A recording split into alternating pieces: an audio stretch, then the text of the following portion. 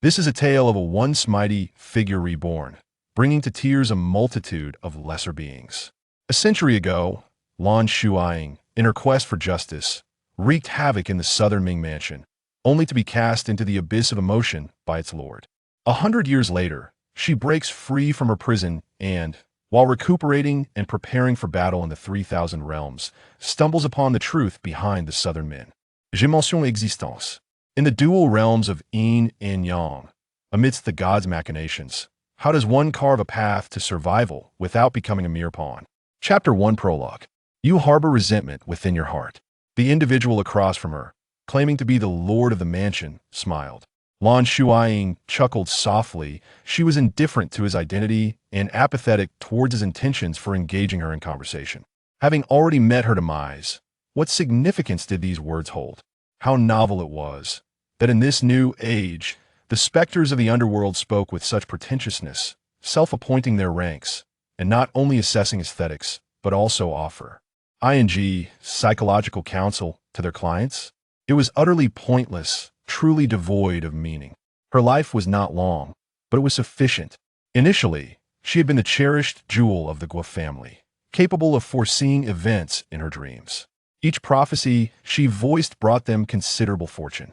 She relished the envy of her peers, basking in their admiration, until the day came when her visions ceased to manifest. That moment occurred when she was merely 7 years old. Thus, that year, the Guo family suffered devastating losses. On the first snowfall of winter, she was dragged from the estate. They said her parents had passed away, yet forbade her from attending the funeral. Rumor had it that her biological brother had ascended to the position of head of the family. She sat by the winding mountain road, her mind reeling, not comprehending what had transpired. Ultimately, one thought remained. Her brother was the kindest to her, and she could return home. However, his first act upon assuming power was to revoke her name. From that day forward, she was no longer Guizini.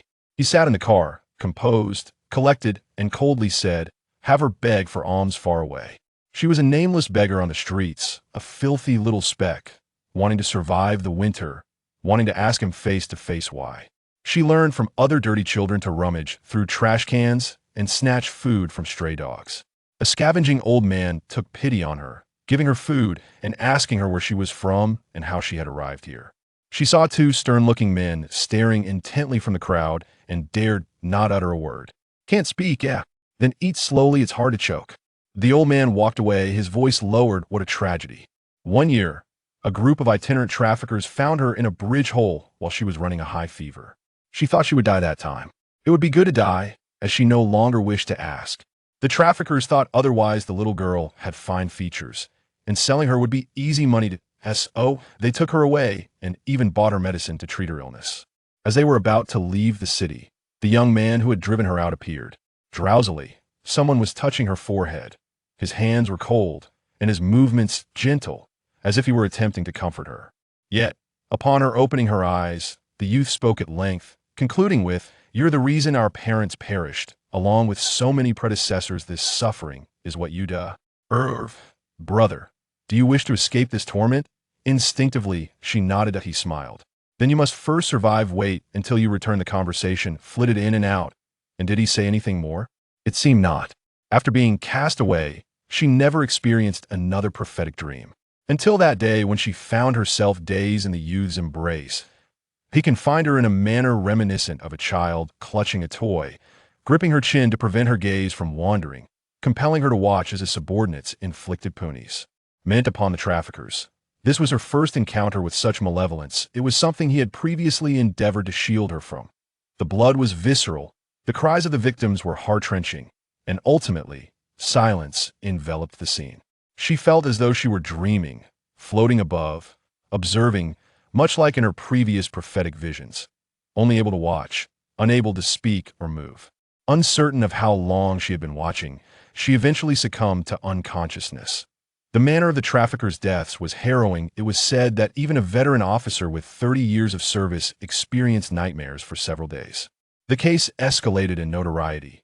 The youth vanished, along with the legacy he had inherited from his forebears, all fading into obscurity. At last, she found herself free from the watchful eyes that had shadowed her. From the veteran officer, She learned that he might have fled abroad, and she exhaled a sigh of relief. She was the sole eyewitness rescued from the crime scene. After confirming that she had developed permanent amnesia due to being overwhelmed with shock, the old officer, filled with sympathy and regret, entrusted her to a welfare institution. Following a discussion, a refined university professor and his wife decided to adopt her. "Do you not have a name?"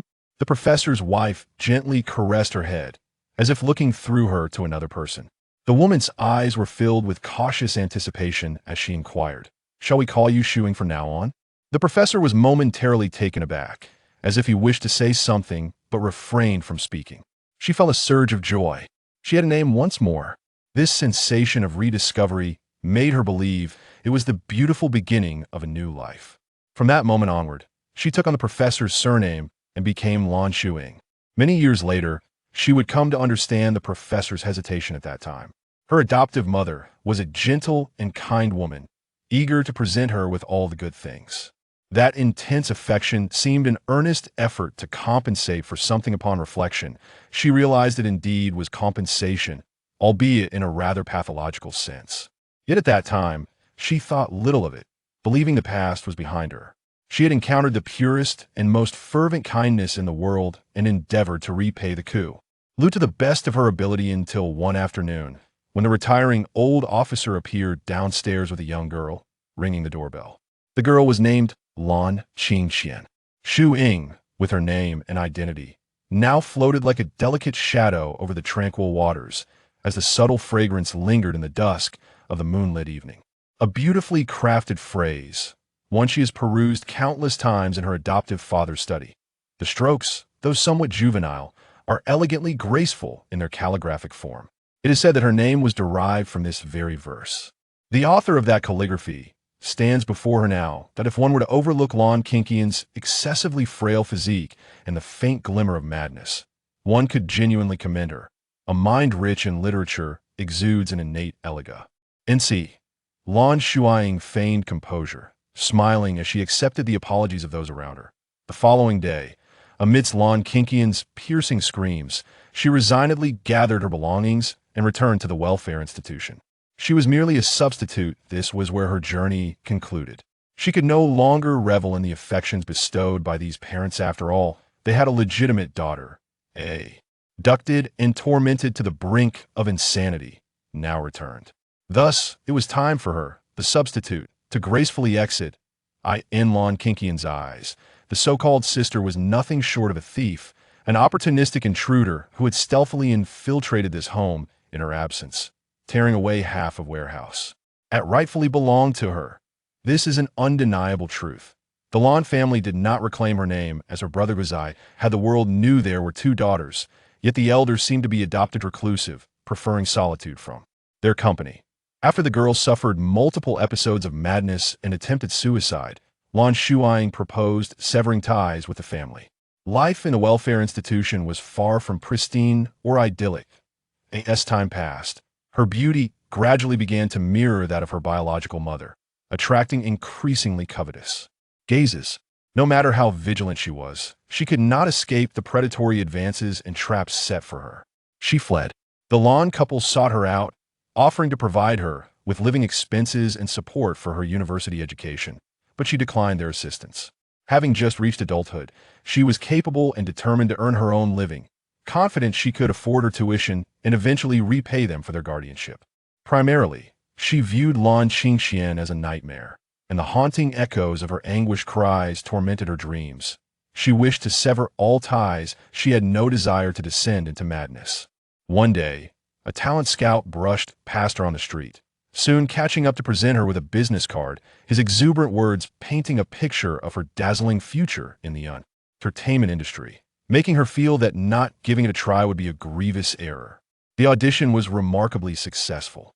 The supporting role aligned unexpectedly well with her, and she skyrocketed to fame from this production, with countless opportunities pouring in. At 17, she was still too young to comprehend the exorbitant costs that accompanied a lavish meal. By 18, she resolutely extricated herself from the agency that exploited its artists, laden with overwhelming negative public sentiment and substantial debt.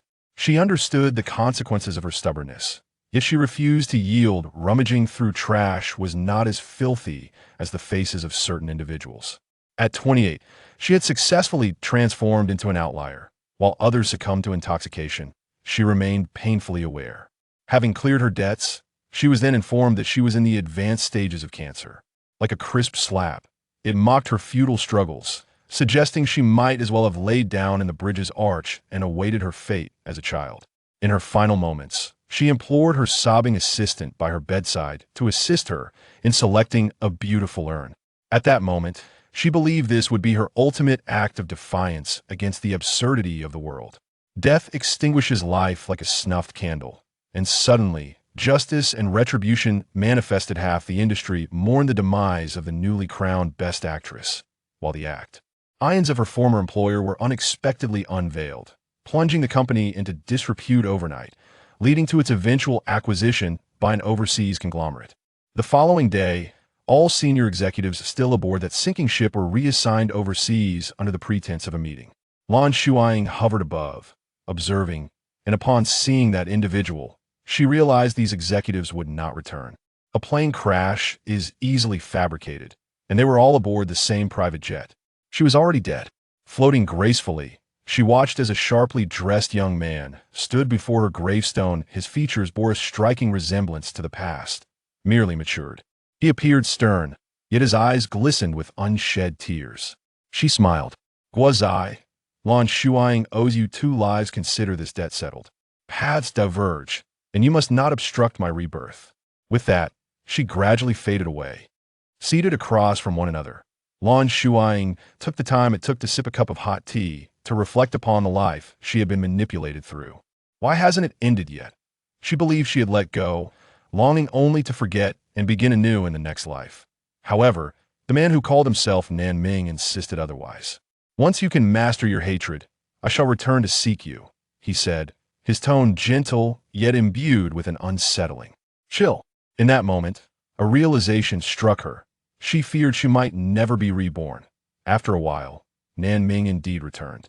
He smiled, congratulating her on passing the assessment. Heaven knows what revelations she had come to during this time. Whether there was hatred or not, it seemed to be dictated by those of high status. His smile, no matter how warm, felt insincere, igniting an impulsive desire within her to shatter it. She was assigned to the 11th district of Nan Ming's estate. With her indomitable spirit and honed acting skills, she navigated through countless realms, truly thriving in her L. Years passed, and she firmly established her position as the foremost individual in District 11, being conferred the title of Young Lord by Nan Ming. On the day of her conferral, as she accepted the crown and seal, she yearned to inquire of Nan Ming, "You are always smiling. Are you truly pleased? What significance lies in these accolades?" Fortunately, she reined in her impulse and remained silent. He was the lord of the estate, and bestowing upon her the title of Young Lord made her chuckle unexpectedly when she returned home to crack open a jar of wine. These 2 titles would lead her to a delusion as if, a century hence, the vast legacy of the Southern Ming estate would rightfully belong to her, allowing her to wield it as she said. Yet, even before the effects of the wine had fully dissipated, she recognized the impossibility of such a notion. For he was a deity. Deities are eternal and immortal. The tales have always proclaimed as much. She, too, would remain unaging, yet she lacked his unfathomable power. Moreover, he had more than one heir. The Southern Ming estate comprised 13 districts, each with its own leader referred to as the Young Lord. All of them were her adversaries. Subsequently, she was summoned to enter the arena of trials, where she would contend against these 12 rivals, until an unexpected turn of events led to her tumultuous outburst, culminating in her being cast into this realm of emotional captivity by the hand of the Southern Ming himself. The last time light graced the realm of emotional captivity was the day she was thrown in. The second instance was now.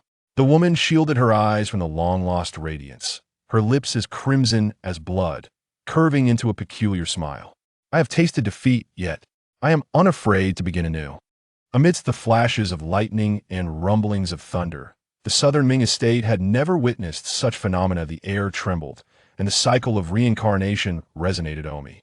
Noosely, the figure clad in black, positioned to the right of the soul jade chessboard, placed a black piece upon a crucial white one, reducing it to mere powder. All the black pieces coiled upward, coalescing into a dragon. The figure in black rose from the table, laughter escalating into unrestrained madness. In this game, I emerged victorious. The figure in white, representing the Southern Ming, smiled, his demeanor as refined and gentle as ever. He brushed away the dust from his fingertips and remarked softly, "Who will claim the deer is yet to be determined."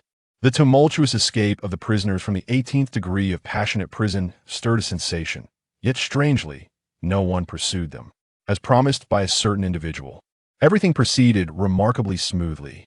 As long as she successfully traversed the final gateway without succumbing to death, a new beginning awaited her. Clad in crimson, she soared across the horizon, tearing through the thunder and lightning before her lay the gateway. Her speed was astonishing, until a massive axe obstructed her path. The woman pressed her index finger against the edge of the axe, her smile unwavering. "Return to your passionate prison. You have no business here," the golden-armored celestial declared coldly. The crimson-clad woman's luscious lips appeared to glisten, her fingers transforming into claws that deftly circumvented the colossal axe, grazing his unprotected throat. The paralyzing toxin embedded in her nails seeped through the minuscule wound, rendering him immobile. Her gaze bore a mix of derision and pity, her tone light-hearted. It has been a while. The formidable master of the 13th district has surprisingly become a mere gatekeeper. Quite an eye-opener. The reunion of old adversaries ignited a fiery intensity. The golden-armored celestial seethed with rage. "Lan Shuying. 3, 2, 1. She chuckled, and just before he could alleviate the paralysis, she leaped into the radiant sphere behind him, leaving only a whistle in her wake. "Until we meet again." The golden-armored celestial's face turned a shade of iron, his eyes fixed on the glowing orb. It was too late. He had long realized that aside from the esteemed South Ming, no one could stand in her way. Yet, he never anticipated that after being imprisoned for so many years, he would still fall short against her prowess. Had she not been eager to depart, he feared the consequences would have been dire. By the boundary gate, the fallen taskers were slowly regaining their footing, buzzing with speculation. Who is that? The golden-armored lord is utterly powerless against her. Impressive. Why have we never encountered her before? The golden-armored lord has stepped down from the first seat. Does that mean she is? Wait, what is her name? An experienced tasker seemed to connect the dots with the title of the golden-armored lord, and suddenly, he gasped, terror welling up in his eyes. It truly is her.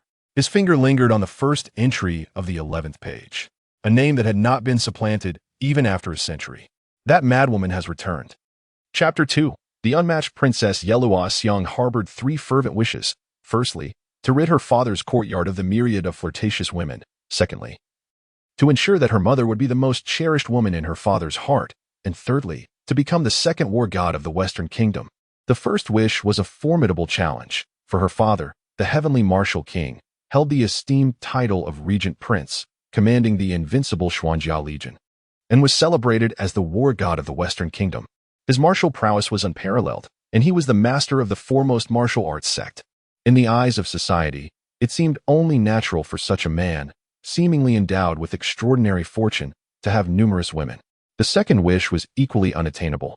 As her mother had passed away several years prior, her remains long cold, and that man had not once returned to cast a glance. The bond of marriage had grown so tenuous. How could she ever elevate her deceased mother to the status of a cherished memory in the heart of the heavenly martial king? The third wish was even more daunting, for she had also succumbed to death today. As Lan Shuying opened her eyes, the searing pain coursing through her abdomen and the flickering blood gauge served as grim reminders of a harsh reality. She was on the verge of demise. Was it truly so tragic to perish upon falling? With every ounce of strength, she retrieved an antidote from the system's space and consumed it before her blood gauge depleted completely. The gauge ceased its descent, and she expelled several mouthfuls of dark, toxic blood, gasping for air, a relieved smile breaking across her face. Using antidote, 1 bottle, privilege -1, remaining uses, 2. A monotonous voice echoed in her ear, announcing the impending commencement of a new task. Lan Shuying discovered that she was almost entirely ignorant of her former identity, yet possessed a comprehensive array of life skills and knowledge, as if she had traversed numerous places. Moreover, as if under a spell, She effortlessly accepted the constructs within her mind and the reality before her. Her name was Lan Shuying, and her current persona was that of Yi Luoxiang, the daughter of the villainous boss, the heavenly martial king. To return to her own body, she must fulfill Yi Luoxiang's wishes. Failure to do so within the stipulated time would result in her obliteration. Such a simplistic and brutal premise, coupled with a strange sense of familiarity, felt as though it had been repeated countless times before. When did this occur? She found herself devoid of any recollection. Following her instincts, she opened the task ledger. Objective: fulfill Yi Luoxiang's wishes. 03. Time limit: 20 years. Side quests: choose one. Side quest 1. Celestial couple to be together in life and death. Wishing to become a pair of Mandarin ducks, not envying immortals. Please secure a suitable husband within 10 years, achieving a harmonious union, blessed with children, and live a peaceful life. Side quest 2. Legendary hero through 100 battles in golden armor. I shall not return until the enemy's stronghold is breached. Please build a formidable army within 20 years, conquering at least 2 rival nations. Please note, the character's reputation will significantly impact future rewards, so strive to enhance your reputation. Lan Shuying contemplated earnestly. Clearly, fulfilling the 3 wishes was essential, while the choice between the 2 side quests essentially dictated her developmental path. Choosing branch line 1 signifies becoming the victor in domestic strife, finding a beloved spouse, marrying, bearing children, and then contending with the mother-in-law, the sister-in-law, and the concubines, ultimately vanquishing all female rivals. In contrast, branch line 2 is far more straightforward and brutal. One mounts a steed and wields a weapon to defend one's homeland. Lan Shuying decisively circled the words Hero of the Ages in vivid red. Initially, she misinterpreted the prompt, mistakenly believing she was destined to traverse an unforgiving path in the inner quarters, enduring a decade of servitude to emerge as the matriarch, an exhausting thought indeed. Fortunately, it was a choice between 2 options. In a world defined by adversarial relations where powers are relatively equal, a fragile peace can only be maintained temporarily. Should one party grow stronger, the other is bound to suffer. Given this reality, it seems more prudent to subdue it first. And Lan Shuying felt little remorse in this regard. She turned over and began to absorb the backstory of Yi Luoxiang. Upon examining it, she was left utterly perplexed. How could Yi Luoxiang, the legitimate daughter of the formidable villain, be in such dire straits? The little girl was merely 9 years old. When the princess was pregnant with her, she was falsely accused of infidelity. For reasons unknown, the heavenly martial king did not return to defend her honor. Subsequently, Yi Luoxiang was born, her lineage constantly scrutinized, and her name never made it into the family register. Later, the princess passed away, and due to the offenses committed by her family, the Dugu general's household had incurred the wrath of formidable foes in recent years, resulting in the demise or disfigurement of its leaders, rendering them incapable of providing for the awkwardly positioned Yi Luoxiang in the capital. Moreover, the heavenly martial king did not take another wife, leaving the household without a rightful mistress to preside over affairs. In the absence of the princess's protection, Yi Luoxiang's status became exceedingly precarious. Neglected in her daily needs and disregarded by the palace, the child found herself confined within the walls of the royal residence. With no quarters in the rear courtyard, she was soon driven to the mountains behind the palace by the consort. When hunger became unbearable, she would sneak back through the rear gate, unimpeded by the guards, and occasionally receive meager offerings of food and worn garments from kind-hearted servants. This awkward predicament came to an end today. Yesterday marked the return of King Tianwu to the capital after many years, and today, little Yi Luoxiang unwittingly consumed pastries laced with rat poison, meeting her demise in the cave she called home. Such a coincidence seemed almost too contrived.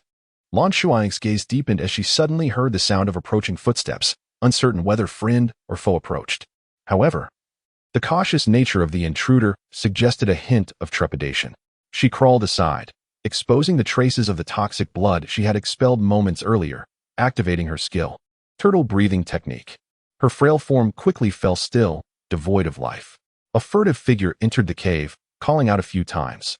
Upon receiving no response, a smirk crept onto their lips as they ignited a small torch, illuminating the surroundings before leaning in to check her heartbeat and breath. Satisfied, the figure muttered to themselves, "Little brat, may you be reborn to a better fate and spare this old woman from bloodshed." The flickering light revealed the stark white of her hair and the myriad wrinkles on her face. Lan Shuying squinted to discern her features. Dressed in the coarse brown attire of a servant, a prominent mole at the corner of her eye stood out. It was she. In Luxiang's memories, this Xiao Mama was the only person to offer her warmth after the demise of the princess. Madame Zhao expressed her deep gratitude for the kindness she had once received from the princess, feeling unable to repay it. She resolved to show her appreciation through her service to her. Madame Zhao would assist her in grooming, create garments for her, and even pilfer food for her delight. What touched Xiang the most was Madame Zhao's promise that whenever she wished to leave the royal residence, she would take her to her own home and treat her as family. Lan Shuying sighed with melancholy, reflecting that it was fortunate Xiang departed early. Otherwise, had she discovered that Madame Zhao was the architect of her demise just before her passing, she would surely have been unable to rest in peace. Unlike the navet of a child, she did not fall for Madame Zhao's deceitful words. To Lan Shuying, the old woman had harbored ill intentions from the very first day she approached Xiang. With the unexpected return of the once exiled Tian Wu Wang, Madame Zhao's master was determined to prevent Xiang from rising, thus hastening her end. This way, should her father ever recall her, an accidental death with no witnesses, he would forget her upon waking, and life would return to its tranquil course. Having come to this realization, Lan Shuying sprang to her feet, only to stub her toe against a hard object. Glancing toward the moonlight at the cave's entrance, she discovered a fire starter left behind by Madame Zhao in her haste to convey news. A faint smile graced her lips as she ignited the straw within the cave. Adding more grasses and branches to the blaze, the flames grew brighter, gradually illuminating the surrounding cave and casting a crimson glow over the mountainside, hinting at a fire that might reach the royal courtyard. In the distance, voices could be heard calling, "The water has overflowed! The water has overflowed!" She gazed down the slope at the resplendent mansion below, where lights flickered and the bustling crowd created a lively scene. Lan Shuying brushed the dust from her hands, feeling a sense of relief. Some individuals prefer to keep matters discreet, yet she is determined to engrave this event in everyone's memory, waiting for the opportune moment to ignite it. Chapter 3. The Unmatched Princess. The flames blazed ever brighter, stirring the entire royal residence, while simultaneously igniting the hearts of certain individuals. "Your Highness, there is a fire." Yue rushed in from the outer courtyard. The noblewoman reclining on the soft couch cast her a disdainful glance and remarked, "Remember, one must think matters through before reporting. Do not allow anyone to believe that all the maidservants here are like this." Startled, Yue hastily knelt, exclaiming, "Your Highness, the hill where that little creature resides is ablaze." The noblewoman was taken aback, turning to inquire of her trusted wet nurse, Mama Zhao. "Has Mama Zhao returned with news? What is the situation over there?" At that moment, Mama Zhao arrived. She too was bewildered by the fire on the hill, but she was certain that Xiang had perished. Thus, she prostrated herself on the ground, stating, "Congratulations, Your Highness, the great calamity has been forever eliminated." The favored concubine gazed at her intently for a moment, then suddenly broke into a radiant smile. "What do you mean by that?" As Mama Zhao concluded her report, a glimmer of murderous intent flickered in the depths of her eyes, her smile blossoming like a flower. "Your arduous journey shall be rewarded. Tomorrow, attend to the courtyard, and there will be no need to return to the kitchen." After Mama Zhao joyfully expressed her gratitude and departed, the favored concubine gestured around her neck, proclaiming, "This old dog will succumb to illness and die as soon as it touches silver. Yue, go and send a message to your brother, instructing him to arrange for her family and ensure that no whispers escape. The body in the cave must also be dealt with. There is no need for further arrangements." As the autumn moon shone, she nodded apprehensively, "Yes." After her departure, Consort Qi clapped her hands joyfully. That little creature was dead. And just as a fire broke out on the mountain, if it continued to blaze with such fervor, it would leave no evidence behind, merely a tale of a wildfire. Was it not as if heaven itself was aiding her? The young girl in the tent was stirred awake, rubbing her drowsy eyes and peeking out. "Mother, what is happening?" Consort Qi only revealed such a gentle demeanor in front of her daughter, hurriedly coaxing the girl back down. "Qing'er dear, you must rest well and gather your strength. When you see your father tomorrow, do you remember what to say?" Qing'er nodded obediently. "I remember everything, and I shall play the zither for father." Consort Qi was quite pleased, embracing her with a smile. At this very moment, the presumed deceased Yi Luoxiang, also known as Lan Shuying, had long departed from the burning mountainside, making her way to the opposite side, where she was diligently engaged in her task. Her small face was taut, displaying a grave seriousness. She sought to verify a matter of utmost importance. Picking up a branch of suitable diameter, She wielded it as a long weapon, gripping it firmly in her hand. With each movement, she summoned the sound of the wind, causing leaves above to tremble and fall. She traversed the few square meters with relentless vigor, rehearsing her forms again and again, tireless in her practice. Her techniques grew increasingly refined. The shadows of her staff coalescing into a singular dance, the sound of the wind intensifying around her. In her final maneuver, she leaped into the air, bringing her weapon down with force. As the leaves swirled and the dust settled, a distinct chasm appeared before her, splitting the earth with a straight crack. Lan Shuying took a deep breath, releasing the branch that had begun to fissure. She had not anticipated that this body would possess such remarkable martial prowess, earning the evaluation of an innate martial physique.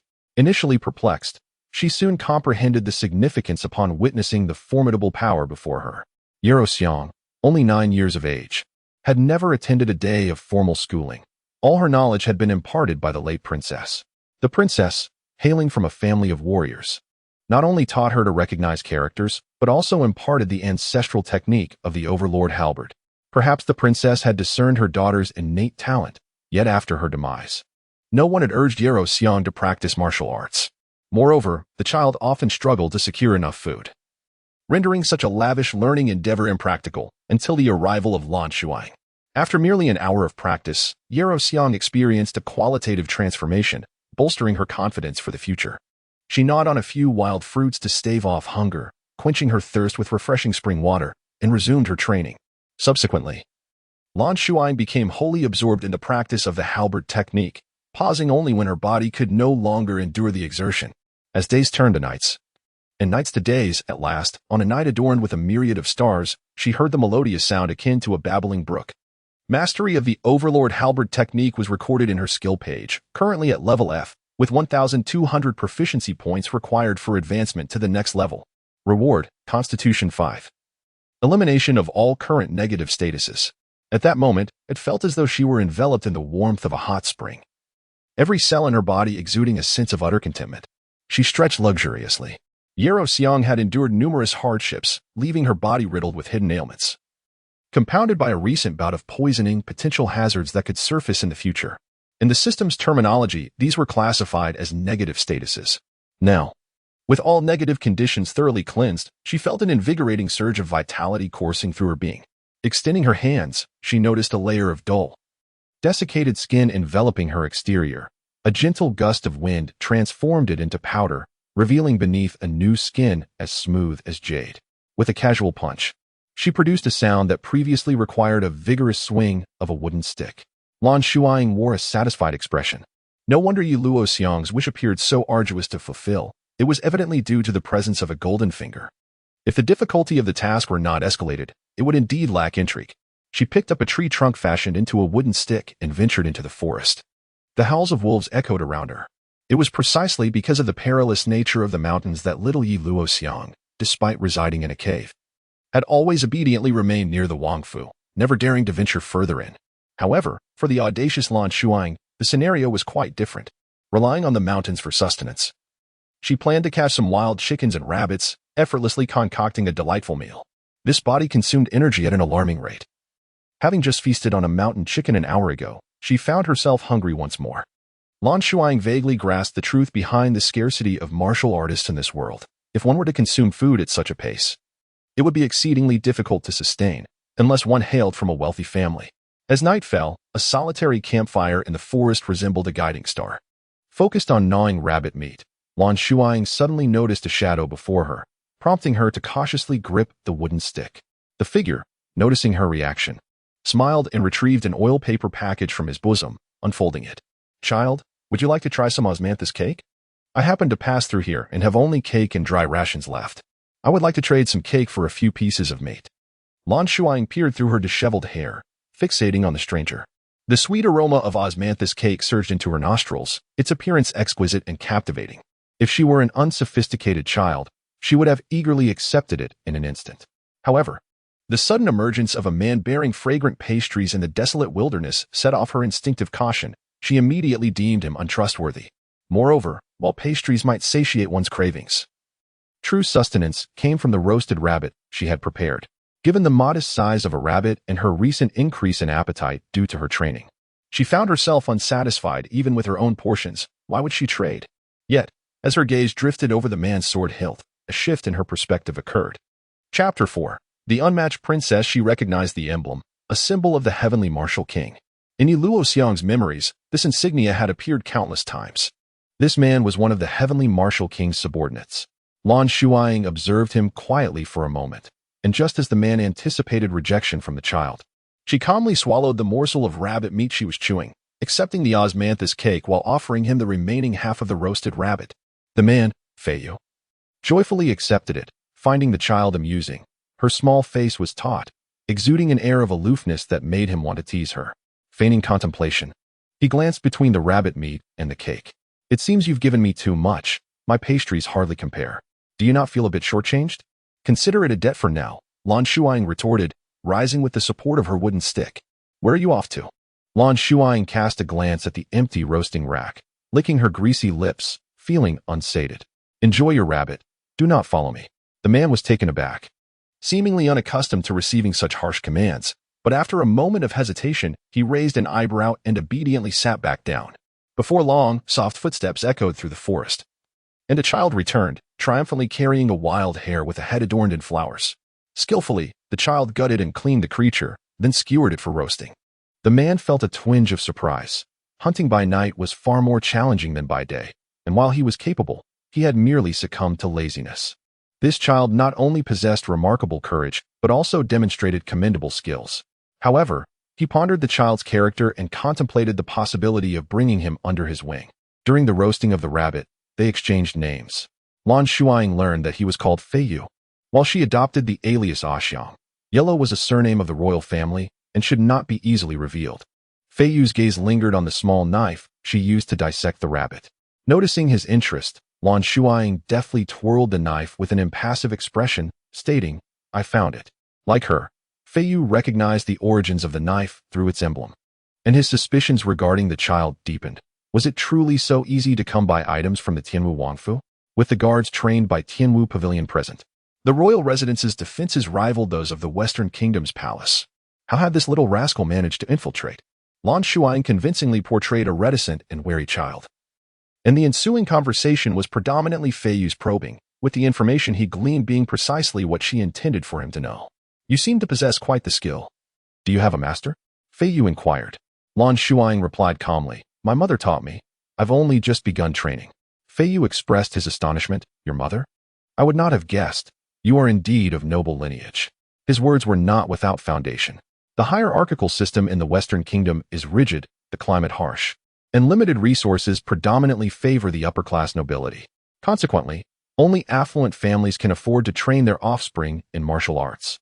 Only noble families or clans with a lineage extending beyond 3 generations possess ancestral martial arts, such as the family of Princess Dugu, renowned for their mastery of the Overlord's halberd technique.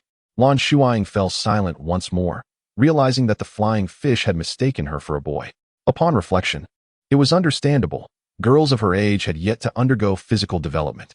She was clad in tattered, patchwork garments, her frail form accentuated by unkempt hair. And in the dim light of night, it was hardly surprising she was perceived as a tomboy. This realization sparked an idea within her. And what of your mother? How could she permit a child like you to venture into the mountains at such an hour? The flying fish expressed a hint of indignation.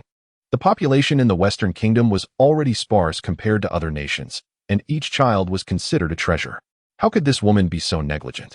Even if the child had received martial training, such recklessness was unacceptable. Lan Shuying cast him a sidelong glance and replied, She has passed. The flying fish remained silent for a lengthy moment, placing a hand on her shoulder, and apologetically murmured, I am sorry. She shrugged off his hand, signaling that it was of no consequence.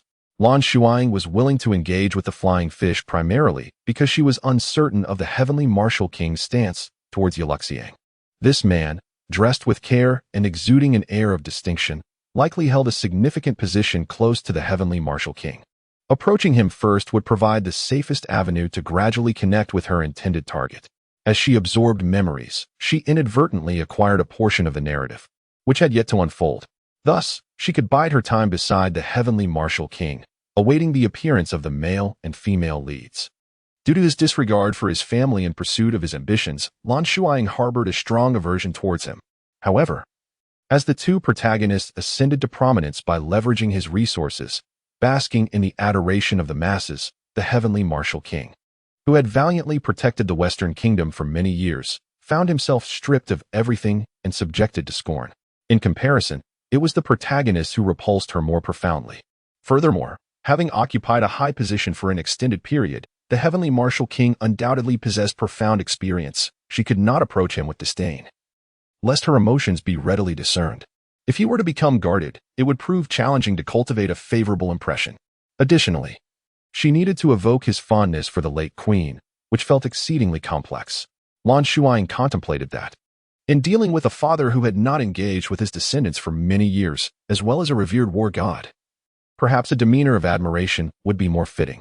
She resolved to impress him with her exceptional abilities, tempered by a hint of aloofness. Once he genuinely held her in esteem, she could reveal the events of the past. However, her immediate task was to present herself before him. Just as she was lost in thought, an unexpected opportunity arose.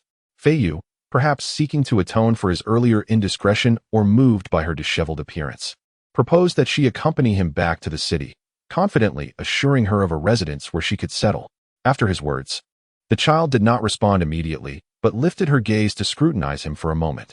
It was then that Feiyu realized that the child's eyes differed from those of the typical Westerners. They were a pale gray, reminiscent of a mysterious crystal. This was a hallmark of antiquity, a trait now found only in a select few, typically among the nobility of the Western Kingdom. His desire to take her back intensified significantly.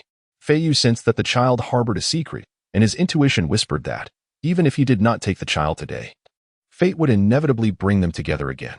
After some persuasion, the child finally hesitantly nodded, prompting a sigh of relief from Feiyu.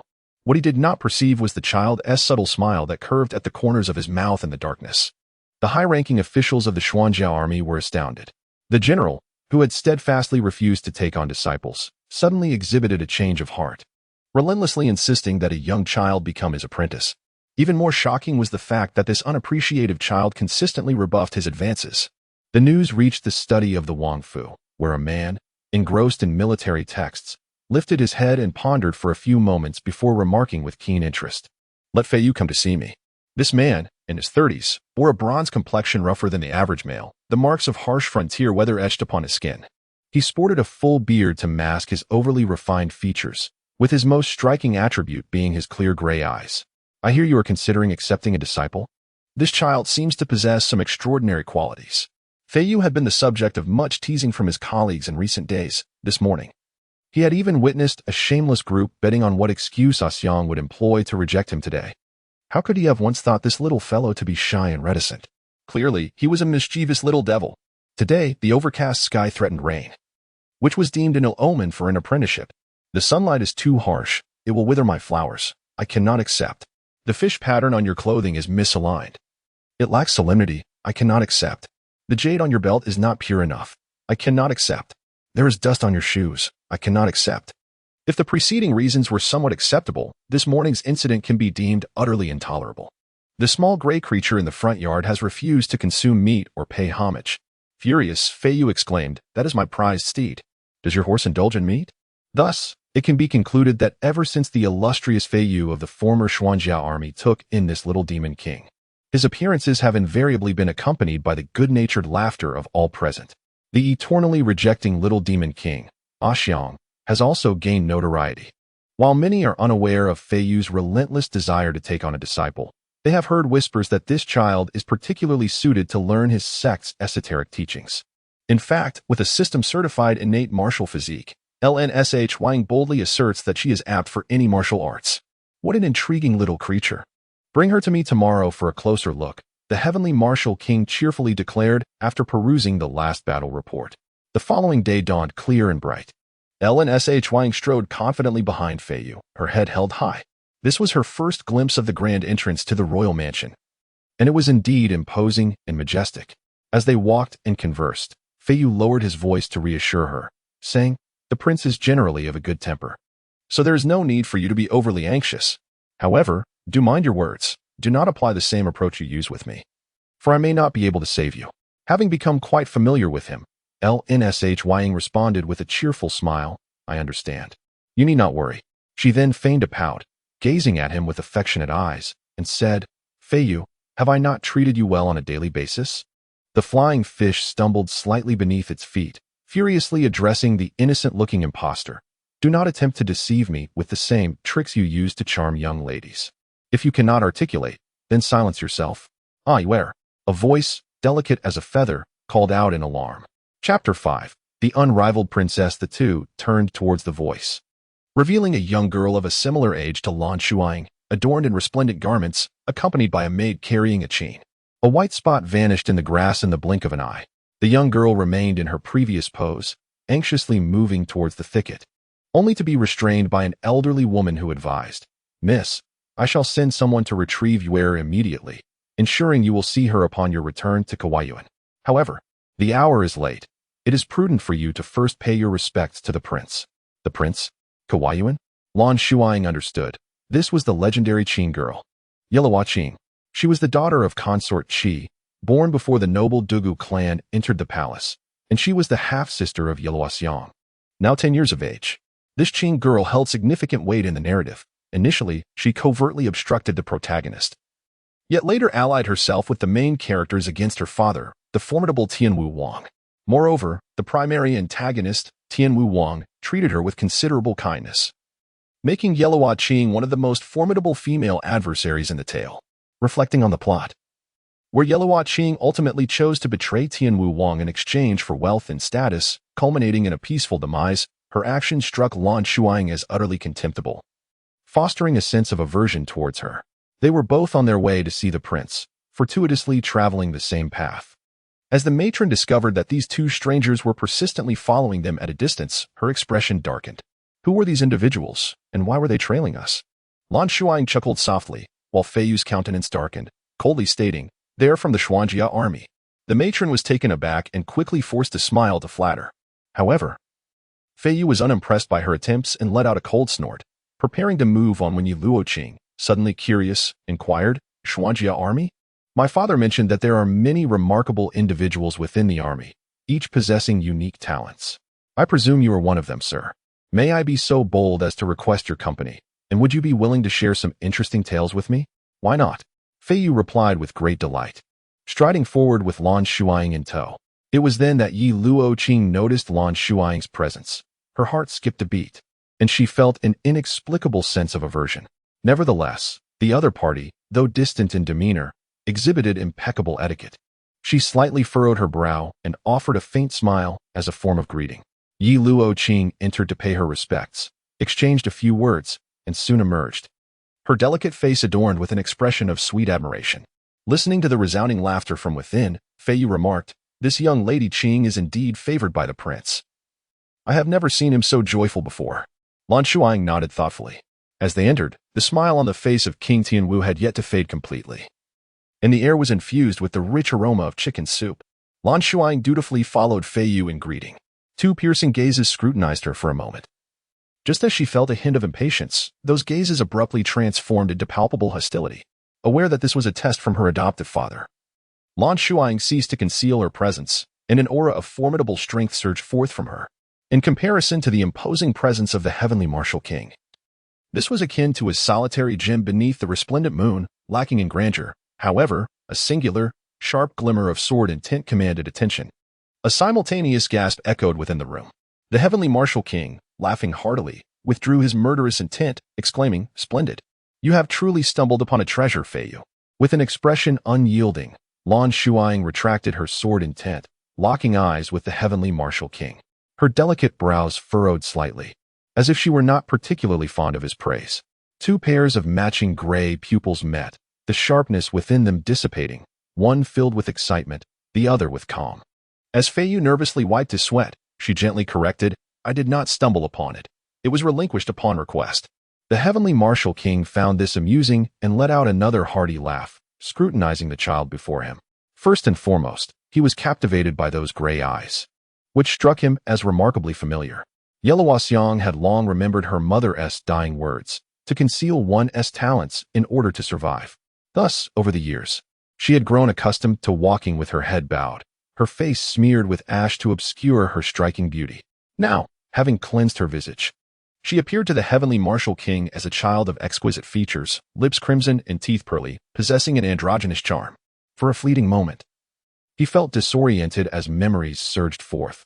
Time unfurled to reveal a similarly lovely little one rushing towards him with outstretched arms, calling out to him as brother. The words, "You bear a striking resemblance to my younger brother," lingered in his throat before he swallowed them back, instead inquiring, "Who taught you this martial skill? Your sword intent is commendable, albeit somewhat raw. It appears you have recently grasped it. At such a tender age to achieve this, with time, you are destined to become a remarkable figure." His heart brimmed with a profound appreciation for talent, and he promptly resolved to retain the individual by his side for cultivation. The swordsmanship? It is taught by Feiyu, Lan Shuying remarked. The heavenly martial king was taken aback. Feiyu? How could he possibly possess any sword technique? Could it be? He turned his gaze towards Feiyu, who awkwardly nodded in confirmation of his speculation. The heavenly martial king was astonished. A new recruit's body-tempering sword technique? Such an unorthodox method could even grasp the essence of the blade? Suddenly, two flames ignited fiercely within his eyes. From that morning onward, Lan Shuying became the most esteemed guest of the heavenly martial king's residence, the kind who remained indefinitely, even if she wished to depart. She found herself unable to do so, as a cadre of top-tier experts took turns patrolling outside her courtyard, serving both as protectors and watchers. Even Feiyu, who had accompanied her, now had to file a report before he could see her. She understood that the heavenly martial king bore no ill intent. Rather, as an ardent martial enthusiast, his astonishment at encountering a prodigy in martial arts led to an overwhelming desire to safeguard her. With a crunch, Lan Shuying shattered the last walnut in her plate, feeding the morsels to the eagerly awaiting puppy, stretching her arms lazily as she said, "Milk candy. Let us go for a stroll." After perusing the martial arts manuals for quite some time, she yearned to engage in some physical activity at the training grounds. Woof woof. The little puppy excitedly scampered around her ankles. This puppy, a gift from Feiyu a few days prior, claimed him as its companion after being found on the road. At first, he took pride in it, but to his surprise, upon encountering Lan Shuying, the pup utterly disregarded him. Enchanted by its clinging nature and milky white fur, she named it Milk Candy. Now, with her needs well taken care of, everyone acknowledged her as the honored guest of the prince, treating her with profound respect, a stark contrast to the treatment Yalaxiang had received over the years. If certain individuals would refrain from constantly parading before her, it would undoubtedly render the atmosphere more tranquil and comfortable. "Young master, he has arrived." Huaiyong desperately shook the branches to alert his young master. The fifth young master of the Qi family is the apple of the old matriarch's eye, and due to his connection with concubine Qi, he has long been a frequent visitor at the royal manor. One day, after provoking Lan Shuying and subsequently receiving a thorough thrashing, he vowed to reclaim his dignity and has since reported daily, with the king of Tianwu currently residing within the manor. The Qi family eagerly hopes for this young man to catch his eye, hence they willingly send him over daily, even relishing the beatings he endures. Unable to enter Lan Shuying's courtyard, the fifth young master keeps a close watch with a retinue of followers outside. From a distance, Lan Shuying spotted the shimmering golden orb beneath the pine tree, a faint smile blossoming in her gray eyes. She rather fancied this fifth young master Qi. He was quite generous, always bringing substantial rewards whenever he invited her to spar. With her own meager resources, she was more than willing to engage in a fight, and she never hesitated to continue until the little chubby boy's purse was emptied. Oh, was this not a case of sending? She nearly blurted out the wealth-bringing boy, but managed to correct herself. The little immortal beneath the pines, it is young Master Qi. The chubby boy flaunted an array of shiny accessories, his proud demeanor reminiscent of a peacock displaying its plumage. "Pretty boy. This time I've brought a plethora of delightful treasures. Come, come, today I shall surely knock you down." Chapter 6. The unparalleled princess. Ever since discovering that the overlord's halberd technique from the Dugu family might unveil her true lineage, Lan Shuying has refrained from practicing it, both in private and in public. Instead, she has focused on mastering the body-forging sword technique of the Flying Fish sect, intending to select a more suitable manual for practice in due course. Although this body-forging sword technique is regarded as trivial by the heavenly martial king, it undoubtedly possesses its unique merits as a compulsory course for the new recruits of the Xuanjiao army, as evidenced by its very name. Due to her innate martial physique, she grasped the essence of swordsmanship at an early age. Now, the body-forging sword technique has been incorporated into her skill repertoire, and through relentless practice day and night, Her proficiency has been elevated to a masterful level, while she still lacks the prowess to engage first-rate experts outside the courtyard. Defeating this little chubby boy poses no challenge whatsoever. After toppling Qi Wuxiao for the 6th time, the small boy, with a sorrowful expression, presented her with a Pishio pendant. Lan Shuying accepted it and calmly extended her other hand, beckoning for another round. Suddenly, a cry rang out from outside. Yuer? You met such a tragic end. A jolt of alarm surged through Lan Shuying's heart. Yuer had perished? Yuer was the large white rabbit that had been startled away by the boisterous shout of the flying fish not long ago. Typically, she was doted upon like a younger sister by Yellow Qing, always taken along wherever he went. How could it be that she was simply dead? An ominous premonition gripped Lan Shuying as she stiffly turned her gaze, and indeed, the plump rabbit, glistening with saliva, was clutched in the jaws of a gluttonous beast. Its snow white fur stained crimson. Upon noticing her stare, the assailant joyfully bounded toward her with the rabbit carcass in its mouth. Lan Shuying swallowed hard. Could she pretend not to recognize this creature? Standing with her head bowed, she was accompanied by the similarly dejected milk candy at her feet. The heavenly martial king hurried over and, upon seeing the despondent demeanor shared by the master and her companion, could not help but chuckle. The noble consort Qi had arrived long before, now cradling her weeping daughter, who was trembling in sorrow. Occasionally, she cast a forlorn glance at King Tianwu, her well-kept visage reflecting a perfect blend of heartache and grievance. Her distress was far from feigned. Ever since the arrival of that lad named Xiang, the prince had become utterly enchanted, revolving around him like a moth to a flame. Were it not for her cunning ways and her daughter Qing'er's charming disposition, the two would have undoubtedly become the subject of ridicule. King Tianwu held absolute authority here. While Lan Shuying was his esteemed guest, without his decree, none possessed the right to question them. Thus, the mother and daughter could only sit in silence, awaiting his attention. When he finally arrived, Consort Qi noticed that his focus was once again on that boy, which stirred a deep-seated suspicion within her. It was said that soldiers, after spending prolonged periods in camaraderie, might inadvertently develop affections for one another, losing interest in women. Could it be that the prince had succumbed to such an affliction? Observing Lan Shuying's exquisite features, she realized the girl was strikingly beautiful, and though not yet fully matured, it was evident she would blossom into a captivating woman in due time. Alarm bells rang in her heart, and her complexion turned pale as she rose abruptly. Yellow Qing, caught off guard by her sudden movement, stumbled backward with a cry, causing a commotion among the attendants who rushed to assist her.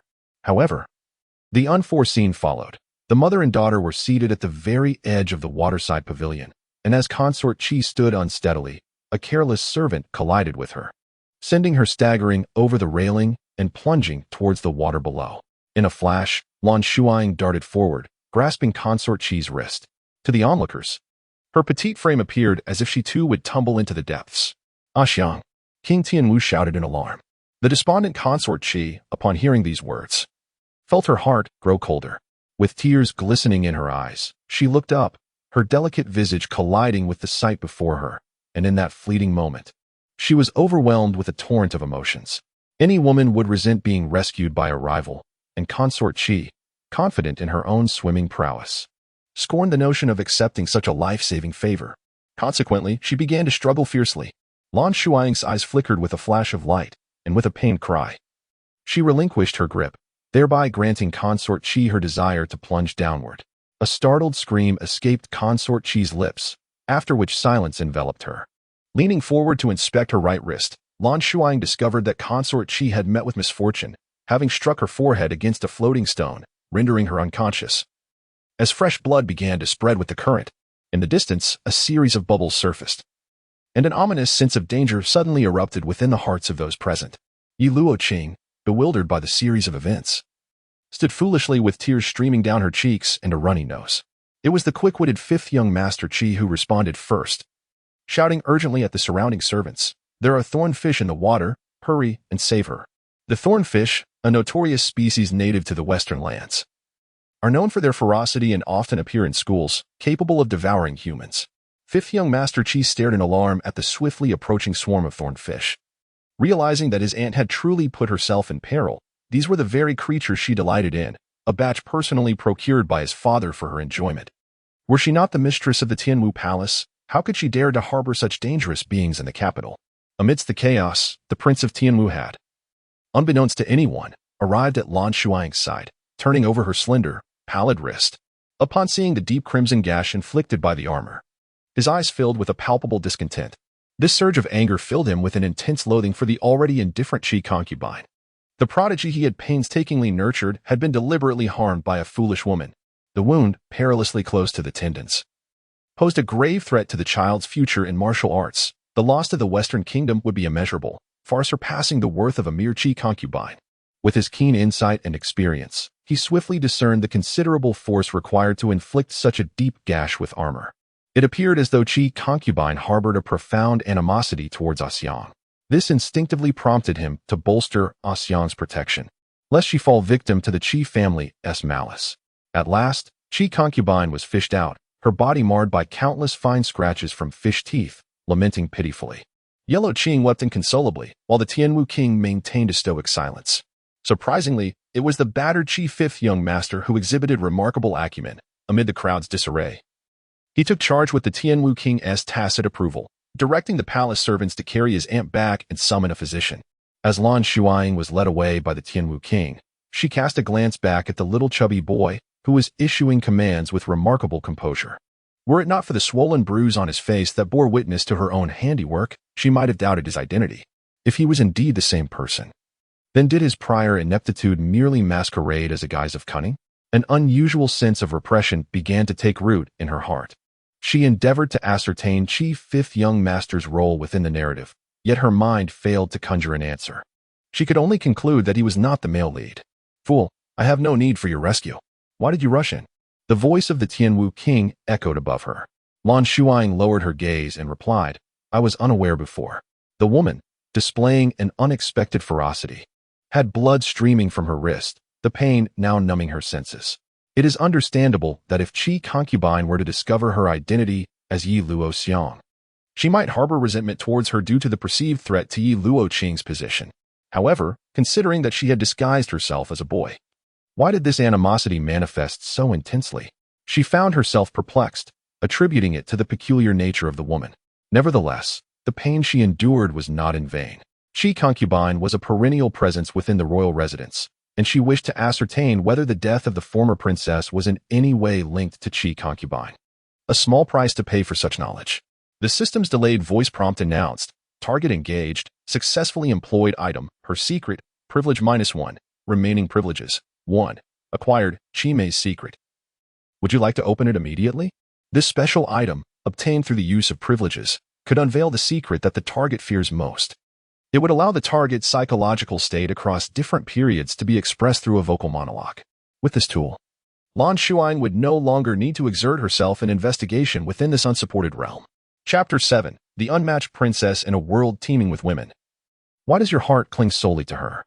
I, the illustrious daughter of the Qi family, am overshadowed by a mere mist from a dilapidated general's household. How unjust the world is towards me, Qi Mei. Why must all good fortune befall her, Du Guyan? Seated beside the king of Tianwu, Lan Shuying appeared to be earnestly listening to his teachings, yet her true focus lay in discerning the innermost thoughts of Qi concubine. Upon hearing this segment, she furrowed her brow, for it encapsulated the very essence of her own confusion. Du Guyan is the biological mother of Yellow Xiang, the legitimate daughter of the esteemed Dugu family, a renowned military clan. Although she is indeed a noble woman, she pales in comparison to the daughters of the Qi family, who are regarded as the pinnacle of aristocracy in the Western Kingdom, their status rivaling that of royal princesses. Furthermore, Qi Mei, as the legitimate second daughter of the third branch, was never meant to be a concubine, even if her husband belonged to the esteemed Tianwu Wangfu. What then accounts for Qi Mei entering the household as a secondary consort while the lesser-ranked Du Guyan is designated as the primary wife? After a brief pause, a voice echoed once more, suggesting that the heart of the Qi consort had traversed yet another painful path. Cousin, why must I endure such hardship yet still remain without your affection? I thought the heavens had favored me, granting me a chance to reclaim you. But we have evidently reached that juncture. Why then do you cast me aside? If you choose to deny me, must you also reject Qing'er? She is our daughter. A sharp intake of breath escaped Lan Shuying. How scandalous. Yellow Qing is not the biological daughter of Tianwu Wang? The great boss has been cuckolded? She recalled the whispers she had overheard from the common folk, suggesting that Yellow Qing was born to Qi consort 9 months after her entry into the household. With rumors swirling about the Qi consort's pregnancy, Yet, according to the accounts of those involved, it appeared that she had already been with child, purportedly belonging to her so-called cousin, upon her arrival. Lan Shuying suppressed her overwhelming sympathy and turned to Tianwu Wang. The profound shock rendered her lips slightly parted. Her striking gray eyes widened, glistening with unshed tears. Tianwu Wang, perceiving her apprehension, pondered the source of her injury. Rather than chastising the boy for his apparent fragility, he merely cautioned the physician, handle with greater care. The physician was momentarily taken aback. He was aware that it was a child who had been injured and had already taken great care in his treatment. How could this little lord still be in pain? Could it be that the child was intentionally feigning injury to garner sympathy from the prince? With this thought in mind, he cast a rather peculiar glance at Lan Shuying. Naturally, Lan Shuying sensed the shift in his demeanor and, with a light cough, offered an explanation. Your Highness, this minor injury is of no consequence. I was merely reminded of an urgent matter and found myself a bit anxious. Oh, what matter might that be? Lan Shuying, adopting a serious tone, fabricated a response. Your Highness, look at the sky. It appears that rain may come with nightfall. I have recently cultivated a few precious orchids in my courtyard, and I must cover them with oilcloth, lest they be damaged by the rain. It would be such a shame, given their value. The expression on the Tianwu King's face seemed to convey disbelief, as if to say, is this truly the extent of your concerns? Do you presume to deceive me? His piercing gaze was fixed upon her. The aura exuded by this individual was one that could only be cultivated through prolonged tenure in high office. And paired with his martial prowess, he radiated an air of danger akin to that of a dormant beast, even in silence. Lan Shuying, however, was undeterred by his presence. It was merely that her emotions were still in disarray, and she dared not linger any longer, fearing that one misstep might reveal the truth regarding the Tianwu King's lofty aspirations. As soon as the physician finished bandaging the wound, she seized the opportunity to excuse herself. Upon returning, she securely locked the courtyard door and instructed her maidservant that she wished to rest alone for a while. The young lady Lan Shuying, upon hearing about the events that transpired at the waterside today, cast a glance at the thick white cloth wrapped around her wrist, her eyes betraying a mixture of sympathy and indignation. Aware that this matter did not warrant her intervention, she bowed slightly and said, Young master, I shall remain just outside the door to guard your rest. Should you require anything, please do not hesitate to call upon me. Very well. In the stillness, Lan Shuying absorbed the secrets divulged by Consort Qi, her shock quickly transforming into a pleased smile. The advantageous information provided by Consort Qi felt like a missed opportunity if not utilized. The history of Consort Qi was indeed fascinating. She had been reborn. Most individuals granted a second chance at life had undoubtedly faced misfortune in their first existence. Consort Qi epitomized the tragic tale of squandering a promising fate. Driven by her infatuation with her cousin, who was infatuated with the esteemed Miss Dugu Yin of the general's household. In her previous life, Qi Mei had endeavored to tarnish Dugu Yin's reputation, yet the outcome was her cousin's estrangement from her. Ultimately, Dugu Yin was sought in marriage by her cousin, who cherished her dearly, treating her like a precious gem, with no concubines in the household. They lived blissfully together throughout their lives. As Dugu Yin bore no children, they adopted the second son of her brother and sister-in-law, and the family thrived in harmonious bliss. Meanwhile, Qi Mei's transgressions were revealed by her cousin, leading to her expulsion from the family lineage. She endured a life of hardship in a nunnery until ultimately being taken by bandits, a fate that can only be imagined as tragically grim. Thus, in this life, she resolved to act preemptively.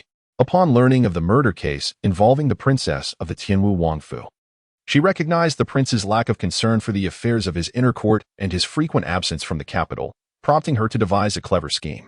She discreetly bribed the servants of the Dugu family, daily extolling the virtues of King Tianwu into Dugu Yan's ear. Gradually, before Dugu Yan even encountered her cousin, she had secretly developed feelings for King Tianwu. The marriage contract was also orchestrated by Qi Mei through her family's elders, who whispered into the ears of Empress Qi. As for why Qi Mei, with child, managed to marry into the royal residence before Dugu Yan, it all stemmed from her infatuation with her cousin. Her cousin's profound love for Dugu Yan in his previous life originated from a life-saving grace. Qi Mei's cousin was the eldest son of the Zhou family, serving in the military. On one occasion, while enjoying an outing with two friends on the outskirts of the capital, he was ambushed and gravely injured, falling into the water, only to be fortuitously rescued by Dugu Yan, who tended to his wounds and cared for him devotedly for half a day. In this life, Qi Mei took the initiative. Not only did she wish to save her cousin's life, but she also desired for him to be compelled to marry her. Without hesitation, she saved the drowning man and, taking advantage of his unconscious state, administered a drug.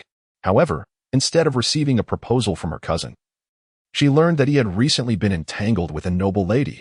Upon inquiry, she discovered, to her dismay, that it was none other than the familiar Du Guyan. Enraged, she fainted on the spot, only to awaken to find her mother weeping beside her, as the physician had revealed her pregnancy. She laid bare the entire situation. Her mother, feeling both anger and helplessness, ultimately agreeing to assist her in negotiating a marriage. Yet, her cousin refused. His reason was that he had never fallen into the water that day. How could this be? Qi Mei and her mother were incredulous, prompting her cousin to reveal the so-called injury, which, to their astonishment, showed no signs of harm. So, whom had Qi Mei entrusted herself to? It was only then that Qi Mei recalled that the individual she had fished out of the water seemed somewhat more robust than her cousin. Initially, the drenched clothing had obscured his face, but upon revealing it, she discovered his features were swollen and bruised. Convinced that only her cousin could have fallen into the water, coupled with the dim lighting, she pondered whether she had indeed mistaken the identity of the man. As mother and daughter were engulfed in worries, they happened to hear of the Tianwu Wangfu seeking its savior. In the outskirts of the capital, at Taohua Creek downstream, a severely injured man clad in brocade was discovered, and one clue led to another, bringing Qi Mei before the Tianwu king. Chapter 8. The Peerless Princess. Thus, the secrets surrounding consort Qi are threefold. First, deducing from the timeline she divulged, she must have returned from 17 years in the future, making her a reborn individual privy to subsequent events. Second, consort Qi harbored affections for her cousin, the esteemed Zhou, and she orchestrated the rescue of the gravely injured gentleman in purple, resulting in a night of passion that led to her bearing Yi Luoqing. Third, consort Qi, envious of the love that the previous life's Du Guyan received from Zhou, endeavored in this life to facilitate Du Guyan's marriage to the disinterested Tianwu king in matters of romance. Little did she anticipate that the man she saved was not Zhou, ultimately leading to her inexplicably becoming the Tianwu king's consort. Lan Shuying mused with intrigue. Perhaps this is what is referred to as lifting a stone only to drop it on one's own foot. Had consort Qi not been so eager to undermine Du Guyan, there was a significant likelihood that the Tianwu king would have regarded her with the status of a primary consort. Yet, she had already made Du Guyan's marriage known throughout the city. The decree of marriage was irrevocable, despite having the powerful Qi family as her backing. She was relegated to the status of a secondary consort. After all, the notion of a shared wife is non-existent in the Western lands. A well-played hand has been squandered, as one observes this woman's past and present, revealing a pattern of recurring mistakes. Furthermore, this matter is shrouded in numerous uncertainties. For instance, why has her cousin not fallen into the water in this lifetime? If the one saved by Qi Mei is not her cousin, then who, indeed, is the heavenly martial king? After all, there were 3 individuals on that excursion. This secret is merely Qi Mei's psychological monologue, woven together based on the sequence of events. Initially, Qi Mei was convinced that her daughter was the offspring of her cousin, but later, in a state of confusion, she was married into the royal residence, as if she had found a surrogate father for the child in her womb. She likely cannot even ascertain who the father truly is, having never clearly seen his visage. However, if she wishes to thrive in this environment, the child's father must be the heavenly martial king, with not a whisper of rumor to circulate. Otherwise, the cold indifference shown by Yi Luoxiang would inevitably be mirrored by Yi Luoqing. Lan Shuying suspects that the doubts regarding Yi Luoxiang's lineage are mere fabrications conjured by Qi Mei, yet this detail remains unmentioned in the secret. In the following days, Lan Shuying consistently evaded the heavenly martial king. She had heard that Qi, the side consort, had awakened and was currently recuperating in seclusion.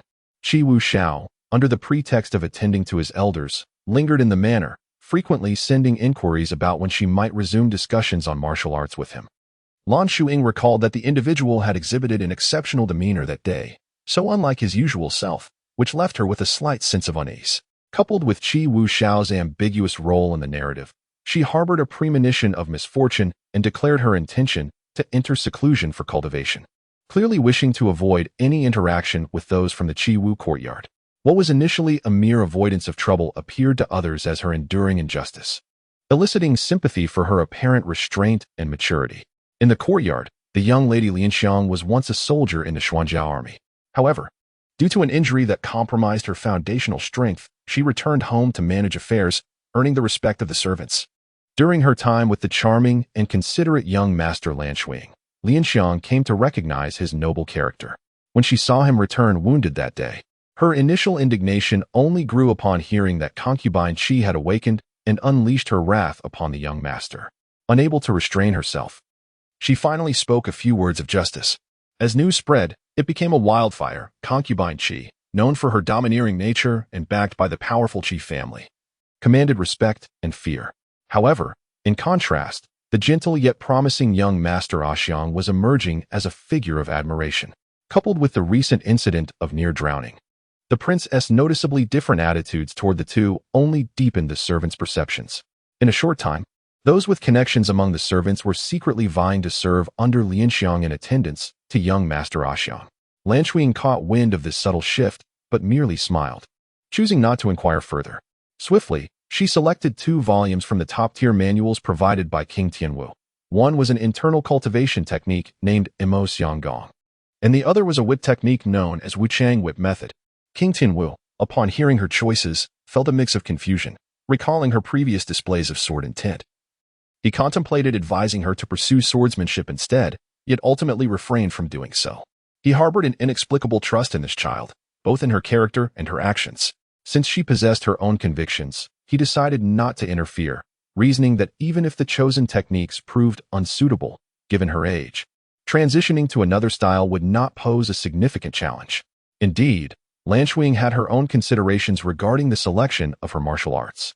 While perusing the ancient tomes, she discovered that with a mere sweep of the system, the rank and attributes of a particular manual would manifest in her mind, alongside the effects of mastery. For instance, the demonic resonance technique, reputedly a supreme secret manuscript from a formidable demonic sect centuries ago, purportedly grants immortality upon reaching the 10th layer. The veracity of this claim remains shrouded in mystery, as the sect had amassed numerous enemies and was ultimately besieged into oblivion. This manuscript eventually became the private collection of the Heavenly Martial King, untouched by any other practitioner. The reason Lan Shuying chose it was straightforward. The system had indicated that this technique was exceptional, unlocking a remarkably practical hidden attribute upon reaching the 3rd layer, within 8 seconds. Each additional target hit would grant a 10 lifesteal, stacking up to a maximum of 10 layers. This system's data representation directly correlates to her recovery speed in reality after sustaining injuries. Lan Shuying understood that to fulfill Yero Xiang's ambition of becoming a war god, she must venture into the battlefield. As the saying goes, 2 fists cannot contend against 4 hands. It is challenging for someone like her to find trustworthy comrades. Thus, a technique that enhances her endurance is indispensable. The more opponents she strikes, the stronger her output, and her health bar on the system panel will remain perpetually full, allowing her to fight without trepidation. Fish, do you know of any renowned blacksmiths?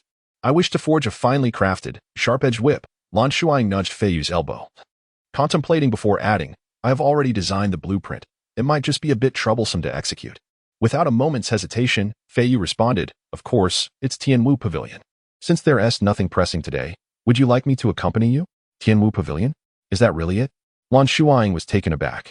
She knew that the secret manuals she had perused were all treasures from Tianwu Pavilion, yet she had never heard it was also a forge. Feiyu looked at her as if she were foolish. You don't truly believe it's merely a repository of books, do you?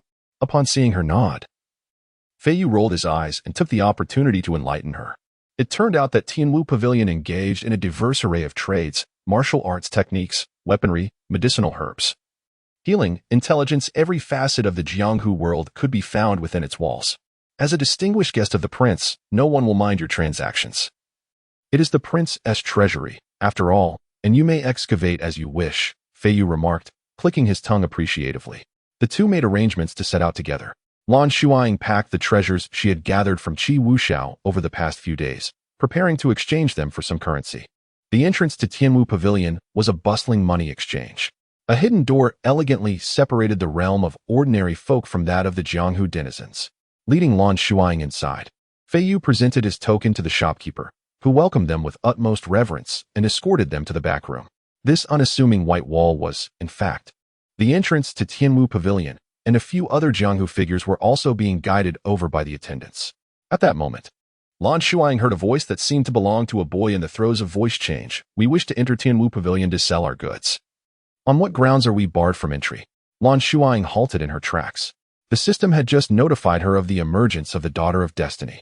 It appeared that fortune was on her side, as she encountered the protagonist before the story had even commenced. She cast a sidelong glance and saw two children carrying bamboo baskets. The boy with a sallow complexion must have been the one who spoke earlier. She suspected he had masked his face. He was holding the hand of a fair-skinned girl. The girl's appearance could only be described as delicate, her most striking feature being a pair of large eyes adorned with long, fluttering lashes, which were now curiously fixed upon Lan Shuying. Chapter 9. The unparalleled Princess Lan Shuying would typically not pay much heed to the gaze of a child, yet within a 5-meter radius. The only girl who matched the protagonist's age and gender was this little one. Thus, she stole a few more glances, catching the attention of Fei Yu, who began to observe the two children with increased interest. The little girl spoke with conviction. "Uncles, you say we are just children and foolishly causing a ruckus. But that person is about our age. Why is he allowed to enter?" Her finger was pointed directly at Lan Shuying. The innkeeper's expression shifted slightly. He understood that these two were esteemed guests favored by the proprietor. Fearing to disturb their tranquility, he smiled and gently intervened, explaining, "It is not that the uncles wish to block you, but rather that it is indeed unsuitable for young children to enter alone. You should return and bring an adult from your family with you. Once one enters the world of martial arts, danger lurks at every turn. Even within the jurisdiction of the Tianwu Pavilion, the aim is merely to maintain order. For instance, if two individuals harboring a grudge against each other happen to meet inside and engage in combat, the Tianwu Pavilion would merely provide a venue for their deadly duel rather than forcibly preventing them from fighting. Therefore, allowing two unknown children to interpose is a risk. Should anything untoward occur, the gatekeepers fear they might lose their livelihoods." Lan Shuying cast a calm glance at the little girl, who clearly recognized the flying fish accompanying her yet feigned ignorance, presenting a facade of reason that was, in reality, nothing but a convoluted attempt to ensnare others in her schemes.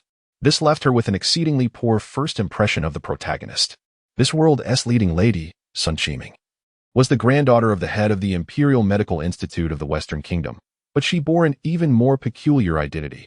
She was a time traveler who, after a car accident in the modern era, inexplicably awakened as the 7-year-old heroine. Unlike the languid original owner of her body, Sun Qiming exhibited the cunning and openness characteristic of modern individuals. From the day of her awakening, she persistently pestered her grandfather to impart the ancestral medical arts of the Sun family and seized every opportunity to venture out. To augment her modest fortune, she ingeniously blended contemporary sales strategies with ancient skincare secrets, catering exclusively to the upper echelons of society, and flourished in her endeavors. Furthermore, she cultivated an extensive network, forging alliances with formidable figures such as the future king of assassins, Wu Ying, the black market magnate, Lord Zhong, the chivalrous and eccentric Nuo, and the Prince of Jin, Yalu Yu, among others. Some of these individuals owed her favors, others collaborated with her in business, while a few were simply captivated by her charisma. Without exception, they became her devoted protectors. Yet, none of these individuals were destined to be her ultimate refuge. They merely served as stepping stones towards her aspiration of unifying the realm with her beloved. In the narrative, the only man of status and background who remained impervious to her allure was the Tianwu king, who met the most tragic fate. His martial prowess stripped away, meridians shattered, disemboweled, and ultimately extinguished. Lan Shuying's gaze remained fixed on this seemingly innocuous little girl, her eyes growing increasingly frigid with each passing moment. Observing her demeanor, it was apparent that Sun Qiming had undergone a transformation. Given her age, she likely had not yet begun to entangle herself with the men within the narrative. A shiver coursed through Sun Qiming. At that fleeting moment, she felt as though a menacing presence was fixated upon her, yet she could not discern its origin. Lan Shuying was aware that Sun Qiming's first ally after her traversal was the medical Immortal Valley, for her grandfather, Sun Tai, had an acquaintance named Hu Qing, who was none other than the favored disciple of the Valley's master. The young boy beside her exuded an undeniable fragrance of medicinal herbs, likely indicating his identity. Suddenly, a change swept across Lan Shuying's expression as realization struck her. The scene before her mirrored the moment when the protagonist sought to bestow a favor upon the assassin Wing by visiting the Tianwu Pavilion to exchange for medicine. They were still distanced from the antagonistic plot, and she had nearly overlooked this segment. It seemed that their journey would lead to a confrontation after the protagonist's convoluted arguments. The guards of Tianwu Pavilion would apprehend the unruly vendor for questioning. Amidst the chaos, the protagonist would slyly purloin the finest antidote and healing elixir, trading them for a promise from Wu Ying. A peculiar smile curled at the corners of Lan Shuying's lips, which did not escape the notice of Fei Yu, sending a shiver down her spine. What cunning scheme was this little ancestor concocting? No, whom did she intend to ensnare this time? Little sister, you just mentioned wanting to enter and sell something. May I inquire what it is? Could you show me? Lan Shuying asked with curiosity. The boy's eyes lit up. Before Sun Qiming could respond, he eagerly unfastened the basket he carried and recounted the herbs within as though sharing treasured knowledge, lamenting, dream hopes to save someone. But that person is gravely injured. I cannot heal him and have no money. So I gathered these herbs to exchange for some antidote pills and healing medicine to take back.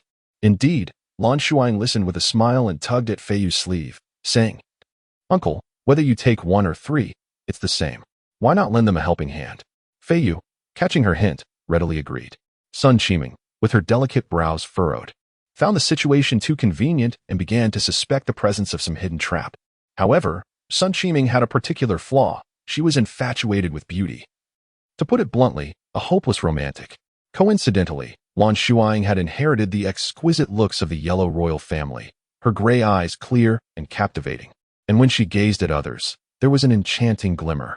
With her gentle smile gracing her red lips, the moment their eyes met, Sun Qiming was utterly entranced. Eagerly engaging in conversation, calling her little brother repeatedly, the quartet strolled along the underground long street of Tianwu Pavilion, where Lan Shuying suggested that the two uncles and nephews venture to the Eastern Treasure Pavilion. Casually, she mentioned, Uncle told me that the Medicine Pavilion is on the Western Street. Why don't we split up and reconvene here after completing our errands? Hu Qing, the young disciple from the medical Immortal Valley, pure of heart, was eager to return and save someone, promptly agreeing and dragging the reluctant Sun Qiming along. Fei Yu, puzzled, remarked, Why were you so eager to accompany them, only to send them away now? Lan Shuying replied nonchalantly, Uncle, you must have sensed it too. This girl is not ordinary. At such a young age, she possesses this level of cunning, and I suspect she has ulterior motives for entering Tianwu Pavilion.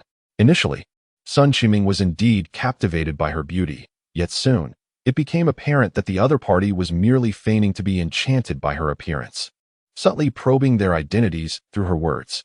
The flying fish had long grown impatient with the young woman, believing that Lan Shuying was oblivious to his sentiments. He had even planned to reprimand her later, only to discover that she was merely playing along, skillfully deceiving even his keen gaze. A sense of pride akin to that of a parent emerged within him. Currently, with Sun Qiming lost alongside a mere lackluster Hu Qing, the moment she encountered the formidable Wu Ying, she was eager to retain him as her protector. The flying fish observed the departing figures with a cold gaze, gesturing discreetly towards the shadows. After a brief interval, he reported, I have instructed my men to keep a close watch on them. Subsequently, the duo did not venture into the treasure pavilion, but instead proceeded directly to the nearby divine weapon pavilion. Lan Shuying produced her drawing of a blade whip, succinctly conveying her vision to the artisan.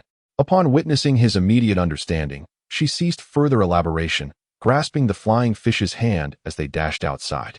Observing the guards of the Tianwu Pavilion, Sun Qiming realized that her chances of pilfering the antidote and healing elixirs were nearly non-existent. Thus, she decided to let the pair wait. She would venture forth first to meet the future king of assassins, Wu Ying. If she could disrupt his initial encounter with the female protagonist, nullifying the debt of gratitude he owed, preventing him from becoming her ally, it would alleviate her concerns. After all, she was destined to stand in opposition to the female lead, and when that time arrived, she did not wish for a top-tier assassin to be constantly lurking, seeking an opportunity to strike. Chapter 10. The Unmatched Princess. It is cold, so very cold. The young man in the dilapidated temple endeavored to curl up tighter, as if this could provide him with warmth. He had endured such torment for 3 days and nights. 3 days prior, after failing to assassinate the Elder of Shadows and falling victim to his toxic grasp, a chilling sensation gripped him like a relentless vice, refusing to release its hold. Embarrassment and resentment swirled within him as he thought, given another chance, he would undoubtedly accomplish his mission. The Elder of Shadows was not merely a target promising substantial rewards. He was also the very fiend responsible for the murder of his parents many years ago. With the enemy still at large, he could not afford to perish here. Yet, the poison paid no heed to his inner turmoil. The moment his internal energy waned, the venom surged back with a vengeance, akin to a spring long suppressed. It was over. The young man's countenance turned ashen, the last flicker of vitality in his eyes about to extinguish. Is someone here? Just before the darkness engulfed his consciousness, he heard a melodious voice. A petite figure appeared at the entrance of the dilapidated temple, golden sunlight coalescing behind her, obscuring her features, yet invoking thoughts of a deity he had long refused to believe in. When Wu Ying awoke, he found himself enveloped in darkness. Instinctively reaching for his eye sockets, his body felt drained, yet the toxin had dissipated. Had that person been the one to cure him? However, his vision. Now that you have awakened, come and have something to eat. It was the same voice. Wu Ying pressed a hand to his chest and staggered toward the source of the sound. As he drew nearer, he caught sight of countless stars above. Realizing that it was not his sight that had failed him, rather, the night had deepened. A large and a small silhouette sat in the corner of the crumbling temple. The air tinged with a burning scent, mingling with a faint aroma of food. He instinctively swallowed, the sound echoing uncomfortably in the silence, and he averted his gaze. Feeling a tinge of embarrassment, Lan Shuying smiled faintly, retracting her inquisitive gaze. The future king of assassins was merely a young man with uncomplicated thoughts at present. He possessed a fierce spirit and a sense of shame, far removed from the cold, unfeeling individual he would become later in the narrative. A fool only devoted to the female lead. His current demeanor made her feel that her earlier efforts in administering the antidote were not in vain. Feiyu, feeling a pang of concern for her Na'vi child who selflessly saved others, adopted a rather unfriendly attitude towards Wu Ying, essentially ignoring him. Lan Shuying had not anticipated encountering the female lead, nor had she planned to intercept her, lacking any antidote. However, upon her arrival, she had consumed a vial of high-grade antidote produced by the system, which had transformed her into one with a high resistance to toxins. Although the poison on Wu Ying appeared formidable, it could be eradicated with merely a vial of low-grade remedy. She had fed him her own blood. His external injuries had already been treated by the disciples of the medical Immortal Valley, and for his internal wounds, he would be able to resolve them himself once he regained consciousness. Having dispelled the poison, she felt at ease arranging for Feiyu to hunt. And she prepared 3 fragrant beggar's chickens that were now perfectly cooked. Wu Ying observed the little creature digging in the earth, unearthing 3 plump clumps of mud. With practiced ease, he shattered the outer layer of dirt, wrapping the contents in leaves and presenting them before him. Here, this is yours. Eat.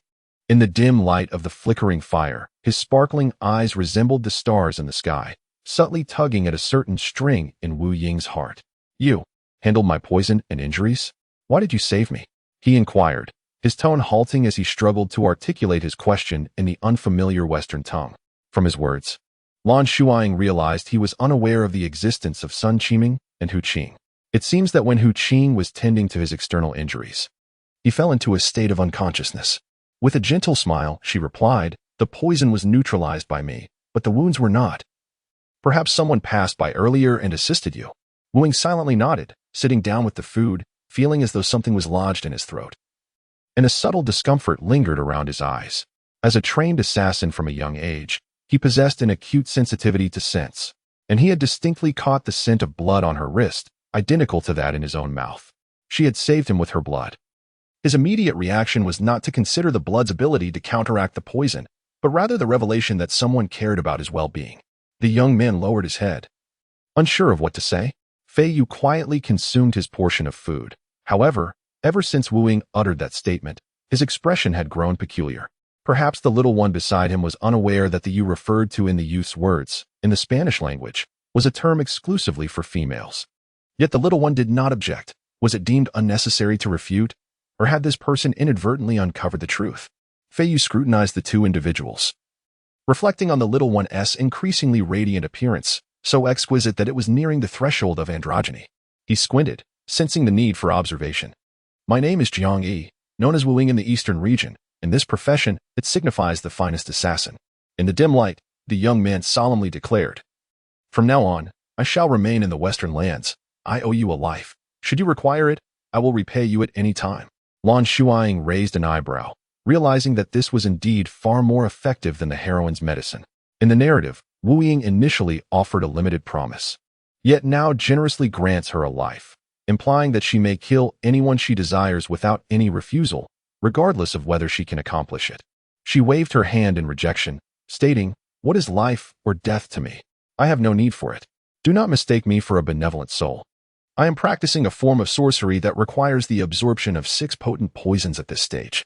Coincidentally, I stumbled upon you today. Hence, I shall draw your poison to hone my skills." Wu Ying's eyes widened slightly, seemingly re-evaluating her. Lan Shuying spat out a bone, her gaze landing on the white cloth stained with red at her wrist, and she nonchalantly shook it off. "I understand why you have refused sustenance. Did my blood nauseate you? I have indulged in nourishing substances lately, and my vigor has become overwhelming. During the day, I inadvertently extracted a bit too much blood while drawing the poison, so I return a portion to you. In any case, once we step beyond this door, we owe nothing to one another." She spoke with an air of ease, seemingly indifferent to the worth of the rejected gift, and after finishing her words, she resumed her feast, her mouth greased with food. Wu Ying maintained a stoic expression, observing her for a considerable time, perhaps attempting to ascertain the truth of her words. As the 3 of them sat together to finish their meal, the youngest among them relished the food, while the other 2 found it somewhat tasteless. Fei Yu was preoccupied with verifying her gender and origins, while Wu Ying's thoughts remained a mystery. Why deceive him? After leaving the dilapidated temple, Fei Yu suddenly inquired, "I recall that the magic of the demonic aspect has no connection with poison. You clearly used blood to detoxify him. Why refuse this act of kindness?" The flying fish, a general and a wanderer of the martial world, adheres to the principle of repaying kindness and settling debts. He could not comprehend why she pushed that assassin away. In the Eastern domain, where talent abounds, the individual in question must possess considerable prowess to attain such a title. Lan Shuying gazed up at the myriad stars, her voice deep and contemplative, "Because I am a good person." The flying fish scoffed, "Pa." Laughter erupted from her as she playfully patted his back, inadvertently wiping her greasy fingers on his cloak. "Look at him, so young yet living like an old man. I merely lent a helping hand. There was no need to impose further burdens upon him." She lifted her chin defiantly. "Moreover, you all say I am a martial prodigy. Surely my skills will be formidable in the future. If anyone dares to bully me, I will take matters into my own hands, without requiring him to resort to killing." The figure lurking in the shadows listened intently to her every word, his silhouette diminishing, his gaze softening as his eyes narrowed. By the time they returned to the Tianwu Palace, dawn was nearing. As Lan Shuying leaped into the courtyard, a commanding voice resonated beside her. "So, you have finally deemed it worthwhile to return." Scratching her head, she replied, "Well, I was doing good deeds along the way." "Humph." The Tianwu king scrutinized the blood-stained white cloth around her wrist before casting a disapproving glare at the flying fish. "Come with me." Chapter 11. The unmatched Princess Lan Shuying stood rooted to the spot, watching them depart one after the other, her heart brimming with an unspoken realization. She resembled the most patient of hunters, leaving behind a series of clues, waiting for her quarry to unwittingly step into her carefully laid trap and grasp the message she yearned to convey. "Young master, the hour grows late. The room has been prepared with warm water. You should bathe and rest early," Lan Shuying whispered softly, appearing silently at her side. Her gaze slid over Lan Shuying's wrist, furrowing her brow as she inquired, "Does the young master require my assistance with this injury?" Lan Shuying remained still for a moment, until the first crow of the rooster echoed through the air. She let out a heavy sigh, turned around, and met Lan Shuying's gaze directly. Lan Shuying was taken aback. The emotions reflected in this child's eyes were as profound as the ocean beneath a night sky, seemingly impervious to the depths of her sorrow. "Young master, Sister Lan Shuying, may I trust you?" Faced with the strikingly familiar gray eyes that mirrored the prince's, Lan Shuying found herself momentarily speechless.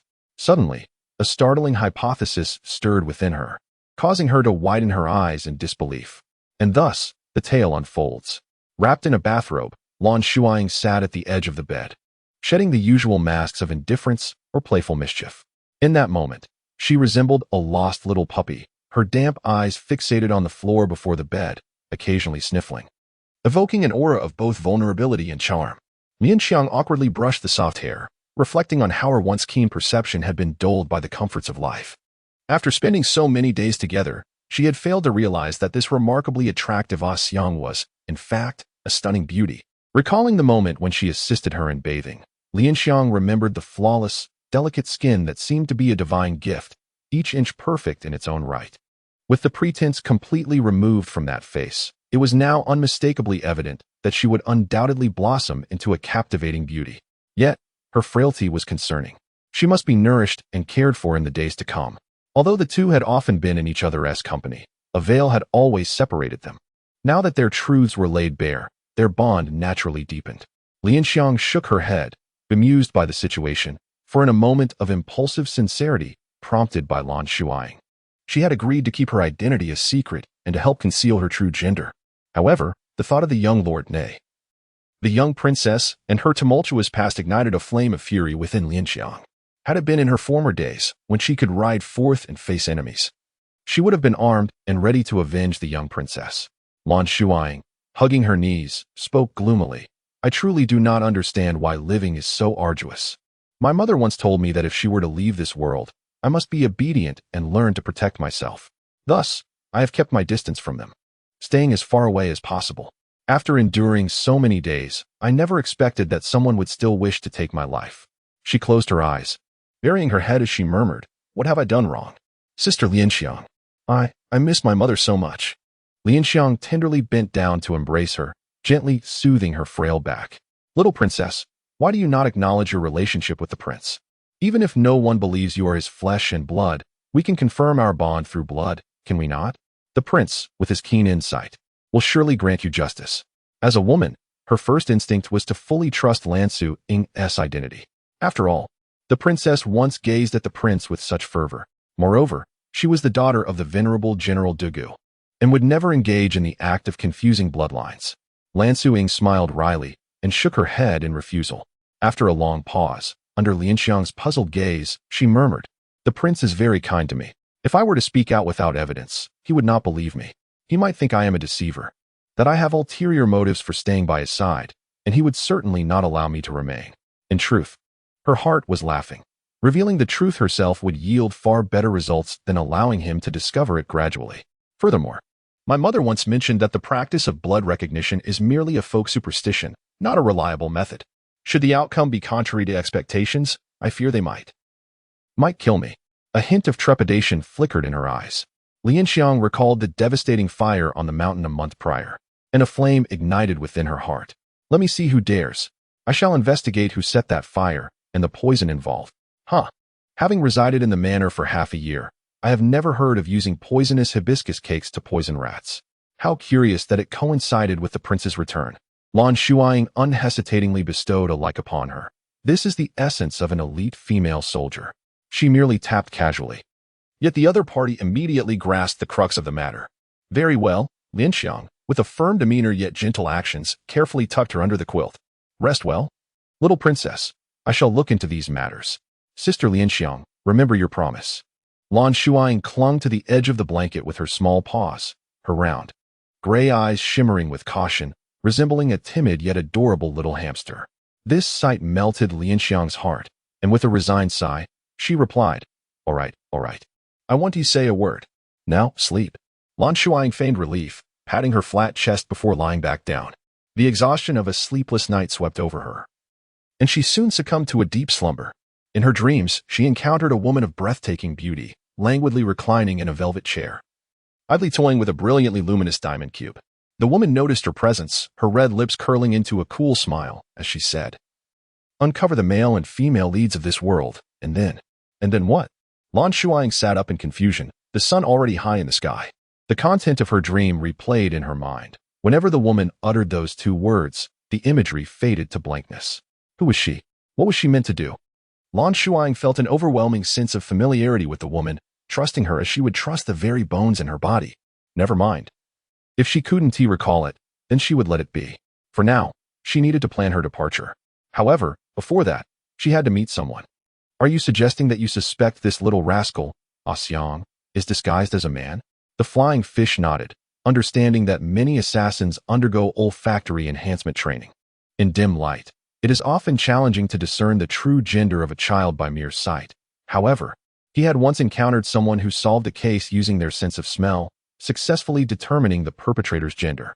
He speculated that Wu Ying also relied on scent for his judgments. From their very first encounter, he had formed a preconceived notion about Odyssey. She was bold and meticulous, possessed remarkable survival skills, and exhibited calm intelligence with rapid progress in martial arts. These traits, though rare among women, were not entirely impossible. After all, the Xuanjiao army was not devoid of exceptional female soldiers, such as Lan Shuying, who was on the verge of leading troops into battle independently. Thus, what if she were indeed a girl? The flying fish recalled the night they first met, when Odyssey held a dagger inscribed with the emblem of the Tianwu Wangfu. Was it merely found? Perhaps not. He also remembered how, upon entering the residence for the first time, Odyssey displayed no astonishment at the patrolling guards or the exquisite architecture. Ordinary wild children would not behave this way. Only someone accustomed to such surroundings would exhibit such nonchalance. Odyssey had a keen understanding of the servants within the estate, leading him to initially believe that she possessed a natural talent for subjugating others. Yet, what if she was already familiar with their personalities?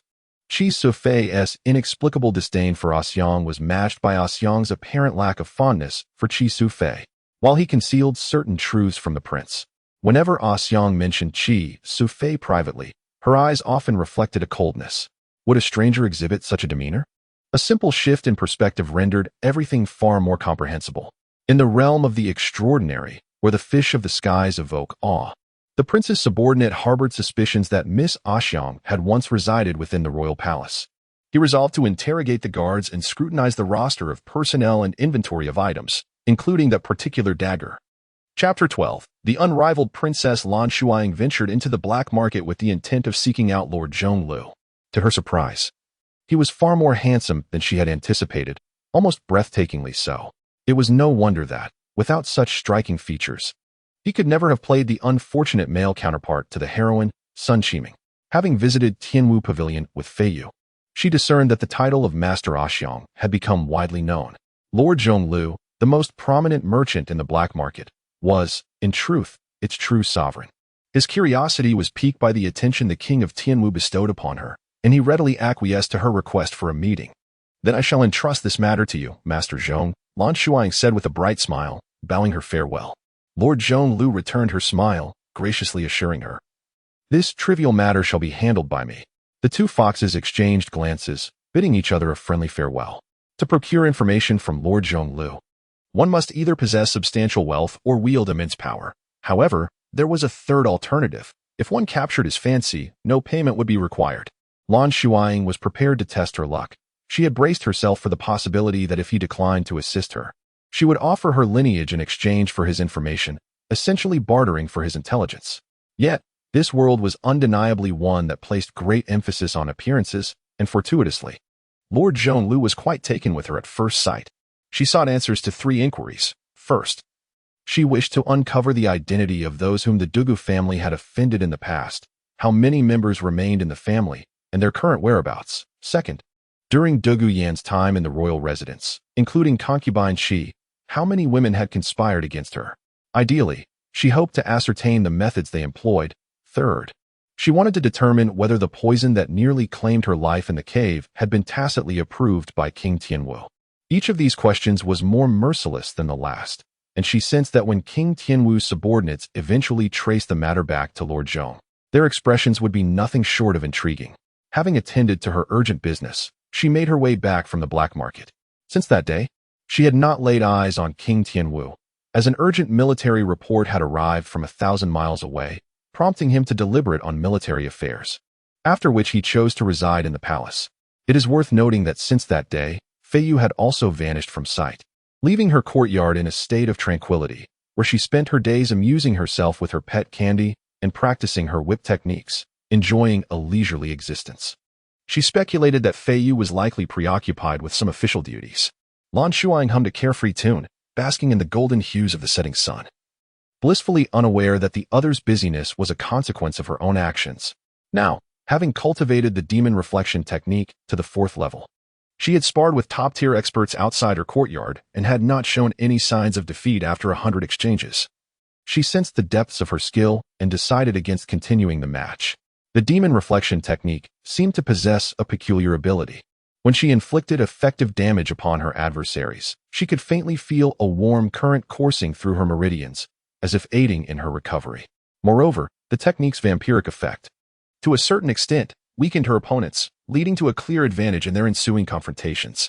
In light of this, she sincerely expressed her gratitude towards the villainous figure who bestowed upon her the secret manual, thus solidifying her unwavering commitment to cling to the villainous boss's side for a century. There exists a crucial pathway from the black market to the royal palace, and as Lan Shuying traversed it, she soon sensed something amiss. Someone was tailing her. With an air of nonchalance, she subtly deviated from her intended route. Yet the shadowy pursuer remained oblivious, persistently following her. To what end were they stalking her? Fueled by an unwavering trust in her magical prowess. She believed that even in the face of defeat, her survival was unlikely. Turning into an alley, she boldly proclaimed, "Do not cower in the shadows. If there is something to discuss, step forth." For figures clad in black silently surrounded her from various angles, their movements synchronized and deft, clearly indicative of rigorous training. The four shared an unspoken understanding. Lan Shuying was momentarily taken aback. There were more of them than she had anticipated, and their caliber was formidable. It seemed the individual who dispatched them sought not merely to extract information, but to eliminate her outright. The sound of unsheathing long blades resonated in unison. With a disdainful huff, Lan Shuying forcefully planted her left foot on the ground, leveraging the momentum to propel herself into the air. She deftly used one assailant's blade as a springboard, gracefully escaping the encirclement. Her long whip, entrusted to the craftsman of Tianwu Pavilion for forging, had yet to be completed. Thus, she was armed only with a short sword, placing her at a disadvantage in the ensuing skirmish. Unbeknownst to her, the adversaries were even more infuriated. They had underestimated the ease of dealing with a mere child, unaware of the peculiar intricacies of her martial arts and her nimble agility, which had already left numerous wounds upon them. Even more disconcerting was their realization that while they struggled to endure the exhausting conflict, this child seemed to thrive with each exchange. Should this stalemate persist, defeat at the hands of a child would become an inevitable reality. The four exchanged glances, simultaneously biting down on the concealed pills hidden behind their teeth, unleashing a primal roar as they surged toward her with accelerated ferocity. As they clashed, Lan Shuying distinctly felt the mounting pressure. Damned be it, they were all attacking together while under the influence of drugs. How shameless. She gripped her short sword tightly, desperately parrying the relentless barrage of their assaults. Before long, she found herself cornered, unwillingly forced against the wall. If she could just outlast the effects of the drugs, she might survive. Yet, these four operated in perfect harmony, leaving her at a severe disadvantage. What had begun as a war of attrition had now turned into her own depletion. With no certainty as to when the drug's effects would wane, struggle flickered in her eyes. This world granted her a final privilege, and she feared that if she did not utilize it, she might perish here, thus failing her mission. However, the thought of squandering her last privilege on four cowardly brigands who dared not reveal their faces weighed heavily on her. Yet, deep down, an instinct whispered to her, as if a twist of fate were imminent. Her premonition materialized. From the shadows, a jet-black blade silently pierced the heart of the man on the far left. He had no time to warn his companions before life ebbed from him. With a fierce shout, Lan Shuying seized the moment to break to the right, diverting the attention of the other three. The newcomer moved like an emissary of death, exhibiting a mastery of the art of assassination, performing cruel deeds with an unearthly elegance. 1, 2, 3. The second man crumpled to the ground. Adjusting his stance, the black sword struck again, plunging into the heart of the third. The fourth, upon hearing his companion's final, anguished cry, finally grasped the gravity of the situation. Yet, he dared not turn back, choosing instead to flee outward. Fueled by the drug's enhancement and his own explosive vigor, he covered the distance to the alleyway's mouth in mere breaths. Just 2 more steps would lead him to the light. However, these 2 steps seemingly form an insurmountable chasm. Death does not easily relinquish its prey. The dark blade twisted, producing a sharper, smaller black dagger that plunged straight into the back of his head with a sharp click.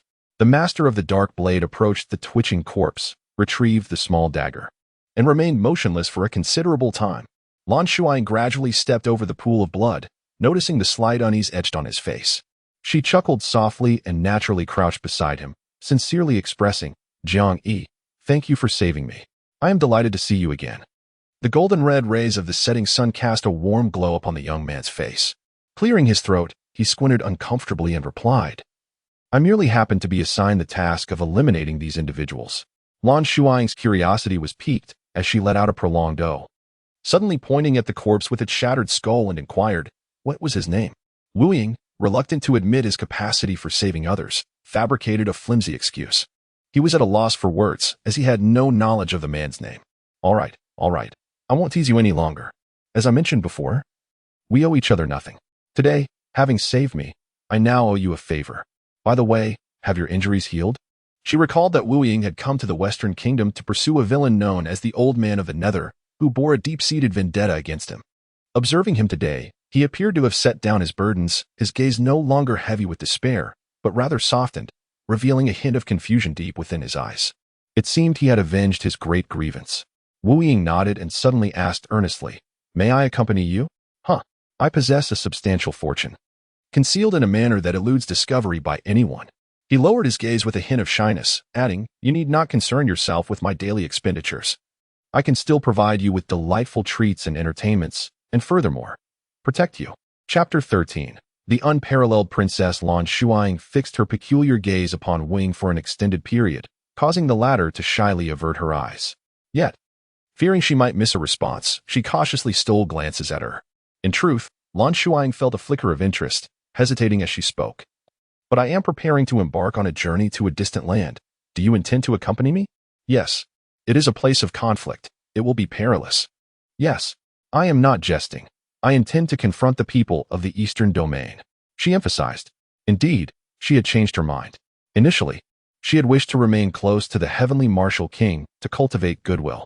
However, concubine she and those women in the inner court were rather unruly, constantly attempting to assert their presence, rendering her stay uncomfortable.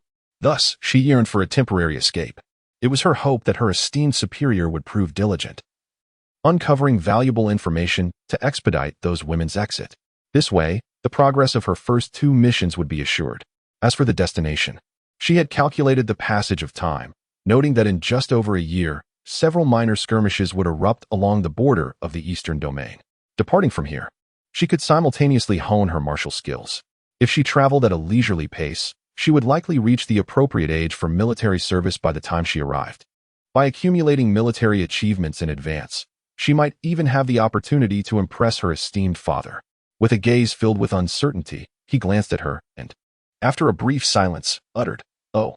He caressed the hilt of his sword, slowly adding, I have slain many from the Eastern Domain as well. I am an emotionless assassin. Killing lacks any challenge. Please take me along, I implore you. Brother Jiang, I earnestly invite you to accompany me. She extended her delicate hand, smiling sweetly as she introduced herself. I am Xiang. As for my surname, I shall reveal it once my father acknowledges me. Upon hearing her words, his first reaction was to perceive her as having endured some injustice. He inquired earnestly, Do you require my assistance? Lan Shuying focused intently on the hand that unconsciously stroked the sword's hilt, her expression a tapestry of complexity as she shook her head. The party involved has inadvertently exposed their plans while remaining blissfully unaware. Returning to the matter at hand, one must ponder, are you truly serious about coercing the esteemed god of war from the Western Kingdom to recognize his daughter? In the desolate wilderness, the air was thick with a lingering scent of blood. The coachman lay nearby, his fate uncertain, while 2 children found themselves encircled by a band of armed brigands beneath a tree. They trembled, backs pressed against one another. As the boy mustered his courage to question the robbers about their obstruction, one brigand, grinning maliciously, pointed at the boy and reported to his leader. I witnessed him entering Lord Zhang's residence. It is said he cured Lord Zhang's ailment. He then turned to the boy. Lord Zhang is among the wealthiest in this region.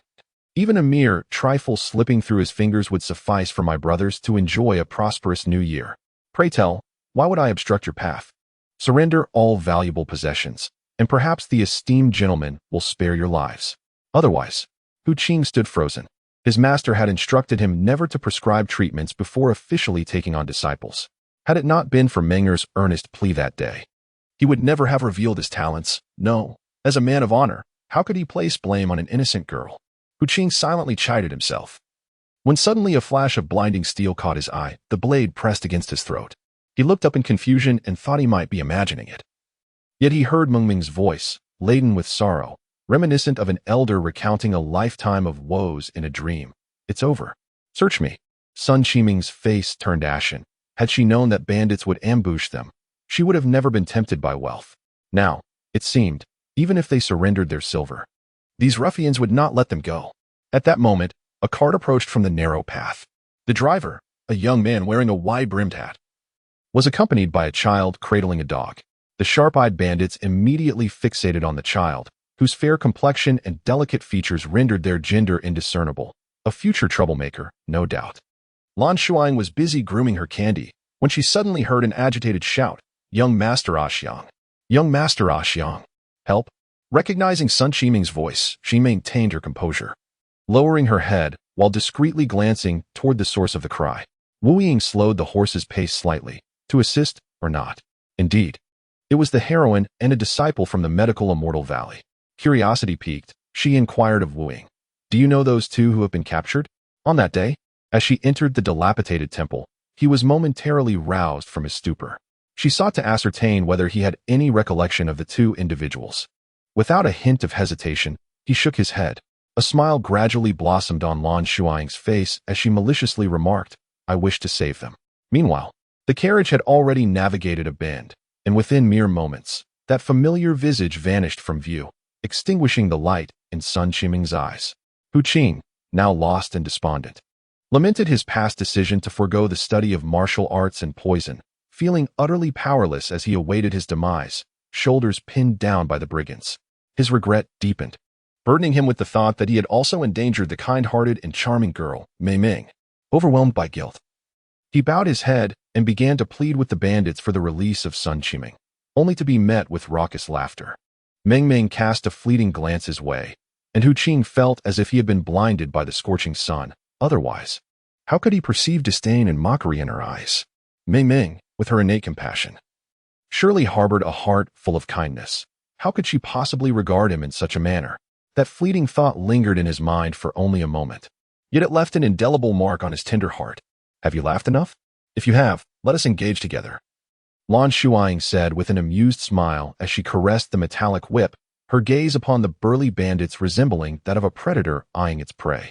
The brigands, incensed, retorted, "Do not underestimate us." They received him with the most vulgar and venomous language. Strangely, the handsome young boy remained smiling, leaning casually against a wall, seemingly unperturbed. He even leisurely instructed his companion, "I can handle these people myself. You feed the horse some grass, for we must be on our way soon." On our way? A bandit sneered. Indeed, they were to embark, but the path he would tread might very well lead to the underworld. This was the custom of the village: capture a young man, either recruit him or eliminate him. With the village already saturated with people, this individual was deemed undesirable. It would be far simpler to dispose of him. As for the charming young lad, selling him would surely fetch a handsome price. As he began to display a lewd expression, he suddenly felt a sharp pain in his mouth, and, upon reaching for it, discovered several bloodied teeth had been knocked loose. Lan Shuying retracted her whip and declared loudly, "You have two choices: take your own life, or engage me in combat." Her words stirred a hornet's nest, and the bandits surged towards her, brandishing their knives. Hu Qing was hastily bound to a tree, sweat pouring down his face as he anxiously fixated on Lan Shuying amidst the chaos, unable to utter a single word. Sun Qiming composed herself, not only focusing on the unfolding battle but also diverting her attention to the figure of Wu Ying, who was holding a milk candy for Lan Shuying. She found this person's silhouette strikingly familiar, as if their essence had once crossed her path. Her gaze fell upon the black sword at the man's waist, and Sun Qiming's eyes widened. With this clue, her memories swiftly began to intertwine, recalling that dilapidated temple and the handsome man who lay unconscious. She instinctively reached to touch her neck. On that day, she had merely leaned in for a closer look, only to find the blade pointed at her throat, its edge breaking the skin and drawing blood. Sun Qiming had been terrified to the core that day, only realizing he was actually unconscious when the sword's tip lowered, revealing his instinctive reaction. Such heightened vigilance could not belong to an ordinary person. Saving him would surely yield a significant reward. This was the true motivation behind Sun Qiming's efforts to rescue him. According to the original storyline, Wu Ying would offer a tremendous favor in return, accompanied by a substantial fortune. More importantly, the seemingly unintentional warmth and care shown by the female protagonist gradually touched the heart of the homeless Wu Ying. He had been silently accompanying her as she grew, ultimately realizing his love for her, thereby becoming the most effective weapon in her possession. In the narrative, Wu Ying never comprehended this truth, seeking her affection in the guise of a weapon until he had nothing left. The battle concluded swiftly. After the skirmish, Lan Shuying stretched languidly, feeling the release of her muscles. Just as she untied the ropes binding them, Sun Qiming shot forth like a cannonball, heading straight towards the approaching Wu Ying. "It's you. Are you fully recovered? That day, you lay there in that crumbling temple, cold and bloodied. It was quite frightening. Seeing you so spirited now, I presume you are well." Sun Qiming patted her modest bosom, seemingly filled with trepidation, murmuring to herself, "It is truly fortunate that you are unharmed. That day, after we exchanged for the antidote, we rushed back to the temple only to find you had vanished, leaving behind nothing but a pool of blood. I have been so fearful for your safety. But I am relieved to see you again today." As she babbled on, the previously indifferent gaze of Wu Ying finally flickered with a hint of emotion. Chapter 14. The unparalleled Princess Lan Shuying quietly observed Wu Ying's expression. In front of the others, she appeared remarkably composed, for she was acutely aware that Sun Qiming was destined for disappointment. Wu Ying was akin to a solitary wolf. His family had been slain by enemies during his childhood. Though he had not yet become the impenetrable stone he would later be, he was not easily swayed by just anyone. She had concluded that three things could touch Wu Ying's heart: family, kinship, and sincerity. Regrettably, none of these were qualities that Sun Qiming could offer at this moment. To Wu Ying, who had not allowed the debt of gratitude to cloud his judgment, her emotionally charged display had been rather excessive. "This is Brother Hu Qing from the medical Immortal Valley. He is the one who treated your injuries. And this is his companion," Lan Shuying introduced with a cheerful smile. Sun Qiming's expression immediately froze, her discomfort palpable as she felt an unfamiliar sense of disdain towards the handsome young man. Yet, her greater ire was directed at Hu Qing. It was she who insisted on saving others at that moment. Yet Hu Qing, in his foolishness, became entangled in the notion of propriety between the sexes, forbidding her from tending to the wounded. Had he not intervened, she would now be the savior of that icy, handsome man, rather than merely an afterthought in his introduction. It was infuriating that her name went unmentioned. Sun Qiming cast a displeased glare at Hu Qing. His pallid complexion revealed his shock, rendering him oblivious to her ire. Though the two individuals across from them did not miss the exchange, Wu Ying furrowed his brow, his gaze growing more intriguing. "You mean I lay cold and lifeless in that dilapidated temple?" Sun Qiming, ignited with excitement, animatedly recounted the events of that day. Observing Sun Qiming strain to recollect every detail, Lan Shuying shook her head. She remained preoccupied with the peculiar dream from that day, wherein a woman wielding a Rubik's Cube urged her to identify the protagonists. Now that the heroine stood before her, how should she approach her? Should she suppress her? Forge an alliance? What benefits would that yield? After some contemplation, Lan Shuying resolved to act on her whims. She had never been fond of Sun Qiming, not just the inexperienced version of her in the present, but also the various behaviors depicted in the narrative. In essence, the idea of appeasing a woman who thrived on exploiting others was untenable for her. Rather, the mere thought of displeasing this heroine brought her joy. As for the male lead, she would encounter him in due course and make her decisions then. Ultimately, as long as she fulfilled both her main and side quests, she could extricate herself from this world, ensuring that the outcomes remained intact, while the rest could be left to chance. Lan Shuying was unaware that as she made her decision, a burst of laughter emanated from a dimly lit azure room. Her true nature had been revealed, before the gaze of the Southern Ming could cast its light upon this place. A searing white brilliance suddenly erupted within the chamber. "Humph, Vol woman, you've drained so much from me. You must compensate me well." The voice gradually faded, eventually giving way to a yawn, as if succumbing to slumber. In a small world, Lan Shuying retrieved a water pouch and some snacks from the carriage, naturally offering them to Hu Qing, while she paid no heed to Sun Qiming, who was desperately trying to make an impression. "Brother Hu Qing, you must be hungry. Have something to eat and steady your nerves. These people can no longer harm you, rest assured." Hu Qing did not take the offering, his head bowed in embarrassment. Although young Master Axiang was younger than he, his martial prowess was formidable, while Hu Qing merely bore the title of a disciple from the Medicine Immortal Valley, lacking both literary and martial accomplishments. He could only perform a few medical techniques, and last time, he had been unable to cure the poison of that unknown young master. Now, he required a younger brother to comfort him. What kind of man was he? Just as Lan Shuying placed the items in his hands, she heard Wu Ying inquire, "So, Which hand did you use to touch me? Sun Qiming's face turned ashen, instinctively hiding her hands behind her back and shaking her head vehemently. I didn't. Of course, she dared not confess. In truth, not only had she touched him, but she had also giddily traced the contours of his face. Reveling in the experience. In her past life, she had never encountered such an exquisite man. How could she resist seizing the opportunity to indulge? Sun Qiming's eyes were filled with guilt, a fact that not only eluded the keen perception of Wu Ying, but also caught the attention of the usually slow-witted Hu Qing. Without any awareness of her discomfort, he casually added a piercing remark. Oh? Ming, when did you come into contact with him? Was it while I was out gathering herbs? Anger surged within Sun Qiming as she shouted back at him. I told you I didn't touch him. Can't you understand? The moment the words escaped her lips, she realized she had inadvertently unleashed her fury upon Hu Qing. Faced with his incredulous and hurt expression, she quickly softened her tone. Looking frail and helpless as she pleaded, I didn't mean it like that. Brother Qing, please let me explain. Hu Qing took a step back, his youthful eyes brimming with disappointment and sorrow, as though the friendship he cherished had been betrayed. Sun Qiming gazed at him, tears welling in her eyes. Perhaps her innocent appearance was too beguiling, for the naive Hu Qing was quickly swayed back to her side after just a few words. Lan Shuying felt a twinge of disappointment at the scene. Observing this, Wu Ying's eyes flickered with a hint of amusement. Suddenly, he drew his sword and coldly addressed Sun Qiming. You are not a physician, yet you have violated my rules. Therefore, you must pay with a hand. For the sake of this little physician, I shall only take one of your fingers. Choose wisely. Lan Shuying found nothing amiss, and in fact, felt that Wu Ying seemed to be in quite a good mood today. In the narrative, Wu Ying indeed had such a rule, the reasons for which were never clarified, in any case, apart from the female lead. Anyone who had touched him would either be killed or lose a hand, depending on his whims at the moment. However, Hu Qing could not accept this.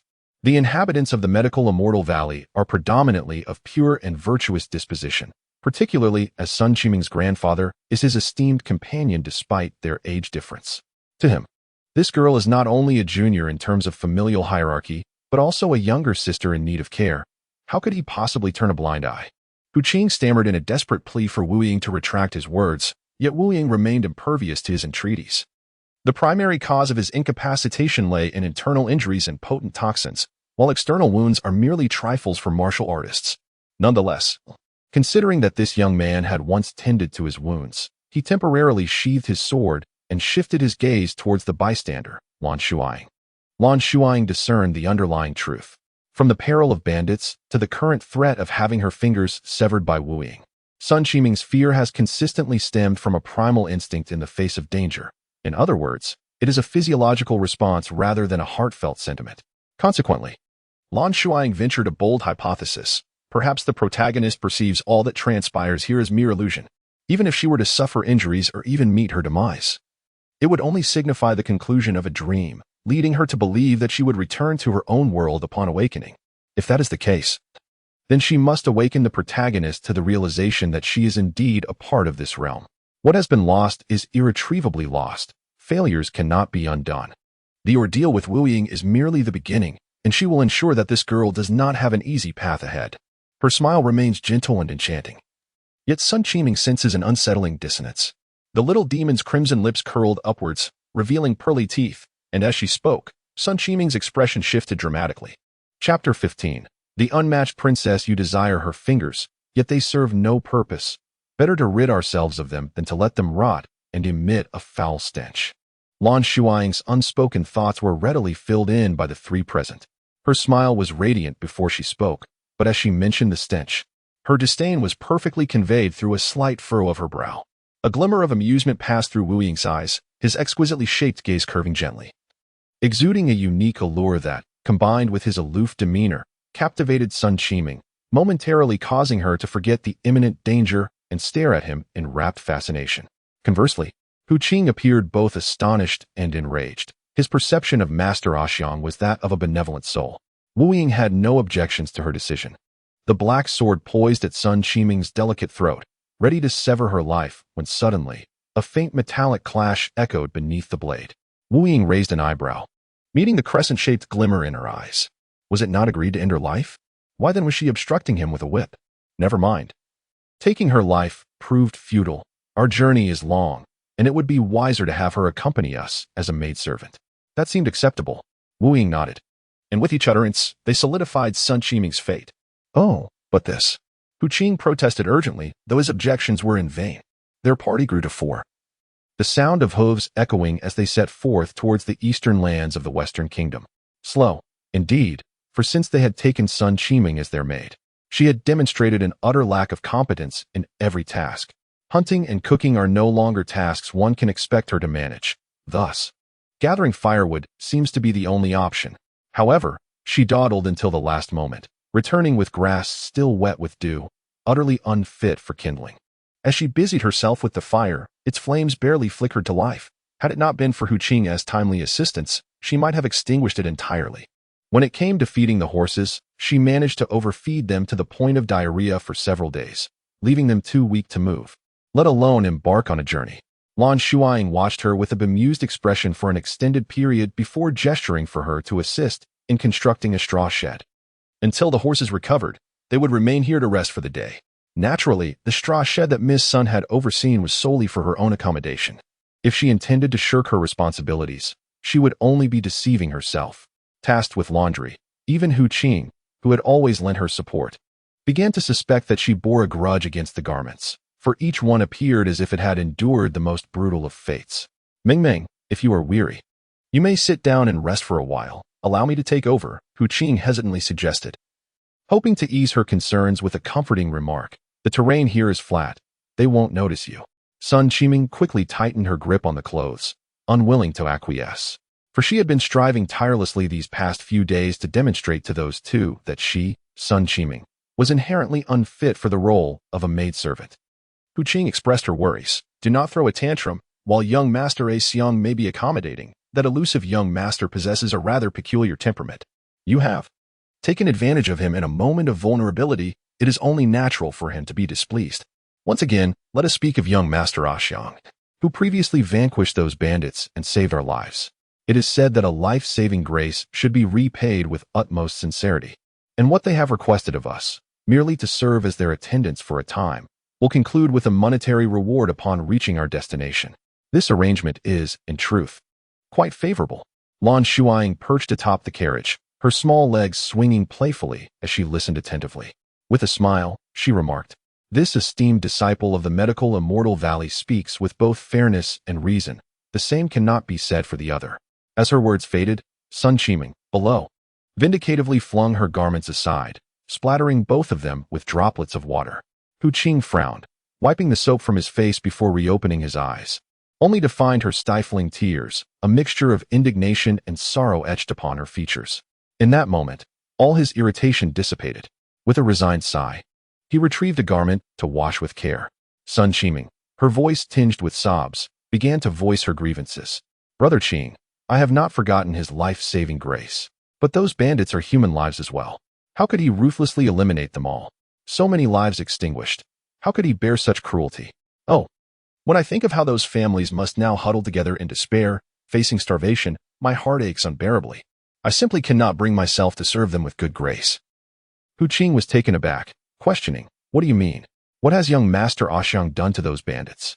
Sun Qiming, pleased with her manipulation, concealed her satisfaction behind a mask of sorrow and indignation. Alas, do not be deceived by his feigned benevolence.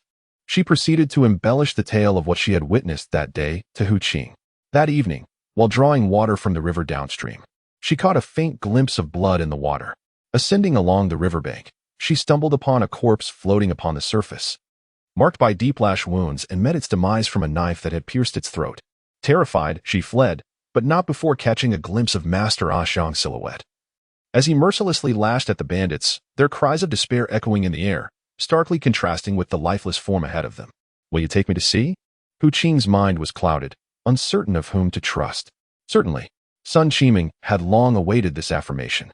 The two small figures stealthily departed, while Wu Ying stood beside Lan Shuying, gripping his sword, and inquired solemnly, That dream of yours, it appears to have caused you distress. Lan Shuying shook her head, Not yet. But she will inevitably act in ways that will. For she was the protagonist, destined to stand against the heavenly martial king. While she herself was fated to become a formidable ally by his side, it was merely a matter of differing allegiances. Realizing this, Lan Shuying's resolve to suppress the protagonist grew stronger. I shall eliminate her. In Wu Ying's worldview, anything that posed a threat, no matter how feeble it appeared, must be eradicated without delay, ensuring no opportunity for survival or growth. No, Lan Shuying restrained him, watching as the two figures vanished into the thicket. With a wistful tone, she remarked, "You cannot kill her, nor can I. However, we can strike at her repeatedly. Sooner or later, she will be unable to withstand it." Her gaze was distant, shrouded in a haze of gray mist. Meanwhile, she emanated a bizarre aura of alternating tranquility and madness, as though some unseen force were speaking through her. Wu Ying watched her intently, and before she could finish her words, she fainted. Recently, the Tianwu Wangfu seemed to have gone mad in search of someone. Those in the know understood that they were seeking the esteemed young master Xiang, a valued guest of the prince, who had recently departed, leaving a note. In an effort to ascertain Xiang's whereabouts, the Wangfu had summoned the patrol division, the city defense supervisory office, and the commanders of the 6 regions surrounding the capital. According to rumors, among the 4 city gate captains who were summoned for questioning, one was so frightened he fainted on the spot, and 2 others resigned in shame. The last one was not spared either. It was said that he fell victim to the prince's malevolent aura and has since been bedridden, uncertain when he might return to duty. Later, it was reported that members of the Wangfu were spotted in the black market, seemingly having procured useful information from Lord Zhong. Logically, this should have alleviated the prince's wrath, yet the opposite occurred. The flames of his fury only intensified and spread further. After several days of silence, the Wangfu suddenly buzzed with activity. The gates swung wide open, and the beautiful courtesans from the back courtyard were unceremoniously cast out, left for those who had sent them to claim. Should no one take them, the Wangfu would provide a meager sum as severance. Observant onlookers noted that this severance was indeed paltry, falling short of even the standards of ordinary affluent households. Consequently, everyone speculated that the courtesans must have committed some grave offense to anger the Tianwu king, and thus none dared to accept these hot potatoes. The courtesans lamented outside the gates for a considerable time, yet received no attention, ultimately departing with their meager silver in dejection. What captivated the nobility most was the tale of concubine Qi. Once a haughty daughter of the Qi family, she had lowered her status to become a concubine in the royal manor, causing the Qi family's 3rd branch to endure a prolonged period of disgrace. However, the tides eventually turned. No one anticipated that the lineage of the Tianwu king would prove so scarce. Concubine Qi bore a clever daughter, Miss Qing's, thereby rendering the unacknowledged daughter, Yellow Xiang, a mere shadow. This meant that the Tianwu king possessed only this one legitimate heir. Consequently, in recent years, many believed that upon the Tianwu king's return to the capital, he would undoubtedly confer a rightful status upon concubine Qi. Yet, instead of an elevation in status, she received a letter of divorce.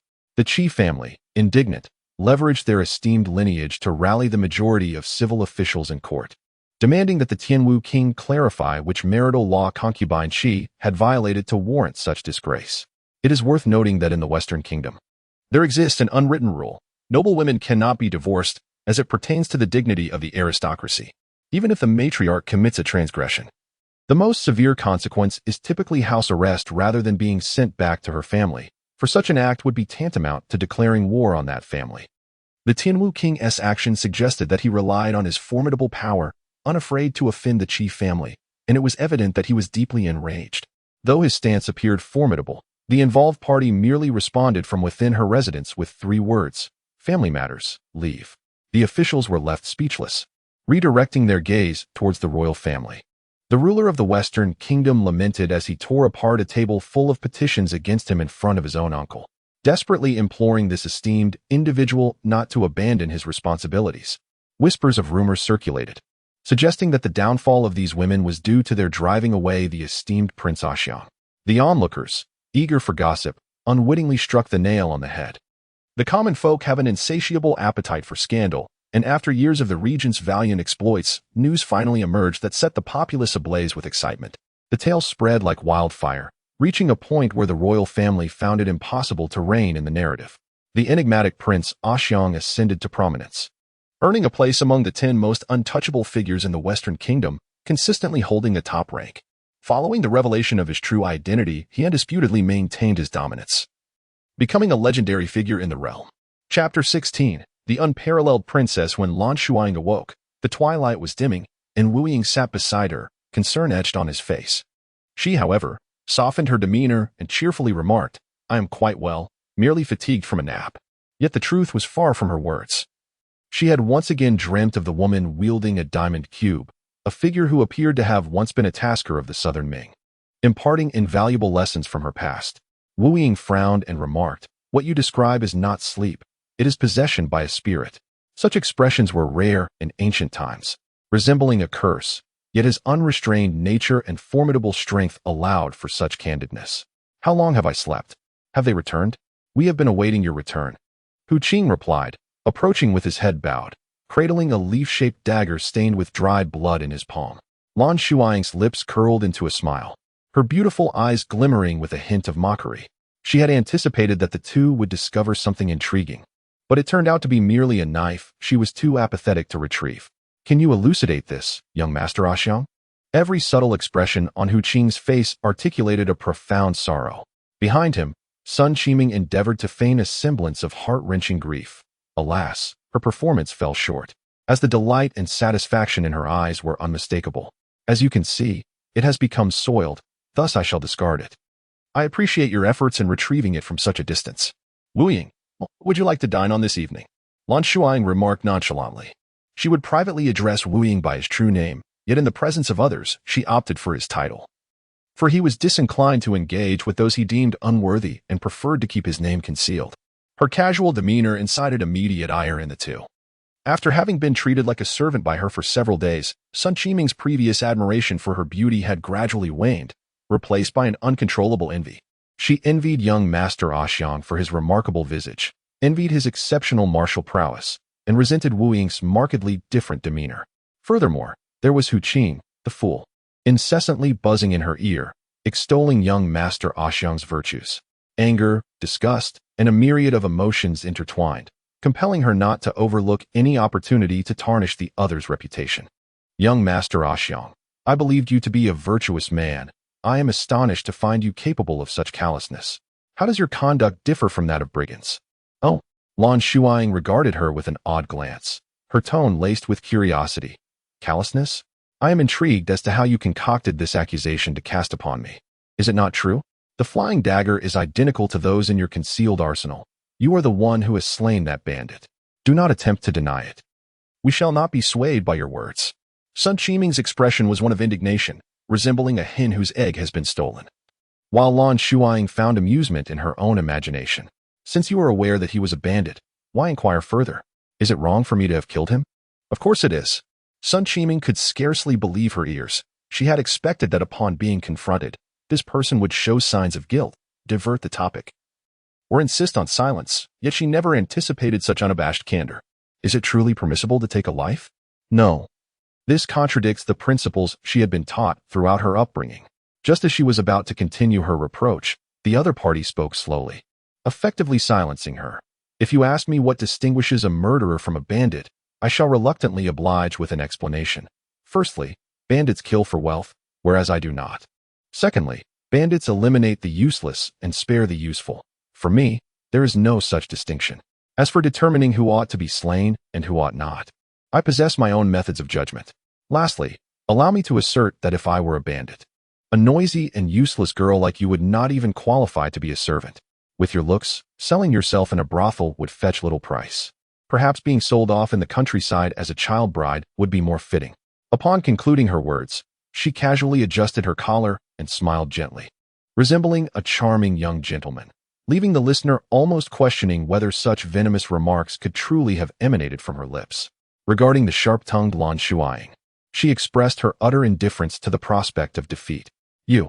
Sun Qiming exclaimed, flustered. Lan Shuying, diverting her gaze from the finger pointed at her, grinned mischievously and remarked, "It seems you've made your choice. Is it this finger?" The shadowless blade of Wu Ying was swiftly drawn from its sheath, its chilling aura instantly locking onto Sun Qiming. Startled and aghast, she recalled Wu Ying's earlier threat to sever her finger, hastily retracting her hand, deflating like a punctured balloon, and weakly stammered with tears brimming in her eyes. You needn't always resort to violence. I distinctly saw you wielding a whip against them the other day, leaving them gasping for breath. I cannot fathom how many souls were spared thereafter. Do not presume that rescuing us renders you a virtuous being. You are a murderer, a fiend." Lan Shuying replied, it is evident that you harbor discontent. How about this? Let us witness the truth firsthand by visiting the lair of those bandits. Lan Shuying was taken aback. Could such a proposition truly exist? It dawned on her that she had unwittingly fallen into the rhythm set by her adversary. Realizing she might be ensnared beyond escape, Hu Qing furrowed his brow, casting a perplexed glance her way, beginning to sense that something was amiss, yet unable to articulate his unease. The bandits resided in a stronghold known as Jinxian Stronghold, a rather pedestrian name. However, for those who had their lands usurped and were left with no choice but to turn to banditry, such a title was the most straightforward, articulating their innermost desires. As the mountain breeze enveloped them, Lan Shuying mused, "Money is a marvelous thing. Were a fortune to descend from the heavens at this moment, I would immediately enlist and recruit an army." Wu Ying's heart stirred with curiosity. And then what? If the young girl is in need of money, she indeed possesses a considerable amount within her treasure cave, along with some collectibles that could be pawned for a substantial income. Lan Shuying, unaware of his thoughts, instinctively opened the task panel upon hearing his inquiry. Main Quest 1. Drive away all concubines from the rear courtyard of the Tianwu King's residence. Completion, 95. Main Quest 2. Make Du Yin the most beloved woman in the heart of the Tianwu King. Completion, 20. Main Quest 3. Become the second war god of the Western Kingdom. Completion, 1. Side Quest. The hero of the ages. With golden armor, I shall brave the sands of 100 battles. I shall not return until I have conquered Lulan. Please establish a formidable army within 20 years to conquer at least 2 hostile nations. Completion, 0. The bold red 0 emphasized by the system seemed to express an urgent warning against her oversight. Lan Shuying sighed deeply and earnestly declared, "I have a dream. I aspire to be a general, leading my troops beyond the borders, vanquishing their soldiers, seizing their provisions, and burning their homes. When I tire of such pursuits, I shall retire to my homeland and spend time with my father, ensuring he does not find me a stepmother." She firmly believed that, as long as she could subdue the aspiring protagonists, the Tianwu King's profound internal strength would allow him to live as a venerable being for a century and a half. Naturally, he must remain devoted to Du Yin's memorial, for otherwise, her mission would meet its untimely end. Wu Ying, Hu Qing, Lan Shuying. His effeminate and cunning appearance stood in stark contrast to the imposing image of a general, valiant and devoted to defending the homeland. That lingered in her memory. The garrison of Jinxianzhai proved to be even weaker than they had anticipated. Lan Shuying pondered that relying on these mere dozen individuals to guard the fort was less reliable than her old yellow dog in the backyard. The adversaries offered only a token resistance for a brief moment before dispersing, resembling a bunch of lethargic minions, as if they had not eaten for days. Once they scattered, they sought out cool spots to rest, clutching their hollow bellies and sighing, with no one daring to engage them in conversation. At that moment, a square-faced man emerged from within, bearing a swollen whip mark on his neck. Upon hearing the familiar sound of the whip slicing through the air, he was overcome with excitement and rushed over, kneeling at Lan Shuying's feet. "I pay my respects to my benefactor." "What nonsense is this? Benefactor?" Lan Shuying was taken aback once again. Chapter 17. The Unmatched Princess. The principle is simple. I have slain many, but they were all scoundrels deserving of their fate. However, for those who possess even a hint of remorse, I grant them the chance to start anew. Lan Shuying sat regally in the tiger-skin chair of the Jinxianzhai chief, her petite figure undiminished by the grandeur beneath her. As she spoke, her calm gray eyes surveyed the room filled with bandits, causing those she gazed upon to feel a momentary breathlessness, as though a mountain loomed overhead, dispelling any previous disdain they held for her. Standing at the forefront was the square-faced man who had just knelt outside, calling her his benefactor, Lu Fang. Lu Fang was originally the third-in-command of Jinxianzhai. Unlike the leaders who raised the banner with pride, he was compelled to join. This is a prevailing rule among most strongholds. When the number of inhabitants dwindles, they resort to coercing the men within the territory, seizing them alongside their goods. Those who refuse are met with immediate execution. Typically, the threatened individuals are passing travelers or merchants who may have once enjoyed prosperous families and flourishing careers, only to lose everything under the watchful eyes of bandits. Thus, this group is characterized by their awareness of circumstances and represents those most likely to revolt. Lu Fang recognized this and began to cultivate power among them, gradually ascending to the position of third in command. However, His rapid rise incited the jealousy of the other two leaders, who recently began to send their most trusted subordinates to command Lu Fang's men as vanguards, seeking to deplete his strength. That day, Lan Shuying primarily targeted these trusted aides. After eliminating these thorns, Lu Fang seized the opportunity, leading his men back to the gold money stronghold, catching everyone by surprise. Before they could react, the first and second leaders were swiftly dispatched, leaving Lu Fang as the sole ruler of the stronghold. "Please, allow me to treat you to tea," Lu Fang remarked with deep gratitude. "Had it not been for your timely intervention that day, my brothers and I would have faced grave danger. When I burst into the council hall, I overheard the first and second leaders conspiring to assassinate me.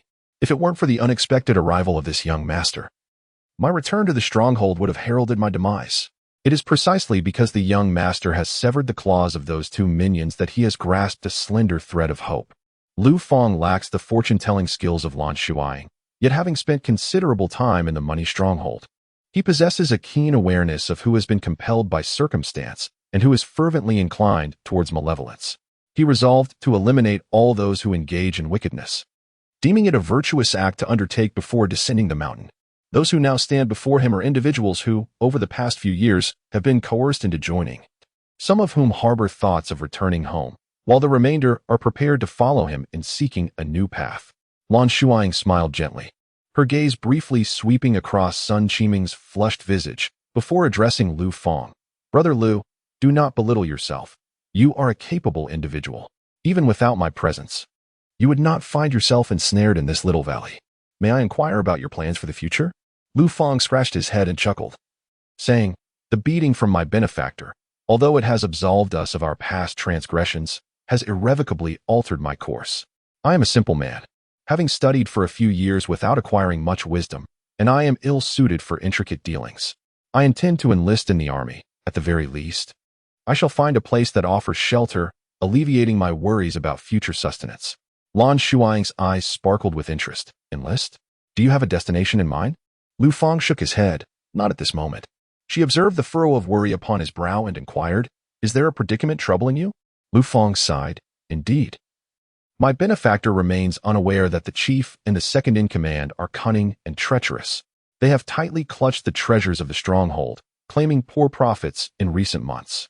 Aside from their own kin, our group rarely finds ourselves satiated. I initially believed that by eliminating them, I could ensure that my brethren would have enough to eat. Little did I know they had already made arrangements. Alas, we are truly unable to reclaim those possessions. Presently, this stronghold is but an empty shell, devoid of both money and provisions. The benefactor arrived early today. Had he come any later, we would have already retreated down the mountain. What is the purpose of descending?" He did not explicitly state, yet all present understood. They are bandits, and with no food, they can only resort to plunder. Would it be reasonable for dozens to venture into the city to beg for alms? Lan Shuying produced a pristine banknote, causing the breaths of the group to grow heavy with anticipation. She carefully observed their gazes, quite remarkably, according to the divination skills she had learned from the mysterious woman. None among them harbored malicious intent. Moreover, it subtly centered around Lu Fang, suggesting his undeniable talent in managing people. With this sum of silver, Brother Lu could dispatch someone to procure provisions and delicacies. The scourge of the gold money stronghold has been eliminated, and it is certain to flourish henceforth. She regarded Lu Fang with a meaningful glance. He paused for a moment, swiftly grasping her intention, then kicked the hesitant confidant beside him, who was wavering on whether to take the money. "Why are you not thanking the young master? Take the money and gather a few brothers to procure supplies." At times, a mere change in address signifies a shift in allegiance. From that moment forward, the gold money stronghold had acquired new leadership. Sun Qiming truly did not comprehend the purpose of this endeavor. She had intended to prove to Hu Qing that this person was not virtuous, hoping to persuade the obstinate Hu Qing to escape with her. Now, instead of tarnishing his reputation, she found herself outmaneuvered. Recalling the fleeting glance bestowed upon her by Master Xiang, she felt an inexplicable surge of indignation, reminiscent of the poignant sentiment of why must there be both Yu and Liang in this world. Should Lan Shuying become privy to her thoughts, she would likely erupt into laughter, for she overestimates her own significance. The men under Lu Fang's command were remarkably obedient. Under his meticulous direction, they transported the fallen to the mountainside while the injured were settled in a designated area for recuperation. Those yearning to return home were provided with travel expenses, and arrangements were made for their descent that very afternoon. At that moment, including Lu Fong, there were precisely 50 individuals present, the youngest being a mere 7-year-old child, with the majority ranging from their 20s to 30s.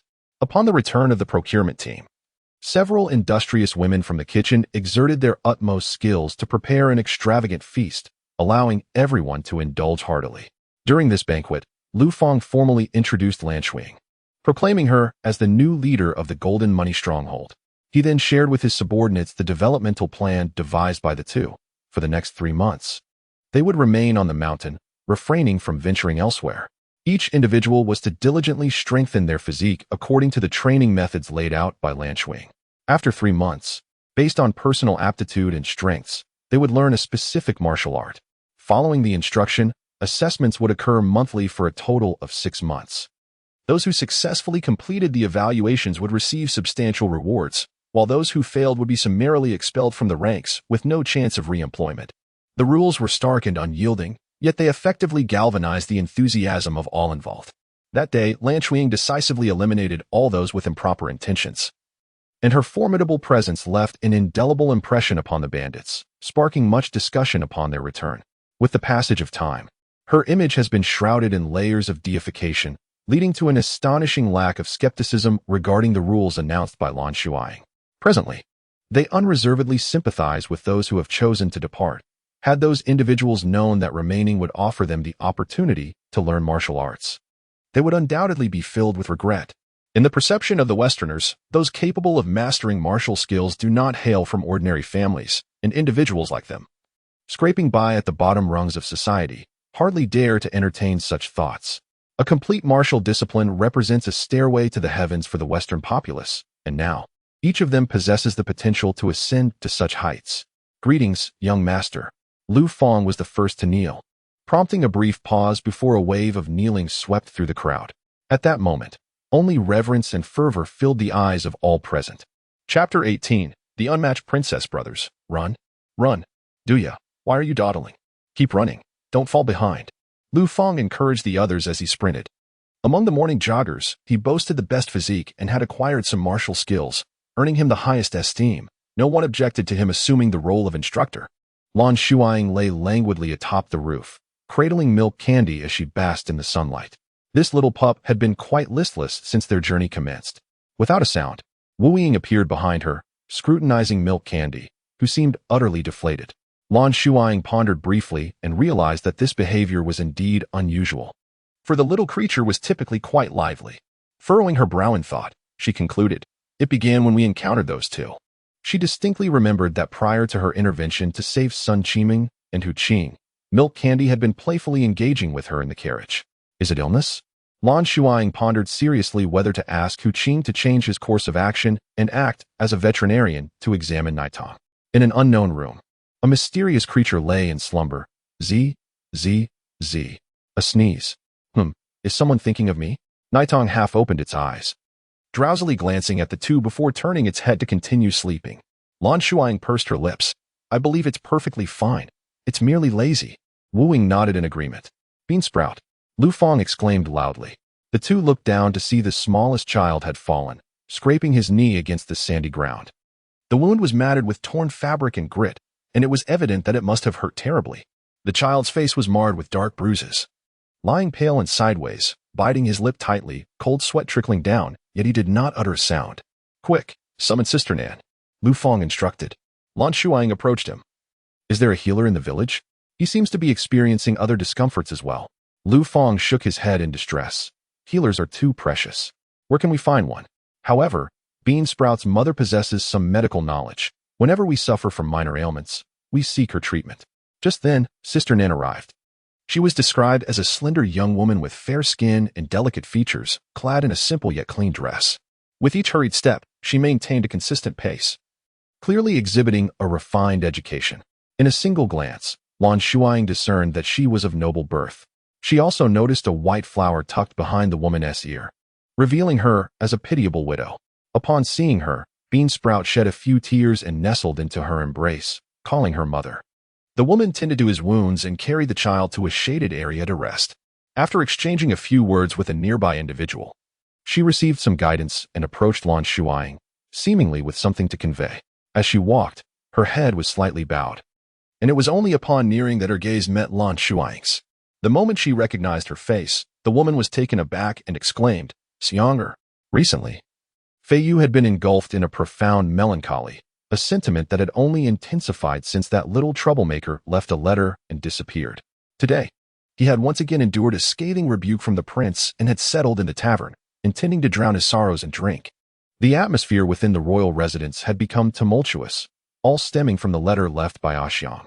He had not seen it himself, but he was aware that the prince had sat in silence for half a day after reading it, before suddenly embarking on an investigation into past events. He was perplexed. Had the prince not long since grown weary of the princess due to the matter concerning Duke Dugu? Fei Yu gulped down a bowl of wine, still unable to fathom the situation. Finally, with reddened eyes, he shouted furiously, "Xiang, you little rascal. If I catch you, I'll hang you up and make you cry." A chuckle emerged from a man at the neighboring table, who remarked, "Are you referring to that esteemed guest of the princess residence, young Master Xiang?" Suddenly, Fei Yu awoke to a realization indeed. "Have you seen him?" Lord Zhong, swirling his drink, replied with a smile. "Of course, he even inquired about 3 matters from me. However, I would only share that with the prince. If the prince is willing to grace me with his presence, I shall await him at the Fuyong Pavilion at the hour of you."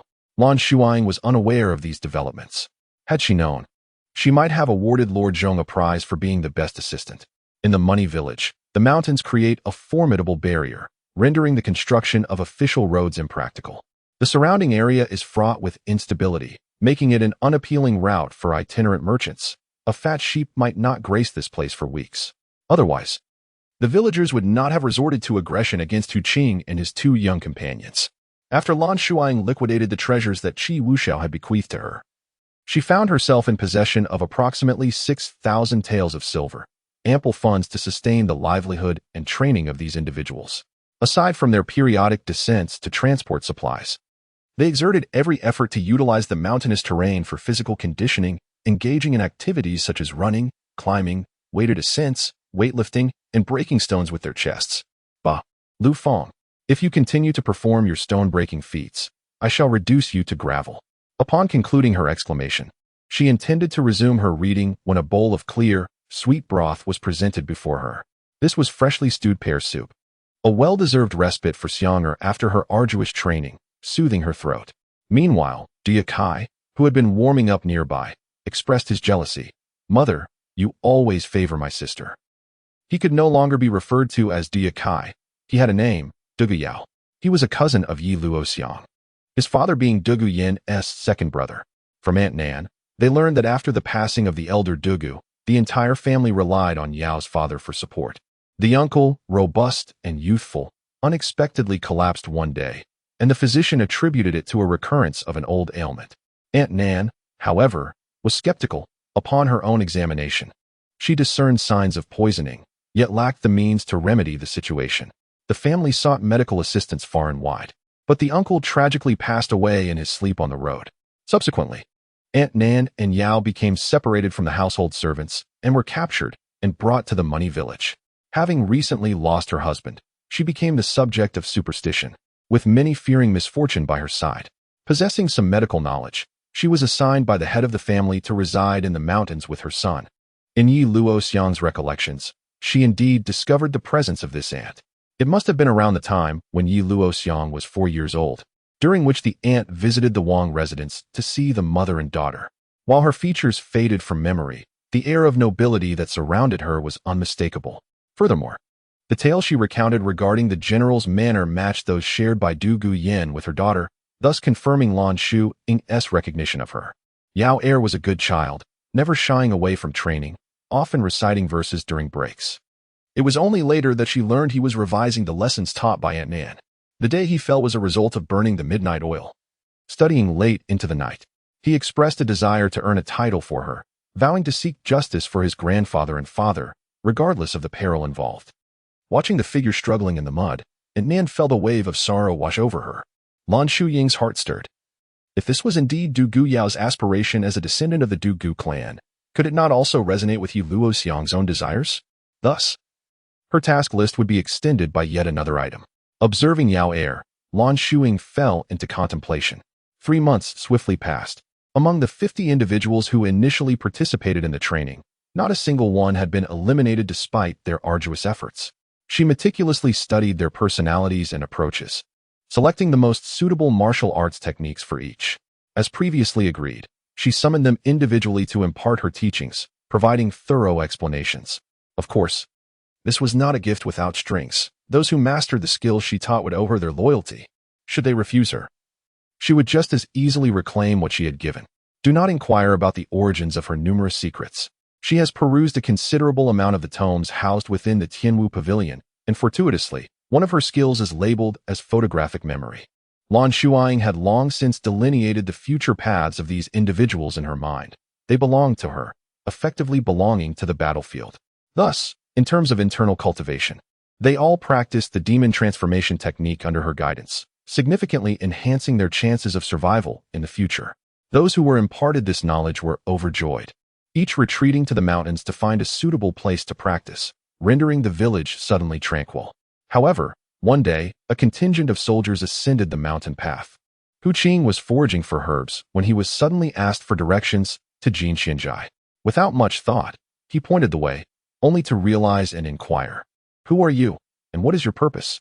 Seeing him as merely a lad, the soldiers lowered their guard and replied, "We are under the orders of the regent to locate a young man with gray eyes named Xiang." Hu Qing, with a simple-hearted grin, exclaimed, "I know him. I shall lead you there." He believed that the Tianwu king treated Xiang exceedingly well and that he should not be in any peril. The group followed him happily. As they ascended, several blue jays took flight, and Yao Er, hearing their cries, stood alert and said, "My blue jays have encountered strangers. I must investigate." Moments later, he returned in a panic, pushing Lan Shuying and urging, "Sister, you must flee. A group of soldiers is approaching, searching for you," dispatched by the Tianwu palace. In his perception, the Tianwu king was indifferent to death, disregarding familial ties, and was undoubtedly not a benevolent figure. So soon? Lan Shuying furrowed her brow. Is my dear father's initiative too fervent? Was it she who inadvertently revealed her location? Aunt Yaoer, let us take refuge in the cave on the back mountain for a while. Wu Ying, I implore you to escort Sun Qiming. Ensure she does not cause any disturbances at this critical juncture. The endeavor to clear the Du Gu family's name is not a matter of mere days. We cannot allow Yaoer and her son to be prematurely exposed to the clutches of the royal minions. As for Sun Qiming, Lan Shuying simply does not wish to release her so soon. The protagonist's halo is far too potent, and it is far more reassuring to keep her close at hand under control. At the same time, she could not help but ponder further. The officials seeking her on the mountain felt rather peculiar. Could this matter also be influenced by the protagonist's halo? Subsequent events would indeed prove her intuition correct. After relocating to the cave, Lan Shuying noticed Sun Qiming's restlessness and coldly warned her, "Should your unruliness bring me trouble, I shall break your limbs and cast you into the mountains to feed the wolves." Sun Qiming, frightened, shrank her shoulders and trembled in agreement. Aunt Nan, seeing her pitiable state, wished to speak a comforting word, but was intercepted by the keen-eyed Yaoer. Lan Shuying observed all of this with approval. Yaoer was truly commendable, wise and brave, worthy of nurturing. He would become the pillar of the Du Gu family in the future.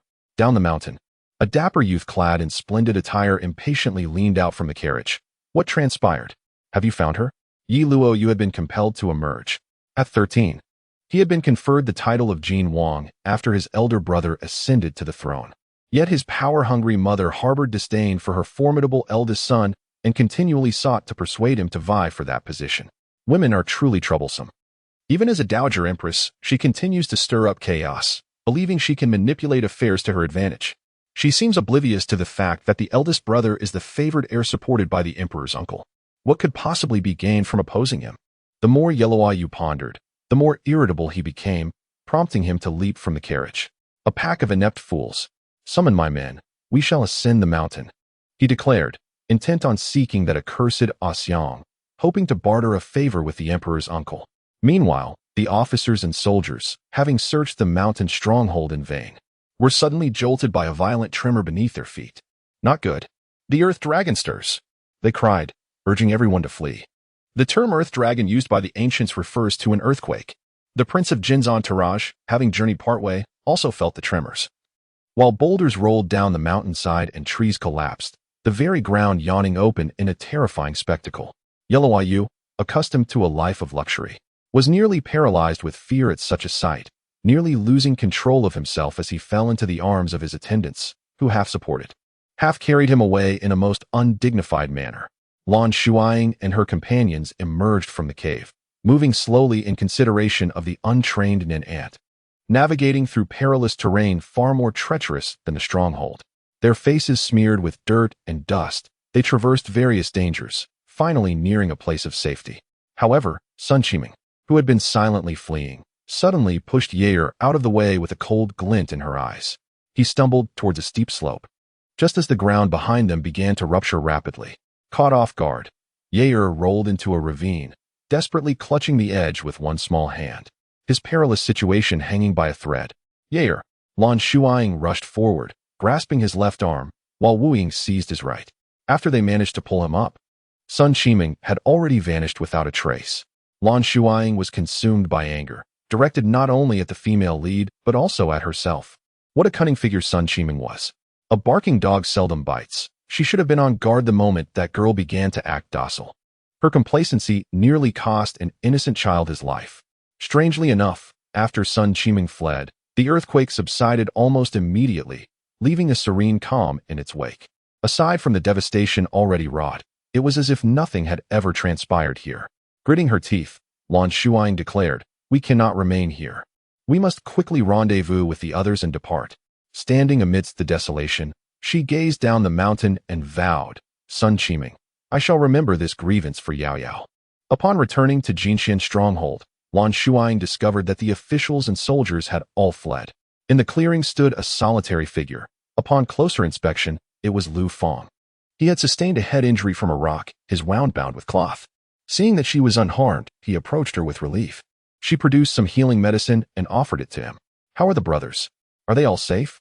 Lu Feng replied. "Chen Dayo was unfortunate. He perished in the cave, unable to escape, and 4 of our brothers were injured. I've instructed them to gather at the foot of the rear mountain. We returned to deliver the news." "But how is it that you also came back from the rear mountain?" The terrain at the stronghold was flat and the rocks sturdy, making it safe to flee to the open ground during the earthquake. Why venture into a more perilous area? Lu Feng, though rough around the edges, was perceptive enough to sense that there was a story behind her return. The moment Lan Shuying recalled the events, her anger reignited, and she succinctly relayed the tale to him. They took several bags of grain and unused banknotes, while Aunt Nin gathered some jars and dried herbs, preparing to seek out others. On their descent, they encountered the unconscious Hu Qing. After a moment's contemplation, Lan Shuying recalled his esteemed sect and ultimately decided to take him along. The group, now united, set forth towards the east, while concurrently, the protagonist's aura began to manifest through Lan Shuying, who, as Lan Shuying had anticipated, was indeed destined for greater fortunes. Chapter 20. The peerless princess. The old steward was beset with worry today, as it marked the first birthday celebration since the master returned to the capital. Logically, a celebration could not be overlooked, yet to actually proceed with it. Get out, all of you. Gifts? Bah. What is there to celebrate when the person cannot be found? Another one had entered standing only to be carried out. The old steward sighed deeply, nostalgically recalling the time when young Master Xiang was in the manor, those days when the prince's mood was inexplicably cheerful and servants were not reprimanded for their mistakes. During this period of the young master's absence, everyone lived in trepidation, enduring a painful existence. The king of Tianwu had been in a state of furious wrath for an entire morning, especially after his eyes fell upon those alarming words in the report, which caused him to shatter the table in his rage. The earth dragon turns over? To think such a flimsy excuse could persuade him to cease his search. If certain individuals did not restrain themselves, he would not hesitate to turn the capital upside down. In ancient times, information was conveyed in a singular manner, devoid of high-definition images or real-time recordings. Everything relied solely on swift horses delivering messages and the eloquence of the messengers. The seismograph within the palace had yet to detect any tremors. Thus, upon receiving the letter, King Tianwu's initial reaction was one of alarm, swiftly followed by an overwhelming sense of indignation at having been deceived. In the distance, if Prince Yeluyu of Jin were to learn that his correspondence had incited the wrath of this ancestral figure, he would likely feel so wronged as to faint. My 2 elder brothers have worked diligently. I have prepared a calming medicinal soup for His Highness. Might you grant me the favor of allowing me to express my gratitude to my benefactor in person? Lan Shuying, adorned in layers of ethereal white silk, with her hair intricately styled in a double bun embellished with exquisite pearl ornaments, displayed several delicate braids cascading beneath. Her smile revealed 2 small canine teeth, imbuing her with an innocent sweetness. Who could have guessed that the seemingly untroubled maiden had, merely half a day prior, personally cast a child into the abyss? Clad in such celestial attire, this originally demure young girl was transformed into a captivating beauty of exceptional grace. Approaching with a tray in hand, she spoke softly and charmingly, effortlessly winning the hearts of her 2 attendants and gaining entry into the chamber. Thus, when Prince Yaluyu of Jin awoke, his vision blurred. He seemed to perceive a young celestial figure in white seated beside him, beaming with a gentle smile. Lan Shuying mused to herself that indeed, young Master Oxiang was her harbinger of calamity. Just look, upon their separation, her fortunes had instantly improved. Reflecting on their first encounter, he had insisted on meeting at a distant location, causing her to miss the timely intervention of a martial arts master who could have saved her. In their second meeting, although he had come to her aid, he had inadvertently marred her impression on Wu Ying, thus obliterating her chance to win him over. What is even more outrageous is that she forced herself to play the role of a maid. She is a product of modern society, where equality reigns supreme. Why should she be subjected to servitude here? After fleeing, Lan Shuying first encountered Yeluyu's group, who rescued her. At the foot of the mountain, she came across her grandfather, the esteemed physician's son, and one of his proud disciples. Now, she is receiving excellent care, and her grandfather is on his way to personally escort her back to the capital. With no worries on her mind, she cleans herself thoroughly and meticulously adorns her appearance, eager to win the favor of Prince Jin. Age? After all, Prince Jin is merely a callow youth, and they are perfectly matched as childhood friends. Lan Shuying felt a sense of triumph. In the Western Kingdom, physicians are relatively few, and their status is quite elevated. As long as she captures Prince Jin's heart, she has no doubt about becoming a princess in the future. Lan Shuying beamed radiantly before Yaluyu, yet her mind harbored dark thoughts. Oxiang, you shall regret leaving the capital. Without the prince's favor, no matter how high your martial prowess, you must bow before the royal family. The humiliation you inflicted upon me will be repaid 100-fold. Suddenly, after narrowly escaping a calamity, the alarmed crowd reacted instinctively to a noise, raising their weapons. Lan Shuying extended her left arm to allow the bird to perch, deftly removing the bamboo tube from its foot. Her composure inspired confidence in others. Lu Feng let out a sigh of relief and called out, "Put away your weapons and continue on your journey. We must reach the next town before nightfall so that we can enjoy a warm meal." The letter was delivered by Lord Zhonglu, and her whereabouts have become elusive, with her route constantly changing. Only specially trained birds can follow her scent directly to her. In the letter, Lord Zhong mentioned several matters. The Tianwu Palace had sought him out, prompting him to sell his first piece of information. She was heading east, accompanied by the East region's foremost assassin, Wu Ying. He also hinted that she appeared somewhat troubled by the women in her courtyard. Furthermore, he provided updates on the palace's recent activities, revealing that only one consort, Consort Qi, remained within the palace, confined to a small courtyard. If no one from the Qi family came to retrieve her before the end of the month, the Tianwu king would personally return her to her family. Thus enlightened, Lan Shuying realized that Yeluoxiang's initial wish, the task of expulsion, was currently at a standstill at 95, with the missing 5 being Consort Qi. As she continued reading, Lord Zhong promptly acknowledged a mistake. Having exchanged the 3 questions, she left him for some advantages during his dealings with the Tianwu king. It was said that the expression on the Tianwu king's face at that moment was quite remarkable. Lan Shuying chuckled. This was indeed fortuitous, as she intended for her adoptive father to overhear. Additionally, Lord Zhong, renowned as the omniscient sage of the Western Kingdom, meticulously documented the current whereabouts of the remaining members of the Dugu family and the grievances endured by Dugu Yin in the inner courtyard, specifying who was responsible, all clearly inscribed in black and white. Finally, he surprised her with the revelation of why the Tianwu king had taken Consort Qi as his wife. It was indeed a matter of life-saving gratitude, though not for his own life, but for that of his sworn brother, the eldest son of the Dugu family, Dugu Yunhao. Is it not, uncle? Lan Shuying was taken aback. Thus, it appears that Yi Luoqing is, in fact, a descendant of the Dugu family. After reading the letter, She retreated to the carriage to grind ink and took up her brush, composing an extensive response. Sun Qiming had slipped from her grasp. She was uncertain when Sun Qiming would return to the capital or the precise moment of her encounter with Lord Zhonglu, compelling her to prepare in advance. Lord Zhonglu was a man easy to decipher. His psyche was marked by solitude and a disdain for the world. The woman capable of captivating him must be exceptionally unique, ideally one who stands apart from society. A woman with independent thoughts and innovative ideas would be his fatal allure. Initially, it was Sun Qiming's strategic counsel that drew his attention. As a magnate of the black market, Lord Zhonglu also engaged in legitimate enterprises, commanding 3 trading houses. And in the unfolding narrative, he could easily sway the economic lifelines of 3 nations with a mere flick of his hand. Sun Qiming had provided him with numerous invaluable suggestions concerning trade, which he cherished dearly. Now, it was Lan Shuying's turn to undertake this endeavor. Her mind resembled an inexhaustible treasure trove, filled with knowledge that even she could scarcely comprehend. She meticulously combined her business acumen with the market environment of the Western lands, producing a substantial manuscript. It wasn't until Wu Ying reminded her that should she continue writing, the messenger might struggle to carry her missive, that she snapped back to reality, momentarily embarrassed, and set down her brush. After releasing the carrier bird, Lan Shuying buried the specially crafted sachet that Lord Zhonglu had gifted her, discarding the fragrant garments that had absorbed its scent. She later confirmed with Hu Qing that the group of officials had explicitly stated their intention to seek out young Master Xiang at Jinqianzai. It is highly probable that Lord Zhonglu had divulged her whereabouts. Should he gain further control over her movements, this cunning old fox would undoubtedly pursue her, causing her additional troubles. This was their final correspondence. Young master, once we pass the intersection ahead, we will arrive in Dongzhou.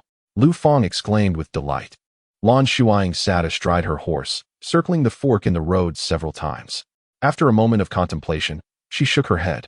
No, we shall not go to Dongzhou. Chapter 21. The unmatched princess. My subordinates are inept.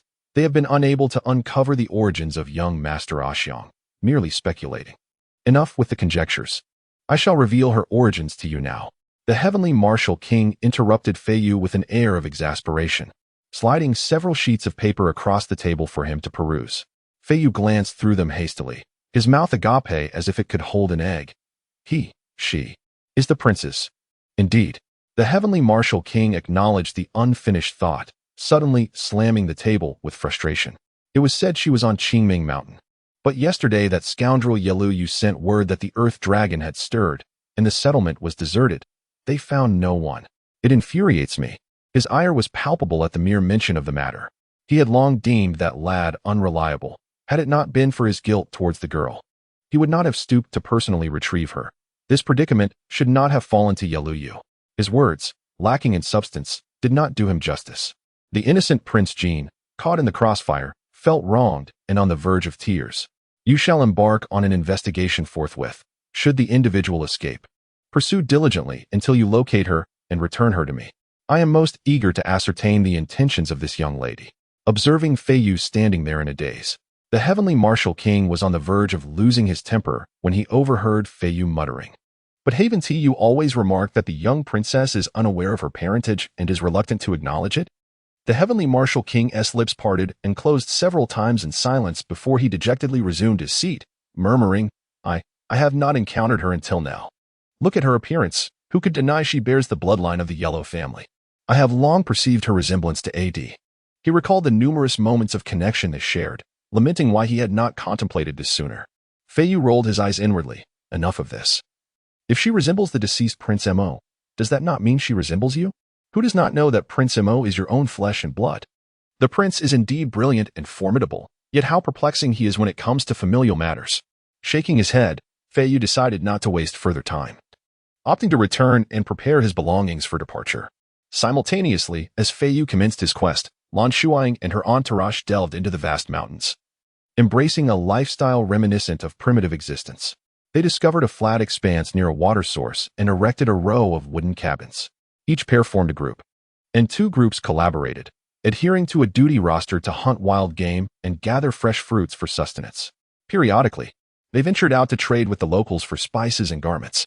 Thus, this community established their residence in the mountains, committing themselves to rigorous training each day.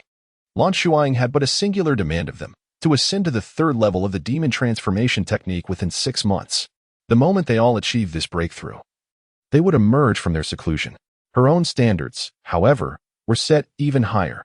In that half year, she aspired to conquer the 8th level of the demon transformation technique and elevate the impermanence whip technique to the mastery realm. Compared to the tracking prowess of Feiyu, the capabilities of Jin Wang Yeluayu and his entourage were like the heavens to the earth. Nonetheless, even as he reached the territory of Dongzhou, he remained unwilling to relinquish his pursuit. Who, after all, had trained this little rascal? He had meticulously feigned trails for over half a month, yet ultimately found not a single clue. A team of several dozen individuals had vanished without a trace. Feiyu was initially inclined to continue his search, but several military orders arrived, reminding him that as a general of the Xuanjia army, he could no longer squander time here. Wu Ying stood expressionless atop a lofty branch, gazing into the distance as the galloping horses kicked up clouds of dust that gradually dissipated. With a slight shrug, he resolved to return and send word to the young girl. 3 months later, half of the team had advanced to the second level of the demon transformation technique, while the others had nearly reached the pinnacle of the first level, mere fractions away from breakthrough. For a group of novices who had previously been unacquainted with martial arts, this achievement was indeed commendable. Yet, Lan Shuying remained unsatisfied. Her own progress in a month had been 3 to 4 times greater than theirs. She also imparted to the new recruits of the Xuanjia army the body-tempering knife technique that Feiyu had taught her. This martial technique was conceived by the martial king of the heavens in his early years, proving exceptionally beneficial for novice warriors in terms of body conditioning. It is not something typically taught in ordinary military ranks. Consequently, the annual opportunity for 10 individuals to advance in the Xuanjia army's training camp becomes a fiercely contested privilege among martial artists of common regiments. She harbored hopes that this blade technique would elevate the overall prowess of the team to new heights.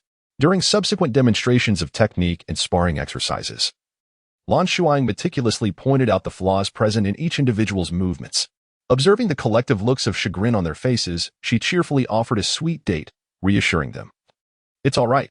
Your time spent training is still brief, and such progress is commendable." The comforted crowd responded with silence. Wu Ying stifled a laugh behind his fingertips, yet the upward curve of his lips betrayed his amusement. This scene was truly delightful. A diminutive child, embodying the wisdom of a master, corrected adults with poise. Her concluding remark lacked any persuasive weight. If their training period was short, then what of hers? Being chastised by a child of less than 10 years left Lu Feng's aged visage flushed with embarrassment, prompting him to clasp his fists in salute and take his leave. Perhaps he would strive with renewed fervor, thinking that next time, he might not require the young master's consolation. The others, however, thought to themselves, "You wish." Each individual was exerting themselves tirelessly in training, yet who could possibly match that prodigy?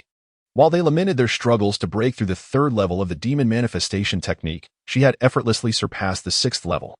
Just as they mustered the determination to catch up, less than a month later, they found she had already ascended to the 7th level. Was she even human? Oh heavens! Take this demon away. What had befallen them? Lan Shuying stared in astonishment at the sorrowful figures of the crowd as they departed. Wu Ying cleared his throat softly and gently remarked, "I believe it would be best for you to refrain from venturing out during this period." Heaven knows, witnessing her practice with such effortless grace was enough to stir a twinge of jealousy within him. Even when he resided in the Eastern Domain, he had been aware of the illustrious title of the Heavenly Martial King. To those in the martial world, the Heavenly Martial King stood as an imposing mountain. Using him as a standard, it seemed unlikely anyone would possess the confidence to pursue martial arts. He was an insurmountable figure. The title bestowed upon the Heavenly Martial King was conceived by his master, owing to his innate martial physique. Such a constitution is exceedingly rare, allowing one to master various martial techniques with divine ease, encountering minimal obstacles, and learning at an astonishing pace, becoming proficient in all 18 weapon styles. In this light, it appeared that the little one before him, being the daughter of the Heavenly Martial King, had fortuitously inherited this invaluable constitution. As Wu Ying pondered this, he gazed into her clear eyes and was suddenly overwhelmed by a profound sense of foreboding.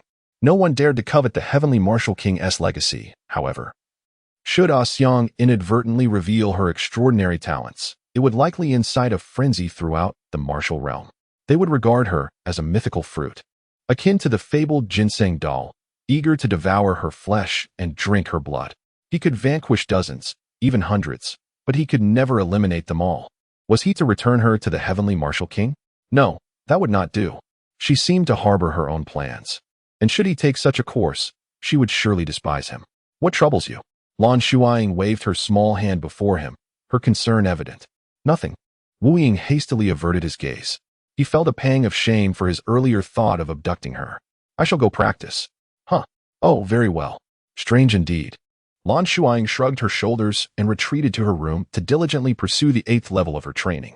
Unbeknownst to her, that very night, Wu Ying paid a visit to each member of their team in succession. The black sword hovered menacingly at their throats, coercing them to ingest a specially concocted poison, an illicit recipe pilfered from the assassin organization that had originally trained him. Should any of them harbor thoughts of treachery in the future, their demise would be inevitable. Even if they were indifferent to their own lives, there would always be someone they cared about. Standing alongside this young lad beneath the sun was a profoundly heartwarming experience. Yet, it was the night that truly belonged to him. As the silver moon faded away, Wu Ying emerged from the final wooden cabin, finally exhaling a sigh of relief. Henceforth, this team would be irrevocably loyal to her, with no lingering threats. Chapter 22. The unmatched Princess Willow leaves danced lightly in the warm breeze, intoxicating the senses. The hues of spring had painted the entirety of Dongyang City, as gentle winds carried the fragrance of herbs far and wide. Wu Ying squinted at the lofty banner emblazoned with the character for medicine in the west, remarking, "That direction leads to the dwelling of the disciples from the Valley of the Healing Immortals." Lan Shuying instinctively cast a glance at Hu Qing, and indeed, she observed a glimmer of moisture in his eyes, the stirring excitement of one who, after years of wandering, has finally reunited with family. After a moment's contemplation, she pointed to the sign of an inn and suggested, "Let us take up residence here." Within their party of 4, besides herself and Wu Ying, there were also Lu Feng and Hu Qing. Once inside the room, she called out to Hu Qing, who was hastily attempting to leave, his expression revealing the guilt of being caught, and he turned back with a sulky demeanor. Before Lan Shuying, he always felt immensely uncomfortable, especially after learning that Sun Qiming had given Yair a push. His discomfort had escalated to a sense of guilt, rendering him almost unable to meet her gaze. "Brother Hu Qing," Lan Shuying remarked coolly, "we have spent a considerable amount of time together, and there exists a certain bond between us. However, as the saying goes, all good things must come to an end. Since we have encountered your medical Immortal Valley's outpost in Dongyang City today, should you choose to depart, we shall part ways here. Nevertheless, before your departure, we must settle our accounts." Her words were delivered with clarity and conviction, leaving no room for dismissal, and she effortlessly ensnared the naive Hu Qing in her discourse. "What accounts?" Hu Qing asked, bewildered. Lan Shuying smiled, counting on her fingers as she began to tally. "For instance, in the territory of Qiming Mountain, I saved both you and Sun Qiming, granting each of you a life. You cannot possibly dispute this, can you?" Hu Qing puffed out his chest and replied, "Of course. I shall never forget the grace of saving one's life." "Excellent." Later, during the upheaval of the Earth Dragon on Qiming Mountain, when you were knocked unconscious and lay by the roadside, it was I who took it upon myself to carry you down the mountain, though your survival was not guaranteed had you remained.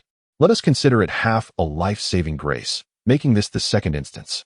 Hu Qing pondered for a moment and said, "I have heard that after the Earth Dragon's upheaval, there is often residual danger, and given the presence of snakes and beasts in the mountains, I would likely not have survived alone. Therefore, this too counts as a life-saving grace.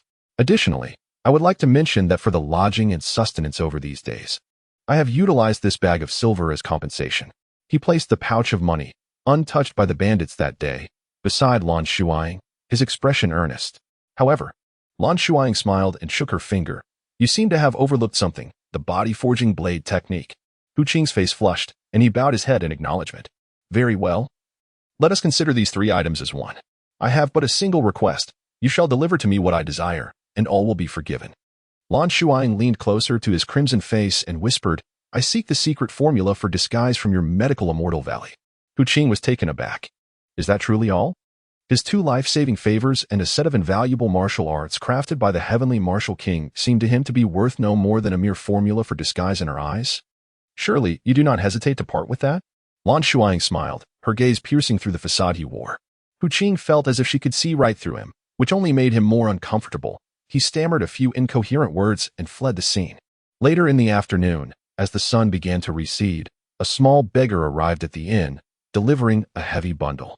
Upon unwrapping it, Lan Shuying discovered not only a detailed note containing the formula and its usage, but also several vials and jars. Wu Ying pinched some medicinal powder between his fingers and inhaled deeply, exclaiming, "These are all fine medicines. This lad has indeed put in some effort." Lan Shuying chuckled as she repacked the items. "Effort, you say? Nay, someone is merely repaying a favor on his behalf." She turned to the beggar and handed him some silver coins, saying, "Kind sir, could you help me convey a message? I must say, I am a person who believes in repaying both kindness and enmity. Sun Qiming harbors the intent to take the life of my brother, and I shall undoubtedly seek retribution if he dares to interfere." Upon hearing the word kill, the little beggar could no longer suppress his trembling. He had expected this charming young man to declare that he intended to eliminate not only his brother, but also the one who delivered the message. However, Lan Shuying revealed a row of pearly white teeth, smiling in a most delightful manner. Thus, let us see how many times he can save her. In the narrative, even with the protective halo of the protagonist, Sun Qiming suffers numerous injuries, both great and small, orchestrated by the plot, most of which are healed by Hu Qing. Hu Qing's favored status with his master is not due to any scandalous lineage, but rather his innate talent in the medical arts. As the story progresses, Hu Qing matures, earning a reputation that places his medical skills just beneath those of the revered leader of the Medicine Immortal Valley. On one occasion, the valley leader, inebriated, openly praised Hu Qing, exclaiming that he surpassed his mentor. Yet, this extraordinary physician chooses to serve solely as the personal doctor to the protagonist, dedicating his entire life to her and her children. Best Companion award goes to him. Applause is warranted here. Lan Shuying wickedly mused that once Sun Qiming's actions against Yao Yao were revealed, Hu Qing's fondness for her would likely diminish significantly. Curiously enough, Hu Qing embodies the archetype of late bloomers. When the protagonist first encountered him, he was unremarkable in appearance, concealed, and mediocre in medical skills, yet to awaken. And he was rather dull-witted, leading the protagonist to overlook him entirely. Years later, when they were finally reunited, Hu Qing had transformed from an unsightly duckling into a resplendent swan, a paragon of elegance and talent, captivating in both demeanor and appearance. Only then did their paths intertwine once more. However, what did that matter to her? She could solely focus on her mission of destruction. The impending battle loomed large. Dongyang City was already engulfed in a pre-war atmosphere of dread, with citizens evacuating in an orderly fashion, while the disciples of the medicinal Fairy Valley busied themselves with gathering and concocting herbs in preparation for the conflict. After Hu Qing's departure, Lan Shuying used the disguise potions to undergo a complete transformation. Months of training and nutritional supplements had significantly increased her height. Even after the transformation, her complexion remained fair, and she had refined her facial features to diminish the more pronounced feminine traits. The soft contours became resolute, her once full lips slightly thinned, and after considerable effort, she altered her enchanting peach blossom eyes into elongated, willow-like shapes. Yet, when she gazed at others, her bright gray eyes betrayed an air of pride and innocence. Dressed in luxurious brocade garments, accompanied by Wu Ying and Lu Fang, she resembled a wealthy young master out for leisure with attendants in tow. "Young master, your skills are truly remarkable," Lu Fang exclaimed, clapping his hands in excitement. Lan Shuying, invigorated, unfurled her folding fan, a playful smirk gracing her lips, embodying the essence of a dandy despite her youth. Wu Ying playfully tapped her on the head, admonishing, "Nonsense." As they meandered through the city, their apparent merriment concealed their true purpose, gathering intelligence. After 3 days, they finally awaited the arrival of the main force. Today, the recruitment office in Dongyang City happened to host a registration event. The recruitment officer was taken aback as he watched a throng of individuals surge into the venue, filling the already cramped training ground to its limits. The people waiting in line expressed their grievances, while the soldiers tasked with maintaining order stood in stunned silence. Ordinarily, such a chaotic intrusion, aimed at displacing those already in line, would be deemed a severe breach of decorum and warrant expulsion. Yet, the soldiers found themselves hesitant. While these individuals were not particularly imposing in stature, each exuded an aura of vitality, their sharp gazes and composed stances weaving an intangible web of pressure that was almost suffocating. Experts, dozens of them. The recruitment officer's eyes gleamed with intrigue as he rubbed his hands together and stepped forward from behind his desk. "Are you noble warriors seeking to join our Langtian army?" The leader, Lu Fang, cast a casual glance in his direction and cleared his throat. a cadre of masters. Their expressions as inscrutable as the depths of water, moved in perfect unison to part a path, not uttering a single extraneous sound, as if they had undergone specialized training. A chill ran down the recruitment officer's spine, as if a dark memory had suddenly resurfaced. In the ensuing silence, two figures emerged from the far end of the path. The first, a seemingly delicate and refined young gentleman in splendid attire, cheerfully raised his right hand and exclaimed, "And I am here too." In an instant, the recruitment officer's expression darkened ominously. Chapter 23. The unmatched princess. Deep within Zhang Tai's memories lay a haunting nightmare that he dared not share with anyone. At that time, he was still young, a fervent youth eager to defend his homeland. Though he lacked the honor of being selected into the renowned mythical unit known as the Su Nji Army, he endured rigorous training in the Lingtian Army, forging deep bonds with his comrades and maintaining an amicable relationship with his superior. One day, however, their commander was unexpectedly reassigned. Their new leader was a debauched young master, flanked by 4 guards, who indulged in frivolities and displayed a complete lack of prowess, brazenly drinking and consorting with women within the military ranks. Such trivialities paled in comparison to the true source of Zhang Tai's profound resentment. One fateful night, their camp fell victim to a surprise attack by enemy forces. The young master ordered them to form a human wall to delay the enemy, allowing himself to flee. Some new recruits expressed their astonishment and outrage. But the young master callously commanded his guards to silence their dissent, resulting in the deaths of several protesting soldiers, whose bodies were unceremoniously tossed out to impede the advancing foes. How cruel! In that skirmish, Zhang Tai was fortunate to survive. Yet he suffered a grievous injury to his kneecap, rendered disabled and forced to transition to a clerical role. His comrades, those with whom he had shared bonds of friendship, perished that night, some in battle, while many fell victim to the skilled guards of the young master. Though he contemplated exposing the truth, he was met only with indifference or derision.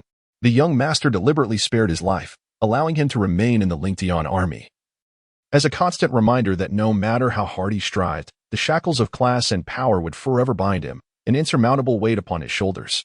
He would never have the chance to vindicate himself. Zhang Tai, stirred by the poignant memories evoked by Lan Shuying, fixed her with a steely gaze. His eyes ablaze with emotion, and spoke each word with deliberate clarity. "They can, but you cannot." Lan Shuying raised an eyebrow, observing the conspicuous change in the recruitment officer's demeanor. He seemed to be a man with a story. The onlookers, noticing her expression shift, assumed she was on the verge of anger, inwardly cursing the recruitment officer. How dare he challenge the prowess of these skilled individuals? Yet, Lan Shuying remained unfazed, merely gesturing towards the 2 rows of men and stating matter-of-factly, "They are my people. If you refuse my enlistment, they shall not join either." Unbeknownst to them, the crowd instinctively slowed their breathing. The prior speculations had manifested into reality, rendering the atmosphere even more uncomfortable. Oddly enough, upon hearing the young gentleman's somewhat impolite remarks, these masters displayed no dissent, even wearing expressions of pride. Where was their dignity as experts? Given Lan Shuying's youth, they unconsciously underestimated her martial prowess. A child could not possibly command respect through strength alone. Thus, they concocted a comforting explanation for this peculiar phenomenon. Surely, this child was backed by a formidable power, one substantial enough to compel so many masters to willingly serve as her attendants. As for enlisting, it was likely just a rare outing for a junior member of that powerful faction who had grown weary of routine and sought a change of scenery. With this rationale, the spectators' gazes subtly shifted, tinged with disdain and suppressed jealousy. Lan Shuying keenly sensed the waves of malice emanating from the crowd and furrowed her brow slightly. In such moments, perhaps it would be wise to heed the voices of the masters. Master 1. "Ah, mere mortals." Master 2. "Another has fallen for the ruse." Master 3. "Do provoke us. But under no circumstances should you provoke the young master." Master 4. "Otherwise, you shall come to regret it." Had they not chosen to follow the young master, they would have merely been among the foolish masses. Yet now, they are acutely aware that those who appear most fragile on the surface are often the most formidable. Before their emergence, they brimmed with confidence, believing they had far surpassed their objectives, ready to stride forth with impunity. However, within mere seconds of their triumph, they were met with a brutal beating. It was a merciless and ghastly scene of violence, one against a multitude, Do not inquire why we made our entrance so late. The young master deemed our bruised and battered appearance too disgraceful. Recovering from injuries is dreadfully dull. We long to venture into the city. You? Are you of sufficient age? Zhang Tai sneered, gesturing towards the recruitment notice behind him. It turns out that this year, the Ling Tian army has raised the age requirement for new recruits, now accepting only males age 13 and above. Lan Shuying cast a quick glance. Oh no, given her appearance, it seems rather difficult to masquerade as 13. Would there still be time to change her disguise if she returned? Surrounding Dongong City, there are but 2 military camps if the Ling Tian army refuses her. Her only option would be the Xinjia army, which would be far too easy to expose. Should the Tianwu king discover her prematurely, it is likely she would be taken away, thwarting her ambitions for military merit. Without military accolades, how could she achieve renown or rise above the rest? She aspires to become the war god of the Western Kingdom. Just as Lan Shuying was engulfed in her turmoil, a resonant voice interrupted her thoughts. I see this young friend is of ample age. My dear friend, should you choose to join our esteemed Ling Tian army, your retinue. A white-bearded general, his eyes gleaming with fervor, strides purposefully towards us. Upon sensing a shift in the situation, Lan Shuying readily declares, of course. They shall accompany me. Very well, it is settled then. Zhang Tai, hasten to register them. If you have no pressing matters today, once registration is complete, accompany me back to the camp. The general, wary of her potential change of heart, hurriedly issues his commands and then sticks close to her side, cheerfully engaging her in conversation, evidently anxious that his opportunity might slip away. Unbeknownst to him, Lan Shuying breathes a sigh of relief. The old general, surnamed Ling, is a trusted retainer of the commander of the Ling Tian army, who is currently recuperating in the capital, thus rendering him the de facto second-in-command of the army. He is a man of his word, and that very day, he led a group of individuals back to the military camp for accommodation. General Ling purposely walked alongside her, inquiring about her retinue. Lan Shuying answered each question candidly, regarding those who had initially participated in training. Most were at the early stages of the 3rd level, with a few at the latter stages. Lu Fang stood out as the most remarkable, having already broken through to the 4th level of the demon aspect technique. Though he was not present, having been assigned by her to enlist in the Xinjia army. Yao, too, remained in the mountains with Aunt Nan and did not come along. For the time being, these individuals were led by Shan Zhua and Shan Yu. Lan Shuying, employing a clever stratagem, informed General Ling that they practiced combined attack techniques, and it would be best to arrange for them to train in separate groups. Adopting a petulant demeanor, she pouted and remarked, General Ling, my brother and I prefer not to share quarters with others. Could we possibly have a separate accommodation? As she journeyed along, she discovered that the Ling Tian army appeared to be divided into 2 factions, one that adhered strictly to military regulations, and another that was casual and indifferent. Based on the idle chatter she had overheard in recent days, she was 99% certain that there were severe issues plaguing this military force.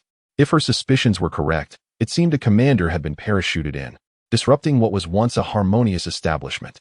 Lan Shuying had always assessed these subordinates through the lens of her mastery of magic, viewing the 4th tier with the perspective of the 9th, which evidently reflected a condescending attitude toward novices. Furthermore, with dozens of them emerging at once, easily defeated by her, they could hardly be considered formidable. Little did she realize that in the discerning eyes of Vice Commander Ling, any one of these subordinates, when selected, could possess an aura comparable to that of an ordinary leader. A battalion of such skilled fighters, adept at coordinated strikes, would constitute a formidable force on the battlefield, especially given the current internal strife within the Ling Tian army. In any case, it was not merely a trivial request, even if it were to be more demanding. He would ensure that this esteemed individual was well attended to. Vice Commander Ling's demeanor was exceptionally amiable, beaming with a smile, readily assuring her, no problem. I will arrange it forthwith. Without needing accommodations to be arranged for him, Wu Ying suddenly interjected, turning to Lan Shuying, I can sleep outside your room, even on the beams. As an assassin, it was commonplace for him to lie in wait for an opportunity to strike throughout the night. At times, the beams offered a sense of security that a bed could not. The unique constitution of this young one made him wary of mingling too freely among the diverse personnel within the Ling Tian army. Even though he was aware that her martial prowess was not inferior to his own, in his eyes, she remained a child in need of care. Lan Shuying discerned his resolute demeanor and decisively added, the room must be spacious enough to accommodate 2 beds. Chapter 24. The unmatched Princess Lieutenant Ling regarded them with a peculiar expression for a considerable time before responding awkwardly. A shiver ran down Lan Shuying's spine. Could it be that this old man was contemplating something inappropriate? In any case, she owed a debt of gratitude to Lieutenant Ling for his support, as her military career had commenced under remarkably comfortable circumstances. However, it was also due to his influence that at times she found herself compelled to stand by his side to address certain troubles that approached them. In a sense, one might say, one who receives must also give. Shanzhua, Shanyu, why are you all crowding around? Go fetch me some pastries. And remember to include the sesame cakes. Lan Shuying lounged in a circle chair basking in the sunlight, lazily stifling a yawn, and called back the two brothers, Shanzhua and Shanyu, who were eagerly preparing to join the fray. It was absurd to consider using a sledgehammer to crack a nut. It was not as if the protagonist was the one challenging her. Was such emphasis truly necessary? Wu Ying sat beside her, meticulously polishing his sword blade. Upon hearing her instructions, his pointed ears twitched slightly, and his icy demeanor softened imperceptibly. Being cared for by someone was a warm feeling. He never expressed his preferences. Yet the young girl possessed keen observational skills. She relished savory dishes but always requested a couple of spicy and sour options for him during meals. Occasionally, she would utilize a small stove to prepare a few dishes, ensuring that one or two would align with his tastes. The sesame cake, too, remains a mystery to him. He is utterly unaware of when she first discovered it, yet he seems to have grown accustomed to her silent attentiveness and thoughtfulness, as if he had returned to a time when family surrounded him. Lan Shuying innocently declares, I do not know, but I possess a narrative, and I also relish it. Within this narrative, there is a moment when the heroine finds herself in dire straits alongside Wu Ying, enduring their heartfelt confessions. Wu Ying reveals that sesame cake is his mother's signature delicacy. In an effort to endear herself to him, the heroine diligently learns how to recreate that cherished flavor. In the later chapters, each appearance of sesame cake signifies the imminent demise of a significant supporting character due to an assassination. Thus, she remains oblivious to the emotions Wu Ying experiences when he consumes sesame cake, for it is unlikely that joy accompanies such moments. Lan Shuying is confident that even if she were to grow blindfolded, the only person she could never surpass would be her father. She does not need to manipulate Wu Ying. At most, she wishes to draw him away from the heroine, preventing him from becoming her accomplice. Furthermore, she hopes he will cease being a weapon and instead embrace his humanity. Their interactions are remarkably natural, as she has no ulterior motives. They share a camaraderie akin to friends, with moments where she is treated like a cherished younger sister. Wu Ying lacks a home, while she is one to which she cannot return. After their prolonged companionship, the essence of family has inevitably intensified. When Shanyu goes to fetch some snacks, Lan Shuying instructs Shanzhua to select someone to engage in combat with the newcomer. To her surprise, the individual immediately expresses discontent, exclaiming, You insolent child! Do not underestimate me. I challenge the most skilled fighter among you. Today, a trusted lieutenant of the vice-general's old rival, named Huang Zhong, made his appearance.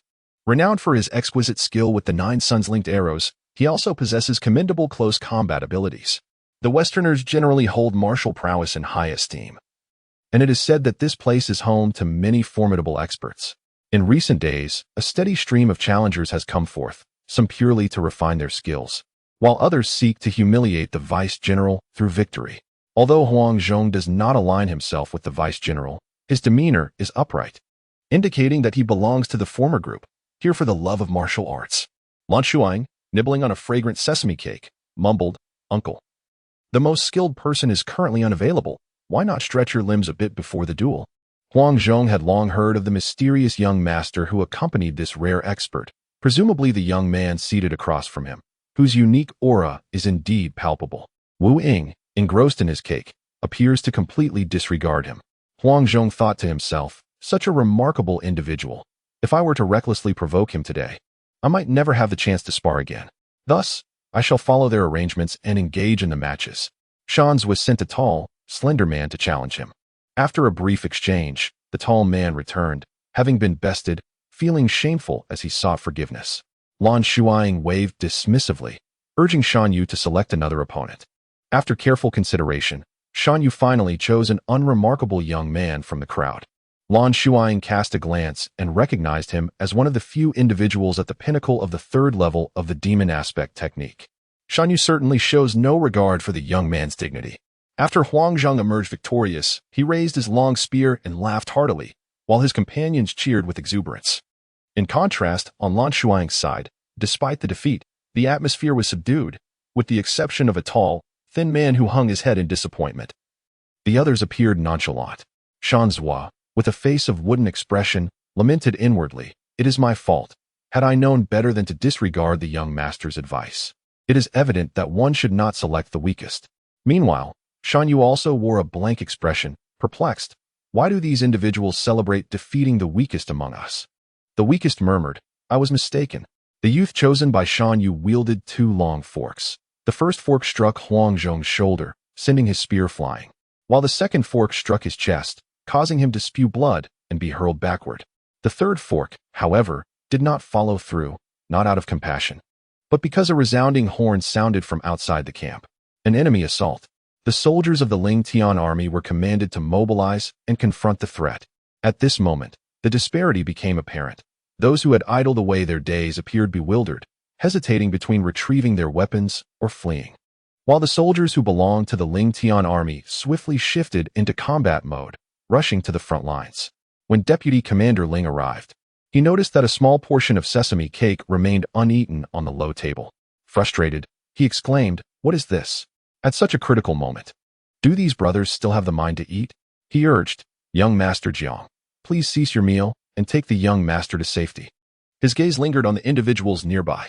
Lan Shuying understood that he had likely come here seeking to borrow soldiers. So she graciously allowed Shan Zhua and Shan Yu to each take half of the men to engage the enemy. Seeing her follow with a piece of sesame cake that had a bite taken out of it, Deputy General Ling was nearly at his wit's end. Fearing for the safety of this ancestor, "Young master, there is danger ahead. You must not proceed. To the left, to the right." "Young master." Tension enveloped everyone. After all, the young master had promised that those who excelled in the army would receive individual explanations, and such opportunities were rare. "Young master, stop. Do not engage. Allow us to handle this." Lan Shuying pouted in discontent. "If you do not seize military merits, do not return to see me." During her time in the camp, she had at least discerned the meanings behind the various calls. Today's intruders were merely a small faction. If she unleashed this pack of ravenous beasts, by the time she arrived, there would likely be no heads left. It would be wiser to remain behind and claim another share of glory. With a cheerful smile, she said to Deputy General Ling, "There is a cellar beneath my quarters. Quite discreet. I shall return and hide there. You may command with peace of mind." After convincing the half-skeptical Deputy General to leave, she exchanged a few words with Wu Ying, and the two hastened towards the secret granaries in the east and west. A small troop of cavalry posed a greater risk of harassment. They had drawn the attention of the forward camp, leading her to suspect that the enemy might have arranged for infiltrators to cause chaos. Supplies were indispensable for marching and warfare, and at the moment the horn sounded, a realization struck her. Earlier that morning, she had seen several individuals with shifty gazes passing by with buckets. What if those buckets did not contain water? Chapter 25. The Unparalleled Princess Hurry. It is imperative to act swiftly. This is a camp situated in the wilderness, where supplies are scarce. More critically, once the provisions are set ablaze. Given the current internal circumstances of the Ling Tian army, there exists a significant probability of a mutiny. This outcome is far from what Lan Shuying wishes to witness. She merely aspires to steadily accumulate military achievements, and to inadvertently be branded as a traitor would be utterly disastrous. She hastened towards the granary in the east, and even before approaching, she caught a whiff of the smell of oil. However, the surroundings were eerily quiet, devoid of the clamor she had anticipated, and not a soul was in sight. Suddenly, a massive hand lunged from the shadows, aiming for her throat. Instinctively, Lan Shuying blocked the assailant's attack, and with a swift motion, she counterattacked with a flurry of strikes. The man, taken aback, lost his advantage and found himself struggling to fend off her onslaught. He decided to leverage her force to retreat, leaving 2 imprints in the sandy ground. He scrutinized her youthful appearance and muttered, "An Eastern Domain person?" During her offensive, Lan Shuying had noticed 2 bodies clad in the Ling Tian army's uniform lying nearby, presumably the spies who had brought the oil. This individual did not seem to be an enemy. She quickly replied, "I am a new recruit of the Ling Tian army." What transpired here? Upon revealing her identity, the man stepped into the light, allowing Lan Shuying to discern his features. Dressed in the garb of a wanderer, He possessed a strikingly youthful visage, adorned with a short beard and faint traces of wine stains on his lips. Lan Shuying also observed that he was holding an open wine jar in his left hand, emblazoned with the emblem of the Ling Tian army, likely taken from the cellar. I just happened to encounter an Eastern Domain person attempting to set fire, and I dealt with him, he remarked. He readily believed her.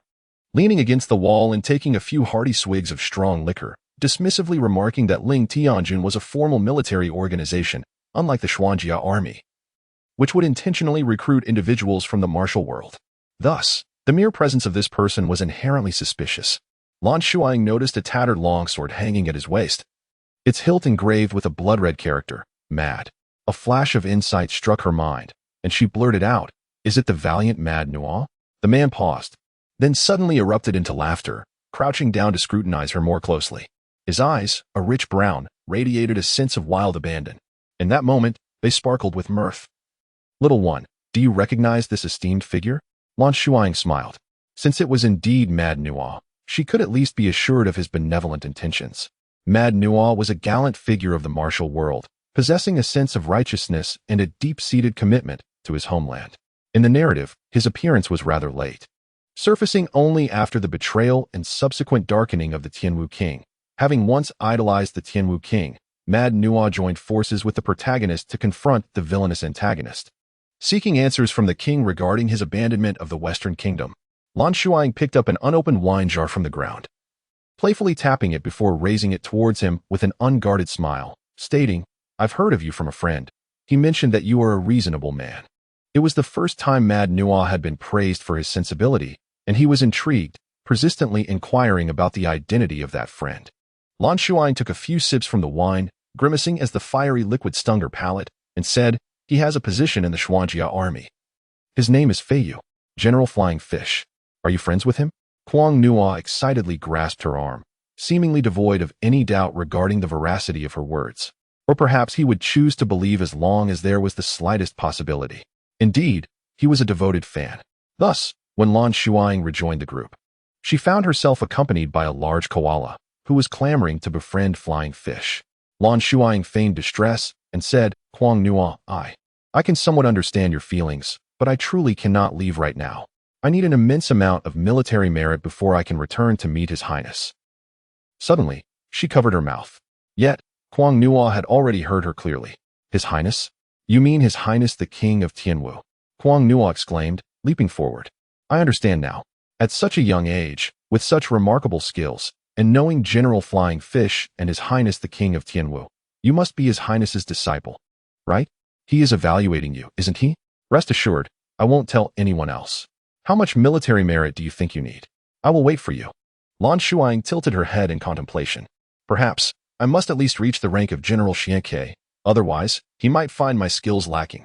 The General Xianke of the Western Kingdom holds the 4th rank among military officials, requiring not only a substantial amount of military merit, but also the recognition and appointment from the royal family. More crucially, since the establishment of the nation, there has never been a record of a commoner ascending to the rank of general, and her currently registered status is precisely that of a commoner. She set her standards so high that those around her not only found it unremarkable but appeared to accept it as a matter of course. Everyone present understood that the young master treated them as one would treat mere vegetables, should the warriors from the Eastern Domain dare to attack. He would slay them as one would slaughter chickens. A mere 4th-tier general hardly deserved the prowess of the young master. Their reactions only served to reinforce Kuang Nuo's suspicions. This lad, seemingly delicate, had already revealed his formidable skills in their brief encounter. Apart from His Highness the Heavenly Martial Prince, he could scarcely think of anyone capable of nurturing such a little prodigy. Kuang Nuo resolved that he would not depart until the young fellow ascended to the rank of Xianke General. By a twist of fate, another ally, originally destined for the heroine, had been placed directly before Lan Shuying. She caressed the fur of her pet, Milk Candy, murmuring, "Milk Candy. Do you think I'm just incredibly lucky?" Milk Candy lazily rolled its eyes and shifted position, turning its back to her. "You are becoming increasingly unlovable." She reminisced about the days when her little puppy would follow her everywhere. Now, this one acted like a little lord. Kuang Nuo had heard tales of the new commander of the Ling Tian army oppressing the innocent and had entered to gather intelligence. With the commander absent from the camp, He had pilfered a few casks of fine wine from the cellar and inadvertently stumbled upon a grain storage, preventing a potential fire. However, Wu Ying's fortune was not as favorable. When he rushed to another granary, the fire had already started, and by the time the soldiers returned to extinguish the flames after repelling the enemy, a third of the supplies had been lost. In the evening, Deputy General Ling made a special visit to express his gratitude, accompanied by several commendation letters intended for the most valiant fighters of the day, Shan Zhua, Shan Yu, and 3 others. Lan Shuying accepted the letters and engaged him in light conversation. The Deputy General revealed that this month marked the 3rd instance of Eastern Domain forces disturbing their camp. He had diligently worked to eliminate suspicious individuals, yet the newly appointed commander, who had parachuted in, consistently opposed him. Despite his efforts, they bore no fruit. While she was indifferent to the old general's complaints, her interest was piqued by the acting commander of the Ling Tian army, Qi Yongqing. Oh, yet another member of the Qi family. How curious I have suddenly become about this military unit. As night fell, she advised the young master to rest early, expressing her heartfelt gratitude for the assistance provided, which she vowed never to forget. The deputy general was acutely aware that had it not been for the skilled individuals joining them, and with the Qi family's meddling causing setbacks, their casualties would not have been as severe as they had been today. Having spent the better part of his life there, every injury sustained by his soldiers felt like a wound to his own heart. After bidding farewell to the sorrowful deputy general, Lan Shuying sat beside the lamp, lost in deep contemplation for an extended period. Outside, Wu Ying and Kuang Nuo exchanged worried glances, preparing to inquire further when suddenly, a small figure approached them with gleaming eyes. What do you think? If we were to eliminate that Eastern Domain encampment, how much military merit could we earn? Chapter 26. The unmatched Princess Kuang Nuo paused momentarily, a mischievous grin spreading across his face as he replied, "Why not give it a try and find out?" His tone was laced with eager anticipation. Without a shadow, Mei furrowed her brow even tighter. The enemy situation remains unclear, and extermination may not be prudent. Lan Shuying smiled pleasantly as she observed them, declaring that they would visit a certain place that very night. That evening, several figures stealthily visited the command tent of General Ling Tian, quietly taking away some items, only to return them before dawn. Lan Shuying initially sought to uncover any readily available intelligence regarding the Eastern Domain's enemy forces, but unexpectedly triggered a mechanism on the table, leading to unforeseen gains. To avoid alerting any potential spies, she swiftly forged several letters to replace the originals and discreetly concealed the authentic correspondence. No wonder Deputy General Ling lamented that despite his efforts to cleanse the ranks, he saw no results. It appears this acting commander had already struck a deal with the Eastern Domain. Those spies were evidently allowed entry into the Ling Tian army with the tacit approval of Qi Yongqing. She would never forget that it was Qi Mei who had ruined the life of Dugu Yan. Even though Yi Luoxian's wishes did not demand a complete annihilation, Lan Shuying had an instinct that evidence of the Qi family's treachery would one day prove invaluable. She couldn't help but ponder whether Qi Yongqing's actions might suggest that the Qi family harbored some clandestine interests with the Eastern Domain. However, the Qi family remained an insurmountable behemoth compared to her current standing. It would be wiser to present this information to King Tianwu at the opportune moment. As long as the big boss harbored intentions of returning to the court, these individuals would be like crickets after autumn, unable to leap further. Lan Shuying meticulously analyzed all the letters and battle reports. After summarizing the various intricate details, she discerned that the Eastern Domain encampment was of an indeterminate location, akin to nomadic tribes, capable of packing up their tents and departing at a moment's notice. As for the numbers, she estimated there to be approximately 3,000 individuals, certainly not exceeding 5,000. The troop strength was limited, predominantly comprised of cavalry. The leader of the Eastern Domain forces appeared to possess a certain guerrilla mindset. Indeed, the signature in the correspondence bore the character for Mulberry.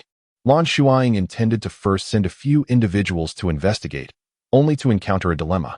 Despite the chaos instigated by Qi Yongqing, the regulations remained in effect, necessitating the presentation of a pass for entry and exit, with periodic inspections scheduled. How can we procure a pass? Lan Shuying inquired. Shanzhou pondered momentarily before cautiously responding. My lady, the most suitable option for you would be to undertake a patrol assignment, thereby allowing you to lead a 5-person squad outside the camp. The farther the distance, the longer you may remain away. The significance of the patrol mission lies in honing the soldier's survival and tracking skills in the wilderness, with rewards granted to those who bring back valuable intelligence. The official responsible for assigning these tasks was none other than the conscription officer, Zhang Tai, who had previously denied Lan Shuying's enlistment. Zhang Tai sat in a dimly lit room, scrutinizing the group before him. It had been quite some time since this place had seen much activity. Recently, under the directive of Deputy Commander Ling, the entire army had been on high alert, with the exception of the reconnaissance teams, rendering patrols nearly non-existent. He regarded Lan Shuying with a darkened gaze, seemingly skeptical of her intentions for leaving the camp at this juncture. This time, he refrained from veiled insults, yet his demeanor remained decidedly unfriendly. Lan Shuying paid him no heed. After pressing her handprint, she rolled up the map and departed.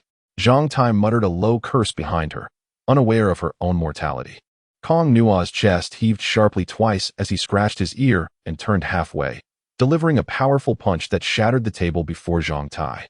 Impatiently, he declared, "I've long found you distasteful. Your speech is peculiar, cursing a child who has just enlisted. Do you truly consider yourself a citizen of the West? It is worth mentioning that safeguarding children is one of the fundamental national policies of the West, a principle unlikely to shift until the reproductive rates of its populace see considerable improvement." Lan Shuying smiled as she observed Zhang Tai being lifted by Kong Nua by his collar. Though being raised off the ground was both uncomfortable and humiliating for Zhang Tai. The moment he met her gaze, flames ignited in his eyes, as if he momentarily forgot his predicament and spat at her in disdain. Lan Shuying's expression turned icy. "I do not engage in ventures lacking certainty. Should you wish for my demise out there, you shall surely be disappointed." To be provoked repeatedly by the same individual would ignite ire in anyone. Zhang Tai's throat struggled to articulate, his words coming in fits and starts. Your identity is false. Your eyes, and those accompanying you. You cannot be a commoner. Allowing you to join the Ling Tian army will inevitably lead to great chaos. I truly regret that day." Lan Shuying brusquely interrupted him. "The invitation for us to join the Ling Tian army was General Ling's intent.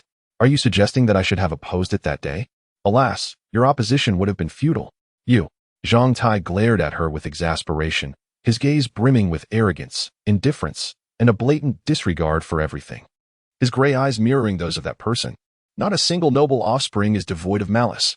Rage surged beyond his reason, and with every ounce of strength. Zhang Tai broke free from the constraints of Quan Nua, his eyes aflame as he lunged towards Lan Shuying. His hands formed a choking gesture aimed at her delicate throat. The shadowless sword had been unsheathed, yet it could not match the swiftness of her long whip. No one discerned when the whip was unleashed. They merely witnessed Zhang Tai maintaining his assault, the whip coiling around him like a constricting serpent, tightly encircling his neck. This whip had been meticulously crafted, with a mechanism on the handle that, with a gentle press, could transition to a blade whip state, effortlessly severing an enemy's head. Of course, she had no intention of spilling blood within the ranks of the Ling Tian army. "You have consistently harbored animosity towards me, yet I refuse to be anyone's pawn.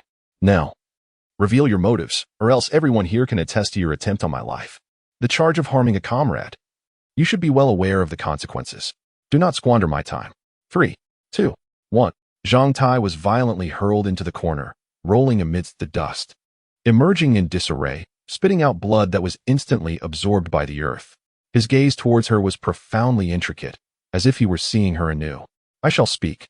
Zhang Tai recounted a tale from the past. His words pointed directly at the second master of the Qi family, the very young lord who had once turned a blind eye to the slaughter of his own soldiers by his guards. Lan Shuying was perplexed. Was there some connection between the Qi family and herself? Why did this family seem inextricably linked to her wherever she went? The earliest Q concubine is most likely the perpetrator behind Wai Lu 11's demise, although the subsequent QWSHO provided her with a substantial initial funding. Marking him as a commendable youth, he is, in fact, a wolf in sheep's clothing. Despite his apparent calmness in the face of danger and his latent qualities of a leader, he feigns the demeanor of a mediocre and inept dandy. If QWSHO does not play a pivotal role in the narrative, it merely reflects the troubling nature of the Q family. Furthermore, the Q clan seems intent on infiltrating the military with their offspring, leaving one to ponder their true intentions. Are they seeking to usurp military power? Or is this urgency merely a facade to conceal something more sinister? LFing has toiled in the Xuanjia Army's training camp for over half a month. earning the respect and submission of all the new recruits, thereby establishing himself as the undisputed leader, as per the young master's directives. Yet, he feels an unsettling sense of instability in his role, particularly on that day when a general arrived to motivate the new recruits, scrutinizing him multiple times. He couldn't shake off the nagging sensation that someone was clandestinely observing his every move. Could it be that his commendable performance aroused suspicion from above? L.F.ing pondered this perplexity, outwardly maintaining his usual demeanor, diligently training and occasionally joining his comrades for practice to foster camaraderie. While being especially vigilant in his moments of solitude, he endeavored to embody the archetype of a typical camp leader, yet the feeling of being watched lingered ominously. In truth, L.F.ing's instincts were correct. The general he encountered that day was none other than Fei Wai, who had previously tracked them only to return empty-handed. Chapter 27. The unparalleled Princess Fei Wai entered the military tent and succinctly reported to the contemplative man, "We have encountered an unusual new recruit this time." The man caressed the edge of the portrait in silence. The new recruit demonstrated a profound understanding of the blade techniques, and his subordinates discovered that he had also cultivated a form of internal strength, seemingly the demonic manifestation technique. The man halted his hand, his piercing gray eyes swiftly locking onto the recruit as he reiterated, "Demonic manifestation technique?" His expression fluctuated rapidly, and he gradually parted his thin lips, contemplating the small portrait spread out on the table, depicting a child of around 10 years old, with flowing lines and meticulously chosen colors, exuding an essence reminiscent of a living being. The child's crimson lips curved slightly, and with chin raised, he gazed into the distance, a faint smile gracing his features, embodying an elegance and confidence that others could scarcely imitate. If Lan Shuying were present, she might even question whether she had stepped into the painting, showcasing the artist's meticulous attention to detail and exceptional skill. Pay close attention to that new recruit. If he intends to leave the camp, ensure his passage is granted, the heavenly martial king said in a low voice. Before he departed for the Xianyan army, the maidservant Lan Shuying, who had been attending to the child, had requested to leave the royal residence, heading eastward. He too had dispatched someone to follow her, for perhaps those who had come into contact with her could assist him in locating her. Lan Shuying, before her injury and retirement, had been a valiant general he had personally trained. She was a natural fighter, impervious to his entreaties, refusing to divulge even a hint about the child. Yet, as she departed, she had urged him to investigate the fire at the back mountain. A fire? The heavenly martial king sighed bitterly. How could he not have looked into it? The more he discovered, the more he hesitated to confront the child. The people of the Western nation regard him as a guardian deity sent by their ancestors, yet he is merely a befuddled fool. In his youth, he was easily swayed by slander and neglected the daughter of the Dugu family, and later, he stubbornly refused to return to see his own child. Had he but cast a glance, how could he have doubted her lineage? And that she may, stirring up storms within his estate. How much injustice did Yen'er suffer because of her? If Yen'er had never committed that act, he would have irreparably ruined the young lady's life.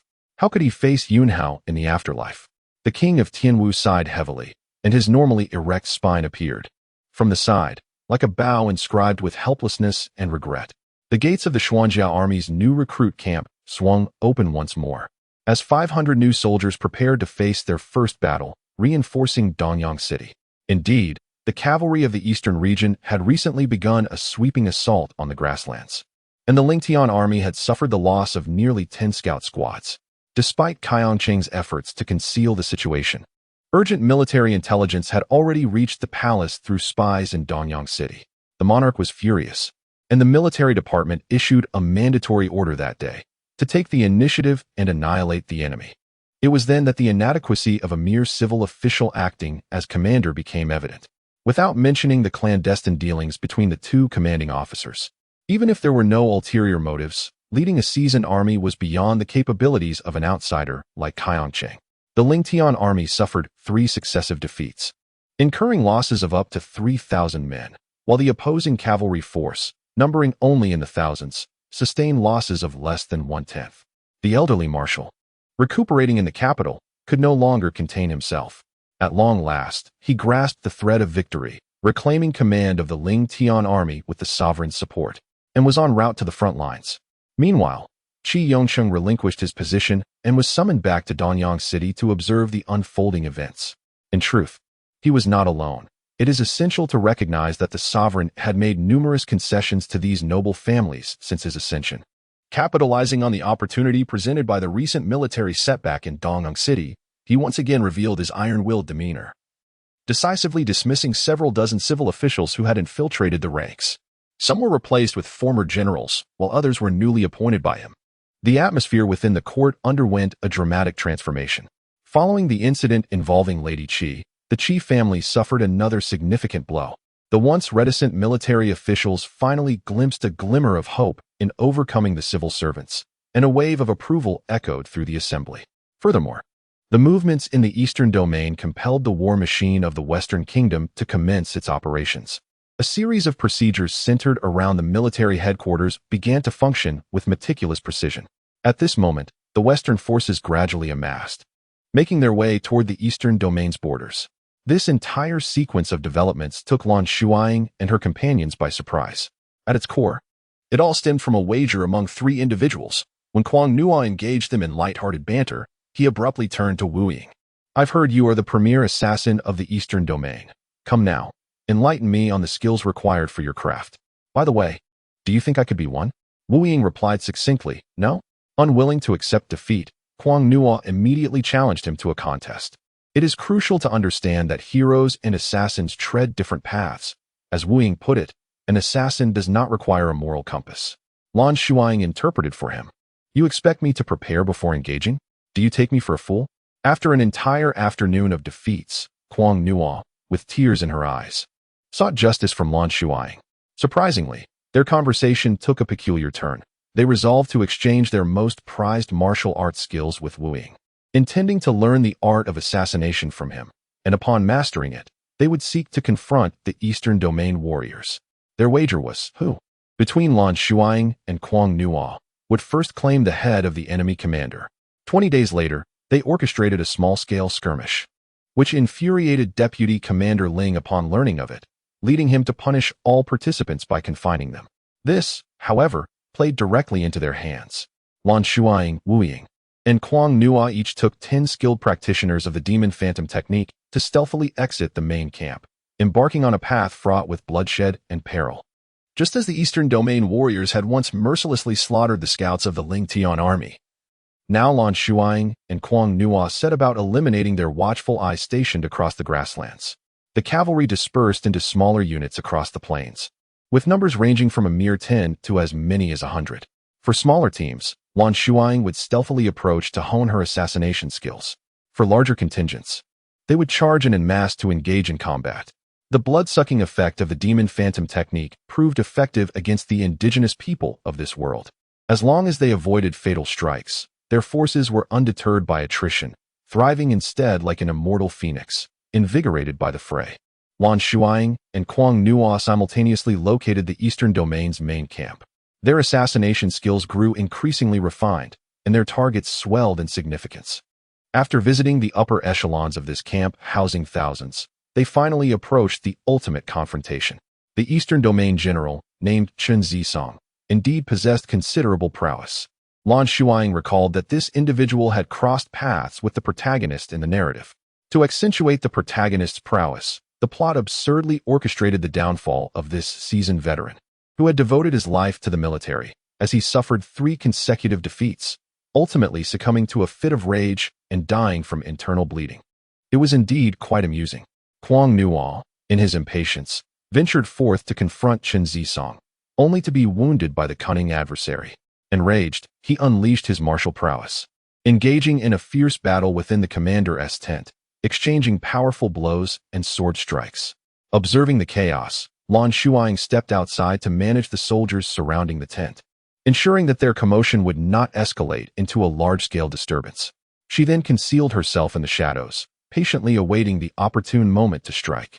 Seizing her chance, she rolled behind Chen Zisong and swiftly constricted his neck, her blade whip effortlessly severing his throat. Chen Zisong fell, unwilling to accept his fate. Kuang Nuo, initially displeased with her inaction during his dire moment, felt a wave of shame wash over him upon returning to camp and reflecting on the invaluable lessons imparted by Wu Ying. His irritation dissipated significantly. Moreover, Lan Shuying had promised to introduce him to Fei Yu after the conclusion of this campaign. Really? Wonderful. Haha, you mustn't deceive me. Huang Nuo laughed heartily, dancing with joy, as elated as a fool. Vice Commander Ling, upon discovering Chen Zisong's severed head, was overjoyed, believing that with the commander's demise, the remaining forces would be ineffectual. He promptly rallied the troops for battle, and the Ling Tian army achieved a remarkable victory. However, this triumph only served to provoke the Eastern Domain forces further. After the cavalry unit was annihilated, they regrouped and assembled a larger army, with the vanguard fiercely sweeping through the prairie war zone. The true battle loomed ahead. Chen Zisong's head had secured a respectable position for Lan Shuying. Deputy General Ling gazed at her with a complex expression for a long time, holding her back and imparting a weighty discourse filled with earnest wisdom. Lan Shuying was utterly bewildered. It took her an entire night of contemplation to grasp the underlying message. It turned out that the old general believed Chen Zisong was killed by a shadowy hand, yet the head was in her possession, exchanged for military merit. Thus, he subtly cautioned her. To summarize his rambling advice, youngster, do not aspire too high. Hone your martial skills diligently, for there will be many opportunities to slay foes in the future. What a disjointed message. Lan Shuying found herself both amused and exasperated, pulling back the impetuous Huang Nuo, who was ready to confront the old man. As they frolicked, a silent battalion clad in dark armor traversed the vast plains and established their presence outside Donyang City. At the forefront stood Fei Yu, the very individual Huang Nuo yearned to befriend, accompanied by an ostensibly unremarkable yet imposing attendant. He wore a hood that obscured his features, concealing the brilliance of his gray eyes when he lowered his head. Chapter 28. The Unparalleled Princess. As they approached Donyang City, Lu Fang's heart raced faster. It was here that he had once enlisted, and more importantly, his master and companions were in this very place. For Lu Fang, his master represented his guiding star. Wherever they gathered was home. He could hardly contain his eagerness to reunite with them. The sensation of being observed seemed to have dissipated. Even General Fei Yu no longer regarded him with that peculiar gaze. Consequently, Lu Fang gradually relaxed his guard. Little did he know, it was not that the surveillance had ceased, but rather that the observer had changed, now replaced by true elites. As the eve of battle approached, the training regimen of the Ling Tian army intensified, affecting even those who typically engaged in deceitful antics, who now exhibited a marked diligence. In contrast, the Xianjiao army, having endured rigorous drills daily, chose to grant its soldiers a few days of respite to alleviate their spirits, in hopes of enhancing their performance on the battlefield. This practice was also a cherished tradition of the Xianjiao army. On this particular day, Lu Fang set out with several close companions to explore Donyang City, a small frontier town often frequented by merchants from the grasslands, offering rare spices and handicrafts from the Western nations. They chatted and laughed heartily until they arrived beneath a fragrant pavilion, where one of them mischievously suggested they venture inside to partake in the festivities. Lu Fang, his mind whirling with possibilities, readily agreed. Once inside, he secured a private room, generously compensating the young woman who attended to them, before stealthily descending from the window to make his way to the nearby Chunfeng Dei building, where his companion awaited him. Lan Shuying's outing was no small feat. Since her promotion, she had been assigned a number of subordinates and felt compelled to lead by example, participating in their training sessions, which had made her the subject of much teasing from her peers. Today, however, she had taken the rare opportunity to adorn herself as a lady, restoring her true beauty. With brows like distant mountains and eyes like glistening waters, anyone fortunate enough to behold her would undoubtedly find themselves silently acknowledging her as a stunning beauty. She sat alone in an elegant room on the third floor, savoring tea, as Lu Fang arrived just in time to witness her indulging in a piece of pale yellow osmanthus cake. At first, he failed to recognize her, mistaking the room for another until he heard her voice. Amusingly, his impression of the young master was so deeply ingrained that he presumed she was a boy, which made her feminine attire seem rather unbecoming to him, his eyes reflecting a mixture of confusion and distress. She chose not to clarify, allowing Lu Fang to recount his various experiences in the Xuanjiao army. When he mentioned that someone had been monitoring him recently, Lan Shuying wiped her mouth, cast him a sidelong glance, and remarked, "Not only have you been watched, but you've also been followed. It seems you've brought a tail with you." Lu Fang was taken aback. Suddenly, a tall figure leaped through the window, eyes filled with a blend of surprise and fury fixated on her. After a moment of astonishment, the newcomer snapped, "You insolent brat. Who are you calling a tail?" "Fei, General Feiyu." Lu Fang hurriedly glanced at Lan Shuying, who gestured for him to leave. He complied, closing the door with a sense of unease, pondering a question. If these two were to clash, who would emerge victorious? Lan Shuying, with a smile, poured a bowl of tea, presenting it to Feiyu. "My dear fish, it has been ages since we last met. I have missed you dearly. Come, enjoy some tea. The pastries here are delightful, especially this osmanthus cake. I recall it being your favorite." Feiyu's expression softened momentarily before darkening again as he shot her a glare. Has our young master Xiang acquired the ability to foresee the future and anticipated my arrival? Oh, wait, perhaps I should refer to you as Princess Xiang, or maybe Lady Xiangxiang. Lady Xiangxiang? Uncertain of what had struck her funny bone, Lan Shuying set down her teacup and burst into laughter, nearly toppling over. Under the increasingly perilous gaze of Feiyu, she finally composed herself, clasping her fists together, this time with sincerity, and apologized. "Uncle Yu, I regret not informing you earlier and for using you to draw closer to the prince. It was my fault." She bowed deeply.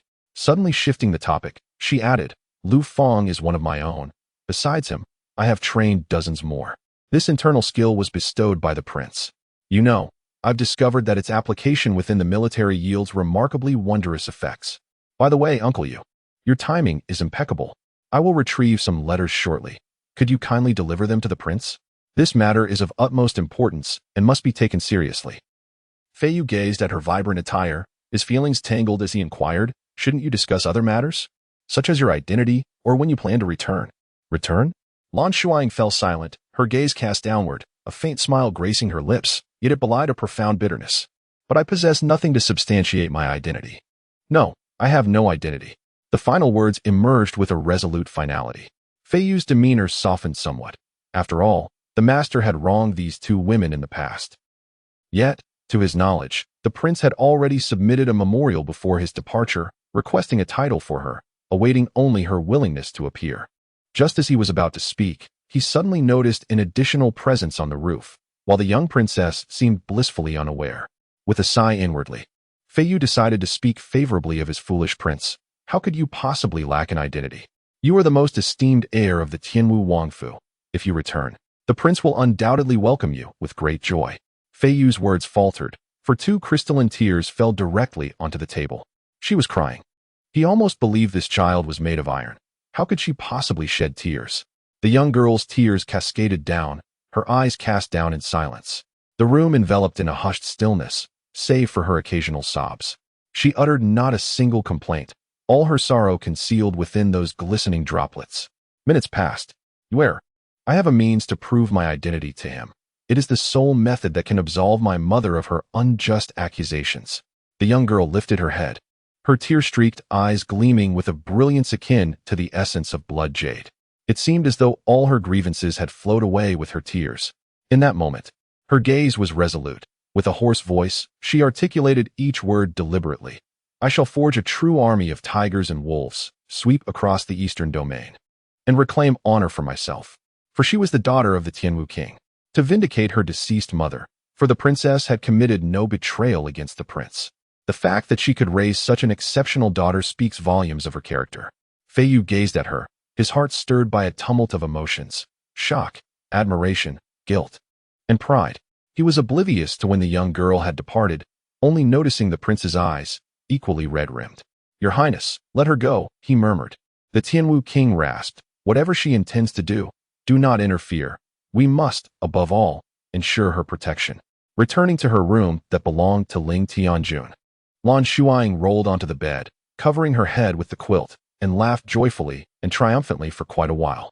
She was well aware that Feiyu would follow her. This was primarily because the demon form technique was remarkably easy to recognize.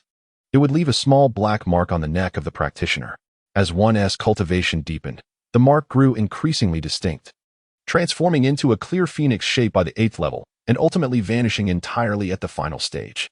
Currently, she was at the 8th level, merely concealing the phoenix mark with a disguise potion from the medical Immortal Valley, while Lu Fang and all those who practiced the demon form technique still bore that unsightly black circle.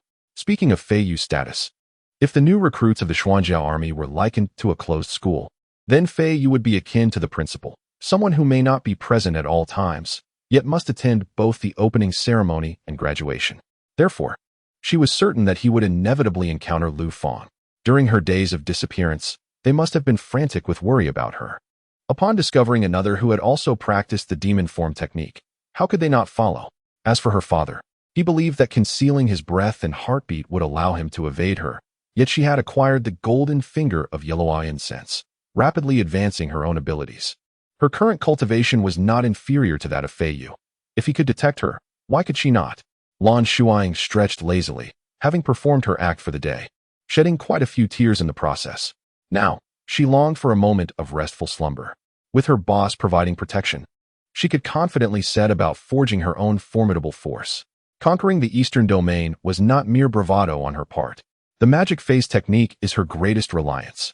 One day, when she successfully creates her envisioned immortal legion, the unification of the world will be merely a matter of time. Chapter 29. The Unmatched Princess. The legendary commander of the Ling Tian army, despite his ailing health, finally arrived before the great battle. Upon his appearance, the soldiers of the Ling Tian army erupted in jubilant cheers, their luminous eyes fixated on his weathered face, as if they had finally found their anchor. Gazing at their leader, as well as an elder from their own kin, his esteemed position in their hearts was unmistakable. He smiled and waved to them, his gaze gentle yet piercing. Unbeknownst to others, the person concerned, Lan Shuying, keenly observed that his eyes lingered on her for a moment longer. Indeed, that afternoon, while she was instructing her subordinates, a personal guard approached, requesting her presence in the command tent. To be frank, she found the old man's manner of speaking quite disagreeable. In her imagination, he should be a person as straightforward and delightful as a flying fish. However, it seemed he had been too long in the company of the aristocrats of the capital, adopting a tone that was rather irksome. Primarily, the convoluted way of speaking felt excessively exhausting. When the old man attempted to pry into her background for the third time, Lan Shuying countered with a question of her own. Since the commander has inquired so much, I too have a question I wish to pose. May I speak freely? The old man nodded, graciously replying, "Speak without reservation." With a smile full of meaning, Lan Shuying remarked, "I have heard that the commander is quite unwell."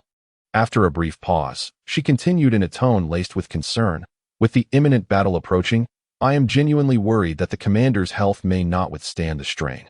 His demeanor remained unchanged as he gazed deeply at her and remarked, "Truth mingles with falsehood, and falsehood with truth. When I am in need of illness, I shall fall ill. When I require healing, I can recover without medicine. Young one, allow this old man a word of caution. Your manner of conduct may lead to misfortune in the future." Lan Shuying smiled silently, pondering the notion of misfortune. She, by no means, could tolerate the idea of suffering a loss.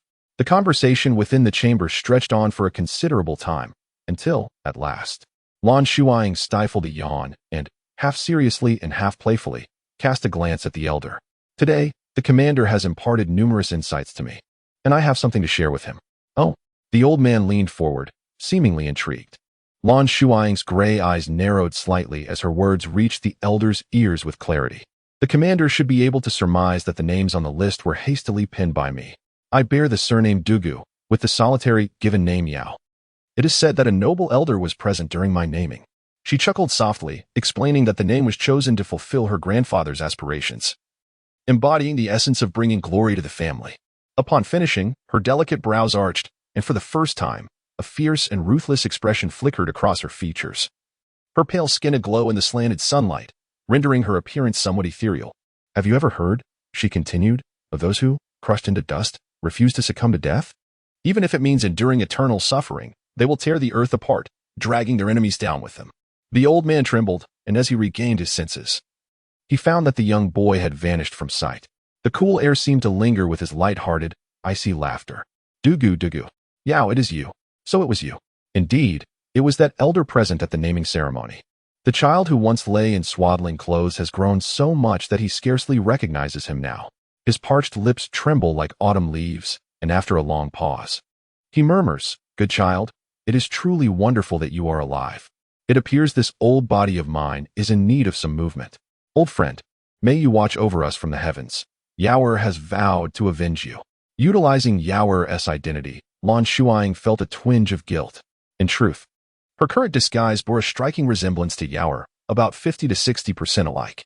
Aunt Nan supported her plan and aided her by restraining the eager Yaoer, imparting this history to her before her departure. General Ling Tianjun, the venerable commander, stands in stark contrast to the steadfast and loyal elder Dugu, who happens to be her maternal grandfather. He is astute, seasoned, adept at concealing his strengths, and possesses a remarkable ability to adapt.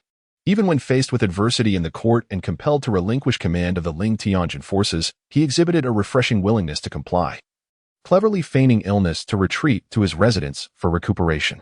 Lan Shuying is certain that Qi Yongcheng has not experienced tranquility within the Ling Tianjun. The old gentleman's swift reclamation of military authority and his subsequent arrival here after recovery suggest he is no ordinary man. Dynamic and spirited, he is far from resembling a man of 60. This could prove to be an excellent partnership. From the very first glance, Lan Shuying was convinced of this notion. To restore the Dugu family's former glory, the Ling Tianjun serves as the most fitting starting point. Given the long-standing camaraderie between the elder and the Dugu family, coupled with her current status as a descendant of the Dugu lineage, it is entirely reasonable for her to establish herself through her military achievements and seek justice for her wronged kin. Should he truly wish to assist her, her undying legion could swiftly take shape. Lan Shuying waited quietly for 3 days, maintaining her usual demeanor, unperturbed as though their previous conversation had never transpired. Upon awakening on the 4th day, she discovered a finely crafted metallic plaque at her bedside, depicting a vividly lifelike giant tiger. When she gently twisted it, it effortlessly split into 2 halves, yet upon bringing it back together, it resumed its original form. Lan Shuying let out a slight sigh of relief. Beneath the plaque lay a piece of paper, which she followed to the eastern encampment. Originally a barracks for infantry, it had been enclosed with a thick layer of bamboo fencing, resembling a camp within a camp. At the entrance stood a newly erected watchtower, adorned with an unmarked flag. The sentry atop the tower spotted her approach and swiftly signaled her with hand gestures. The gates creaked open. Before her stood a formidable force of 1,000 soldiers. The elder had opened the most significant backdoor for her within his jurisdiction. With her current military rank, she could command only 200 troops, and those were already among this new unit. He was unconcerned with her youthful awkwardness or her lack of military accomplishments. He had preemptively assigned her 800 soldiers, and now it was up to her to prove she was worthy of such an honor. The realization that she could finally earn military merits flashed through her mind. Lan Shuying faced the scrutiny and whispers of the crowd with an air of composure, extending her arms as the wind danced beneath them. Unable to suppress an urge to let out a triumphant cry, she clenched her fists, striving to contain her exhilaration. Within her line of sight, some engaged in hushed discussions. Others cast disdainful glances, and a few exuded an aura of hostility, eager to witness her downfall. Yet, many remained indecisive. With an impassive expression, she advanced step by step, each movement amplifying her presence. Gradually, the crowd quieted.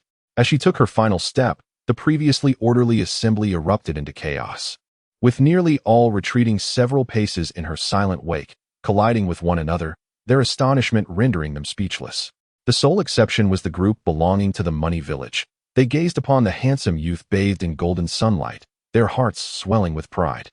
"I shall not offer empty platitudes nor paint grand illusions," she declared.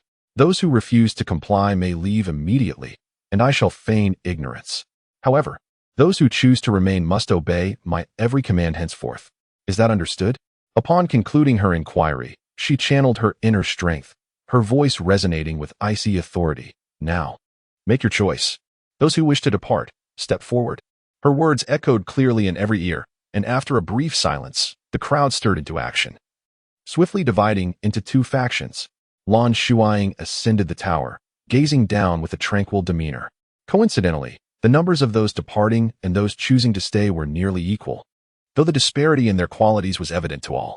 In front of her, the hundreds of individuals stood in a disheveled manner. Some hung their heads in shame, unable to meet her gaze, while others widened their eyes, perhaps attempting to salvage a semblance of dignity before her. Conversely, the 500 individuals behind them bore solemn expressions. Standing tall and impeccably groomed, their eyes fixed resolutely ahead, these were the true soldiers she had encountered. Lan Shuying smirked, casually waving her hand at those in front, declaring, "You may leave now. Return whence you came, and do not return." She added, "This is not a refused depot. I shall not accept any detritus." The people of Jin Xinzhai burst into hearty laughter, recognizing her. Indeed, the nature of this young master, who held grudges, had never changed. The genuine soldiers of the Ling Tian army in the rear wore expressions of bewilderment, caught between laughter and restraint. Ha ha ha! Look at this lad. The old man gazed up at the familiar figure atop the tower, pointing at her with unrestrained amusement. Deputy Ling stood beside him, frozen, his eyes clouded with disbelief.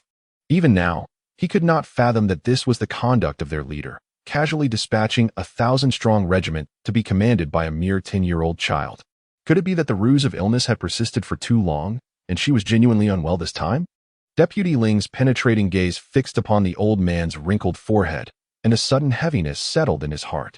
Chapter 30. The unmatched princess. The soldiers whom Lan Shuying had mockingly referred to as refuse ultimately dared not voice their indignation. Despite a few wishing to glare daggers at her, she regarded them with utter indifference, leaving them no choice but to depart in discontented silence from the venue. However, they would eventually realize that this was not the end. The old gentleman, having observed everything, profoundly remarked to those around him that the Ling Tian army was not a place that accepted all manner of refuse. The individuals nearby exchanged knowing glances. Thus, when those dismissed by Lan Shuying felt a sense of relief, grateful to be free from the dictates of a mere child, what awaited them was, in fact, the fate of exclusion from the Ling Tian army. By the time Lan Shuying became aware of this matter, several days had passed. After a moment of contemplation, she understood. The old gentleman had anticipated that she would not tolerate having a group of scoundrels under her command. Hence, he deliberately included them to test her discernment and to utilize her hand in purging the Ling Tian army. Had her rank not been so modest at present, the cleansing would have yielded even better results.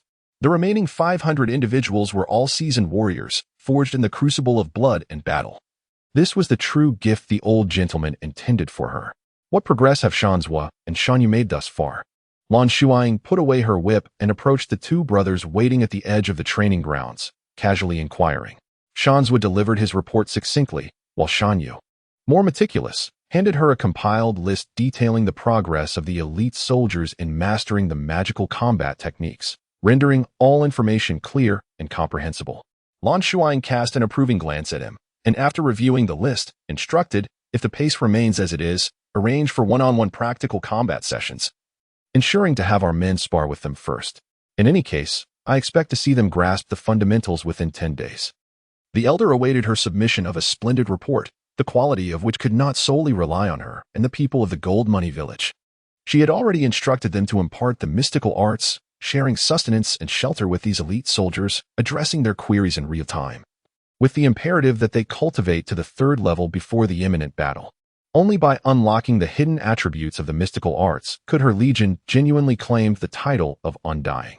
Simultaneously, she continued to refine her martial skills. Bearing the legacy of the Dugu family, mastering the Overlord's halberd technique was indispensable, as it was a testament to her identity. After witnessing her practice, the elder's suspicions dissipated entirely, and his demeanor became notably more amiable. He even offered to provide her with an additional 500 elite soldiers. However, Lan Shuying graciously declined his generosity, expressing gratitude for Grandfather Ling's goodwill. Indeed, her ranks were currently modest, and while reinforcements were essential, she insisted that once Xiao earned sufficient military merit, Grandfather Ling should not be stingy. This banter elicited hearty laughter from the elder, who praised her as an impressive young talent. A few shadowy figures had accompanied her to the Ling Tian army since the day the flying fish appeared. And the previous night, just before sleep, she noticed one less presence in the shadows, suggesting a return to report. She turned over, her gaze distant and elusive in the darkness. Upon awakening, Lan Shuying discovered Shanyu waiting for her at the door. Typically, this time was reserved for her morning runs. Yet today the camp was unusually quiet. What could be the matter? The Xuanjiao army has arrived. Shanyu's eyes sparkled with admiration and longing. Indeed, how many young men from the Western nations did not idolize the Xuanjiao army? Lan Shuying inquired, how many have come, and for what purpose? It was none other than the long-unseen Deputy General Ling who responded to her query. General Flying Fish has arrived with the entire new recruit battalion, insisting on meeting you. The gaze of the old Deputy General toward her was laden with complexity. General Flying Fish, one of the 10 esteemed generals under the celestial martial throne, was currently engaged in conversation with the old commander. In terms of military rank, they were considered equals, however, when it came to martial prowess and status. Even the seasoned General Ling could not quite measure up to the illustrious general. The fact that he had come specifically to see young Master Dugu, accompanied by a contingent of several hundred, suggested that this matter held significant weight. Furthermore, when General Flying Fish mentioned young Master Dugu, his demeanor conveyed a blend of camaraderie and subtle respect, shrouding their connection in mystery. "See me?" Lan Shuying said, pointing at herself in bewilderment. After a moment's contemplation, she replied, "Very well, I will change into something more appropriate." She hurriedly shed her training attire and donned a more dignified outfit before proceeding to meet her guests. Along the way, she spotted Lu Feng, who stood proudly before the neatly arranged ranks of the Xuanjia new recruits, clearly thriving in his role. Truth be told, the Xuanjia military's training camp was an admirable establishment. The recruits exuded an imposing aura and demonstrated strict discipline, even surpassing some of her seasoned soldiers who had seen combat. She could hardly suppress her envy. Upon meeting General Flying Fish, she was truly taken aback. "These 500 new recruits will belong to me from now on," Lan Shuying exclaimed in disbelief. Had she truly heard correctly? It seemed that fortune indeed smiled upon her, as she had only just envied the excellent training of others. And now the fruits of that labor were to be hers. General Flying Fish shot her a glance, inquiring, "Do you not wish for them?" I do. She eagerly affirmed. "I am merely concerned about your potential regret. Who isn't aware that a new recruit camp only produces 2 batches in a year?" She mumbled this as she unreservedly accepted the 500 Xuanjia soldiers, comparing the situation to farming, where one reaps 2 harvests annually. The old gentleman's expression shifted numerous times. A lump lodged in his throat, rendering him speechless. However, Lan Shuying took the initiative to address the matter. "But I reside on Grandfather Ling's territory. Accepting these Xuanjia soldiers like this may not be received well. Moreover, these soldiers are seasoned fighters, requiring substantial sustenance.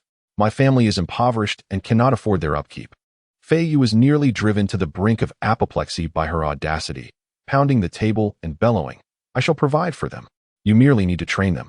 If any insolent wretch dares to disobey, let them come and stab me. Will that suffice?" This was his way of assuring the old gentleman that he would take responsibility, allowing for the narrative that he was merely overseeing their training while also promising Lan Shuying that these 500 men were unequivocally hers. Who would dare to dispute that? With him backing her? Lan Shuying's eyes sparkled with delight as she replied, "Now that is more like it." Thus, the matter concerning the livelihood and allegiance of these 500 soldiers was settled. The old gentleman cautiously interjected, "Might I inquire as to the relationship between General Fei Yu and Yaoer?" Upon hearing the name Yaoer, Fei Yu felt a sense of discomfort, and the sight of her disguise, which concealed her true identity, only intensified his unease. Ultimately, under her suggestive gaze, he reluctantly admitted, "This lad once saved my life. I heard he is here under Commander Ling's command, so I came to pay a visit, bringing along this batch of recruits." This, too, was in accordance with the prince's wishes. The new recruits of the Xuanjia army are all meticulously selected, with even the least among them being a rare gem. Among them are those who are proud and haughty, as well as noble offspring, yet they have all been subdued by her subordinate, Lu Feng. Consequently, they have been sent to her for instruction, allowing her to test the veracity of the secrets of the magical techniques she speaks of. "I will leave one person for you, exceptionally capable. During my absence over the past year, he has been managing the new recruits. You may discuss matters with him. Romu, come here." Fei Yu beckoned. A tall, handsome youth with bronze skin obediently approached. Upon seeing him, Lan Shuying felt a sudden stir within her heart. Chapter 31. The Unparalleled Princess. She recalled a certain matter concerning the male protagonist of this world, Yelua Lei.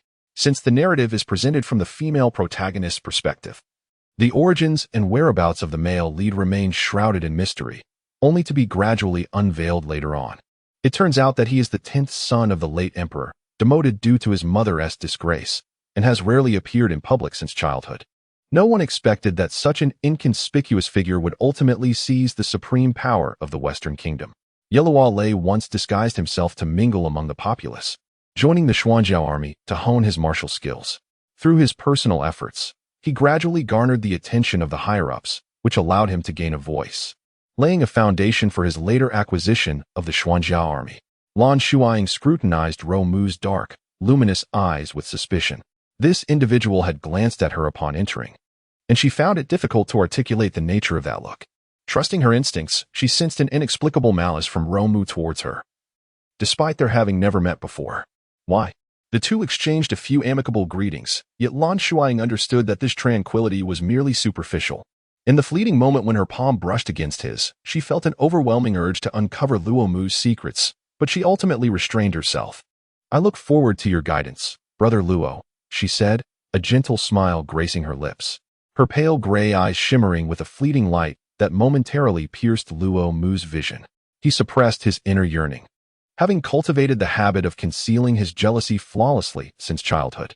With a courteous bow, he humbly dismissed her praise, engaging in pleasantries about mutual learning and progress. He noted that his role in managing the new recruits was likely a mere elevation by Fei Yu's words. In truth, he was not yet entrusted with significant responsibilities, mostly handling logistical matters, while the true leader of the new recruits was Lu Feng, which provided Lan Shuying with considerable reassurance. Since Fei Yu was willing to send someone over, she was more than willing to impart the knowledge of the Mo Xiang technique.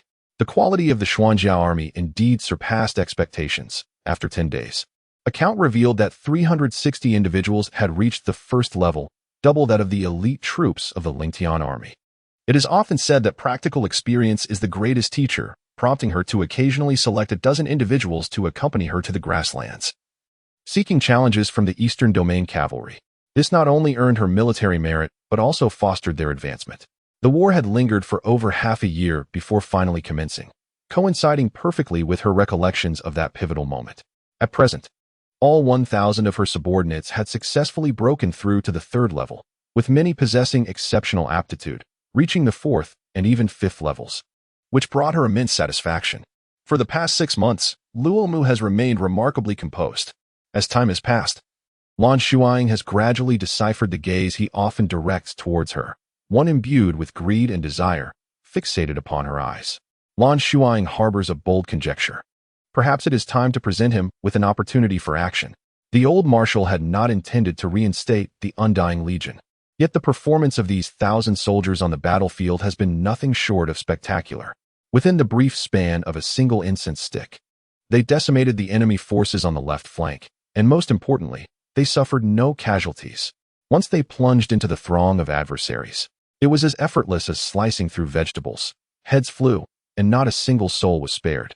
Their military prowess was unmistakable, marked by the distinctive scar on their necks. A fatal blow that severed heads was indisputably the handiwork of the Undying Legion. Ordinary soldiers tire quickly in prolonged battles, yet the Undying Legion thrives under such conditions. The longer they fight, the more invigorated they become, as if they have consumed the essence of life itself. Even minor wounds heal at a visibly rapid pace. They are not mere soldiers, but rather specters of death. A naive cavalryman from the eastern regions, overwhelmed by fear, lost his composure and fled on horseback, causing immediate chaos within the ranks. An eastern commander swiftly rode over and cleaved him in two, fiercely proclaiming to those nearby, "Those who abandon the formation and sow discord among the troops shall face ruthless execution." The sound of galloping hooves grew frantic as they halted near him. Sensing an unusual tension, he raised his gaze to find a young commander clad in silver armor, smiling serenely at him. His striking beauty and innocence coalesced into a unique aura, with an air of nobility evident in his features. Such a child ought to remain adorned in splendid garments within a gilded cage, rather than venture into this realm of blood and fire. "Are you the commander of the Eastern Domain, Tielmu?" "Indeed. And who are you?" Tielmu's tiger-like eyes widened. "Haha, I am the harbinger of your demise." No one discerned how swiftly the young general acted. In an instant, Tielmu's head soared into the air, retaining the furious expression he wore moments before. Eyes wide open in death, blood splattered upon the heads of the Eastern Domain soldiers, enveloping the area in an eerie silence. Lan Shuying unfurled her long whip, now in its ordinary form, ensnaring Tielmu's severed head and securing it onto her steed with a few deft motions, laughing heartily thrice as she galloped away. She harbored no fear of war. Instead, she feared that the fervor of her blood might hinder her performance. Having slain Tielmu, many more elites awaited her, promising a bounty of military accolades. Her next target was a commander draped in a blue cloak, whose helmet bore a resemblance to Tielmu's. That man, too, succumbed within 3 breaths. The silver-armored young general, along with the indomitable legion, became the everlasting nightmare for all surviving soldiers of the Eastern Domain in that battle. The old marshal could hardly fathom the extent of Lan Shuying's prowess, and with a lingering sense of doubt, he once drew her aside to a secluded place and inquired, "Yaoer, why do you not employ the Overlord's halberd technique?" The Overlord's halberd technique is an exquisite secret art reserved for those of the esteemed Dugong lineage. In days of yore, every male descendant of the Dugong family wielded a long halberd upon the battlefield. At the height of the Dugong's might, the enemy dared not engage. They would flee at the mere sight of their banners, a testament to its formidable power. Indeed, the whip techniques displayed by Yaoer are quite exquisite. However, if one were to forsake the family's martial arts in pursuit of another's skills, it would be deemed contemptible by the old marshal. Lan Shuying sighed, her delicate face clouded with sorrow. "Grandfather Ling, I have my reasons." The old marshal hesitated for a moment before continuing to inquire.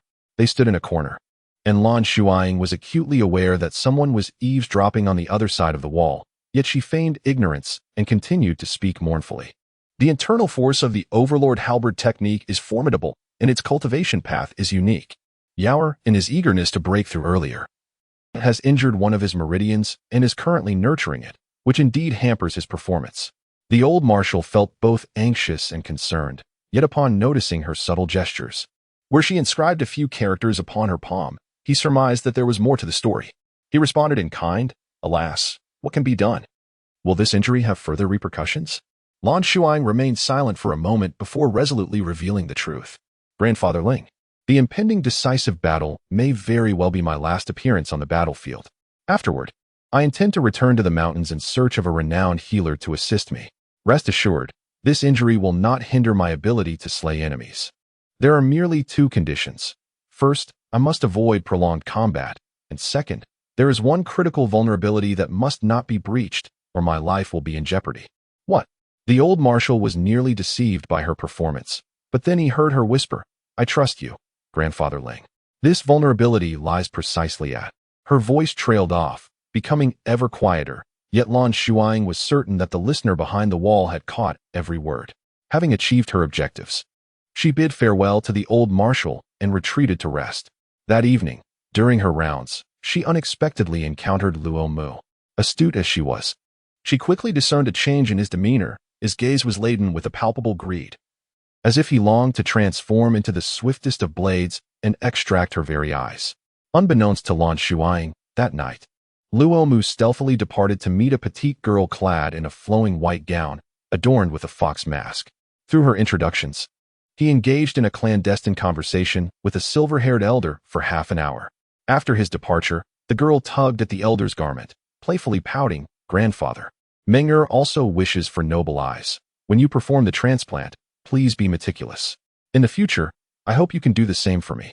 The girl blushed, her cheeks a rosy hue, as she dreamily expressed, "With noble eyes, those highborn ladies would no longer dare to gossip about me, and His Highness, the Jin Wang, would surely favor me more."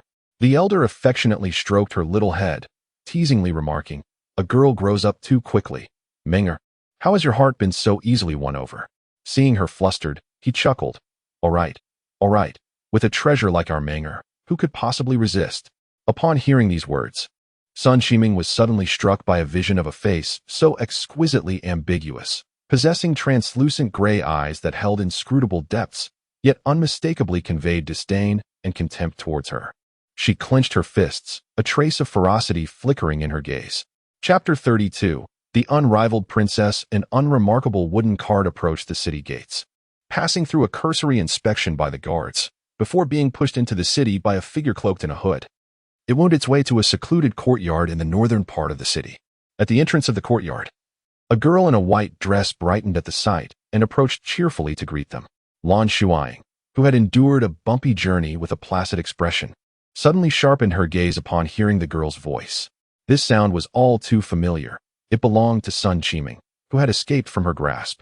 The current state of the girl appeared dire, her clothing tattered and her body injured, with remnants of some drug still affecting her, rendering her somewhat weak. Luo Mu had abducted her from the battlefield, stripping away her silver armor and cloak, leaving only a scant layer of inner armor beneath, which was a pure white garment. A gruesome wound marred her side, where a dagger had once been plunged, hastily removed and bandaged by Luo Mu. Blood had stained the white garment, and the coarse fabric rubbing against her flesh hinted at the horrific scene concealed beneath. Luo Mu was cautious, refraining from speaking outside the courtyard. Instead, he maneuvered the cart into the yard and securely closed the large gate before untying the semi-conscious youth bound beneath the cart. Time was of the essence, for this individual held significant status, and they would soon be discovered in the city. He urged Sun Darren to act swiftly. His words were rapid, and although he addressed her with a title of respect, his demeanor and tone revealed little reverence. Sun Shuying gazed at him as he lifted the unconscious figure, her small face tinged with confusion. The young boy was cradled in Luo Mu's arms as he passed by, yet she failed to catch a glimpse of his features. In the dimly lit chamber, Dr. Sun beckoned her to assist him. Sun Qi dreamed of her grandfather successfully completing the surgery, envisioning a future where she might have the opportunity to procure a pair of eyes esteemed by the Westerners. Thus, she obediently complied with his every request, diligently noting the preparatory procedures and necessary herbs. Dr. Sun had encountered references to eye transplants in ancient texts, which stated that the ancestral Westerners possessed heterochromia, some naturally occurring while others were a result of ancestral traits. These unique eyes differed from ordinary ones and could be transplanted, albeit requiring rare materials and imposing high demands on the practitioner. Dr. Sun became enamored with this formula. However, every individual he knew with gray eyes hailed from noble families, none of whom were within his reach. It was then that Luo Mu approached him, revealing the existence of a heterochromatic individual devoid of familial protection. The two quickly found common ground and devised the kidnapping scheme. Dr. Sun would supply the potion, while Luo Mu tampered with Lan Shuying's meal, feigning support and deftly avoiding the crowd's gaze as he plunged a dagger into the vulnerable spot he had disclosed to General Ling. He also arranged for a suicide squad to infiltrate the Ling Tian army, seizing the opportunity to abduct the pair amidst the chaos, leading to the scene at the city gate. Luo Mu and Lan Shuying lay on adjacent beds, with Lan Shuying's eyes tightly shut, appearing as if rendered unconscious by a narcotic. Sun Qi was ordered to remove the rag from Lan Shuying's mouth and secure her to the bed. Upon catching a glimpse of the other's face, Sun Qi staggered back several steps, her eyes wide with terror, as if she had encountered a specter. What was happening? Dr. Sun set down the medicine bowl and gazed at his beloved granddaughter, Sun Shuying, whose face was ashen. Grandfather, I fear him. Fear? Both Dr. Sun and Luo Mu were perplexed. The figure on the bed was merely an unconscious child, albeit one of striking beauty. What was there to be afraid of? Those who commit no wrongdoing need not fear the knocking of ghosts at their door. Sun Shuying, did you ever consider, when you pushed me down, that I would return to seek you out? Suddenly, the unconscious Lan Shuying opened her eyes. Calmly, she sat up, removed the ropes binding her, and smoothed her wrinkled garments.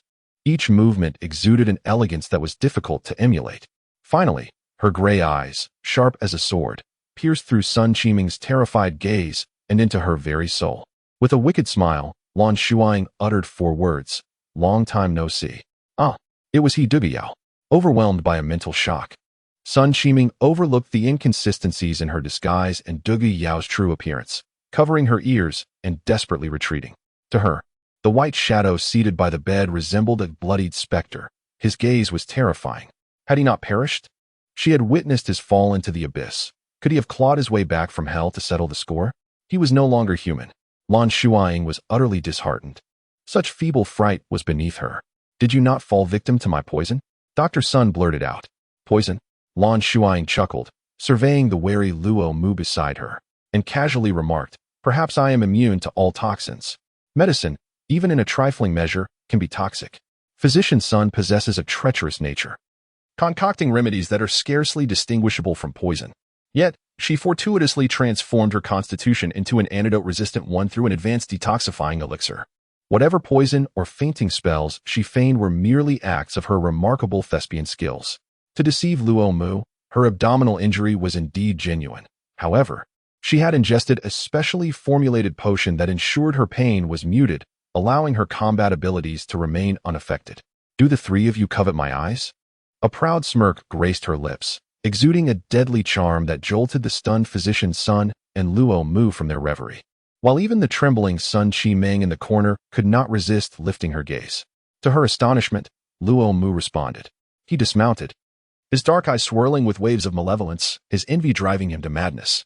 His heterochromatic gaze had rendered him a target of contempt and neglect from the late emperor and the aristocracy, with even the palace attendants daring to look down upon him, labeling him as the evidence of his mother's infidelity. Despite his relentless studying and excellence in various pursuits, he garnered no favor from the late emperor, receiving neither praise nor recognition, but instead becoming a target for the other princes, narrowly escaping death multiple times within the palace's treacherous confines. Thus, when those individuals approached him, he fled without hesitation, thriving among the common folk. Later, prompted by dubious companions, he set his sights on the Xuanjia army, striving to gain entry. Within merely 2 years, he caught the attention of the esteemed General Fei Yu. Luo Mu envisioned that, should he persist, there would come a day when he could stand before his royal uncle, King Tianwu, and upon receiving the latter's acknowledgement, he could carve out a destiny of his own. Yet, inexplicably, his plans were thrown into disarray. It is entirely the fault of this little rascal. What is this so-called undying legion? It is merely a child's game, yet it has cost him his future. How could Luo Mu possibly refrain from feeling anger? He disregarded the illustrious achievements of the Undying Legion, solely attributing his misfortunes to Lan Shuying. Since his future has been ruined, he shall demand recompense through this pair of extraordinary eyes. He would never return to the Xuanjiao army. After acquiring these eyes, he would return to the palace and pledge his loyalty to his elder brother. With ancestral traits, he could prove himself a scion of the Yarrow lineage. And coupled with his abilities, his brother would surely accept him, allowing him to assist in solidifying the throne. Once the floodgates of conversation were opened, astonishing revelations poured forth from his thin lips. The esteemed physician's son and his grandson were rendered numb, while only Lan Shuying listened with keen interest, occasionally engaging him in dialogue. Luo Mu began to sense something amiss. Why was he conversing with this little imp at such a critical moment? Shouldn't he be swiftly subduing him? The acquisition of these extraordinary eyes was paramount. Silence, just be silent. This cannot be spoken of, nor that. Enough. Cease your words. He frantically slapped his own cheeks, yet it was futile. The truth continued to spill forth unabated. This included his true identity, his dark childhood, how he had escaped into the common world with assistance, and his ulterior motives within the Xuanjiao army, among other revelations, until he proclaimed that once his goals were achieved, he would eliminate Lan Shuying and the Sun family duo who had lost their extraordinary eyes. Outside, the Tianwu king and Fei Yu trembled with fury. Marshal Ling entrusted the post-war matters to the old deputy general, while he himself, accompanied by his personal guards, sought out Lan Shuying. Listening to the voice within that had spoken excessively, rendering it hoarse, he felt an overwhelming surge of anger, his fist clenched tightly, making a cracking sound. Wishing to burst through the door at that very moment, the Lord of Dongyang stood beside him, pale and trembling, unable to withstand the increasingly oppressive atmosphere radiating from the formidable figures. Chapter 33, The Unmatched Princess 32, Second Update. Luo Mu's complexion grew increasingly grim. He even resorted to covering his mouth with his fist, yet indistinct words continued to spill forth, viscous saliva dripping from the corners of his mouth onto his chest, rendering even his previously handsome features grotesque. Enough is enough, thought Lan Shuying, snapping her fingers. The wooden door was violently kicked open. Fei Yu withdrew his foot from the door that had been punctured, his face slightly awkward, but no one noticed his blunder. All eyes fixated on the terrified youth who continued to babble incessantly. Luo Mu turned to flee through the window, only to be directly pulled back by King Tianwu, who seized him by the wrist. Staring intently at Luo Mu's face, King Tianwu suddenly grasped at the edge of something, and with a tearing sound that was grating to the ears, he revealed a half-formed mask of human skin, as delicate as a cicada's wing. Blood trickled from Luo Mu's face, the mask now discarded, unveiling his pale skin beneath. King Tianwu studied the eerily familiar visage, his mind racing through memories, piecing together Luo Mu's earlier declarations. In a voice as deep as a funeral dirge, he intoned ominously in Luo Mu's ear, each word resonating like a death knell. Yarrow, do you dare to claim kinship with the royal family of the Western Kingdom? Your Highness, I have erred. It was a fleeting thought that led me astray. I believed that by merely donning that, I could escape the ridicule of the palace attendants and avoid the scorn of my brethren. All I desired was to live with dignity. Luo Mu realized that he had regained control over his speech, kneeling before the sovereign, tears streaming down his face in a pitiful plea. Yet, the gaze of the king of Tianwu remained impassive, unmoved by the display. Had this young man targeted another, perhaps the matter could have been mitigated. However, he had kidnapped his own flesh and blood. If this were not a trap set by Xiang, if she had genuinely fallen victim to their scheme, would she not now be bereft of sight, or worse, lifeless? His silent fury communicated to all present that he would not intervene in this affair. As a pillar of the royal family, regarding the fate of the Yi Luo clan, he could offer no more than this. Yet, deep down, a desire to see the young man meet a gruesome end festered within him. It was untenable. The king of Tianwu cast a bitter glance at Lan Shuying, who was preoccupied with tending to her wounds. As long as the young girl remained reticent, he could not disregard her wishes and reveal her true identity. This was a price he had unwittingly paid. Lan Shuying, showing no signs of being an outsider, rummaged through the esteemed collection of Physician Sun and procured an exceptional healing balm. After treating her own injuries, she gradually approached the king of Tianwu. Meeting her father's fervent gaze, she offered a gentle smile and bowed, saying, "I am Dugu Yao, and I have the honor of meeting His Highness, the king of Tianwu." In that instant, the light in the king's eyes dimmed, a bitter taste filling his mouth as he reached out to support her. This was not their first encounter. However, since her departure from home, it was the first formal meeting between father and daughter. Lan Shuying, in her capacity as a descendant of the Dugong family, paid her respects, which could be interpreted as her refusal to acknowledge this unworthy father, or perhaps as a demand for an explanation regarding the past of the Dugong lineage. "My child, why the formality? Are you gravely injured? Does it still hurt?" His affectionate demeanor stunned everyone present, save for Feiyu. It seemed he was reluctant to clarify matters with her. Lan Shuying curled her lips in a half-smile, evading his hand and rising on her own. She pointed at the stunned Luo Mu and posed a challenging question. "This individual, as a member of the Undying Legion, has conspired against the commander and committed an act of treason. What punishment should he face?" She had indeed presented the assembly with a formidable dilemma. It was true that, according to Luo Mu's own words, this youth was her subordinate. He had disregarded the conflict between their nations, plotting against the commander in the heat of battle, and had brought him here solely to seize her eyes. Such treacherous behavior surely warranted the most severe of punishments. Yet, he was the 10th prince of the late emperor, and aside from His Highness the Tianwu king, who among them possessed the standing to administer justice upon him? Xiang, the Tianwu king's words were abruptly interrupted by her piercing gaze.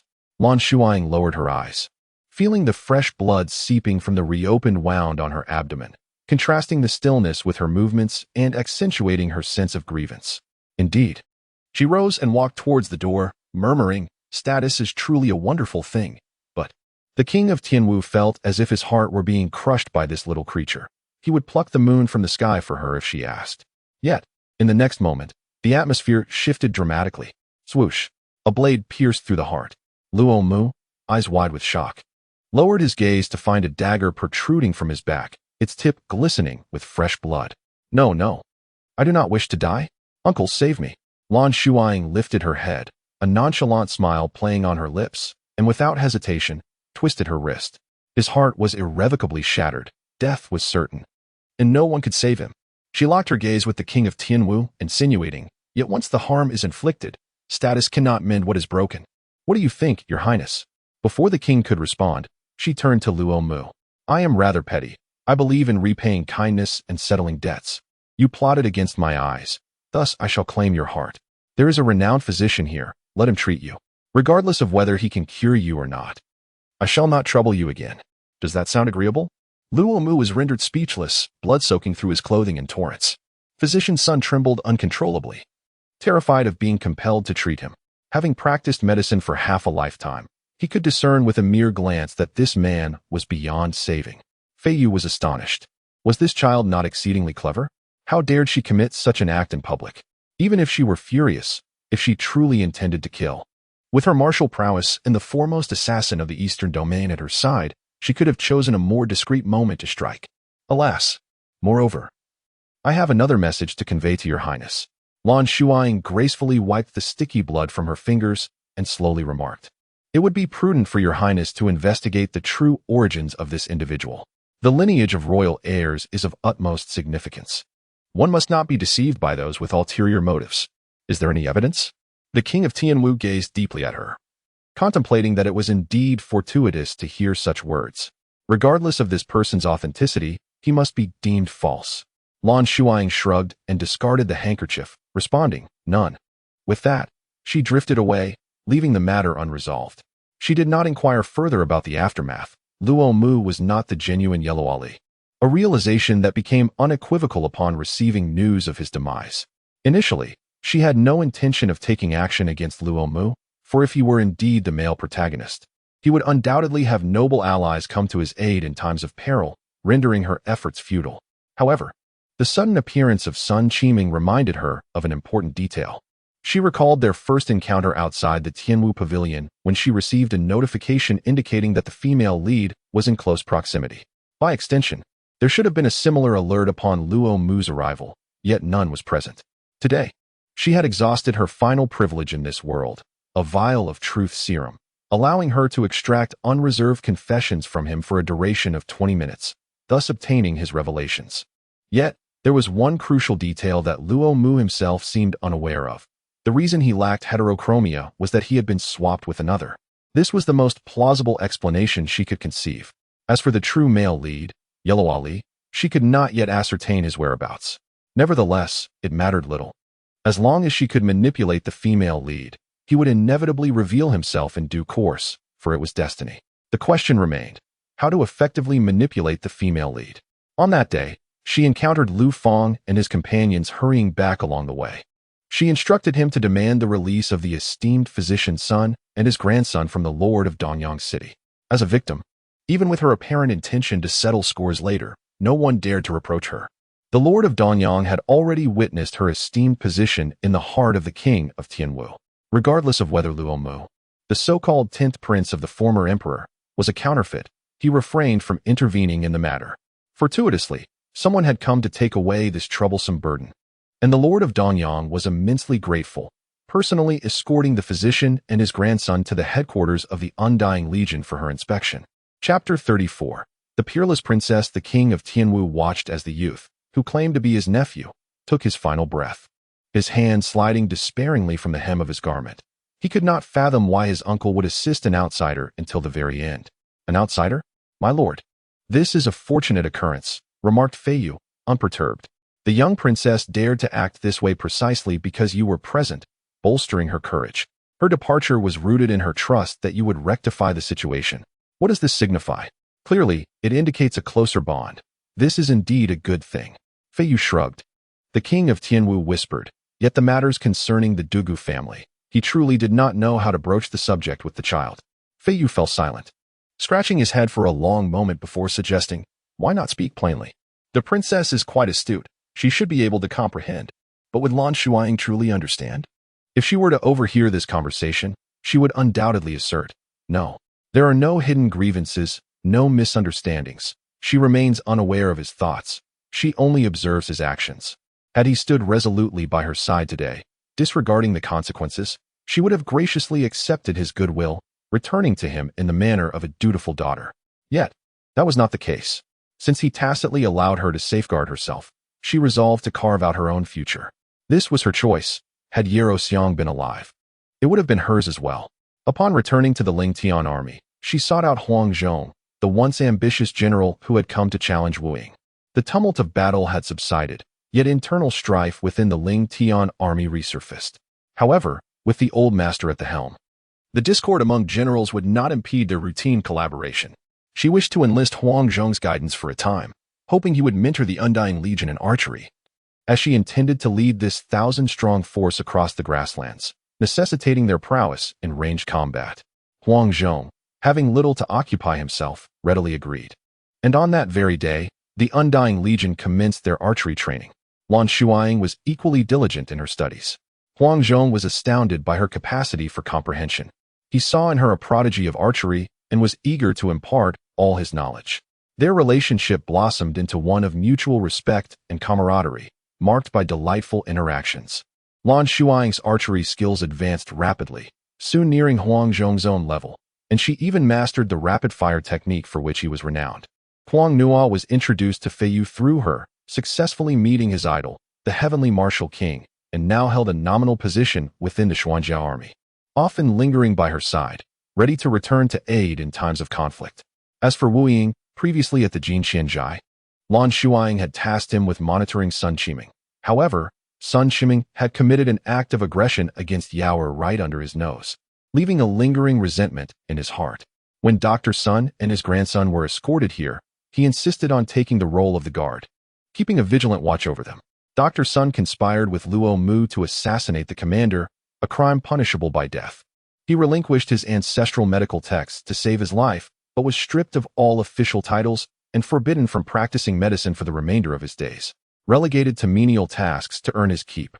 Lan Shuying, as an accomplice, was sentenced to receive 10 public lashes, which not only brought her shame but also inflicted serious injury, leaving her bedridden with a persistent high fever. While rumors circulated about her grave condition, Lan Shuying merely scoffed at the notion. How absurd! The misdeeds of one can echo through the ages. Yet she had never heard of a female protagonist so fragile as to succumb to a beating. Should she perish, Lan Shuying would immediately purchase firecrackers to celebrate for 3 days and nights.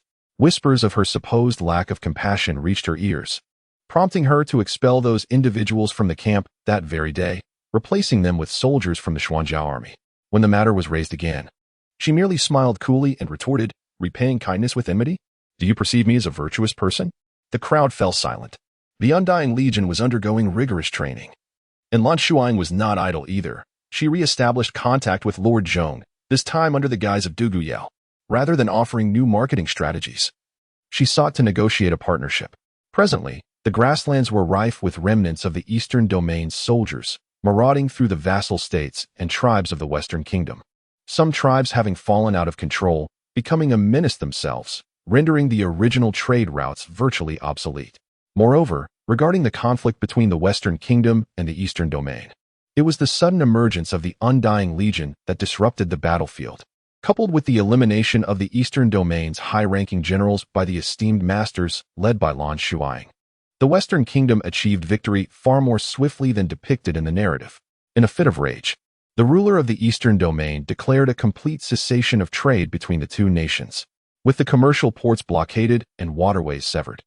The only passage left was through the grasslands, which, unfortunately, were also fraught with turmoil. It is conceivable that the value of the Eastern Domain's specialties would soar, inevitably prompting clandestine attempts by merchants to traverse the grasslands in pursuit of profit. Lan Shuying harbored similar intentions.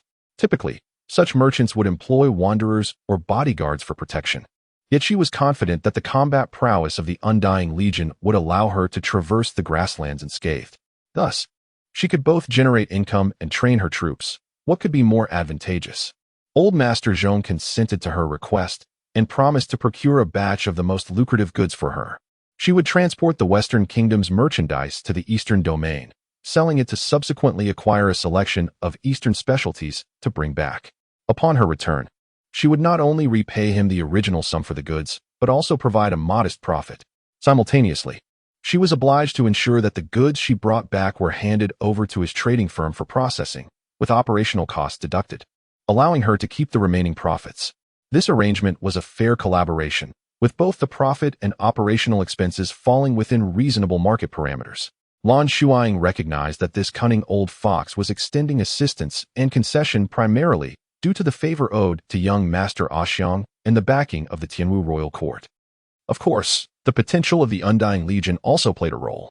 This heightened her anticipation for the Undying Legion's forthcoming achievements, as it would liberate her from reliance on the Tianwu royal court in her future endeavors. The day the goods arrived was indeed a double delight. Just as she finished counting, Huang Zhong burst in, brimming with excitement to share splendid news. Every member of the Undying Legion had passed his archery assessment and graduated successfully. Lan Shuying was overjoyed. However, this alone would not suffice for their departure. She had inquired and discovered that the 500 recruits who had traveled to Danyang City were accompanied by another 500 seasoned Xuanjia veterans, who had yet to leave. She had a vague understanding of the underlying reasons. After a simple breakfast, she briefed Lu Feng and the others before mounting her steed and galloping towards Danyang City, with her sights set on the Xuanjia army's encampment.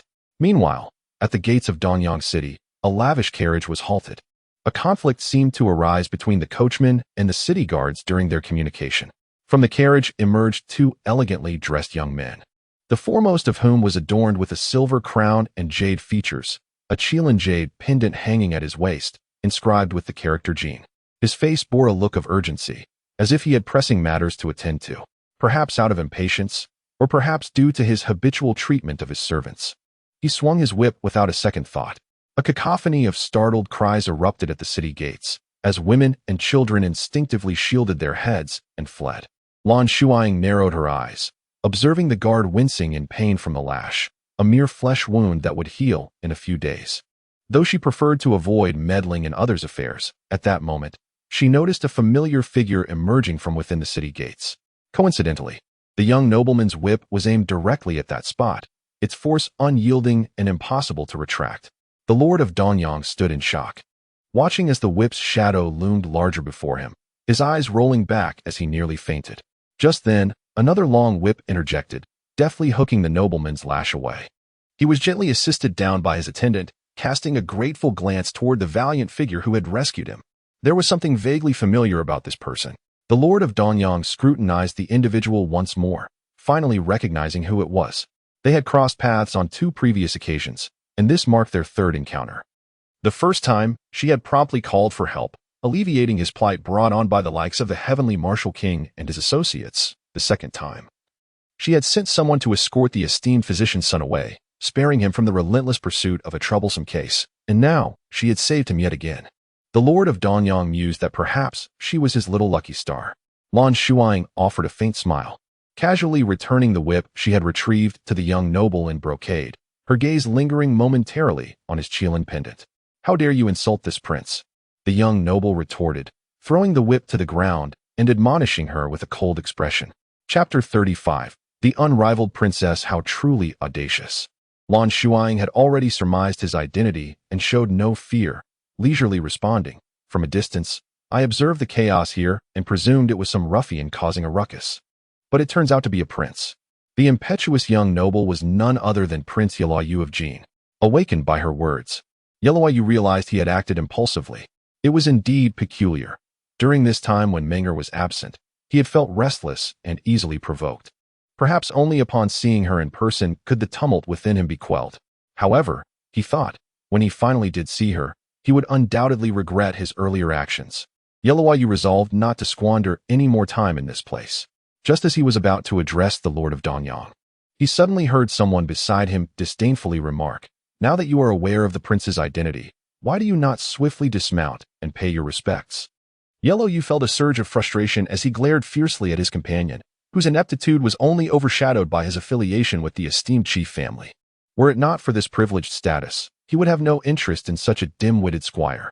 Regrettably, the individual he scowled at remained blissfully unaware, his expression one of unwarranted pride. The young knight, clad in silver armor, sat confidently upon his steed, surveying them from a position of superiority. The playful smile on his youthful face faded, replaced by a solemnity that hinted at a certain martial authority. Lan Shuying, undeterred, clasped her fists towards the western direction and spoke eloquently.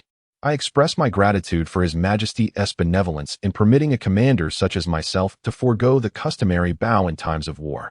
As a military officer, I am naturally exempt from such formalities, and I trust that the prince, in his kindness towards young warriors, will not take offense at this minor deviation." Since her return to the Tianwu royal residence, she had enjoyed ample sustenance and rest, and her genes had propelled her stature to new heights. Clad in perfectly fitted armor, she exuded an aura of vigor and confidence, leaving no room for ridicule. Yelayu felt a twinge of irritation, however, in the presence of onlookers. He caught sight of someone in the crowd scribbling notes. Damn it, were those spies from the censorate? He understood all too well that his title as prince was little more than a hollow distinction, devoid of power or troops, while the young warrior before him, adorned in garments of the 4th rank, could indeed justify his lack of formalities. His earlier outburst had likely been noted, and to engage further with this young general would only serve to diminish his own standing in the eyes of others.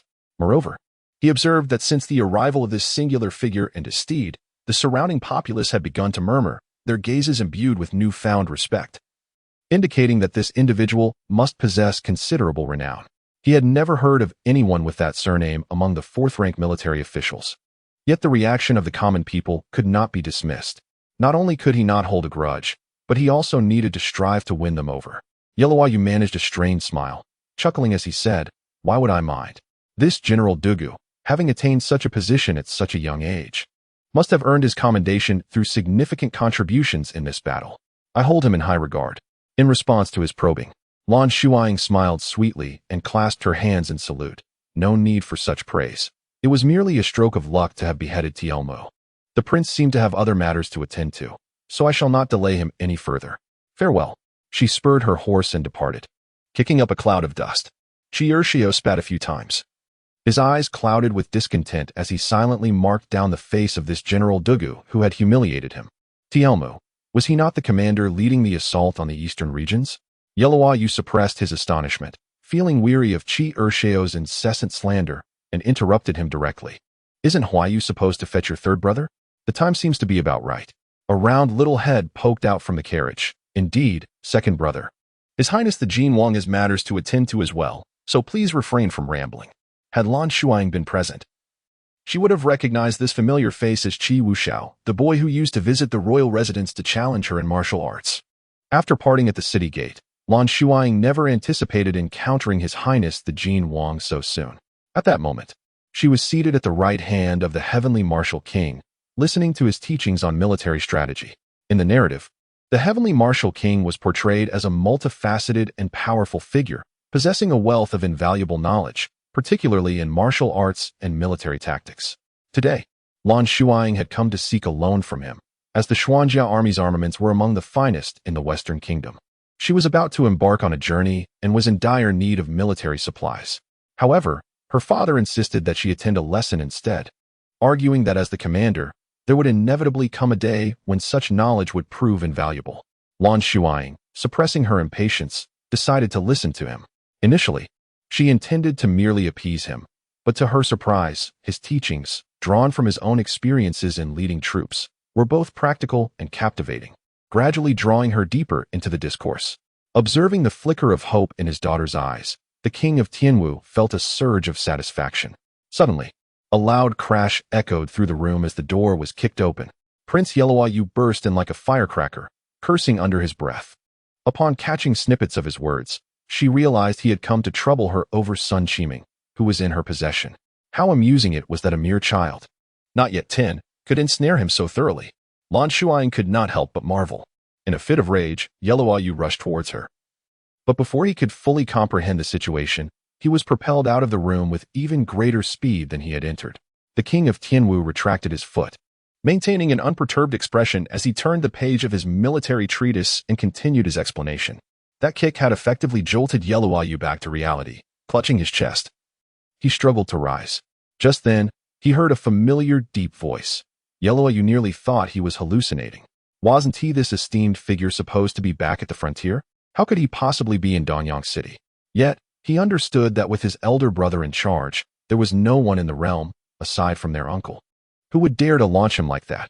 Yeluayu shivered, the fiery anger within him swiftly extinguished by fear, and, with a mournful expression, he crawled over to cling to the king's leg. Royal uncle, please have pity on your nephew. After much difficulty, I finally found a princess I cherish, only to have her captured. I heard she was beaten with 10 strokes. I cannot fathom her current state. My heart is heavy with sorrow. The king of Tianwu did not even spare him a glance, brusquely pushing the hand away from his leg. Yeluayu, feeling slighted, suppressed his displeasure and sought out Lan Shuying, his eyes glinting with veiled menace. General Dugu, could you possibly release my princess? Lan Shuying remained unfazed, engrossed in her tome. Replied, Princess? I'm afraid I do not know her. She is the granddaughter of physician's son, named Qiming. Oh, Lan Shuying suddenly comprehended. You must be referring to her. Alas, what you do not know, your highness, is that this audacious pair, grandfather and granddaughter, drugged me on the battlefield solely to steal my eyes. Consider this, if I were to let them go unpunished, would it not imply to the world that my eyes, or indeed my life, are trifles that anyone may seize at will? What then remains of the military prestige of our Western Kingdom? Yeluayu, having been indulged since childhood, found little camaraderie with his elder brothers, who were significantly older and had no common ground. The other brothers were deceitful, lacking any virtue. As for the noble youths and attendants who typically surrounded him, they merely sought to flatter him, rendering their company utterly uninspiring. Only Ming'er stood apart. She was clever and vivacious, brimming with delightful diversions, unlike anyone else, and he had resolved to make her his princess. He journeyed through dust and fatigue, all for the sake of Sun Qiming. At this moment, upon hearing Lan Shuying's tone of rejection, Anger surged within him, and he seized her without restraint, causing a commotion. Suddenly, two icy beams of death pierced through from behind, rendering him momentarily paralyzed. Chapter 36. The Unmatched Princess 35. Second update. The king of Tianwu fixated on the wrinkled sleeves of his daughter's attire and spoke in a somber tone. She shall remain with the Undying Legion, or be delivered to me tomorrow for execution as a public spectacle. Yeroyu was instantly silenced, pitifully sitting on the ground and gazing at the duo. The father and daughter, displaying an eerie calmness, treated him as if he were merely a decorative piece, and the lesson continued uninterrupted. As Lan Shuying departed, she cast a glance at him and sighed. Your Highness is deeply infatuated. The young general is profoundly moved. The night is still young. If your Highness has the leisure, perhaps a return to the barracks for a discussion would be in order, where you might also meet Miss Sun and alleviate your longing. Excellent. Yeroyu's eyes sparkled as he sprang to follow her. Inside the dimly lit room, the yellow glow illuminated the increasingly profound gaze of a certain old father. He had heard that the Undying Legion was recently seeking instructors. Perhaps he should try his hand at it as well. Lan Shuying, taking the initiative, invited the infatuated Prince Jin to indulge in some wine. Along the way, he enthusiastically extolled the virtues of Sun Qiming, praising her beauty, kindness, cleverness, and diligence, painting a picture of a delightful life spent in her company. Lan Shuying listened with rapt attention, and as Yeroyu became more animated, he found her increasingly agreeable, wishing to consider her a confidant. Until he encountered Sun Qiming, whom he had not seen for a while. A piercing scream shattered the tranquility. Lan Shuying leaned against the wall with her arms crossed and addressed the ragged, emaciated girl, saying, Sun Qiming, His Highness the Jin Prince has come to see you. Would you like to freshen up a bit and have a proper conversation with him? The frail girl lifted her head, her dirty face caked with layers of grime. A truly pitiful sight. In a feeble voice, she replied, I am called Arya, not Sun Sunday. She was one of the laborers working here. Lan Shuying patted her head and said, Your Highness, I apologize.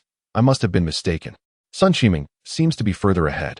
She walked past Arya, and Yi Luoyu, whose heart had been trembling with fear, seemed to come alive again as he hurriedly followed. Straightening his hair and clothing for the moment, he would meet his little goddess. Then, a more sorrowful wail echoed. Ming'er, no, return my Ming. Your Highness. Jin Prince, you have finally come to save Ming'er. From a side view, Sun Qiming, resembling a plump ball, abandoned the half-made garment. Overwhelmed with joy and tears streaming down her face, leaving two streaks of dirt that revealed her skin beneath was not much better than Arya's, a pallid yellow. Yi Luoyu, in sheer terror, took 3 large steps back, glancing around frantically, and finally leaped behind Lan Shuying as if she were his savior, exclaiming, You mustn't come any closer. De Guyao, this cannot possibly be my Ming'er, right? Did you make another mistake? The boy's gray eyes sparkled with a flicker of hope, tinged with a sense of grievance deep within. Lan Shuying gazed at him, pondering the irony that the dignified King Jin was now merely a spoiled child. Regrettably, she had to shatter his hopes, for in the narrative, he served as the heroine's support. Sun Qiming displayed a look of grievance, tears splashing into the wash basin. She was meant to evoke sympathy. Yet her current appearance rendered her utterly unacceptable to Yi Luoyu.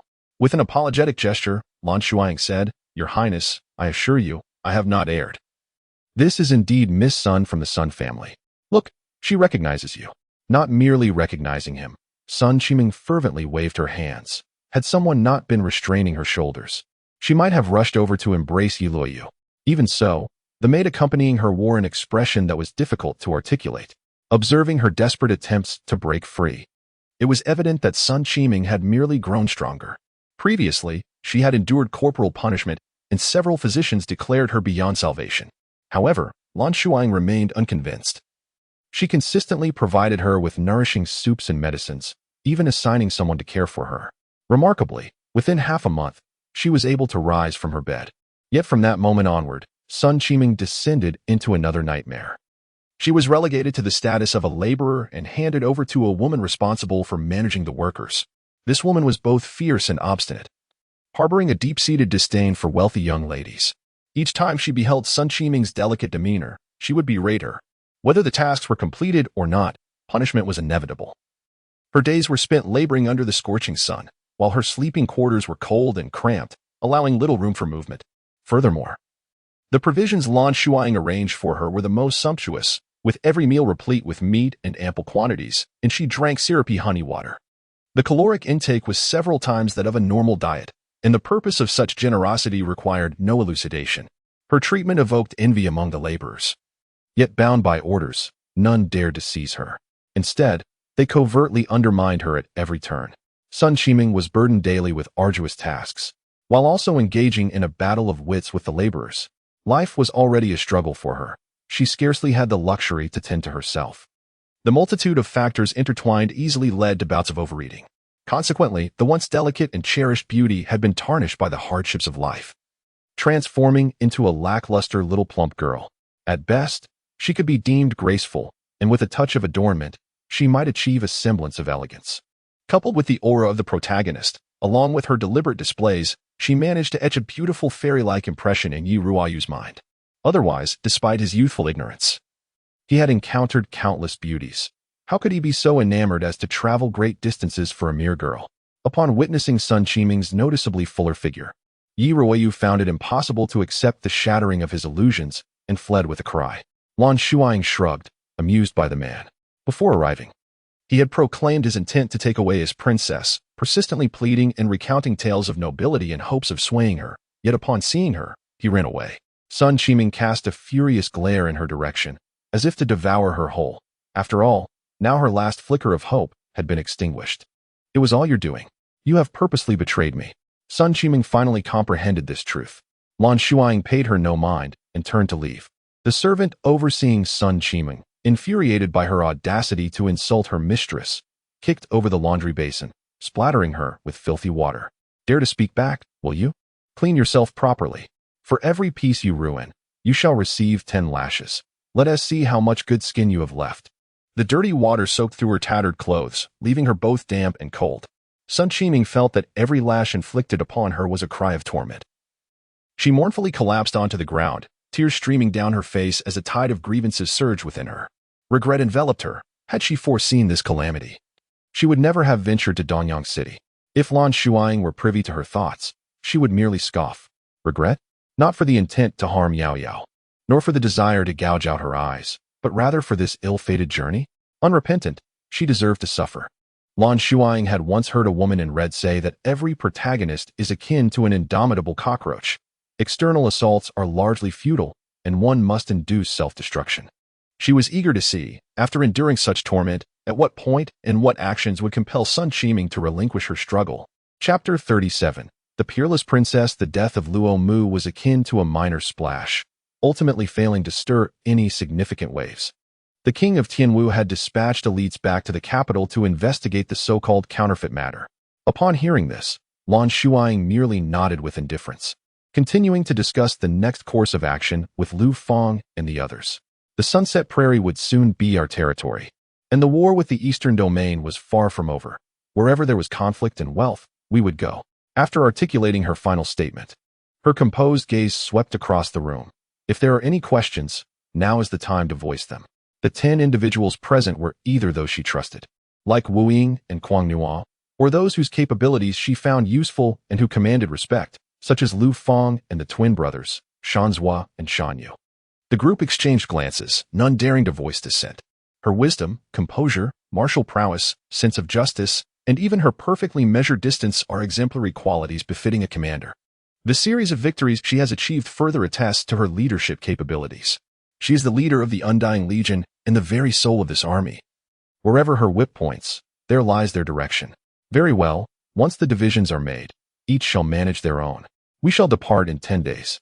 The king of heavenly martial arts has once again missed the opportunity to reunite with his daughter. This mischievous child concealed the news so well that it was not until the day of departure that she excused herself to practice outdoors, prompting a full mobilization.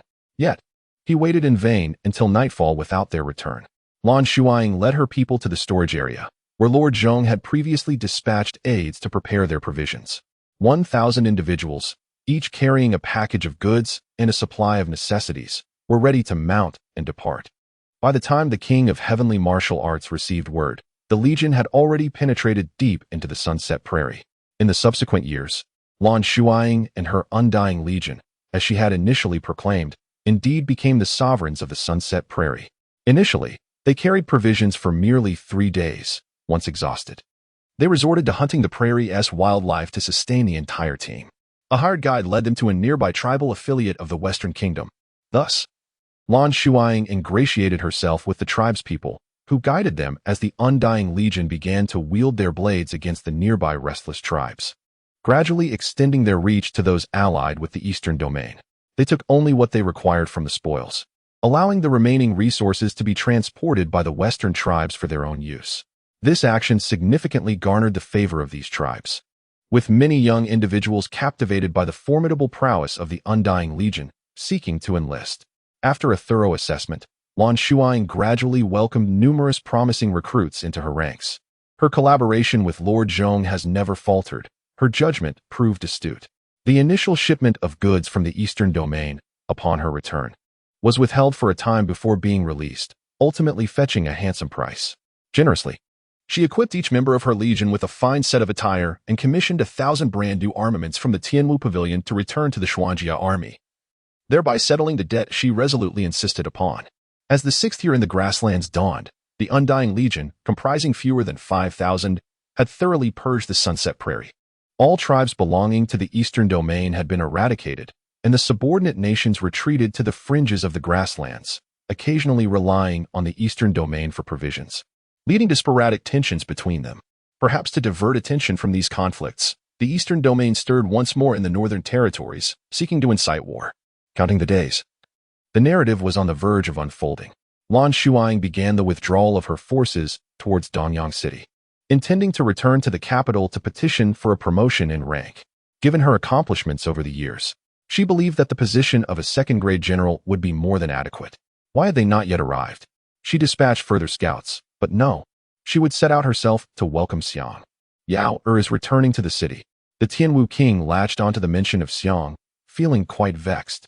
As he spurred his steed forward, at the edge of his vision, the first gallant horse appeared, racing towards him. The horse, sleek and magnificent, bore only 4 hooves that were entirely devoid of any blemish, a pure white that marked it as an exceptional steed. Upon its back sat a woman clad in yellow, her skin a warm honey hue, her features strikingly beautiful, with a braid dancing in the wind, exuding a spirit of elegance and vigor. As she galloped towards him, recognition dawned, prompting her to instinctively rein in her steed, dismounting to pay her respects. The once exuberant expression of the heavenly martial king visibly dulled. Lan Shuying, what brings you here?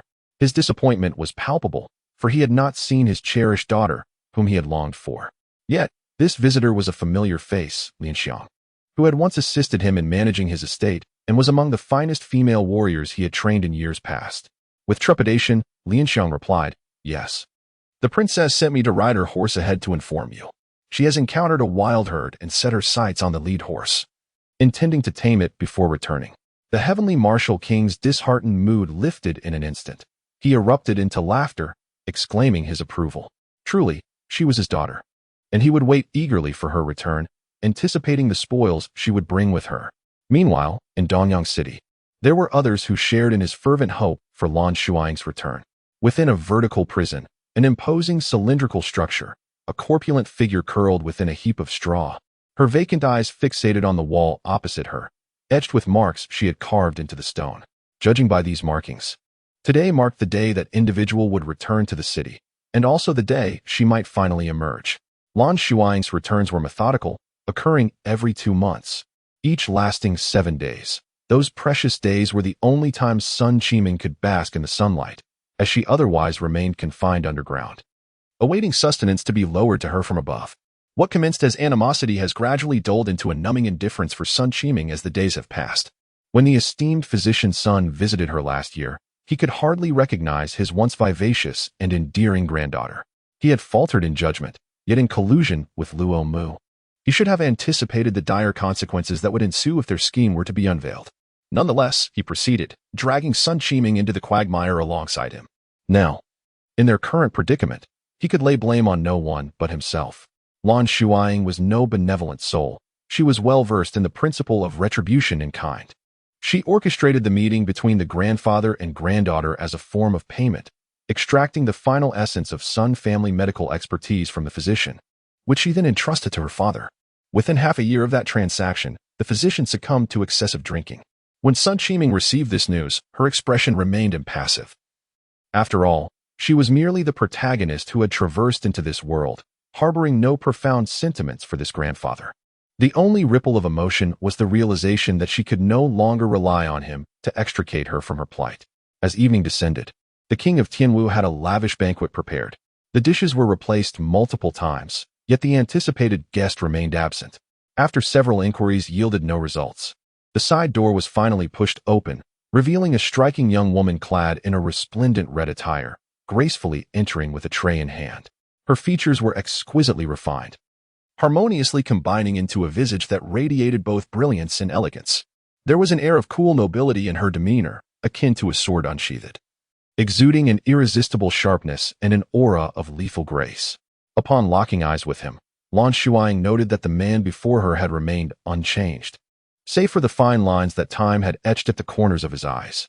Her gaze softened slightly, and her lips curled into a subtle smile, a gesture of acknowledgement. The heavenly martial king gazed intently, a surge of pride swelling within him, an intangible aura colliding all around, his eyes unwittingly moistening. Oh, the child has grown. Look at her demeanor, her bearing. If the opportunity arises, she ought to be taken back to the capital for all to behold. Who would dare assert she is not of the Yarrow royal lineage? Father, it's time to eat. Her simple 4 words brought a sudden moisture to the eyes of the ever-victorious hero. Very well. The heavenly martial king obediently lifted the lid, revealing a platter of snow-white dumplings, each exquisitely crafted, with hints of vibrant green peeking through. The swirling steam blurred his vision, seizing the moment.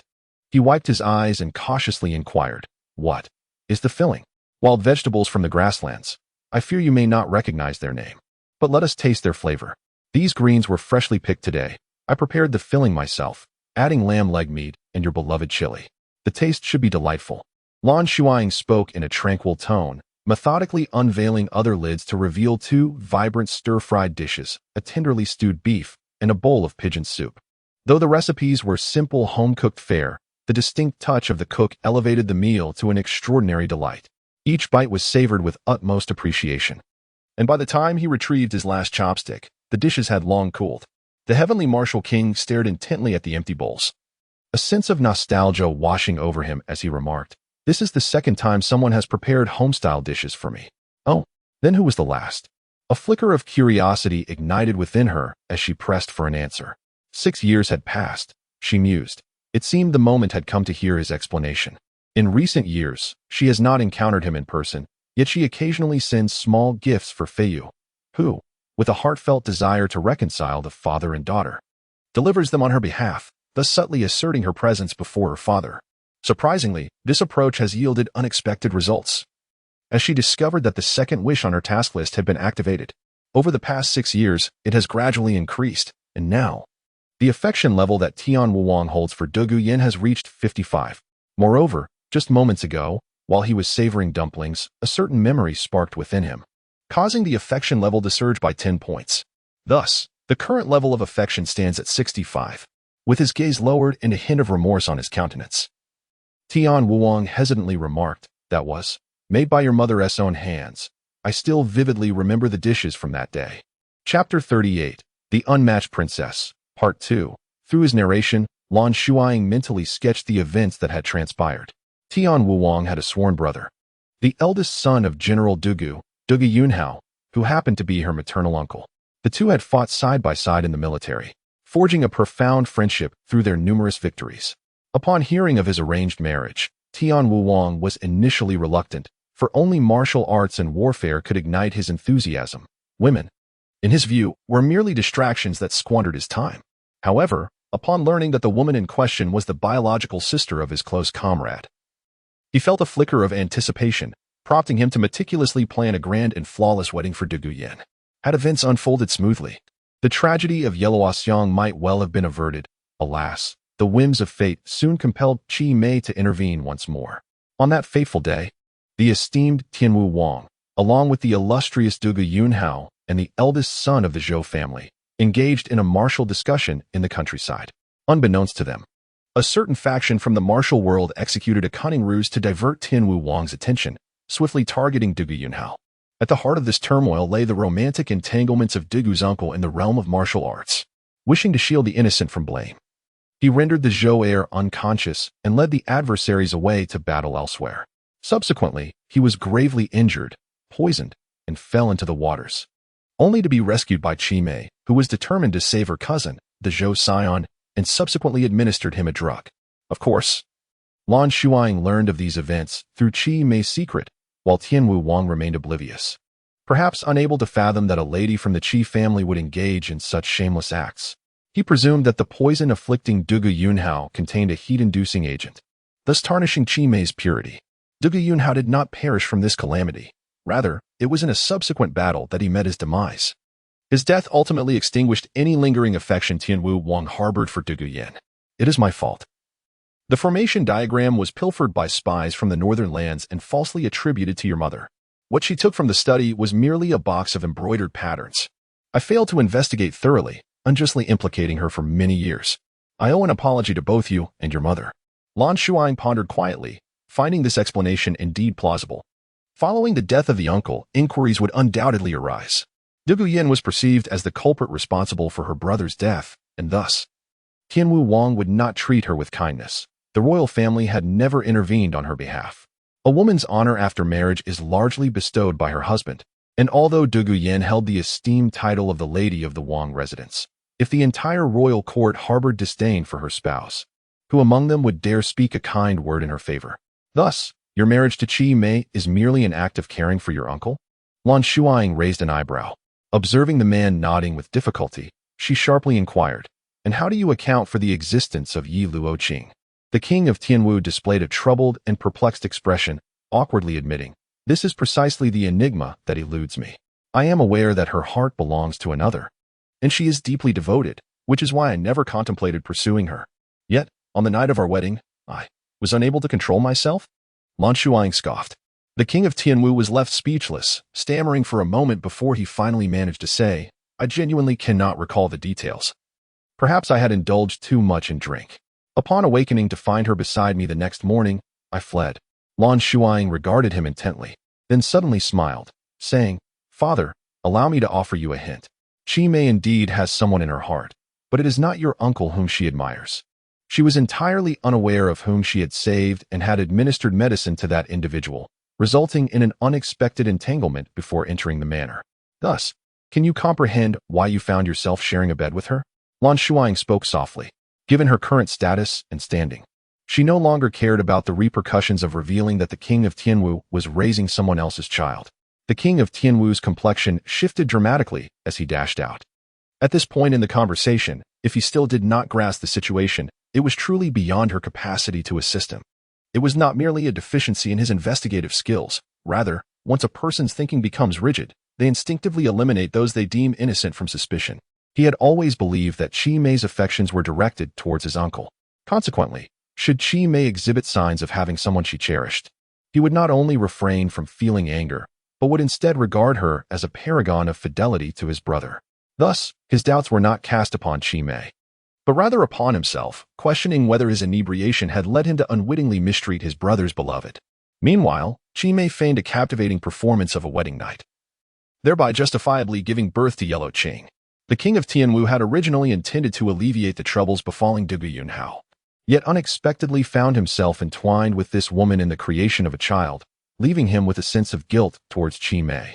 In the aftermath of Dugu Yunhao's demise in battle, resentment towards Dugu Yin grew within him, prompting his retreat to the borders, where he remained absent from the capital for many years. The circumstances within the residence remained an enigma to him. He chose to turn a blind eye and deafen his ears, which ultimately sowed the seeds of tragedy for the mother and daughter. To date, Lan Shuying had provided him with 2 pieces of intelligence, one concerning the impostor claiming to be the 10th prince, and the other revealing the true nature of Qi Mei. As long as he could extricate himself from rigid thinking and follow the lead she had offered, he would inevitably uncover evidence supporting her claims. She harbored no anxiety regarding his inquiries into her sources of knowledge. The fulfillment of Yellow Xiang's foremost wish signified that he had cast Qi Mei back to the Qi family, by asserting Qi Mei as Dugu Yunhao's widow. His decision to remove her indicated that his feelings of guilt towards Dugu Yin had begun to prevail. Over the years, as Yellow Xiang demonstrated increasing independence and excellence, achieving remarkable success, he felt a dual sense of pride and shame. For while Yellow Qing, as a daughter of the Tianwu royal household, lived a life adorned with splendor, she navigated a world rife with peril, rendering him hesitant to confront her with questions. After finishing her meal, Lan Shuying returned to her quarters and indulged in a delightful slumber. The following day, she descended into the dungeon to bring Sun Qiming up. 6 years of confinement had utterly robbed Sun Qiming of her former radiance. She resembled a lethargic and flabby mole, shunning the light and moving with a hesitant gait, her head perpetually bowed in shame. Lan Shuying grasped her chin, compelling her to gaze upon the visage she had transformed into, one resembling Duguyao. Sun Qiming, how have you fared lately? Upon hearing the first syllable, Sun Qiming began to tremble, desperately covering her ears and screaming, her eyes darting away, too afraid to meet Lan Shuying's gaze. How disheartening it was that fear had rendered her this way, yet she had not taken the final step to free herself. Lan Shuying, filled with disappointment, released her grip.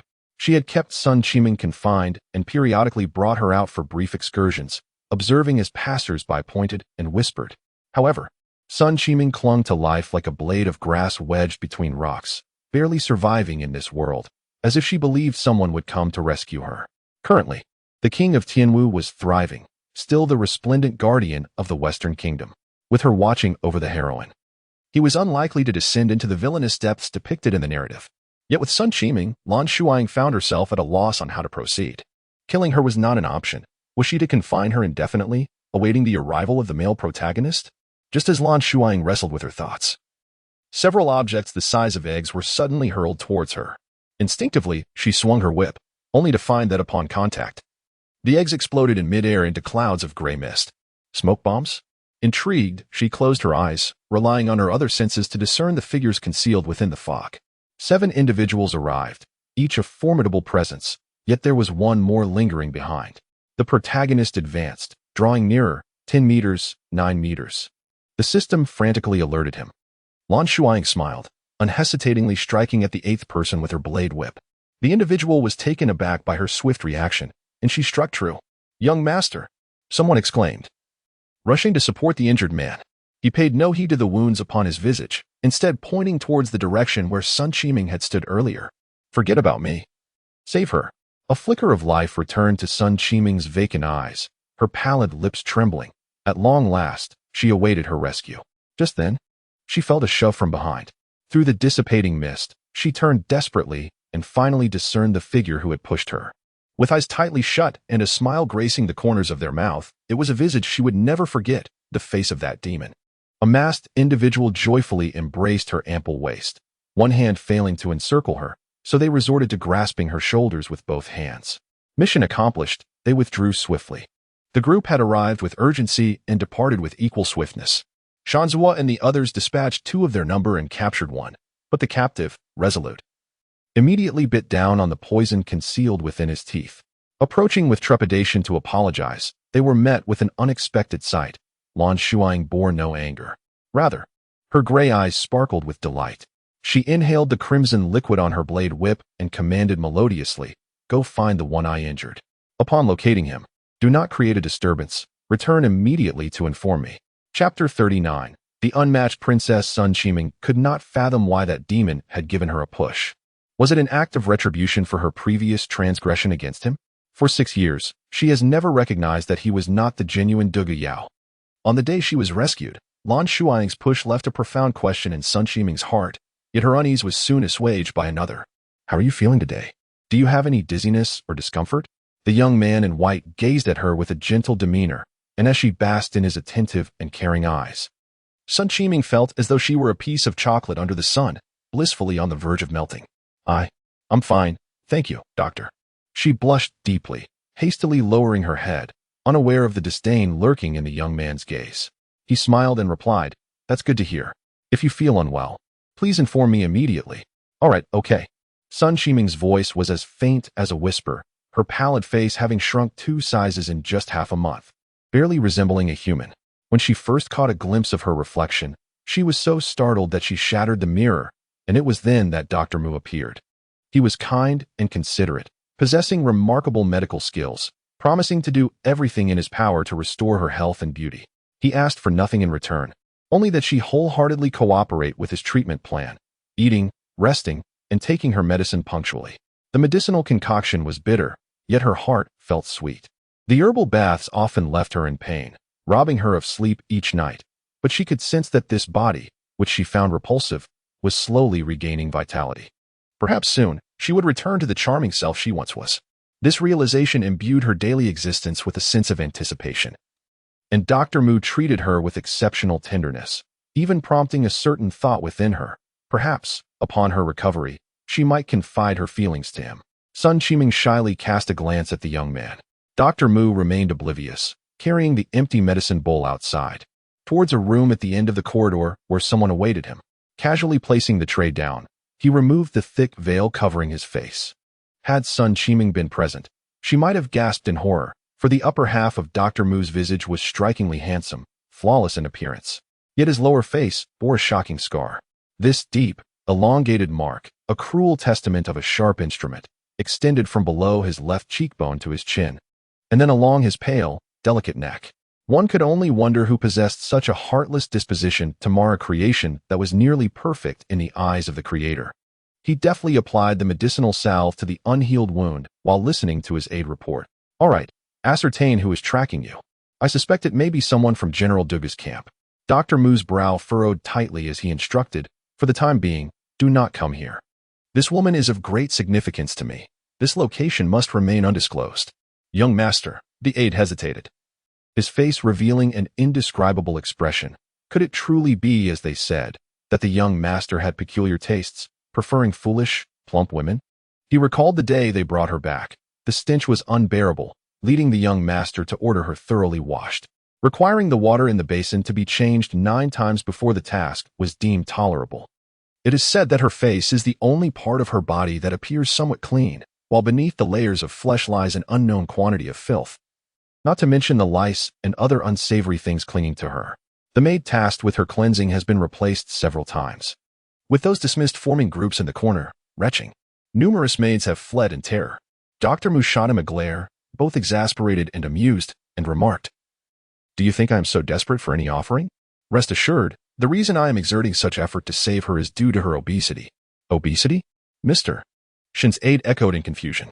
Indeed.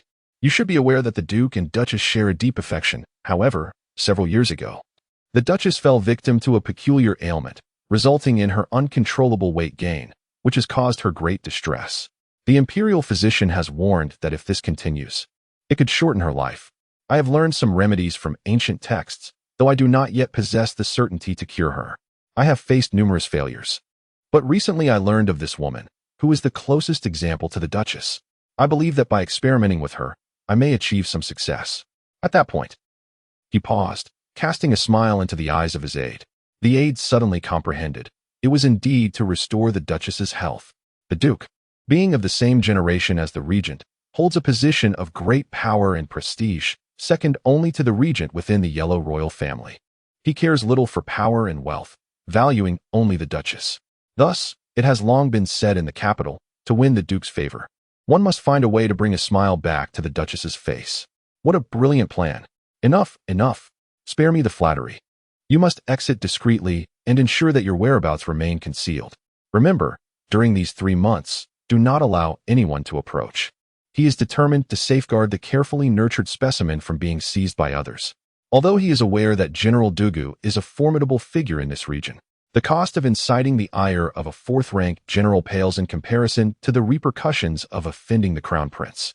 Lan Shuying inquired, "Are you certain?" In her estimation, Shen Muliang's martial prowess was merely of a secondary caliber. She had followed him stealthily, allowing him to believe he had evaded her pursuit, when in fact, she not only trailed him but also encountered the female lead, subsequently eavesdropping on their entire conversation from the rooftop. The power of rules is indeed remarkable. In the narrative, the male and female leads are destined to meet and fall in love at first sight. Now, the female lead has been reduced to a pitiful state. And although the crown prince Yi Luoling's tastes may not be overly refined, the plot has shifted towards the male lead's attempts to curry favor with the crown prince, resulting in the abduction of the female lead for experimentation. Lan Shuying pondered whether, after 3 months, If the female lead were to regain her former self, would Yi Luoling still find her captivating? With time on her hands, she decided to wait for him over the 3-month period. After all, a monk may flee, but the temple remains. Should it come to that, she could always position herself outside the crown princess residence to intercept him. At present, she remained uncertain of the identity the male lead was adopting, yet his choice to appease the crown prince indicated a precarious position, preventing him from pursuing the original narrative of seeking the favor of the heavenly martial king. Furthermore, his eagerness to align himself with the royal family to elevate his status revealed that his circumstances were not particularly favorable. With this newfound information, it seemed prudent to formulate a new strategy of counteraction. A sly smile graced Lan Shuying's lips. However, there is a saying, plans cannot keep up with changes. She originally intended to observe the male protagonist transform the female protagonist in Danyang City, but at that moment, she received an imperial edict commanding her to return to the capital immediately. The document bore not only the sovereign seal, but was also meticulously stamped with the regent's golden seal. Lan Shuying sighed and sank back into her seat. With the boss's orders, compliance was obligatory. The impending narrative of the great battle with the Eastern Domain suggested that her father wished to settle her achievements from recent years before the conflict, aiming to elevate her military rank. This journey promised to stir new waves. Chapter 40. The Unmatched Princess 39. Second update. Yi Luoqing emerged from the study. Her previously obedient demeanor now shrouded in a thick veil of gloom.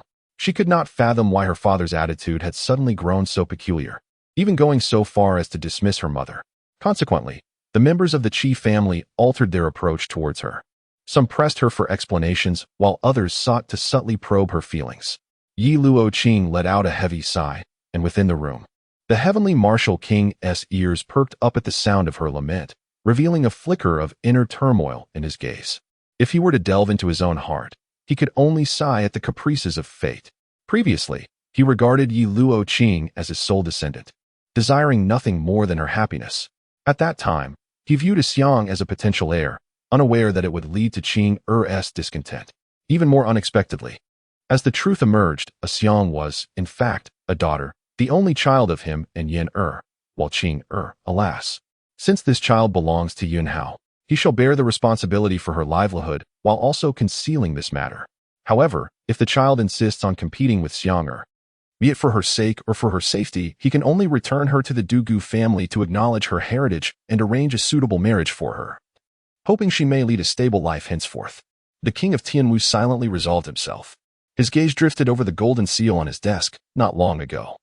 He had pressed this seal onto a scroll, and Xiang-er should be able to discern his intentions. With the thought of his daughter approaching, he couldn't help but smile.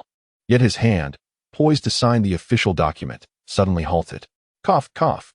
He curiously touched his throat, which had been dry and uncomfortable for several days. With his cultivation, he had not fallen ill for many years. He coughed up a phlegm, frowning deeply. That was blood tinged with purple. Poison? After a physician examined his pulse, trembling with apprehension, he reported an inability to diagnose the ailment, and several others were summoned without success. It was not until 3 days later, when a disciple from the medical Immortal Valley, affiliated with the Xuanjia army, came to pay a visit. The disciple scrutinized his complexion for a moment, cautiously inquired, "Does your highness feel a sore throat, with blood in the phlegm of late?" The king of Tianwu nodded. "Indeed. Is the blood dark, accompanied by stagnation and dizziness?" "Correct. Your highness has been poisoned." He spoke confidently, concluding with a relaxed expression, "The poison you have contracted is chronic, though it can be remedied, requiring numerous precious medicinal ingredients and the heartfelt blood of a close relative as a catalyst." His sense of ease stemmed from the belief that the Tianwu Wangfu, being grand and prosperous, could not possibly lack for medicinal herbs. As for the heart's blood, it was well known that Miss Qing of the Wangfu was renowned for her talents. She was likely a dutiful daughter, and taking a small amount of her heart's blood would not have a significant impact on her health. She would surely be willing to assist. However, the expression on the Tianwu Wang's face swiftly darkened. Even the disciple of the Yixian Valley, despite his usual dullness, sensed something amiss and hastily took his leave after providing the prescription and instructions. When it comes to one's closest kin, it must be parents, siblings, or children. The late emperor and empress had long since passed. His younger brother had tragically died in his youth, and among his children, there was only Xiang-er. Closest kin, heart's blood. The Tianwu Wang pondered these two phrases, his gaze growing increasingly frigid. Fei Yu, oblivious to the gravity of the situation, expressed his relief, saying, "Fortunately, the princess." He intended to remark that the person was soon to arrive in the capital, but was abruptly silenced by the Tianwu Wang's terrifying glare, nearly biting his tongue in the process. Could it be that the prince was reluctant to use the young princess's blood to counteract the poison? Yet, this matter could not be delayed indefinitely. "Come closer," the Tianwu Wang whispered in his ear. "Investigate who knows that Qing and I share no blood relation, and who has come into contact with this poison. Also, send a message to Xiang, advising her to be wary of those around her. As for the poison, seek other means of antidote first, and do not disclose this to her for the time being. The child is contemplative. There must be more than one method to counteract the poison. Yet, she is my only daughter, and if she mistakenly believes that I summoned her solely to offer her heart's blood, she may overthink the situation. The poison can still be suppressed with inner strength. Yet the risk of losing his daughter is a burden he cannot bear. For him, this is an easily resolvable dilemma." Meanwhile, Lan Shuying hastens towards the capital with 300 loyal soldiers, the most accomplished among her ranks. And it is only fitting that they share in the rewards of this endeavor. After 6 years, everyone is aware of the glory that awaits her, and thus they all exhibit expressions of joy, dismissing the fatigue of their arduous journey. They decide to rest for a night at this post station. Acknowledging the hardships endured along the way, Lan Shuying reined in her steed and dismounted, exchanging a few words with the small official who had come to greet her. However, from the corner of her eye, she noticed a peculiar servant behaving oddly. His strangeness lay in the way he approached her magnificent white horse with eyes gleaming as if he beheld a rare treasure. Before she could intervene, the proud horse let out a snort, its eyes reflecting human-like emotions, and it violently knocked the servant aside. Lu Fang and the others erupted into laughter. The servant fell hard, struggling to rise with the help of his companions, yet his gaze remained fervent, eager to draw closer once more. Lu Fang grasped him, kindly warning, "Young brother, this is a prized steed captured from the Sunset Prairie, known for its pride and ferocity. It is untouchable by anyone other than my master. I suggest you refrain from courting trouble." The mention of the Sunset Prairie caused the young servant to pause, a nostalgic glimmer appearing in his eyes. After gazing at Lan Shuying for a moment, he suddenly knelt before her, tears welling up as he bowed his head vigorously. "Lord Dugu, you must be the esteemed Lord Dugu. The young one was born on the vast grasslands. Our tribe was scattered by the treacherous eastern marauders, forcing us to seek refuge elsewhere. You are a hero in our hearts. Please accept my humble bow." The onlookers were taken aback, and upon closer inspection of the youth's features, they recognized the unmistakable traits of a plainsman. The several attendants beside him also bore the marks of their heritage, subtly deferring to him as their leader. Lan Shuying scrutinized him for a moment before abruptly inquiring, "Is your surname Jamutai?"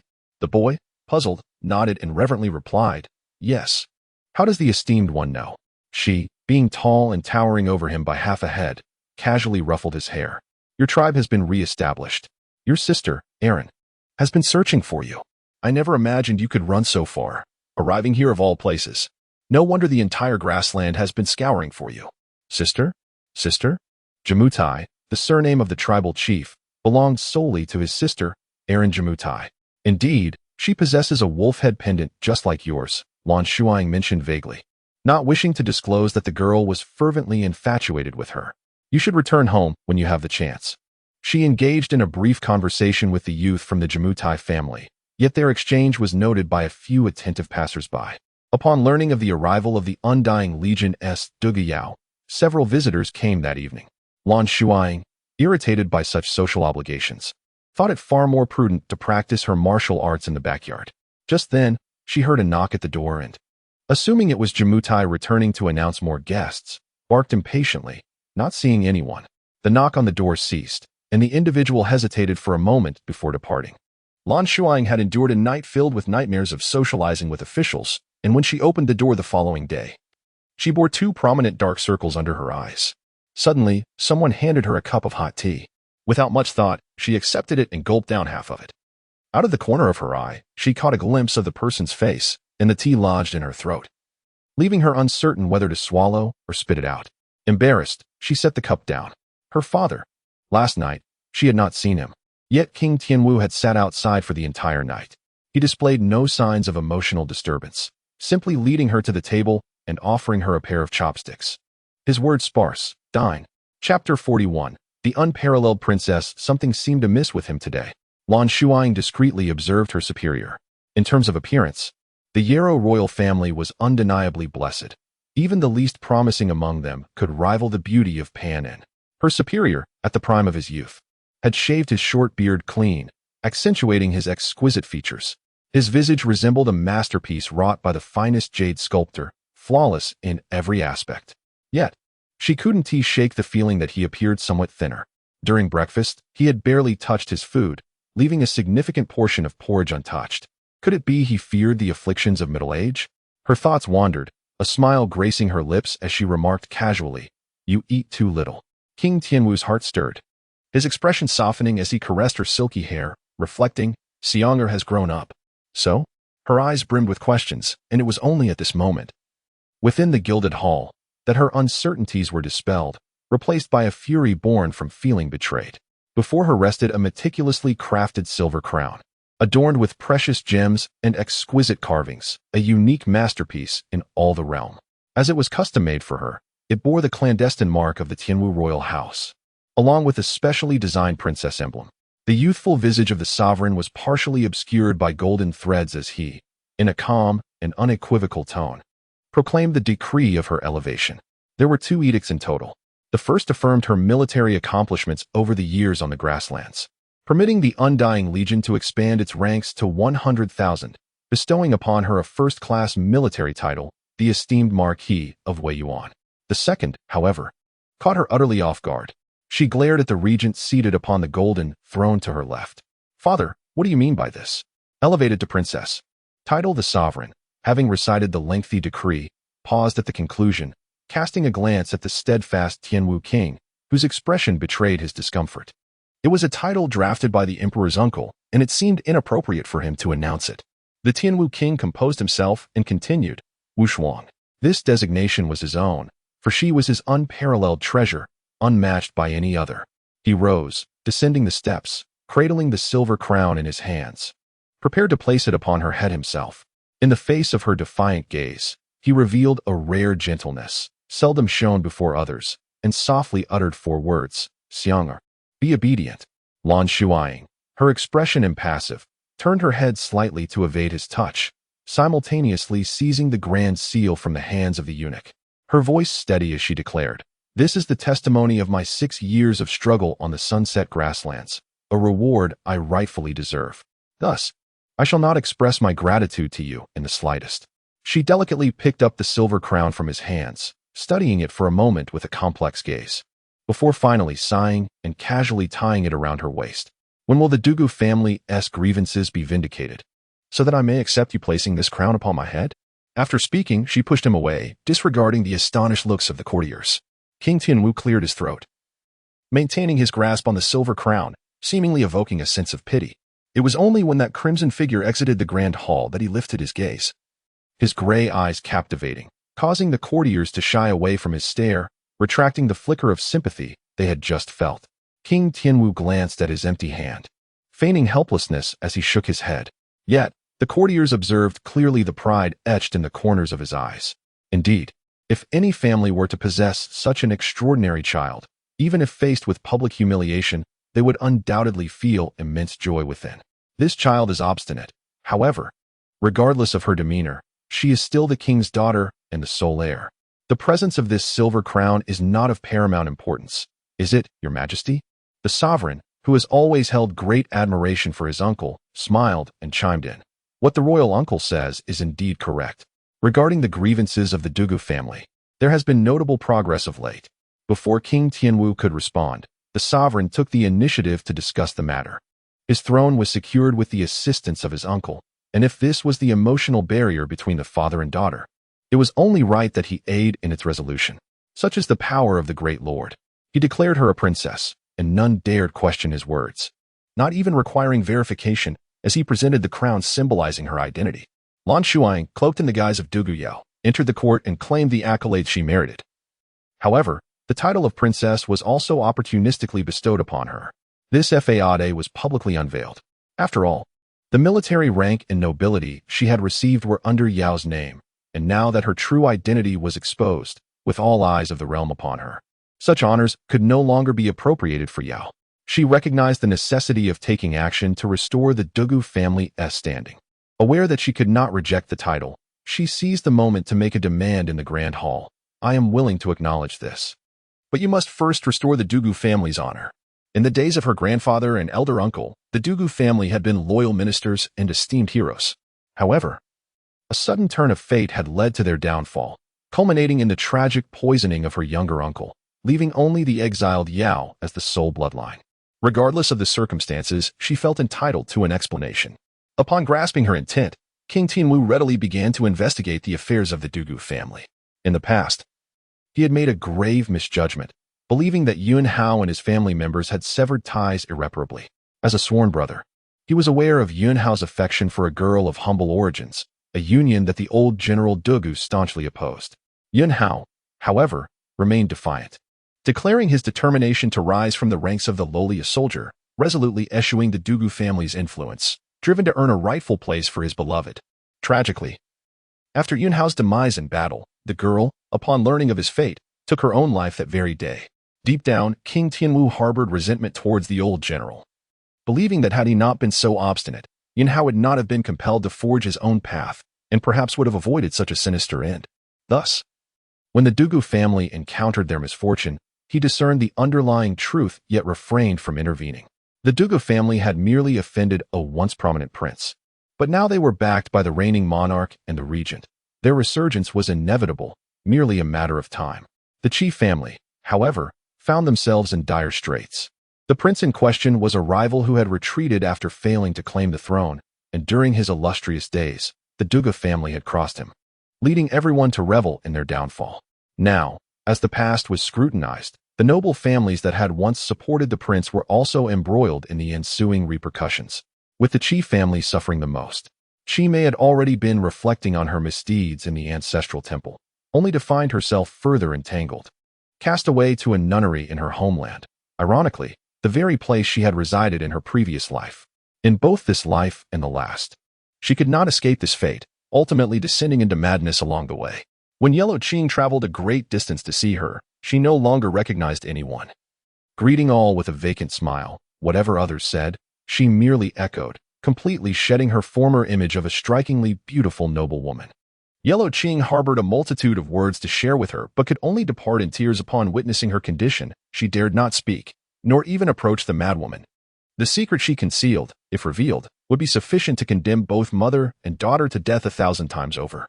Lan Shuying had established a residence of her own in the capital, having long since brought Yair to her side for upbringing, and now she had sent someone to Danyang City to fetch Aunt Nan to reside with them, until the Dugu family estate could regain its former glory.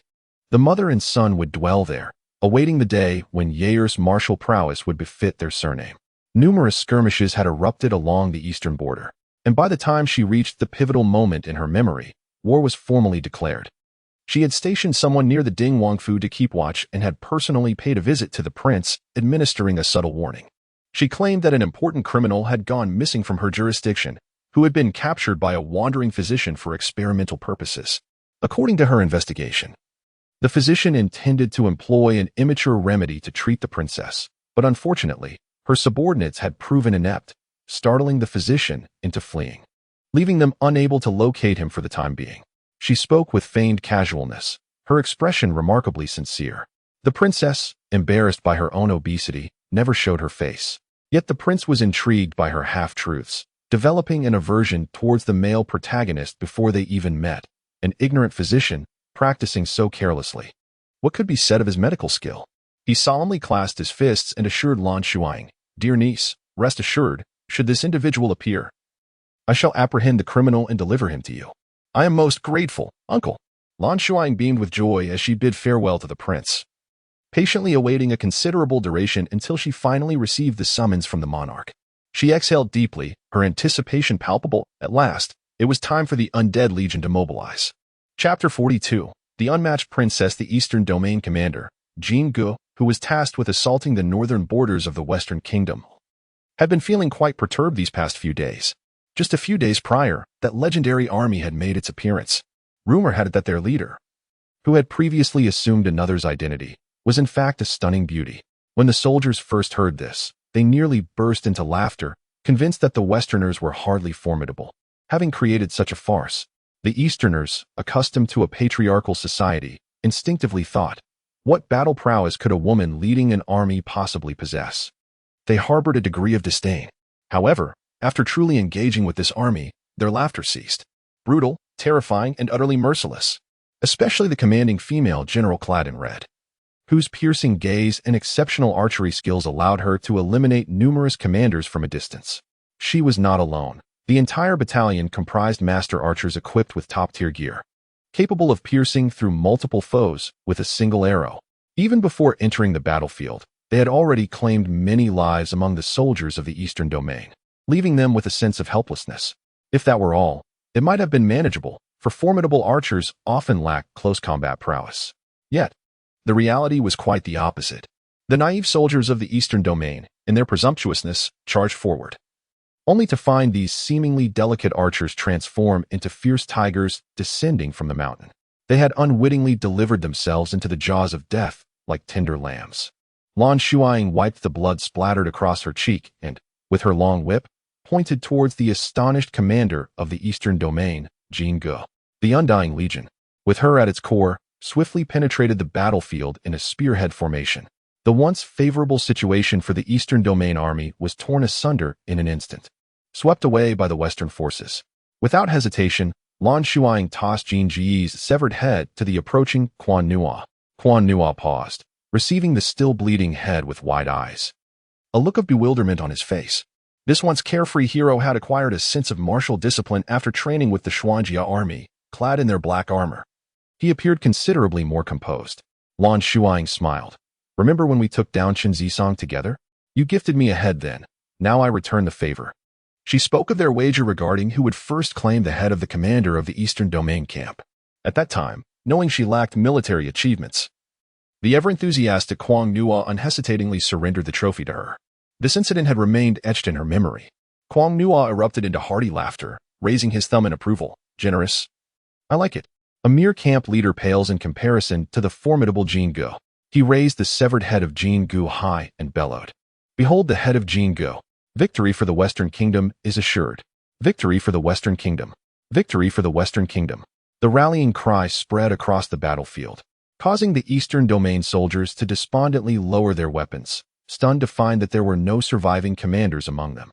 In terms of individual combat prowess, the Undying Legion might still fall short of the Xinjia army. However, when it comes to battlefield survival skills, they are undoubtedly the champions. What fills them with pride is their ranks. The Undying Legion now boasts a strength of 10,000, and even the lowest ranked among them could command 100 soldiers in the Western Army. Adhering to Lan Shuying's principle, they prioritize targeting valuable enemies, and the cumulative victories from numerous skirmishes have earned them military achievements that would drive any Western soldier to madness. It is an awkward truth that Lan Shuying, having exhausted all possible accolades, must now allocate her hard-won achievements to those beneath her.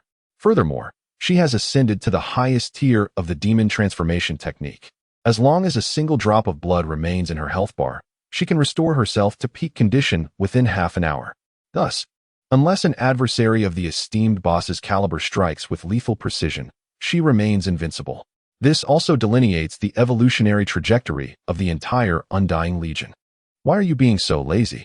Get up and move, hey. Lan Shuying complained, poking the small white dog that was on the verge of becoming a statue. The lethargic puppy glanced at her with indifference. Isn't it all for you? If it weren't for me, you would have been discovered long ago. Hurry up and move aside. Do not disturb my lord from absorbing the essence of the sun and moon. Sigh. Lan Shuying intended to reprimand it further when suddenly Fei Yu rushed in with reddened eyes. Princess, please save the prince. Lan Shuying was taken aback. The Tianwu king? How could such a formidable boss require her assistance? What had happened to him? With confusion, she followed Fei Yu deep into the encampment of the Xuanjia army, only to find not the powerful and striking villain, but a pale, emaciated patient lying in a state of unconsciousness. Her expression turned grave. The mission was not yet complete. He could not afford to die. What happened? How long has he been like this? Fei Yu quietly recounted the events leading up to this moment. The poison was discovered before the great battle, but due to the lack of a crucial antidote, The remaining medicinal herbs were ineffective, primarily relying on inner strength to suppress the toxin, which was no longer manageable. The Tianwu king believed there must be another remedy, yet none had been found. His estrangement from his daughter had not fully diminished, and fearing her misunderstanding, he had chosen to suppress the ailment. Moreover, the true blow to him was inflicted by the very person who had poisoned him. Qing, with tear-filled eyes, approached Lan Shuying and tugged at her sleeve, calling softly, "Sister." She wept, as beautifully sorrowful as a leaf falling in the wind. Lan Shuying coldly withdrew her sleeve, her piercing gaze seemingly capable of penetrating to the truth. "The poison was your doing?" Though phrased as a question, her tone conveyed certainty. Fei Yu was taken aback by her acuity, unaware that it was his disdainful and restrained eyes that confirmed her suspicions. "Produce the antidote," she commanded. King awkwardly averted her gaze, stammering, "I do not possess the antidote." Instinctively, Lan Shuying assumed she was lying, coldly tightening her grip around the slender throat of the girl, who had been nurtured delicately by Qimei. Watching the pallor wash over her features, she locked eyes with her and demanded word by word, "Who instructed you to poison? Where's the antidote?" A palpable aura of menace enveloped the room. King faintly caught the metallic scent of blood. In the clear gray depths of her eyes lay an abyss of carnage. "Ah!" she cried, desperately clutching her head, her hands tightening further. Lan Shuying restrained her emotions, reiterating the same question. If King held no antidote, they must seek the one who had administered the poison. Fei Yu, fearing she might truly kill King, hastily interjected. "I have already inquired. It was the third young master of the Qi family who supplied it. He deceived her, claiming the poison was mild, yet the antidote was singular, requiring the blood of a close kin as a catalyst. Thus, the poison was administered first, followed by the provision of blood to counteract it. All the win over the favor of King Tianwu. Foolish, absurd." Lan Shuying's thoughts raced, and she swiftly grasped the gravity of the situation. It was a trap. First, it left King Tianwu unsuspecting. Second, it inflicted emotional anguish upon him. And most crucially, the orchestrator must surely be aware that King was not of his bloodline. The reason Qing agreed to assist in administering the poison was her unwavering belief that she could provide the blood of a close kin. However, in reality, her blood proved to be utterly ineffective. The third young master of the Qi family, quite remarkable indeed. In that moment, Lan Shuying felt a string snap within her mind, and she thought she might strangle Qing in a fit of rage. That fury belonged to Xiong, yet it was also hers. The heavenly martial king had no genuine connection to her, yet his unconditional devotion and affection over the years had gradually softened her heart. Naturally, what infuriated her more was that someone had disrupted her mission. No one relishes the idea of their arduous efforts going to waste. She had always believed the heavenly martial king to be unparalleled in martial prowess, requiring no concern from her, only to discover an unskilled assassin emerging from the shadows. Now he lay here, barely clinging to life, while the assailant stood before her. Kill her, kill her. The atmosphere was thick with murderous intent. Yet, another voice whispered gently within her, "Saving a life is paramount." The crimson hue slowly faded from her pupils as she coldly inquired, "Do you know how to cure him?" Chapter 43. The unmatched Princess Fei Yu presented a bowl of foul-smelling medicinal soup, his expression tinged with trepidation and guilt. He even dared not meet her gaze directly. "We found a similar poison on the black market and tested it. Using this potion along with the blood of a close relative can indeed neutralize the toxin." Lan Shuying's expression relaxed. She had anticipated a far more complex antidote. It turned out to be so straightforward. Qing broke free from her grasp and rushed to the side of the heavenly martial king, resolutely declaring, "The poison was administered by me, and I shall cure my father with my blood." She turned to glare at Lan Shuying, her expression clearly conveying a message of not wanting to be contested. The atmosphere among those present fell into a heavy silence. Sacrificing one's heart's blood may not be fatal, yet it can severely deplete one's vitality. For her personally, it would impact her health, but for the Western Kingdom, the consequences would be even graver. If Lan Shuying were unable to take the field, it would undoubtedly dampen the morale of others. She is the tip of the spear, and the Undying Legion serves as a formidable support that could sway the tide of battle. It is not an exaggeration to assert that without her, the outcome could be significantly altered. Everyone in attendance understood this, yet in comparison, the standing of the heavenly martial king in their hearts held greater significance. It was precisely this insight that led Shuying to propose using her blood. Compared to her adversary, she could boldly step forward. This was her singular advantage. Had this been a fortnight prior, when Lan Shuying was still ensnared at the 8th tier of the demonic transformation technique, she might have hesitated. However, having now ascended to the 9th tier, her recovery abilities were nothing short of miraculous. Observing Shuying's despondent yet triumphant demeanor, Lan Shuying raised an eyebrow. Are you certain? By familial ties, Shuying is her cousin. In terms of bloodline, there is no connection to the heavenly martial king whatsoever. Lan Shuying imparted some of her vital energy to the heavenly martial king, ensuring that he would not succumb to the poisonous gas too swiftly, and then, crossing her arms, stepped back with a courteous smile. Then you shall proceed. Shuying regarded her with a puzzled expression until the healer urged her forward, at which point she snapped back to reality. She is a sheltered young lady, raised in pampered comfort, lacking in martial prowess and equestrian skills. Just moments ago she had cried out loudly, and now, pale-faced and trembling, she was engulfed by fear. Lan Shuying held the medicine bowl in her hands, heating it with her internal energy. Impatiently observing the distressed figure before her, she commanded, "Have a few people assist her to the back for a blood draw. Do not waste time." The elite circle present comprehended the implications. Miss Qing was indeed the perpetrator who had poisoned the prince. Each of them harbored a desire to consume her with their gazes. Upon hearing the rightful heir's directive, they promptly dispatched several individuals to escort Shuying behind the screen. Shuying trembled intermittently, struggling against her captors. Lan Shuying's voice drifted softly through the partition. "If you are unwilling, then step forward." Instantly, she fell silent, tears welling in her eyes as she murmured to the healer, "Is it possible to numb my senses? I fear not death, but the pain."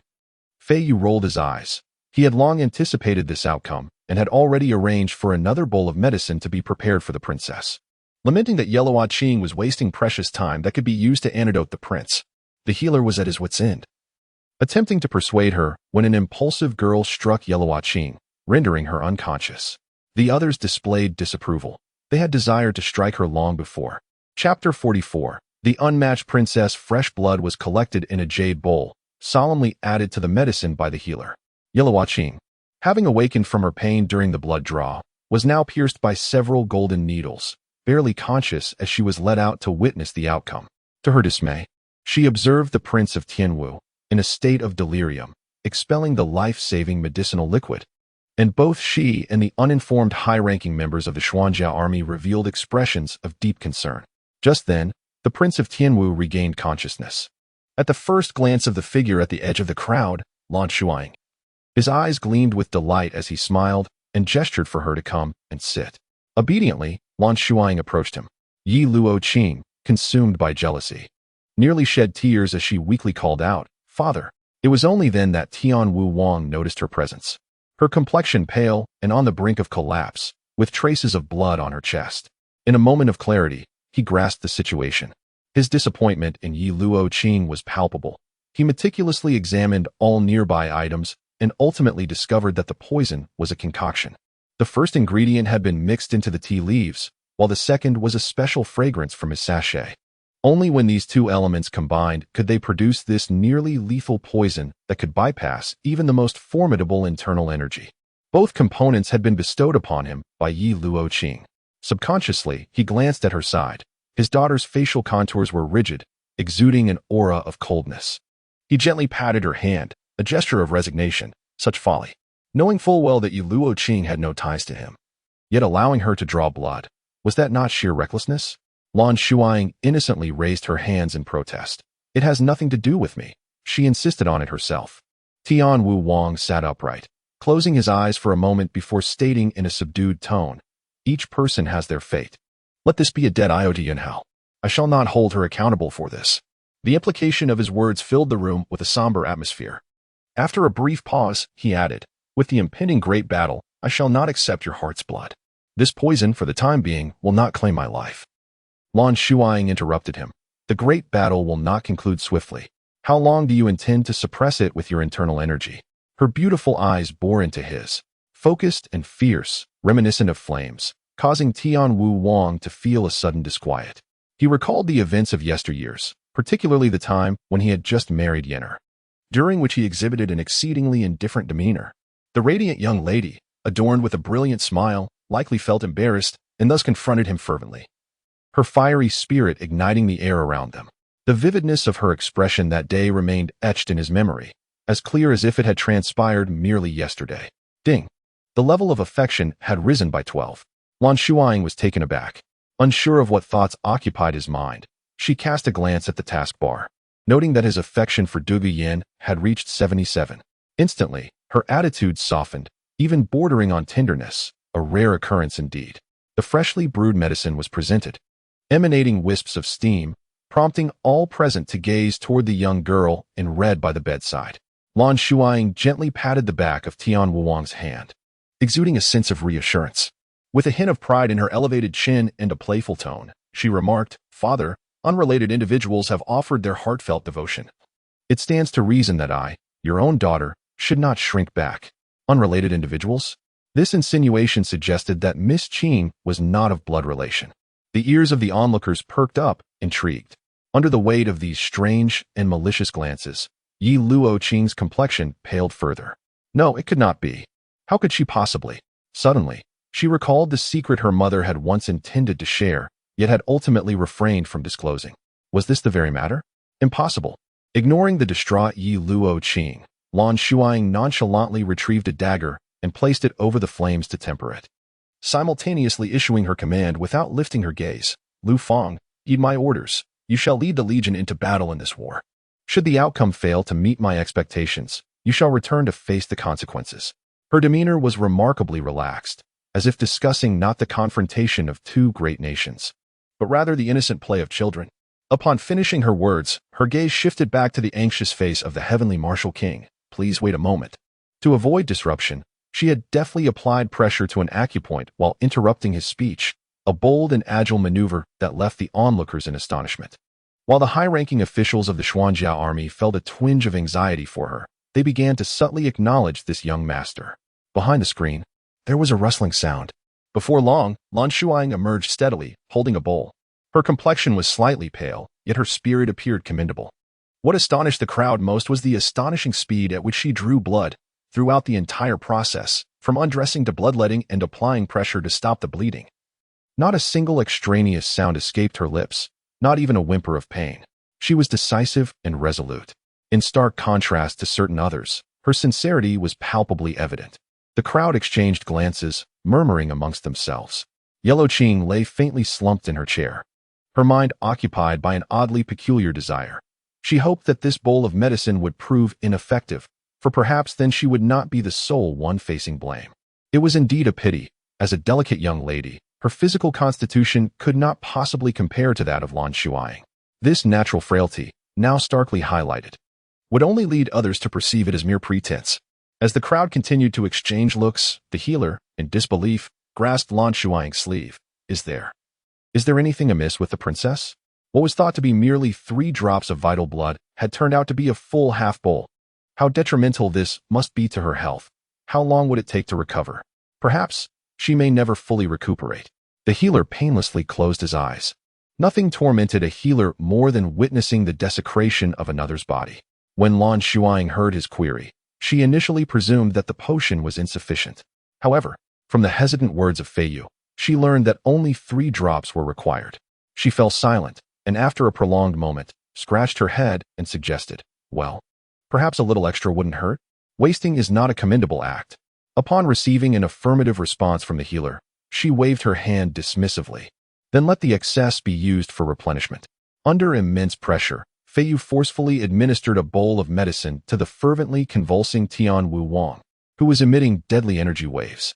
In less than half an hour, after the healer took the pulse again, his face lit up with joy. The poison has been completely dispelled. There may be some depletion of vitality, but given the prince's constitution, a month of restorative broth will suffice. A collective sigh of relief escaped the crowd, and it was then that Lan Shuying stepped forward to release the pressure points. As soon as Tian Wuwang regained his mobility, he shattered the medicine bowl in a fit of rage, exclaiming, "Wretched girl." Despite his gaunt appearance, the menacing pallor had vanished from his face. Whether it was the effect of the medicine or sheer indignation, 2 patches of crimson blossomed on his cheekbones, rendering him quite animated. His ability to hurl the bowl and curse indicated he was indeed recovering. This was Lan Shuying's first reaction, though she possessed no medical knowledge. She had managed to heal the formidable antagonist, leaving her feeling rather gratified. Fei Yu anxiously glanced at Lan Shuying, understanding that the prince was both pained and furious. Otherwise, he would never have lashed out at the young lady. Lan Shuying, with her fiery temperament, had made such a significant sacrifice. It was crucial that she did not become disheartened as a result. However, Lan Shuying, with her carefree disposition, exhibited no signs of anger. Instead, she calmly gestured towards Yarou Qing, indicating, "Hey, I'm calling you." This troublesome girl was hardly deserving of such a title. Had it not been for the foolish antics of the young lady over there, she would not have rushed over in a panic to offer her blood. A soft chuckle erupted, seemingly sparked by an unknown instigator. And soon the room was filled with a chorus of good-natured laughter that swelled and spilled out of the military tent. The soldiers of the Xuanjia army, who had been anxiously awaiting news, rejoiced at this joyful report. Their spirits lifted as they cheered heartily. Even the esteemed Tianwu king, who had maintained a stoic facade, could no longer contain himself, letting out a resigned sigh, his reddened eyes betraying a gentle smile. The healer, kneeling on the ground like a thief, meticulously gathered the shards of the broken bowl, moving cautiously to avoid losing any remnants of the medicinal concoction. To his astonishment, just a single bowl of medicine was sufficient to neutralize the poison. Could it be that adding a bit of heart's blood would enhance its potency? He would have to delve deeper into this matter. Chapter 45, The Unmatched Princess, Part 2. Lan Shuying was well aware that her blood possessed detoxifying properties. And coupled with the prescription from the medical sage valley, failure to heal would indeed be a miracle.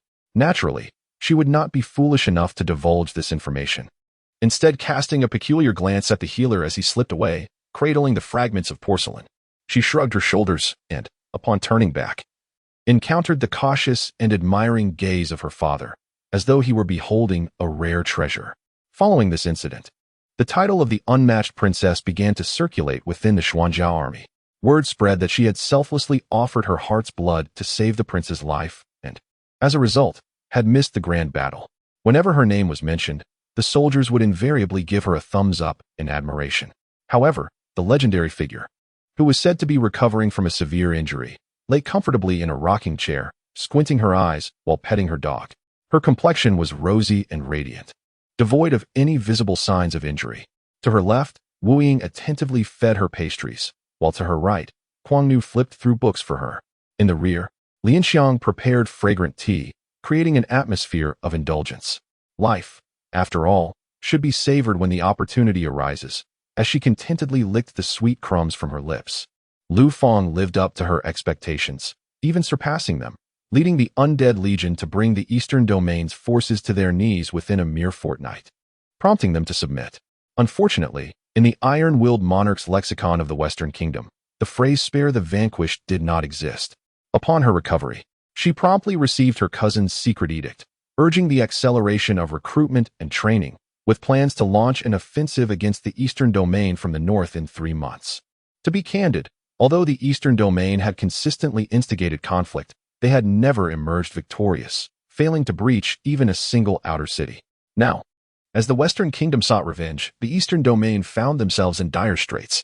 Lan Shuying accepted the edict without hesitation, for she had a secondary mission awaiting her, to become a hero of unparalleled might. Having already assembled a formidable army, her next objective was to conquer 2 enemy nations. The soldiers of the Western Kingdom sharpened their blades, poised for battle.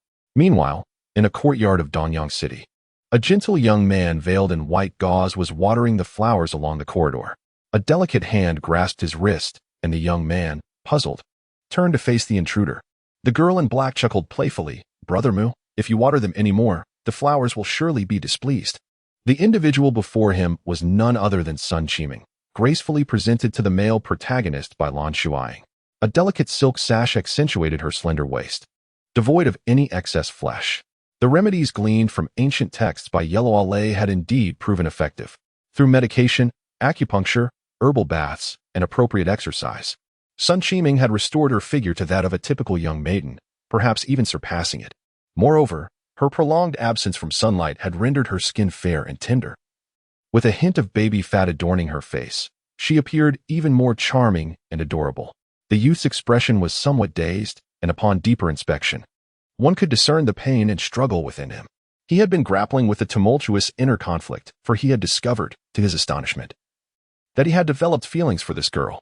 Yellow could not forget her initial state, bulky, unattractive, and unkempt, but he had never anticipated that her recovery would yield such an enchanting presence. Upon realizing his affection for her, guilt swiftly enveloped Yellow, as he recalled the ancient text warning of the severe repercussions of treating obesity in such a manner. The consequences could be dire. A slight interruption in medication could lead to a rebound effect, while more severe outcomes could confine the individual to a sickbed, with a lifespan limited to a mere decade. As the saying goes, every remedy bears its poison, and prolonged use of medication could adversely affect a person's normal lifespan. If this were indeed the case, had he not jeopardized the life of the girl he cherished most? Yellow averted his gaze from her bright eyes, tormented within. At that moment, a white dove alighted before him, bearing a message from Shun Muliang. After a hurried glance at the missive, his countenance changed dramatically. How could this be? Yu, the young general he had offended, was none other than Yellow Xiang. She had not perished in the flames. Damn it. The poison he had previously given to Yarou Qing. He was engulfed in unprecedented panic. In the chief family, if the fifth young master was the beloved darling of the crowd, then the third young master was a mere specter, lingering on the periphery of society. From a young age, his frail health confined him to his small courtyard, where he devoted himself to the study of medicine. This was the facade that the chief family had crafted for him. The chief family was orchestrating an elaborate scheme, something Yarou had been aware of since childhood. He had always known his true identity as a noble prince, while the impostor within the palace was a carefully prepared decoy, the offspring of a handsome servant, and that year's courtesan was deemed a lowly being, certainly unworthy of possessing the noble heterochromia that symbolized ancestral lineage. They merely required a face that could convincingly masquerade as a member of the Yarou royal family. Luomu was that unfortunate impostor, and he would remain oblivious to his true identity until his death, rather than pandering to other princes. It was preferable to cultivate one of their own. This was the original intent of the chief family. They meticulously nurtured Yarou, hoping that one day he would ascend to the throne, thereby elevating the chief family to greater heights. If all went according to plan, they would align themselves with the Tianwu king, first showcasing his exceptional talents, then inadvertently revealing his identity to the Tianwu king, and subsequently, once he successfully became the right-hand man, it would lead to the poisoning of the Tianwu king and the usurpation of the Xuanjiao army. Yarou scorned the idea of squandering precious time in the new recruit camp, thus the unsuspecting Luomu was incited to go, never anticipating that the fool would lose his life over a pair of eyes. Moreover, the spies from the Tianwu king's residence had nearly uncovered his whereabouts on several occasions. The path ahead appeared to be a dead end, prompting Yi Luo to recall another uncle wielding power, the Duke of Ding. If he could not acquire the Suinji army, then let it meet its own demise. A twisted malice burgeoned within Yi Luo's heart. He deceived Yi Luoqing, who yearned to reclaim his affection, by handing her the meticulously prepared poison, urging her to act upon the circumstances. Indeed, he was aware of Yi Luoqing's lineage, and from Qimei, he learned that the last descendant of the Tianwu king had perished long ago. Thus, the poison was incurable, and with the death of the Tianwu king, the Suinji army would inevitably descend into chaos. At that juncture, he merely needed to devise a means to gain the Duke of Ding's trust, providing him with an opportunity to acquire the Duke's private soldiers. Executing his plan, the successful outcome would undoubtedly involve usurping his esteemed brother from the throne, positioning himself in his stead. Unfortunately, unforeseen complications arose. Yi Luoxiang remained alive. She was the leader of the Undying Legion, a figure of such military prowess that she could easily command a kingdom. She had aided the Tianwu king in neutralizing the poison. Now. Yi Luo's cold sweat cascaded down his brow. He abruptly seized Sun Qimeng. We must leave. We cannot linger here. Chapter 46. The Unparalleled Princess. We cannot stay here. There is always a place more suited for you. Am I correct, Your Highness the 10th Prince? Unbeknownst to them, a young girl clad in red had appeared in the courtyard. She lounged on a swing, her long legs swaying back and forth, exuding an air of ease and familiarity as if she were in her own garden, in stark contrast to Sun Qimeng, who faced her with terror etched upon her cherubic face. The source of Sun Qimeng's dread was not the girl herself, but rather the long whip she held. The blade of the whip rested precariously against Sun Qiming's neck, and even the slightest movement could sever her throat. Sun Qiming perceived an unsettling familiarity emanating from the girl before her, an instinctual sense of danger. Why had the unfathomable whip found its way into this person's grasp? What connection did she share with that demon? Lan Shuying sighed. Observing the expression of imminent threat etched on Yellow Ali's face, she murmured, "This is rather dull. Let us conclude." At this moment, aside from the act of invasion, nothing seemed to pique her interest any longer. Yellow Xiang's golden touch was overwhelmingly potent, her formidable background allowing her to effortlessly subdue both the male and female leads, rendering the experience devoid of any challenge. The heavens would protect its favored children until they willingly succumbed to their own downfall. The inability to slay them did not imply she could not confine them. As Lan Shuying's words settled in the air, several shadows leapt down from the rooftop. Sun Qiming, ensnared by a perilous artifact, found Yellow Ali too intimidated to resist. They swiftly apprehended the two of them. "Who are you?" This was Yellow Ali's first and final inquiry. Lan Shuying beamed brightly. "You may inquire with her." With a gentle tug of her whip in its ordinary form, she lifted Sun Qiming for inspection. To her astonishment, the other party had indeed recovered remarkably well. Yellow Ali's intellect was not particularly astute, and her martial prowess was mediocre, suggesting her skill points had been entirely allocated to the healing arts. Lan Shuying cheerfully remarked, "Sun Qiming, I express my gratitude for assisting me in locating him. As a reward, I shall arrange for a more comfortable cell for you." Sun Qiming was utterly devastated. The close proximity of their gazes finally enabled her to recognize the face before her.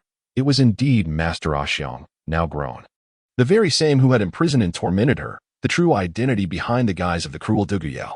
Why could he not relent? What sin had she committed? Lan Shuying regarded her with an unwavering gaze, devoid of any sympathy. "Your fault lies in being the protagonist. Our positions differ. It must be this way. In this world, Sun Qiming's character was vile, and she had forged enmity with her long ago. When it came to revenge, she would show no mercy, even if a truly virtuous protagonist were to take her place. It would be better to remain uninvolved. However, should they pose any threat to her, she would undoubtedly eradicate the source of danger in its infancy." This manner of thinking seemed to have been shaped by countless experiences, a notion that left Lan Shuying with some confusion. Perhaps this enigma would one day find resolution. Yellow Ali was imprisoned on charges of conspiring against the regent, the title of the late emperor's 10th son having lost its former luster in the present day, especially given his grave transgressions. The day of execution was still far off. Yet the jailers, idolizing King Tianwu, visited his cell daily, subjecting him to relentless torment. Observing this, Lan Shuying mischievously interceded on his behalf, securing his reprieve from the death penalty, allowing him to remain confined. Following directives from above, the jailers ensured that Yellow Ali would not experience a single day of comfort. Thus, 3 years elapsed, and unable to endure any longer, Yellow Ali seized an unguarded opportunity to end his own life by crashing against the wall. Indeed, as that woman had stated, leading the protagonist to self-destruction was the most effective course of action. As for Sun Qiming, Lan Shuying proved to be remarkably trustworthy, arranging for her cell to resemble an ordinary chamber of a common woman, ensuring her ample provision of food and necessities, and striving to accommodate her requests. Apart from her inability to leave, it was nearly indistinguishable from imprisonment. It remains uncertain whether Yellow Ali's method for weight loss was flawed. Merely 2 days into her confinement, Sun Qiming began to regain weight. 2 months later, she found herself in a state of considerable obesity, to the point of being unable to move her legs.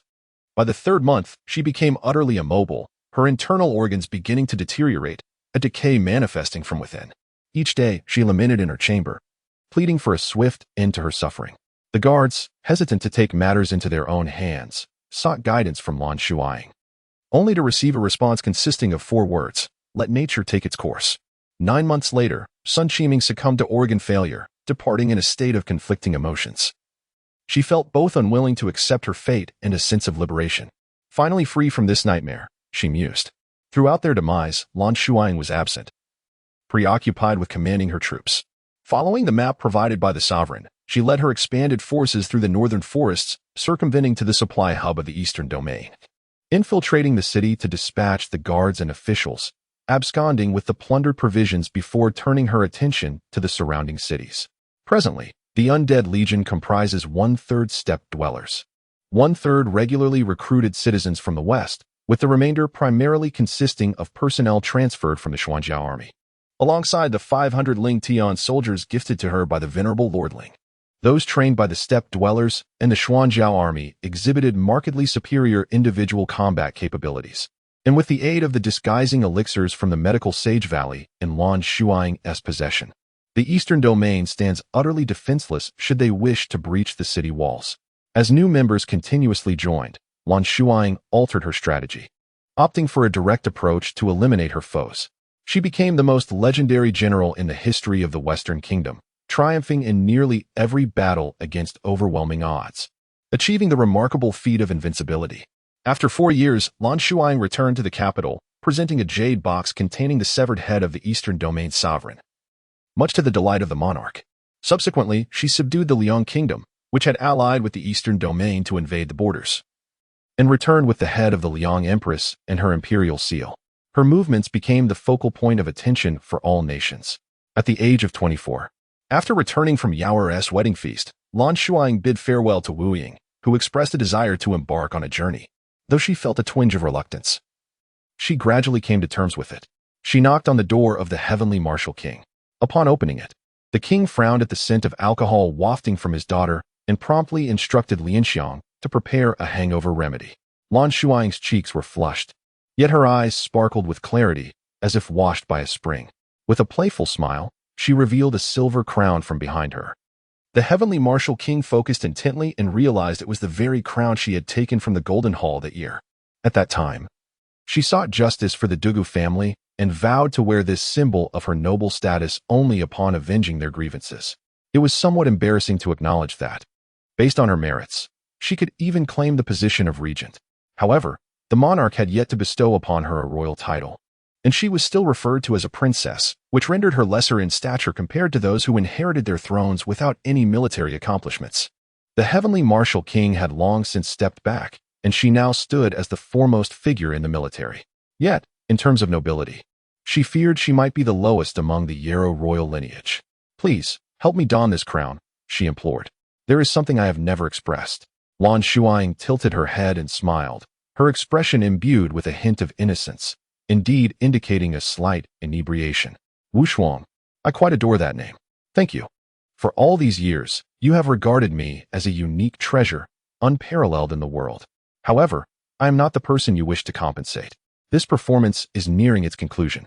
You see, in my memory, Yao was still a child, only this tall. As the effects of the drink took hold, she cheerfully gestured. Yet in the blink of an eye, he has grown. He has even taken a bride, a rather lovely young lady who approached me, expressing her admiration. Yao was on the verge of jealousy. How amusing. The king of Tianwu, feeling somewhat helpless, supported her and suddenly felt a stirring in his heart as he inquired, "Do you wish to marry as well?" By age, she is over 2 years older than the young scion of the Dugu family. This question appeared to bring her back to reality slightly. She pouted and replied, "Let us not, then. I have no desire to marry. Even if one day I do wish to wed, it would require someone daring enough to propose." This is a sincere sentiment. It is well known that Princess Wushuang possesses extraordinary martial skills, rivaling those of His Highness, the King of Tianwu. Moreover, her indomitable legion evokes trepidation across the nations, effortlessly surpassing the venerable Xuanjiao army. She has already been regarded as a new goddess of war, an idol for countless young admirers. A goddess belongs only upon a pedestal. Anyone she associates with would be deemed beneath her, and the public's scorn could easily drown that individual. The king of Tianwu gently ruffled her hair, his expression difficult to articulate. He was uncertain whether to commend her prowess or lament her unavailability for marriage. Chapter 47. The Matchless Princess. And, be cautious, everyone. This is the precious item desired by His Royal Highness, the Prince of Tianwu. Its worth is beyond measure. Damaging even a single piece would entail a debt that could span several lifetimes. A short and stout shopkeeper led a few attendants through the grand gates of the Tianwu prince's residence. After a moment of dazed confusion, he hastily presented silver to the steward of the manor, hoping to gain some insights. The current Tianwu prince's residence is a dual kingdom, housing 2 generations of war deities, a place of immense prestige and honor. Moreover, this father-daughter duo is solely passionate about warfare, Power and influence are mere trifles to them. Perhaps it is precisely for this reason that the monarch holds them in high esteem, unfazed by the internal strife that other nations secretly yearn for. Standing on the cobblestone path, the shopkeeper felt his legs weaken, as though he were treading upon a field of cotton. Suddenly, a noble man clad in a golden robe appeared in the corridor, his piercing gaze scrutinizing the items he had brought. After the gentleman meticulously examined each piece and placed them onto a tray to take away, the shopkeeper remained frozen in place. The steward of the manor waved his hand vigorously in front of him, only to be unexpectedly seized by the wrist by the shopkeeper. Could it be that gentleman is His Highness? Of course, he is our revered lord. The prince takes great care in the gifts for the princess, personally inspecting them every time. You, my lad, should be grateful for the treasures you have brought, for it has granted you the rare opportunity to meet him. In that moment, the shopkeeper, old Zhang, felt that his life had been worth living, as he reminisced about the visage of his idol. A blissful smile crept onto his face, and he leaned back, lost in reverie. In recent years, the nations of this realm have long submitted to the Western Kingdom, fearing any misstep that might draw the attention of the Undying Legion, leading to devastation and ruin. It was not until 3 years ago that the unparalleled princess declared her retreat, returning the Xuanjiao Legion to the Heavenly Martial King and entrusting the Undying Legion to her beloved brother, Duguyao. Since that moment, she has not been seen again. It is well known that the Heavenly Martial King held her in utmost affection. Whenever she was present in the capital, he would lavishly transport rare treasures purchased at great expense to her residence for her enjoyment, even going so far as to open additional storerooms for her. This ritual has persisted for 3 years. The man in golden robes returned to his chamber, cradling a tray laden with treasures that could incite fierce competition outside, casually placing them upon a shelf as he resumed his game of chess, which remained unresolved. Had this been a few years prior, he would have deemed it impossible to study such artifacts. However, since Xiang'er returned to his side, he discovered an unexpected disinterest in warfare and martial arts.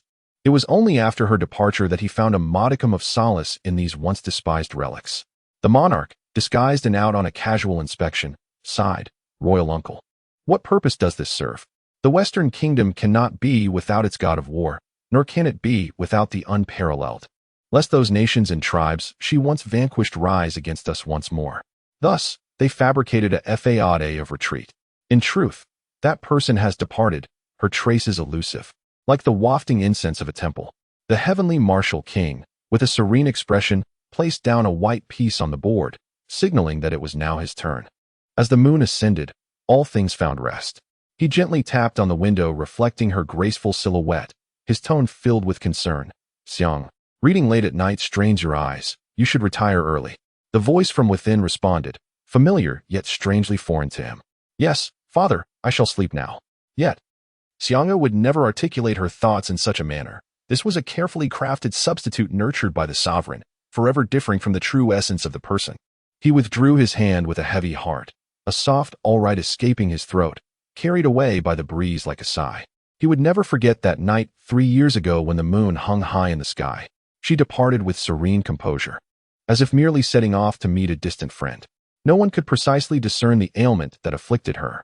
As her body weakened, her gaze grew increasingly tranquil.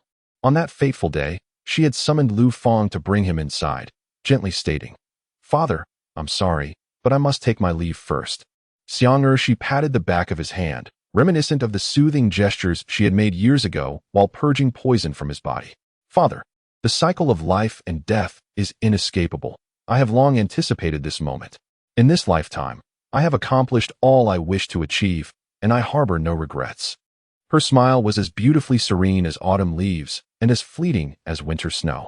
Yet before her departure, she wished to hear some kind words. Would her father grant this request? Mischief sparkled in her eyes, rendering her vibrant and endearing, a striking resemblance to her mother. King Tianwu bowed down sorrowfully, pressing his forehead against her cold, slender hand. He would do anything to preserve her life.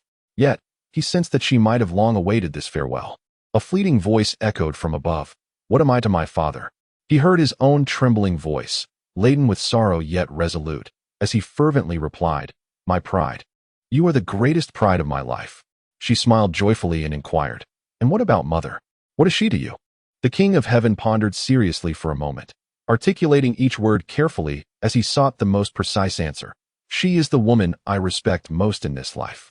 For she bore you, presenting me with an unparalleled treasure, a singular hero for our nation. But is that all? As the words left his lips, a hint of confusion flickered in his eyes, causing him to lower his gaze, oblivious to the regret mirrored in his daughter's expression. No, you cannot merely honor her. Her tone resembled that of one reprimanding a wayward child. The King of Heaven watched as she struggled to retrieve something from beneath her pillow, placing it into his palm, crimson and vaguely familiar. Once she had tucked it in, she pressed his fingers down, enveloping the object within his grasp. As the sensation of embroidered thread brushed against his fingers, yet he could not discern its nature. Father, open it and see. She mischievously blinked.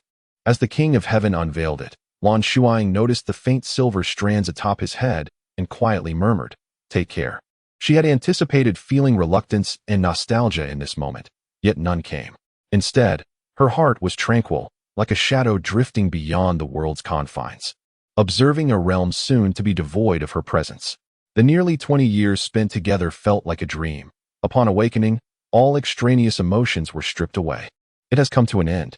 The King of Tianwu gripped the pair of Mandarin duck's silk pouch tightly, his gaze fixed vacantly upon the tresses of hair entwined by a crimson thread. He was acutely aware that one strand belonged to him, cut by the wedding mistress on their nuptial night, intertwined with a woman's ebony locks, all contained within this pouch. You are in me, and I am in you. He recalled the lively and charming girl who toyed with the hem of his garment, her smile radiant as she said, tied by hair as husband and wife. Love unshaken by doubt. In truth, he had betrayed her affections. Affection levels rose, 5, 10. Affection level reached 100. Congratulations on fulfilling the wish of Yero Xiang. Lan Shuying glanced at the taskbar, now fully marked with green checks, and contentedly closed her eyes. The man, over 50, wept uncontrollably at the foot of her bed, resembling a child who had lost a cherished toy. Yet, it was no longer her concern. Farewell, dear father. Chapter 48.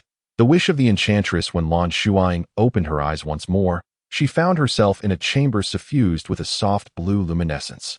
As she surveyed her surroundings in a daze, she sensed an influx of knowledge within her mind, her entire being feeling as if it were buoyant.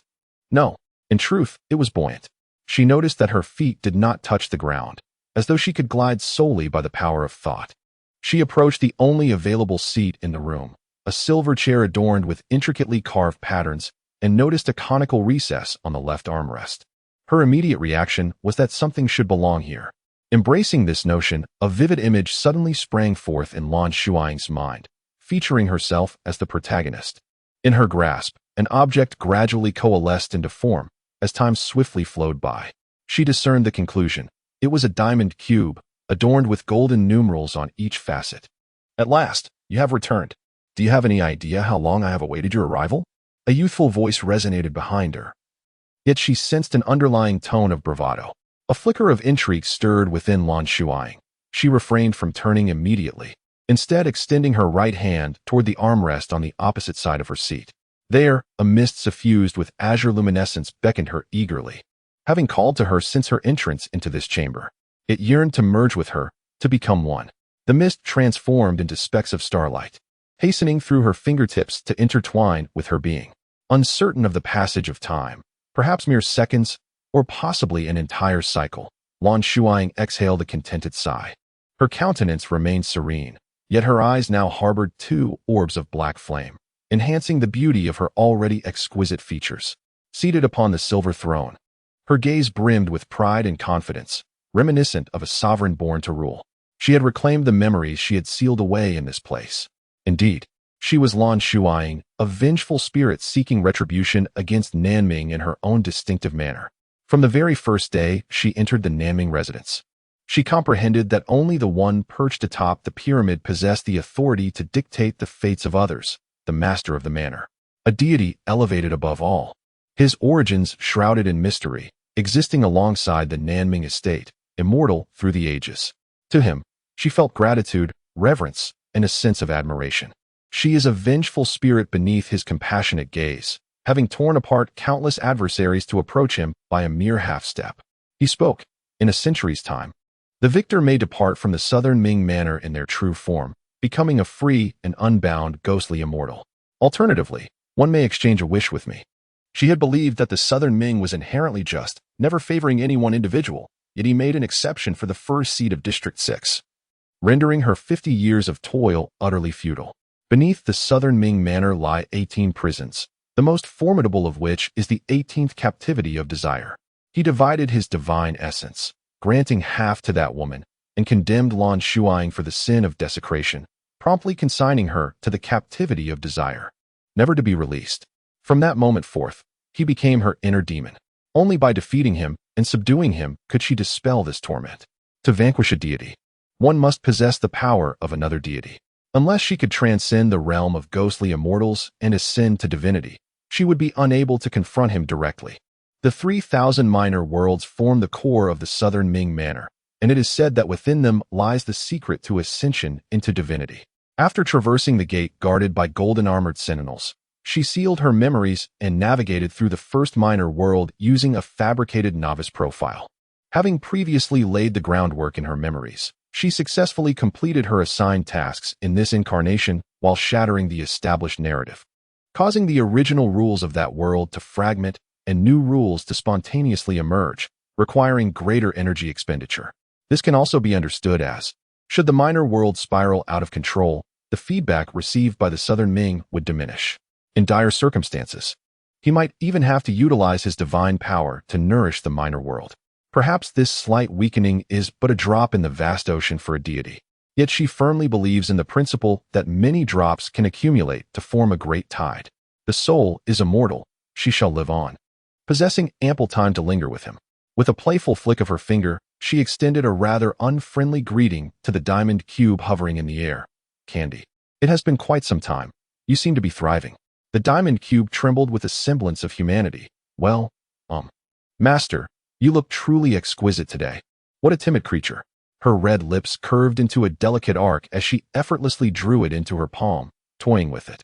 This was the sole achievement she garnered during her years of confinement, a creation inspired by the central system of the Southern Ming house. Yet it could only be deemed a prototype. It was named Candy. The pet dog that clung to her was also a product of its design. As she listened to Candy's report, she mused, thus, even with my memories sealed, he may still uncover my existence. As long as she remained within the confines of the Southern Ming house, the risk of being discovered loomed. Yet, she found herself unable to escape. It was the law, and she lacked the power to shatter it. Is there any other news? Candy hesitated before replying. The scrutiny in the novice world is more stringent, necessitating the sealing of memories. Furthermore, like other novices, you may utilize privileges, but in the future, you may not need to seal your memories. However, no longer able to use privileges? Lan Shuying calmly interjected, having anticipated this. After Candy confirmed her suspicion, she feigned disdain. Tapping its crystalline surface, isn't it all because of you? The primary ingredient for crafting milk candies is a staggering accumulation of 999 privileges. A summation of all the privileges she has amassed over countless years. Privilege serves as the essence of the milk candy, and to a certain extent, it also represents the foundation of her small world, often referred to as the power of rules. This is why the milk candy can masquerade as a peer, albeit for a brief period. The system that assigns her tasks is, in fact, a manifestation of the milk candy itself. The master and servant resemble a glitch within the Southern Ming house system, camouflaged as one of the myriad branches of the main system, infiltrating to disrupt the established rules. However, being a false system, she is unable to acquire any points as rewards, nor can she obtain the useful items and skills.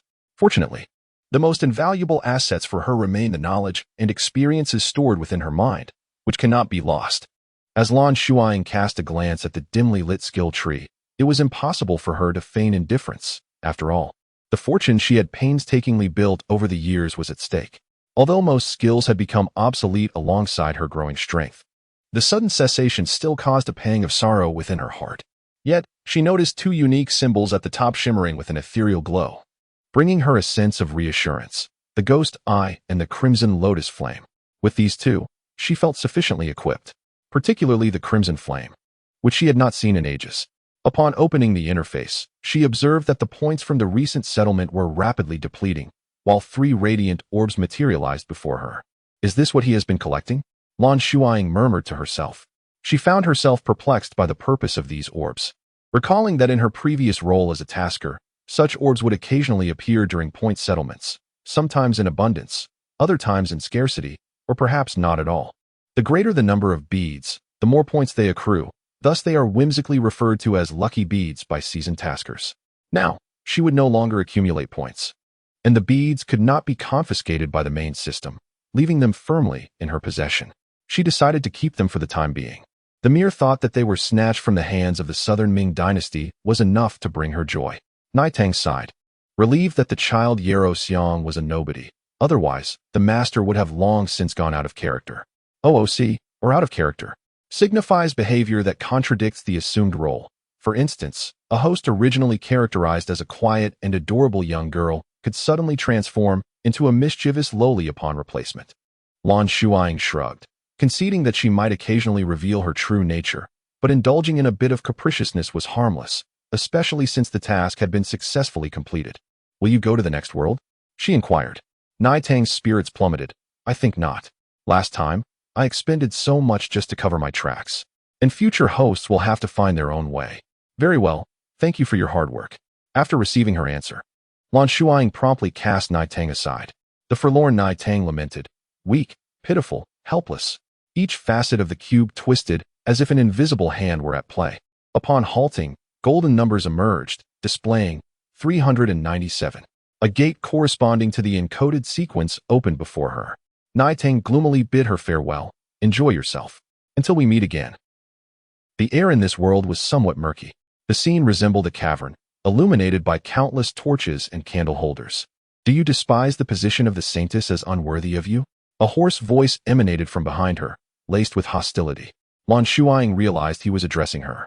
Before she could respond, this body instinctively replied, Elder Huang cannot slander me simply because of his age. The position of saintess is of utmost respect.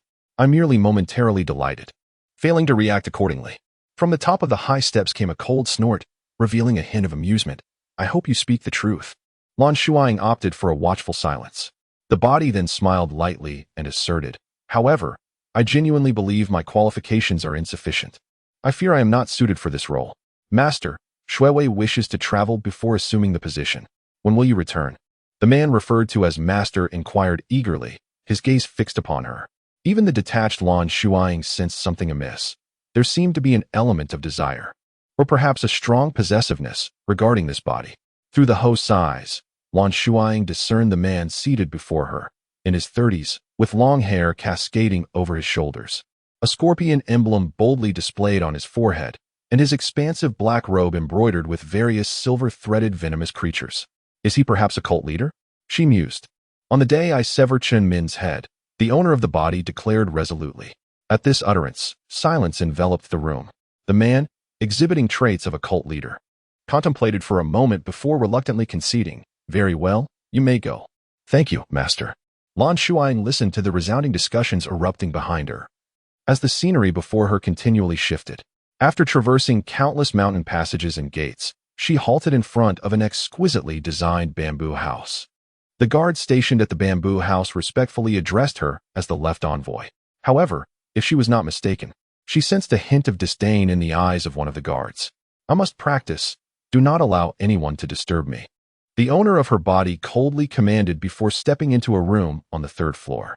Just as she closed the door, Lan Shuying realized that she could control this body, albeit not with complete dexterity. She awkwardly made her way to the bed, lay down, and closed her eyes. Before her appeared a beautiful maiden clad in traditional attire. The girl wore an intricately crafted silver crown, her garments resplendent yet somewhat revealing, with her delicate, snow-white arms and much of her long legs exposed to the air. A silver bell hung from a metal chain around her slender ankle. Undeniably beautiful. Her allure constantly reminded onlookers of the danger she posed. The maiden toyed with a small green snake coiled around her wrist, her gaze lifting to meet Lan Shuying's with the tranquil depths of a millennia-old well. Can you help me fulfill my wish?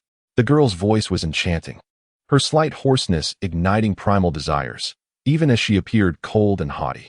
Lan Shuying admired her demeanor, offering a faint smile, unaffected by her seductive charm. Speak, then. The maiden nodded. My first wish, which I believe you have already heard, is for you to help me kill Chen Min and avenge my mother.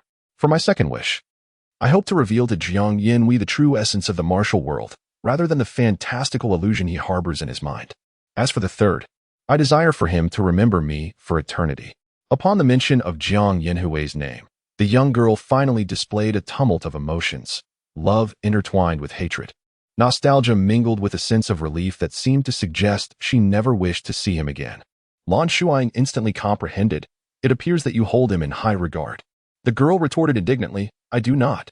Then, casting a fierce glare at her, she proclaimed, You may peruse my memories at will, but you must fulfill my wishes. Otherwise, even in death, I shall not spare you. Lan Shuying shrugged, choosing not to confront her. In truth, you are already a ghost. Furthermore, even if you were to become one, you would not be able to find me. This host was discovered by the milk candy, the individual most compatible with her in this realm. An equivalent exchange circumventing the Southern Ming Prefecture system. She would inhabit the girl's body to assist her in realizing her wishes, and upon their fulfillment, the girl would offer her soul as sustenance. Beyond aiding her host in achieving her aspirations, it was also necessary for her to seek out the male and female protagonists, seizing opportunities to subtly influence the workings of the heavenly path. To Lan Shuying's delight, the Jiang Yanhui mentioned by the girl happened to be the male protagonist of this realm, a fervent youth fresh to the martial world. 3 months later. Wow, this is so spicy. Brother Zhou, do all you martial artists enjoy drinking this? The flavor is quite peculiar. The white-clad youth, his dark eyes shrouded in a mist of moisture, with his ruby lips stained by the liquor, wore an expression so innocent it was almost criminal.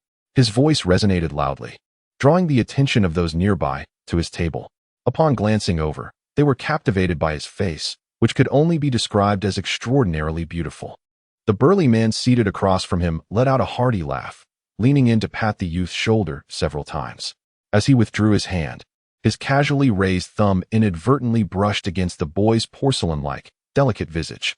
Relishing the sensation, the man squinted his eyes, a lewd expression crossing his face as he remarked, In the world of men, there's nothing wrong with this. You're still young, but you'll come to understand with experience. The youth, still naive, nodded in bewilderment, lowering his head to inhale the pungent, transparent liquid before him. As he bent down, a slender, fair neck was revealed, prompting the man to mask his presence with the sound of gulping down his drink, while others around discreetly swallowed their saliva. The burly man cast a warning glance around, his right hand resting on the hilt of his knife. Recognizing his reputation in this area, the onlookers wisely retreated, yet they continued to surreptitiously observe the exquisite young man. Among those scrutinizing the youth was another person. Lan Shuying leaned over the railing of the second floor of the tea house, her gaze fixated on the window. It was her first encounter with such a pure and harmless protagonist, leaving her uncertain whether it was ignorance, lack of caution, or sheer foolishness on his part. Could he truly not perceive that others might wish to exploit him? She sipped her tea, waiting patiently until Jiang Yin collapsed drunkenly onto the table. With that, she set down her payment and leaped gracefully to the entrance of the tavern. As she swung open the door, a gleam of surprise illuminated the faces of those inside. A delicate and flawless jade-like foot entered, accompanied by the gentle chime of silver bells. As one gazed upward, they beheld the breathtakingly straight legs, a slender waist that could be grasped with a single hand, cinched by a deep blue belt adorned with blooming magnolias. Beyond the flat abdomen lay the hidden snow peaks concealed within the matching garment. Upon recognizing the silver-crowned maiden, whose beauty was as serene and ethereal as a snow lotus, they collectively inhaled sharply, finding her allure rivaled that of the beautiful youth from earlier. Today was indeed peculiar. From whence had these two enchanting beings emerged? Surely this tavern was no place for them. The onlookers exchanged glances, their faces revealing strange smiles, devoid of any inclination to intervene. Lan Shuying strode purposefully back toward Jiang Yanhui, wrinkling her nose at his stench of alcohol. Halfway there, she retracted her hand, which had been poised to grasp the nape of his neck, and instead unslung her water pouch, unhesitatingly dousing him from head to toe. Ugh, mother. Cease this nonsense. I'm getting up to practice. Jiang Yanhui blinked in confusion, awakening from his stupor. In the haze of his surroundings, he heard a cool voice remark, I do not have a son as foolish as you. Huh. Jiang Yanhui's intoxication ebbed slightly as he groggily sat up. Before he could fully comprehend the situation, he heard the unfriendly tone of the newly acquainted brother Zhou. Little girl, I advise you not to meddle in affairs that do not concern you. Lest. Crack. The table was effortlessly severed in two by the maiden's whip, a triangular shard flying off into the air. The left cheek of the burly man served as the starting point for that whip, fresh blood mingling with the tavern's rich aroma of liquor, plunging the establishment into an eerie silence. Here, everyone is well aware of the notorious reputation of Zhou Kun, the man who has never been a virtuous individual since his birth. In recent years, he has established a familial connection with a supervisor from Duanlu, engaging in unsavory activities to exploit the beauty of others. Duanlu is recognized in the underworld as one of the three formidable forces that should not be provoked. Therefore, upon witnessing him fixate on the young lad, onlookers prudently stepped aside, not out of deference to Zhou Kun, but rather to grant passage to Duanlu. This oddly dressed girl, whose origins are shrouded in mystery, dared to brazenly contend with Duanlu for the young man. The spectators discreetly retreated, fearful of being entangled in the ensuing chaos. In a swift motion, Lan Shuying's whip severed Zhou Kun's wrist, causing his heavy sword to plummet and shatter the wooden floor of the tavern. "You foul woman, do you know who you are dealing with?" he gasped. However, Zhou Kun, aware that he could not best her, instinctively sought to invoke the name of Duanlu. Yet, Lan Shuying did not afford him this opportunity. Her dark whip coiled around his neck like a constricting serpent, tightening inexorably. Zhou Kun's eyes bulged, his face flushed crimson, and before long, he succumbed to asphyxiation. With her left hand, Lan Shuying deftly unscrewed the cap of another water pouch at her waist. Countless black beetles, each adorned with 4 wings, erupted forth, swirling around her in a frenzied dance before honing in on the enticing scent of fresh flesh, ravenously descending upon the recently deceased Zhou Kun. Within a mere minute, the once boisterous Zhou Kun had been reduced to a skeletal frame, bloodied and devoid of any flesh. With a sharp whistle, the beetles emerged from his deflated clothing. Having devoured his blood and meat, each insect now significantly enlarged, a veritable swarm overwhelming the scene. They danced gracefully in the air for a moment, as if expressing gratitude for her generosity before contentedly returning to the water pouch. Lan Shuying replaced the lid and, grasping the collar of Jiang Yan's garment, departed. The sound of the skeleton hitting the ground startled the surrounding onlookers. When they rushed out to pursue, the two figures had already vanished. Chapter 50. The Demonist Desire 3. The body that Lan Shuying borrowed was named Imo Shuawei, a 16-year-old girl born in the Miao village of Kunnan. This place is home to the Kunnan sacred sect, a cult that has been inherited for centuries, often referred to as a demonic sect by the orthodox martial world. Her mother, Imo Lan, was one of the candidates for the previous generation's saintess, but when Imo Shuawei was 5 years old, Imo Lan was slain by another candidate, Qin Min, causing Imo Shuawei to disappear from the eyes of the sect. By the time she re-emerged, she had transformed into the revered Blood Wei, the left envoy of the sacred sect, a position of immense power. Her stunning beauty attracted the admiration of the sect's youth, while the ambiguous attitude of the sect leader toward her stirred much speculation, tarnishing her reputation within the sect. The sect leader's decision to elevate her to the position of saintess marked a pivotal moment in her life, granting her the opportunity to escape the leader's confinement. In her quest to avenge her mother against Qin Min, she encountered an innocent and charming young man, igniting feelings within her. In a bid to protect him, she severed her own path to survival. Tragically, the young man had already pledged his heart to another. Under the deliberate defamation orchestrated against her, Imo Shuawei became perceived as a malicious and sinister woman. Lan Shuying found herself intrigued. Despite such vilification, why did Imo Shuawei's desires not include vengeance against that girl? The girl replied, "When I was alive, she never dared to speak recklessly. You just need to ensure that you do not perish." Her tone was rife with disdain for that girl. The information she had gathered about the plot was incomplete. Lan Shuying was uncertain whether that girl was the protagonist. She decided to follow the storyline, accompanying the male lead, and would devise her plans upon encountering that girl. If she turned out to be merely a passerby, a lesson could be imparted before letting her go. However, if she was indeed the heroine, then it would serve as a gift from her to Imo Shuawei. After all, this was the first business deal brokered by the milk candy. Unbeknownst to others, during the 10 years of Imo Shuawei's disappearance, she had been cast into the Qianqiu cave by the cult leader. Within that abyss lay countless venomous insects and beasts, alongside innumerable children captured from the outside world by the Tsangnan holy sect. These children would struggle for survival within, and upon the completion of a decade, those who emerged alive and found the exit would be deemed victors. The males would become candidates for the cult leader, while the females would be candidates for the saintess. Over the past 10 years, Imo was the only one to escape the Qianzhou cave, as all others had fallen to her hand. In a certain sense, that girl had not wronged her. She was indeed a malicious and terrifying individual with ulterior motives towards the youth. All her beauty and kindness were bestowed upon that boy, only for this sincere heart to be trampled by the naive and ignorant youth. Lan Shuying held a low opinion of Jiang Yanhui. Fortunately, Imo had not demanded that he fall in love with her or grow old together. Otherwise, it would have posed a significant dilemma. Jiang Yanhui, oblivious to her inner musings, had now sobered up, his round eyes wide with astonishment as he pointed to his own nose and asked, "Me? A servant?" Lan Shuying maintained a serene demeanor, earnestly fabricating a tale. "There is a man named Zhou Kuan who intoxicated you and subsequently sold you to me." The name Zhou Kuan was familiar to him, rendering the reality even more difficult to accept.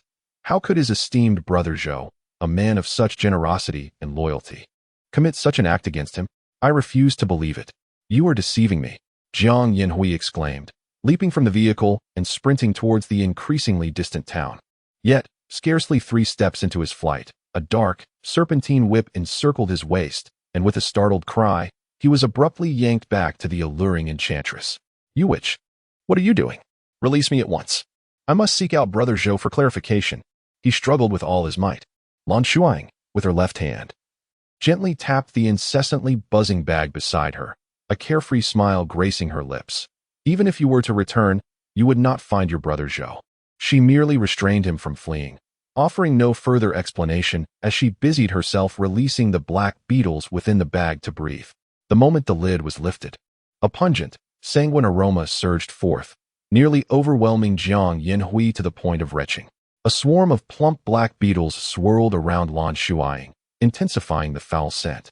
She waved her hand, and they obediently drifted away.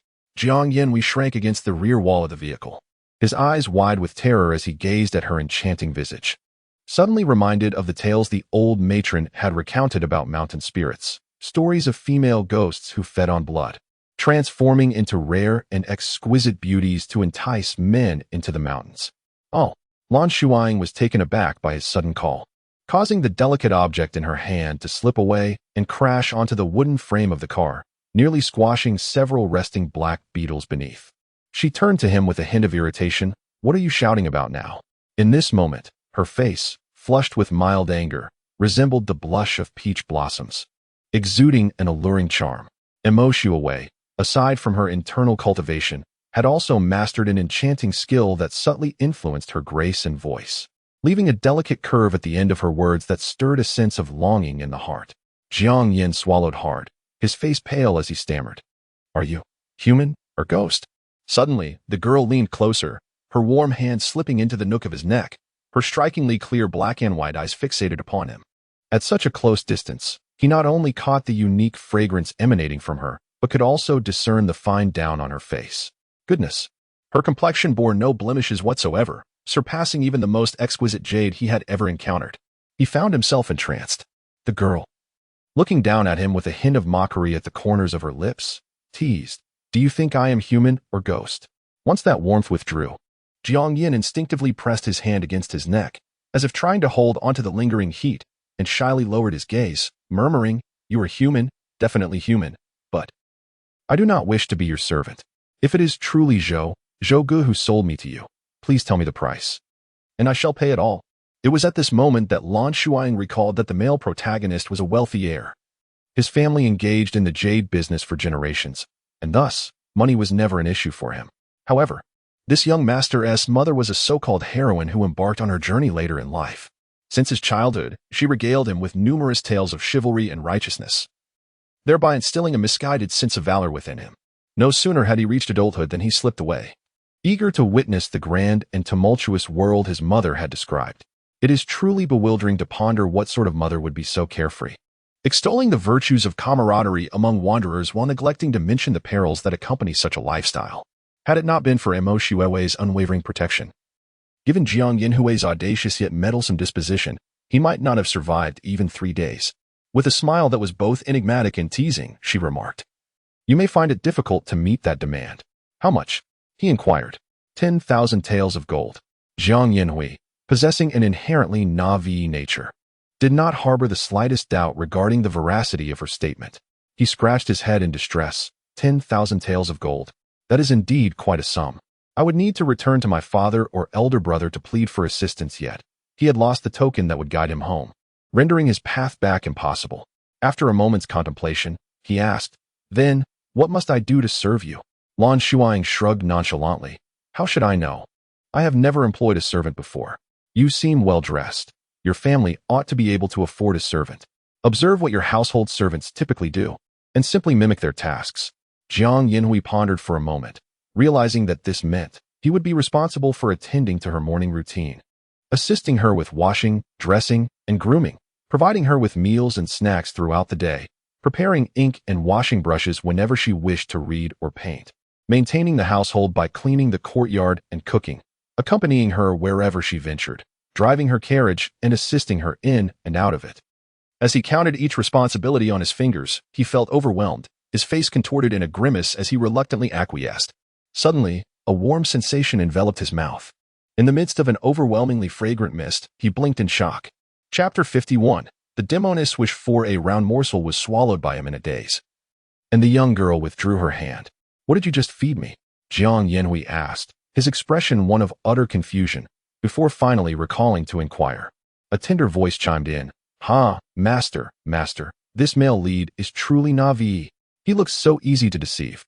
Lan Shuying silently concurred in her heart, before casually stating, "Poison." "What?" Jiang Yinhui leapt back in shock, colliding with the top of the carriage and wincing in pain, his tears welling up, rendering him a pitiable sight. Indeed, this male lead was characterized by unparalleled beauty. Lan Shuying observed the crystalline tears in his eyes, a flicker of intrigue passing through her gaze, as she mused quietly, "Such a beautiful youth. It is indeed more delightful to bully him." In Mo Shuewei's recollection, she had indeed offered him that pill, originally with good intentions. However, the proud and obstinate prospective saintess refused to admit it, leading Jiang Yinhui to mistakenly believe that she had secretly administered a slow-acting poison within him. This misunderstanding left a lingering resentment in his heart, making him susceptible to manipulation and causing him to regard Mo Shuewei as a villain. After all, he had a personal experience to draw from. Lan Shuying perceived this as an excellent opportunity to alter his impression. Moreover, teasing him proved to be an amusing endeavor, the Na'vi and easily deceived lamb. She was a dedicated actress. At that moment, she was not merely playing the role of Mo Shuewei. She embodied her entirely. A young Miao woman, flourishing proudly amidst adversities, exuding an air of cold solitude, occasionally sharp-tongued, and delighting in playful banter. Naturally, the latter two traits were only exhibited in Jiang Yinhui's presence. Mo Shuewei was indifferent to the morality of others, possessing her own criteria for judgment. Outsiders labeled her as a ruthless and malevolent demoness.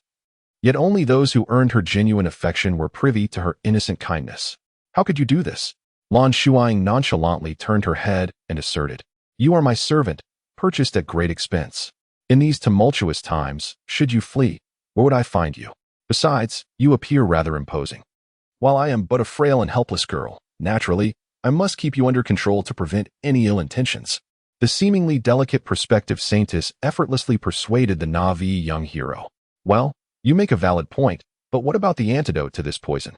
Twice a month, one pill at mid-month and one at the end. I do not have any on hand, but rest assured, I will gather the necessary herbs in advance to concoct it for you." However, in the narrative, Mo Shuewei did not respond in such a manner. Instead, she coolly pinched his chin and remarked, "Antidote? It depends on my mood." With Lan Shuying's assurance, Jiang Yinhui calmed down and offered her a bashful yet warm smile, saying, "All right, thank you." Meanwhile, the vigilant Nai Jun, monitoring the situation, paused for a moment before erupting into laughter, exclaiming, "How could there be such a foolishly adorable male lead? Master, seize him. Uh-huh. Nai replied, "TT, I won't dare again." Jiang Yinhui wandered aimlessly, as he was unaware of the rumored realm of martial arts. He slipped down the secret passage from his home, taking a long-distance carriage to an unfamiliar small town. Upon his arrival, he quickly caught the attention of Zhou Kun's men, who, with a few persuasive words, coaxed him into brotherhood. Zhou Kun intended to ply him with alcohol to uncover his family background, hoping to enjoy his company for a few days before selling him to Duan Lu in exchange for silver. However, before he could even inquire, he met his demise at the hands of Lan Shuying. Now, as a servant procured at a high price, Jiang Yinhui naturally followed her wherever she went. With a carefree spirit, he soon dismissed the matter of her poisoning him and, unable to tolerate the silence, initiated a conversation. Where are we headed now? To find someone. And who are you seeking? Where will we look? What will happen once we find them? The young girl gazed intently ahead, guiding her horse forward as if she had not heard his words. He assumed she would remain silent and, feeling disheartened, he settled back into his seat. However, he was taken aback when her voice, soft yet gravelly, broke the silence.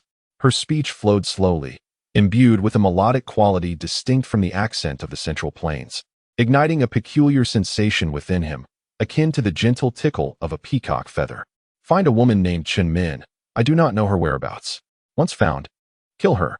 Jiang Yinhui was momentarily startled, stammering, "You are so beautiful. Why do you speak of murder?" He felt fortunate that he had been intoxicated when Zhou Kun met his end. Otherwise, he feared he would be haunted by nightmares for a lifetime. Lan Shuying turned to meet his gaze, her expression unusually grave, and Jiang Yinhui nervously swallowed. "She killed my mother. If I do not avenge her, my mother will not rest in peace." Jiang Yinhui's heart suddenly softened. He understood now. He spoke to her gently, offering comfort, yet received no response. Thus, he resorted to sharing amusing tales, clapping his hands and singing for her. Such was the innocence of a sheltered young master. Lan Shuying deemed this sincerity to hold some value. "Master, it seems you have spoken too much to her. Could this lead to OOC behavior?" Naitang asked anxiously. Lan Shuying chuckled lightly. "He is blind to the merits and faults in others. I feel it is my duty to correct this flaw." Prior to this, Jiang Yinhui had no acquaintance with Mo Shuawei and harbored no fears regarding her. After their introduction, he still failed to comprehend her essence. Even though she consistently protected and assisted him, she never uttered a word, leaving him in a state of blissful ignorance. Moreover, Mo Shuawei believed that there was no need to explain her reasons for killing Chen Min to him, to Jiang Yinhui. Her silence appeared as an unwarranted act of indiscriminate violence. One was steadfast in her silence, while the other was devoid of any emotional depth. The compatibility of such contrasting individuals truly seemed like a manifestation of the supernatural. Even in the absence of the girl who tarnished her reputation, Mo Shuawei would never have been the type he favored. After traveling together for half a month, Jiang Yinhui fancied that he had deciphered the temperament of this young woman. He presumed she possessed a sharp tongue, yet a tender heart, akin to his aunt. For instance, she would scold him for meddling and causing her trouble, yet invariably stood by his side to rescue others. However, there was one disquieting aspect. Jiang Yinhui fixated on the girl's back, her unadorned skin radiating a porcelain-like smoothness, her arms resembling the pristine whiteness of lotus roots. His gaze drifted down to her feet, encased in satin shoes, and he suddenly felt a surge of joy. One day, he inquired why she always went barefoot, for it was customary for women in Central Plains not to reveal their feet to men other than their husbands. With an unusual expression, she replied that she had never worn shoes. In that moment, Jiang Yinhui realized that she was not as fragile as she had previously claimed. On the contrary, her inner strength was profound, and her agility remarkable. He had never seen her feet sullied by dust. They remained as immaculate as if sculpted from jade. Yet, he could not endure the lecherous gazes of passers-by upon her. That day, while she practiced in the inn, Jiang Yinhui ventured out to commission a pair of shoes. Crafted in a royal blue and adorned with exquisite magnolia embroidery, which perfectly complemented her attire at first glance. She scolded him for being meddlesome, yet the following day, she donned her shoes, walking with a slight air of caution that was quite endearing. After she abandoned her habit of going barefoot, Jiang Yinhui began to harbor different thoughts. He remarked that a woman from the Central Plains should not dress in such a manner, for it would invite reproach. However, the young maiden gazed at him with her striking black and white peach blossom eyes, her expression neither smiling nor unkind, which made his heart race like a startled deer. Leisurely, she replied, "I am not from the Central Plains. In my hometown, no one would swaddle themselves like a dumpling in the sweltering heat." She continued to wear the outfits he deemed inappropriate, living by her own rules. As he observed her more, Jiang Yinhui found his perspective altering. He began to see her as peculiar yet rebellious. Eventually, he came to admire her ability to disregard the odd glances from others. And now he realized he despised the way those gazes lingered on her, as if his cherished treasure were being coveted by others. Wait, cherished treasure? The Na'vi young man was suddenly struck by a revelation, as if a bolt of lightning had illuminated his mind. Could it be that I have feelings for her? Lan Shuying sensed two burning gazes upon her from behind. After that day, the youth transformed. He hesitated to meet her eyes and spoke less during their walks. There were even instances when she noticed him lost in thought, oblivious to the scuffles between wanderers, a stark contrast to his usual inclination to intervene. It was indeed strange. She withdrew her astonished gaze and resumed driving. At this juncture in the narrative, Imo Shuawei remains oblivious to Chun Min's whereabouts. She merely wanders aimlessly with the male protagonist, accumulating a multitude of adversaries along the way. However, Lan Shuying has gleaned from Imo Shuawei's memories the location of Chun Min's seclusion and hastens towards Fenghe Ferry. Due to Jiang Yinhui's peculiar behavior, they choose to disregard numerous distractions along the latter part of their journey, thus encountering far fewer troubles compared to the original storyline. Chapter 52, The Demoness Wish 5, Second Update. Hey, what is your name? We've traversed such a vast distance together, yet I remain unaware of your name. The young man, with a pitiful expression, tugged at Lan Shuying's sleeve. Lan Shuying raised an eyebrow. I find it unnecessary. Huh. Jiang Yinhui momentarily appeared puzzled, ultimately pressing for clarification. Why is it unnecessary? A name holds great significance. For instance, my name is Yinhui, as it derives from the year I was born. Your family had a nest of swallows that was startled away by a snake, and upon your mother's delivery, the swallows returned to rebuild their nest. Hence, you are named Yinhui. Lan Shuying, with an impassive demeanor, continued, you have recounted this tale numerous times, to the extent that I can recite it by heart. She lowered her gaze and bit off a piece of the floral cake from her chopsticks, chewing thoughtfully, it lacks sweetness. Lan Shuying is not picky with her food. Having endured several apocalyptic or calamity-stricken worlds where cherishing sustenance is a vital virtue. Conversely, she has also experienced realms abundant with exquisite delicacies, which has refined her palate, rendering the number of dishes that bring her joy exceedingly scarce. Jiang Yinhui, far from feeling awkward, clapped his hands in delight, exclaiming, exactly, that's how it is. Then, what is your name? The question was unexpectedly redirected. Call me whatever you wish. After all, you ought to address me as your master, unless, of course, you repay the 10,000 taels of gold. Perhaps due to her prolonged company with the others, the innocent Jiang Yinhui displayed a hint of skepticism, cautiously inquiring. But you don't appear to be someone capable of producing 10,000 taels of gold. He was aware that her satchel contained merely a few sets of clothing and several jars. It seemed she possessed only a small pouch of silver. Prior to entering the city, they had subsisted on dry rations for several days, the most mundane type of hardtack. Today's snack had, in fact, been purchased with his own funds as her servant. Lan Shuying remained composed, her heart steady. That is because I just spent 10,000 taels to buy you. It was a jest. She was, after all, a member of the demonic sect. Remembering to carry silver was a feat in itself. And if she wished to reside in luxurious inns and indulge in extravagant meals daily, she would have to find a fat sheep to slaughter and rob the rich to aid the poor. Jiang Yinhui was taken aback by her remark, staring at her in astonishment, blinking in confusion. As if a thought crossed her mind, a blush crept onto her cheeks, and she alternated between looking up at her and hastily averting her gaze. Finally, she stammered, then, may I not repay it? He relished accompanying her on her adventures, for this had been the happiest period of his 16 years, free from the rigid constraints of his household, liberated from the need to study or practice martial arts, and unburdened by daily formalities. Most importantly, ever since he had recognized his feelings, the mere thought of her visage filled him with a sweetness akin to honey. The old man with the milk candies cried out frantically, Master! Master! Reject him! Reject him! I am your only darling. You are so annoying, Lan Shuying thought fiercely. She cleared her throat and, with a mischievous smile, asked Jiang Yinhui, who wore an anxious and bashful expression, so, does the young hero intend to bind me to him for a lifetime? Jiang Yinhui's face flushed deeper, stammering, Is there anything wrong with that? Lan Shuying's smile blossomed even brighter as she licked the remnants of the floral cake from her lips. At that moment, her eyes sparkled with an allure that seemed to contain a myriad of enchanting emotions, surging forth like an irresistible tide. This was the first time she had truly employed Imo Shuawei's seductive skills, and the results were evidently splendid. Teasing this little lamb brought her great joy, serving as a delightful interest for Imo Shuawei. Since her desire was to leave a lasting impression on him, she intended to make it a profound one. Jiang Yinhui gazed at her, captivated, unable to resist reaching out towards her jade-like profile. Suddenly, a middle-aged man leaped in through the window, brandishing a large knife that whirled through the air with ferocity, aimed directly at their table. Time was of the essence and the distance was close. Instead of drawing her whip, Lan Shuying swiftly kicked Jiang Yinhui's chair, causing him to tumble to the ground with a yelp. The gleaming blade grazed his scalp before, awkwardly getting lodged against the edge of the wooden table. The patrons of the tavern, initially terrified, could not help but burst into laughter at the sight. The middle-aged man, both furious and humiliated, tugged at the knife multiple times, but the table's sturdy craftsmanship held firm, and it remained stubbornly stuck until Lan Shuying kicked it away, freeing the blade. Your brother? The young girl helped the beautiful boy, who was in pain and shedding tears on the ground.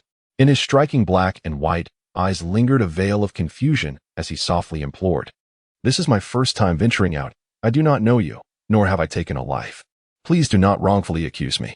Both were epitomes of beauty, one wielding a knife with intent to strike, while the other merely sought self-defense, establishing a clear distinction between right and wrong. Furthermore, the middle-aged man, stripped of his weapon, resembled a toothless tiger. The patrons of the tavern surrounded him, exchanging words that left him utterly humiliated. Seizing the opportunity, Lan Shuying grasped Jiang Yinhui's hand, and they fled. The two ascended into a carriage behind the tavern, hastily departing the city. Lan Shuying glanced at the sky and suggested, "Let us rest here. How are you feeling? Does it still hurt?" Jiang Yinhui nodded, feeling aggrieved. The moment she had kicked his chair, he was caught off guard, nearly tumbling to the ground. Yet, the pain was secondary. His mind was overwhelmed with questions. He muttered in bewilderment, "On what grounds did that person say such things about you? Although your martial prowess is formidable, you have never taken a life. And what is this talk of demonic sects? Wait, you hail from the southwest. Could it be that you are affiliated with the Yin and Yang demonic sect?" It was remarkable that his thoughts finally connected, albeit belatedly. Lan Shuying nodded, beginning to gather twigs to start a fire. She recalled the previous world where the protagonists of noble lineage had seemingly never mastered the skill of igniting a flame. Thus she resolved to do it herself. The boy paused for a moment before suddenly lunging to grasp the hem of her skirt, exclaiming, "I don't care. I have decided you are a good person, and I wish to accompany you." Lan Shuying's ear tips twitched slightly, and with a cold chuckle, she kicked him away. "Who told you I am a good person? That person was not mistaken. I am indeed a demoness. Little one, listen well. I am the left envoy of the holy sect, Bloodway. In the words of you Central Plains people, I am steeped in malevolence, a harbinger of death, with the scent of human blood lingering beneath my nails. Follow me, and you shall not even know how you met your demise." She leaned in closer, grasping his collar, her seductive gaze laced with a hint of murderous intent. Yet, Jiang Yinhui distinctly observed her winking at him with her left eye as she uttered those threatening words. Confusion washed over him as he scrutinized her. Her expression was so unfamiliar, the familiar essence of her was nowhere to be found, replaced instead by the guise of a true demoness. Yet, to Jiang Yinhui's sorrowful realization, even her wickedness appeared breathtaking in his eyes. What kind of enchantment had this demoness cast upon him? Milk Candy cheered, "Master is the fiercest. Master is the most beautiful. I love Master. Be quiet." Whether it was merely an illusion or not, Jiang Yinhui felt an undeniable closeness as he stood near her, distinctly sensing a peculiar fragrance that bore a hint of sweet blood. His heart raced like a drum, and as their hearts drew nearer, the boy's anxious gaze gradually morphed into one of bewilderment, instinctively leaning toward her luscious lips. Alas, she realized too late that she had neglected to retract her seductive aura. Now, their positions exuded an unmistakable intimacy, their shadows entwined in the flickering firelight. Had a passerby stumbled upon them, they might have mistakenly believed they had interrupted a clandestine romance. At that moment, a fierce gust of wind swept Lan Shuying's body away, causing her to crash violently against a broken tree. She fell to the ground and endured a second impact, unable to suppress a cough of fresh blood. Her gaze shifted to the newcomer, her face betraying alarm. Was it the master? Indeed, the figure before her was the master, who should have been far away at the headquarters of the Kong and Holy Sect. With one hand, he drew Lan Shuying closer, caressing her delicate neck as one might treat a lover. Witnessing this scene, Jiang Yinhui was consumed by rage and rushed forward to intervene, only to be struck away by a slap, spinning in the air and struggling to regain her senses. The master turned back, his eyes gleaming with mockery as he spoke with a biting tone. Where did you find this pretty boy? He is exceedingly weak. Xiaowei, you are becoming increasingly disobedient. In the presence of her host, Lan Shuying instantly shifted into her former self, turning her face away in disgust. The master's fingers grazed empty air. But rather than showing anger, he smiled. Well, I do enjoy this side of you. However, can you explain why this fellow carries the scent of Baiwa Chongqiao pills? His words were articulated slowly, and as he uttered the final syllable, the oppressive aura of his presence bore down like a mountain, causing both Lan Shuying and Jiang Yanhui, 2 meters away, to cough up blood simultaneously. Lan Shuying casting not even a glance at Jiang Yanhui, with her pale face contrasting against the dark crimson blood, emanated an eerie dread as she raised her gaze and stated softly, "He is my prey." Oh, the master released her neck, laughing heartily. Ha ha ha. I am indeed aging. My memory falters. I forgot about your appearance. Hee hee, little Wei this medicine is exceedingly precious, produced only once a year, with merely 3 pieces each time. I bestow it upon you not to squander it on such a worthless pretty boy. Lan Shuying felt her internal energy surging, and spat out a mouthful of blood. Noticing Jiang Yin's concerned gaze upon her, she subtly gestured with the hand behind her back, signaling him to remain still. Maintaining an air of composure, she posed a question to the increasingly unhinged dark-haired man before her. For these 11 years, has the master truly not desired vengeance for my mother? The man's madness abruptly halted, and he replied incredulously, What do you mean by that? Why should I seek revenge for a failure? Lan Shuying fixed her gaze into his eyes and declared, Simply because she is the only woman you have ever loved. The master's countenance shifted dramatically, his eyes igniting with a fierce, murderous intent. It was the first time he had exhibited such a profound reaction in her presence. In Mo Shuawei's memories, the master was undoubtedly the most terrifying entity. During her childhood, he would torment her daily, and once he had cultivated her capacity for resistance, he unhesitatingly cast her into the Thousand Sorrows cave. Mo Shuawei recognized that his hatred for her was genuine. While others were typically confined to the Thousand Sorrows cave upon reaching the age of 10, she had been merely 5 years old, driven in by the master with the threat of venomous snakes. He had no desire for her return, yet she not only survived but also vanquished all her rivals. When she reappeared that year, the master's eyes gleamed with a sudden brightness. He embraced her, whispering her name, Mo Lan. I am not Moran, I am Mo Shuawei. Aware of the striking resemblance between herself and her mother, she also recognizes that this man may harbor special feelings for her mother, yet she is unwilling to exploit that. With a spirit battered yet resolute, Mo Shuawei interrupts his words, but rather than express anger, the leader bestows upon her the title of Left Envoy. This man is enamored with her mother, Moran, and subsequently intends to fashion her into a doll that embodies Moran's likeness. He compels her to master the most esteemed arts of seduction within the sect, solely because her eyes reflect her biological father's essence, lacking the enchanting allure of Moran. He insists that she abandon the sword for the whip, for that is the weapon at which Moran excels. Even the permission granted for her to venture outside is contingent upon her explicit vow to avenge Moran by killing Chen Min.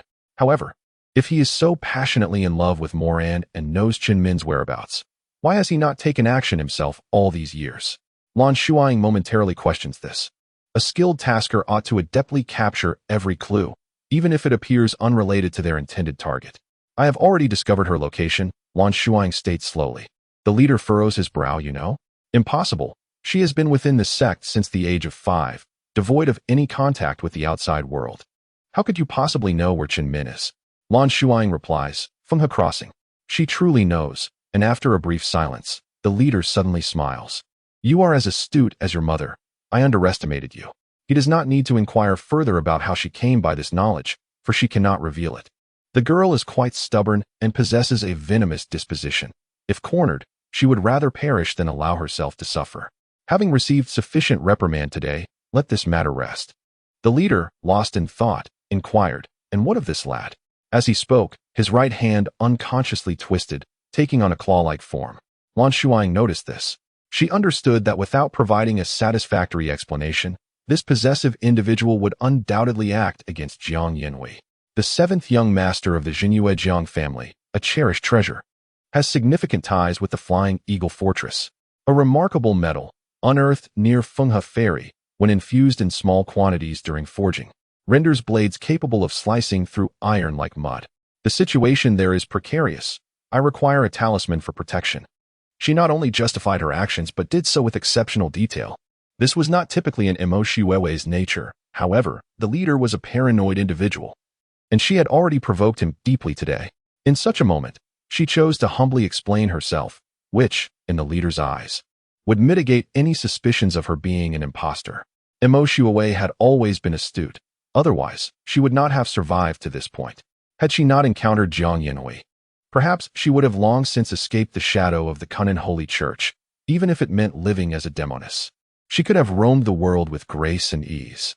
While she maintained her composure, Jiang Yanhui's face turned pale at her words, disbelief flooding her eyes. The leader had already witnessed her aptitude for gathering intelligence. Although he had yet to verify it, he instinctively began to trust her. Observing Jiang Yanhui's exquisite features and exceptional demeanor, it was clear she was not the product of an ordinary household.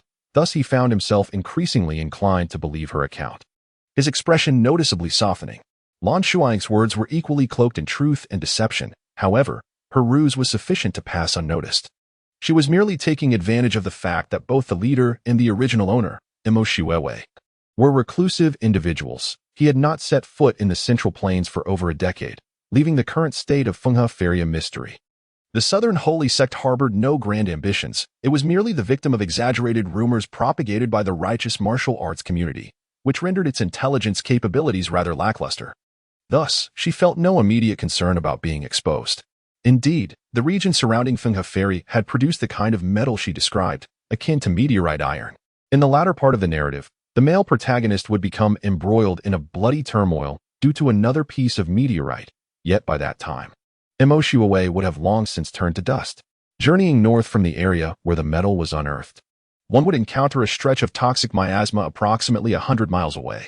Chen Min resided beyond this miasma, by the banks of the Qi Long Pool. Very well. I shall place my trust in you this once. Furthermore, I must impart another piece of wisdom.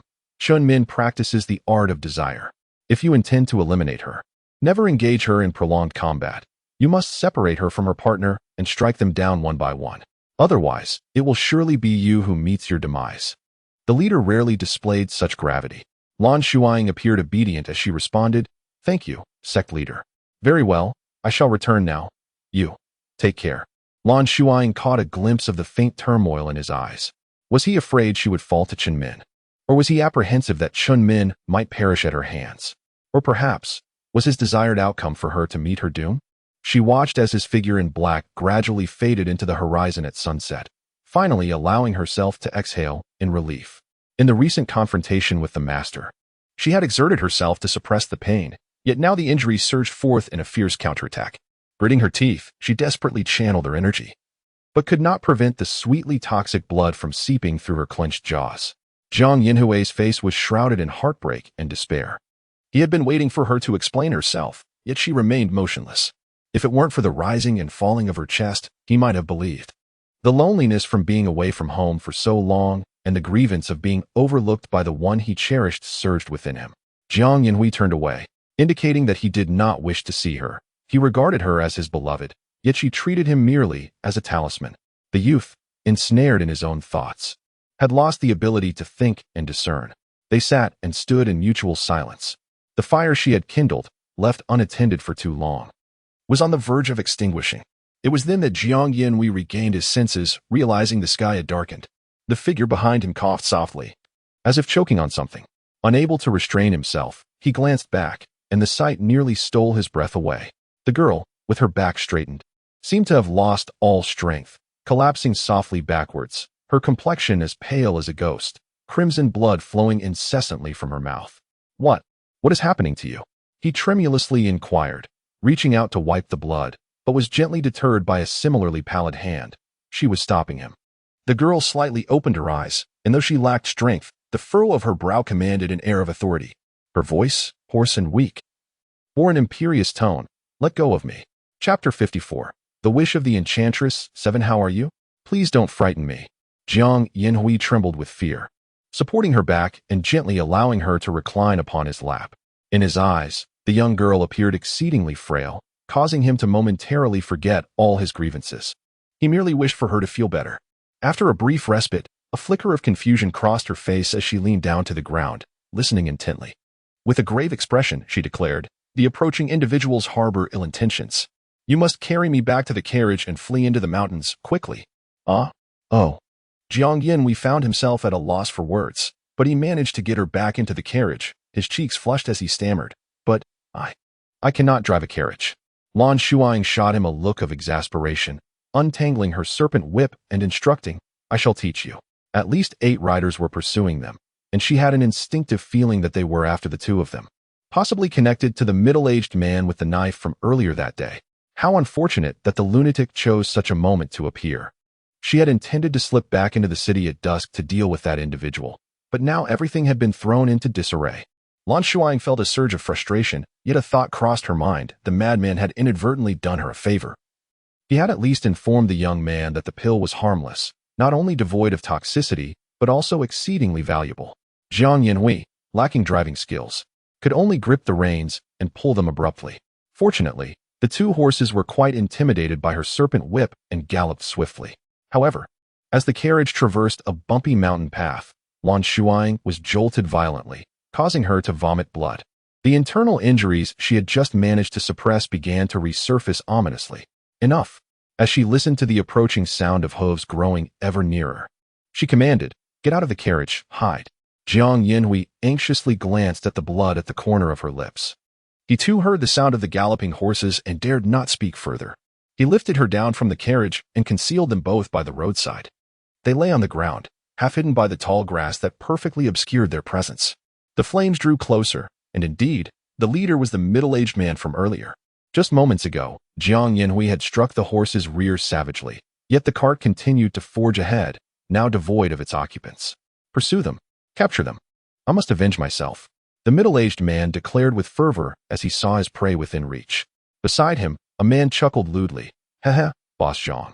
Once we avenge Kuan, can we have a little fun with these 2? A chorus of knowing laughter erupted among the group, for those 2 young individuals were exquisite beauties, seldom seen in such a manner. Upon hearing this, Jiang Yinhui's expression shifted.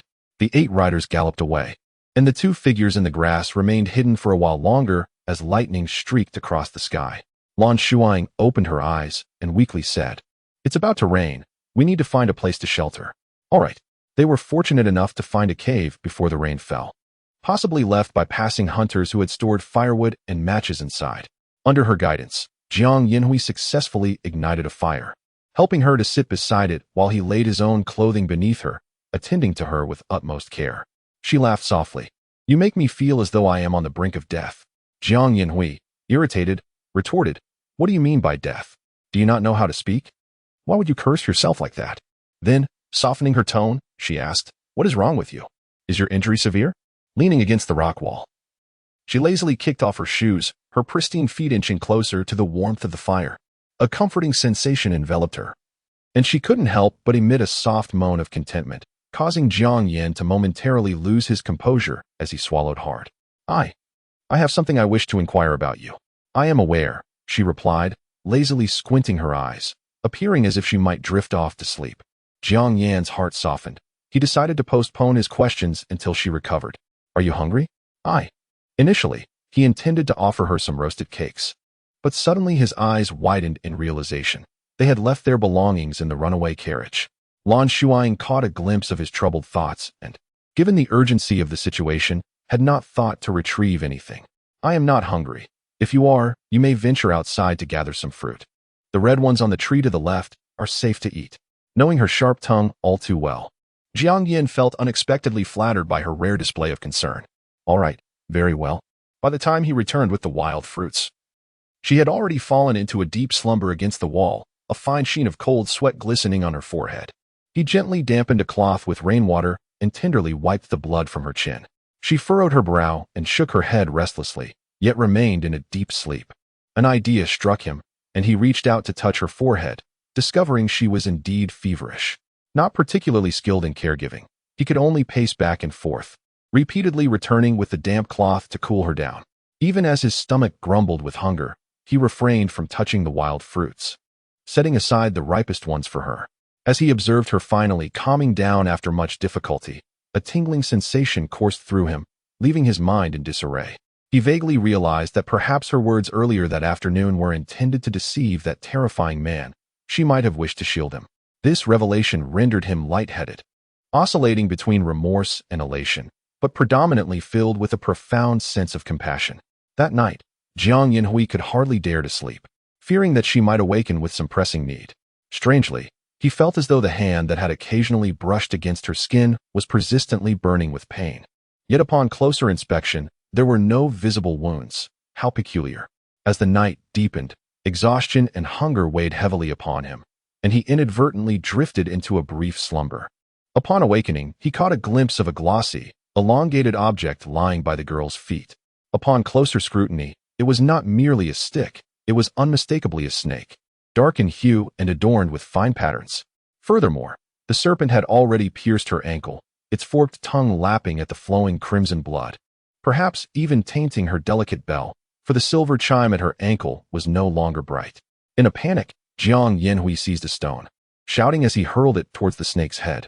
The Jiang family knew well that he harbored a profound fear of serpents, yet for the sake of his beloved, he was determined to fight back. With his eyes nearly shut, he aimed for the creature, only to be interrupted by a hoarse, alluring voice. "What are you doing?" The girl, fatigued, regarded him with evident surprise, having been roused by his cries. Jiang Yinhui blinked, stammering.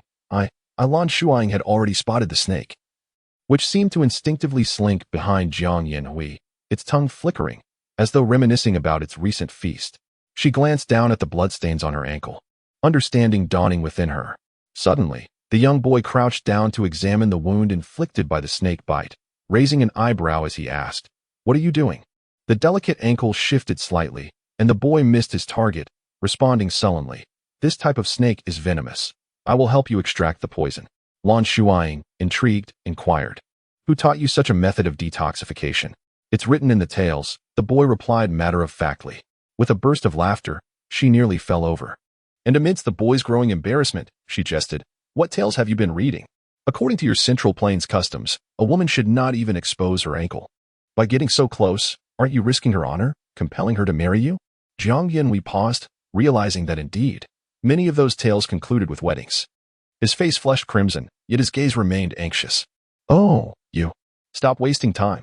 I've told you it's venomous. Why don't you believe me?" Lan Shuying shook her head, her tone softening into a gentle sigh. "It's not that I doubt you." Unbeknownst to them, the snake had approached, curling up beside her hand, nudging her wrist with its head, displaying an almost endearing demeanor, as if it were her pet. She playfully teased it with her fingers, murmuring, "You clever little thing. So bold. Very well, I shall overlook this time. Go now, but do not return." The snake reluctantly slithered away. Jiang Yinhui stood bewildered, pondering the peculiar turn of events. Chapter 55. The Wish of the Enchantress 8. Second update. The voice of the young girl flowed slowly within the confined space. "As you can see, my blood serves as an exquisite supplement for it." She paused momentarily, a tinge of bitterness gracing her smile. "I was raised in the den of venomous serpents, subsisting on poisonous fruits and serpent flesh, and drinking the blood of snakes and beasts. My blood is far more toxic than its venom. Should you consume it, even the great Hua Tuo would be unable to save your life." This was the very reason she forbade him from touching that blood while she was awake.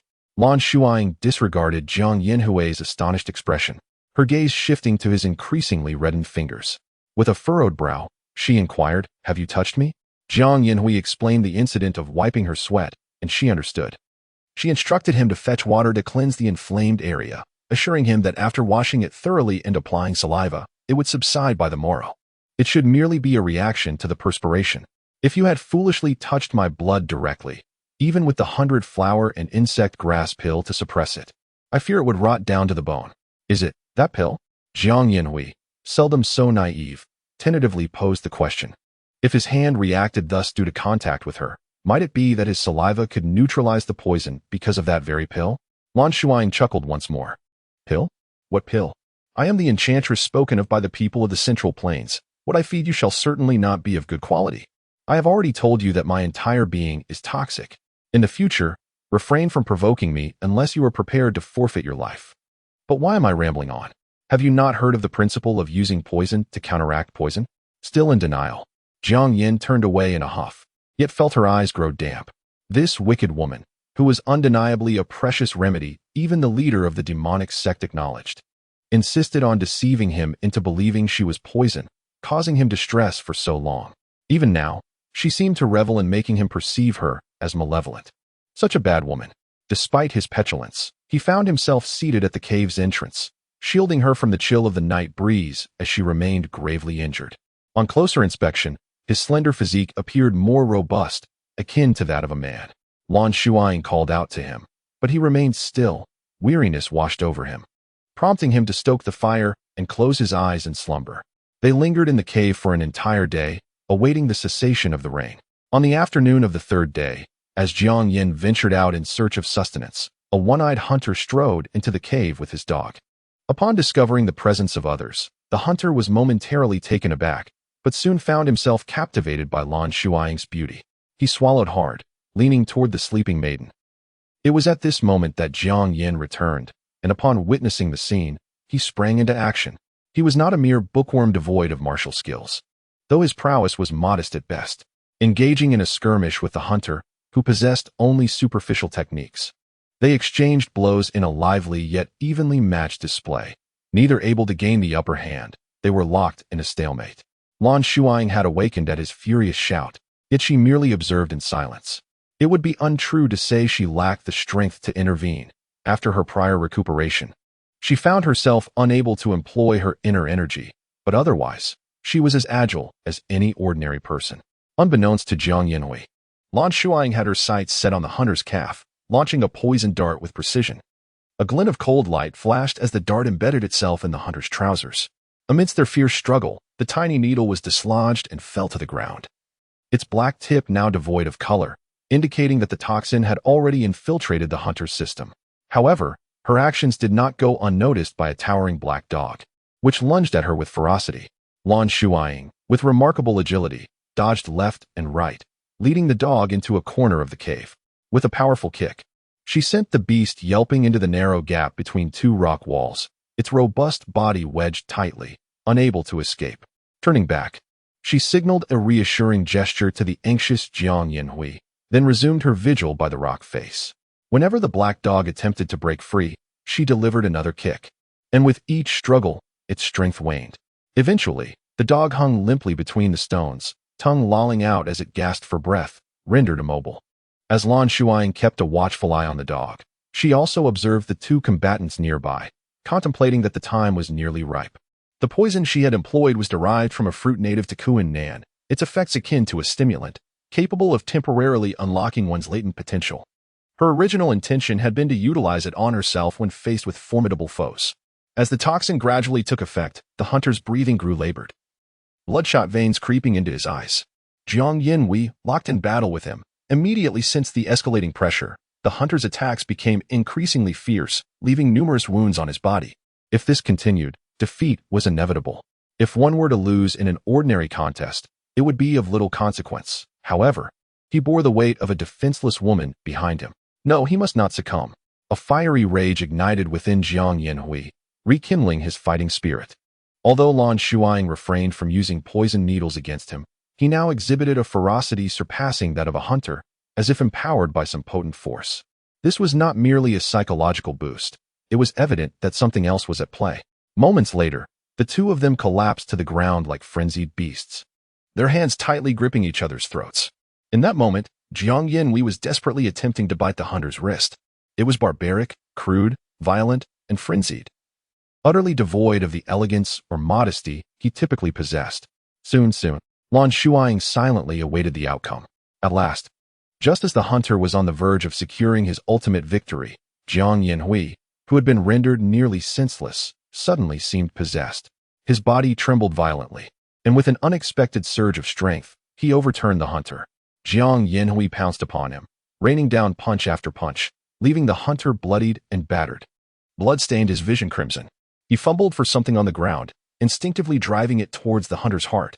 A long whip lashed around the hunter's neck from behind, attempting to extricate him from Jiang Yinhui's grasp.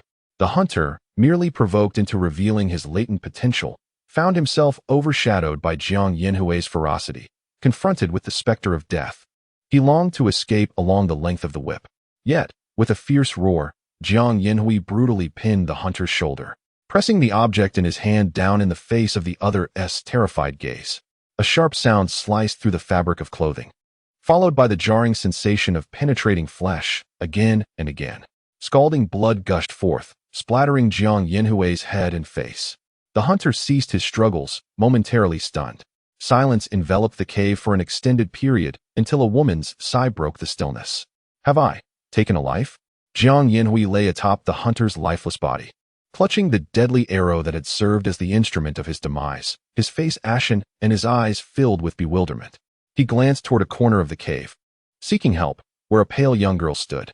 She stared at the corpse, seemingly caught off guard, and looked at him, words unspoken lingering on her lips. Lan Shuying hesitated for a moment. Then, noticing the brink of tears in his expression, adopted a cheerful demeanor as she approached and gently patted his shoulder. "It's nothing to worry about. What does it matter? I took my first life when I was 6. If you don't kill him, he will harm you. If he cannot overpower you, he will conceal himself, striking when you are at your weakest, or he may even threaten you with someone you hold dear. Many in the martial world are like this. You become accustomed to it with time." She seldom spoke so many comforting words. Yet within her straightforward remarks lay a clear insinuation about the realities of the martial world. There exists chivalry and passion, valiant heroes, but also those petty souls driven by desire. Even those who choose to uphold their sense of righteousness often find themselves embroiled in enmity while navigating the complexities of the martial realm. There are always those who dwell in the melodies of revenge and retribution, repaying blood with blood until death, and some even pass their hatred onto the next generation, perpetuating this cycle for generations to come. Today, as Hunter, driven by a fleeting desire, engaged in battle, had he lost, the hunter would have slain him and then turned his wrath upon her. This was a truth he comprehended. What Jiang Yin could not accept was that his hands were stained with blood, that he had personally extinguished a living being of his own kind. Chapter 56. The wishes of the enchantress. They buried the hunter and then relocated to a new dwelling. For the next few days, Jiang Yinhui uttered not a single word, until Lan Shuying's injuries had mostly healed. One day, while gazing into the distance from a mountain peak, he suddenly declared, "You did this on purpose." His tone was assertive, not interrogative. Lan Shuying was taken aback, turning to meet the impassive gaze of Jiang Yinhui. She noticed that in just a few days, this youth seemed to have matured. He had at least learned to conceal his emotions, no longer resembling the fragile crystal doll who wore his heart on his sleeve. With a hint of playfulness, she inquired, "What makes you think so?" Jiang Yinhui clenched his fists, stating, "If you possessed the strength to wield the whip, you could have intervened sooner, yet you did not. You acted only at the last moment. Do you not find that rather deliberate? If she had joined in earlier, perhaps that hunter would not have perished." Lan Shuying smiled slightly, her fingers brushing against the snakeskin whip at her waist. "Can my intervention truly alter the outcome of events?" Silence. Jiang Yinhui was engulfed in profound sorrow, haunted by the image of the hunter's unseeing face. It felt as if a wildfire raged within him, consuming his reason. The youth smiled bitterly, reflecting, "How could I have forgotten? You are the left envoy of the sacred teachings of Kuan Nan, a sorceress of the dark arts.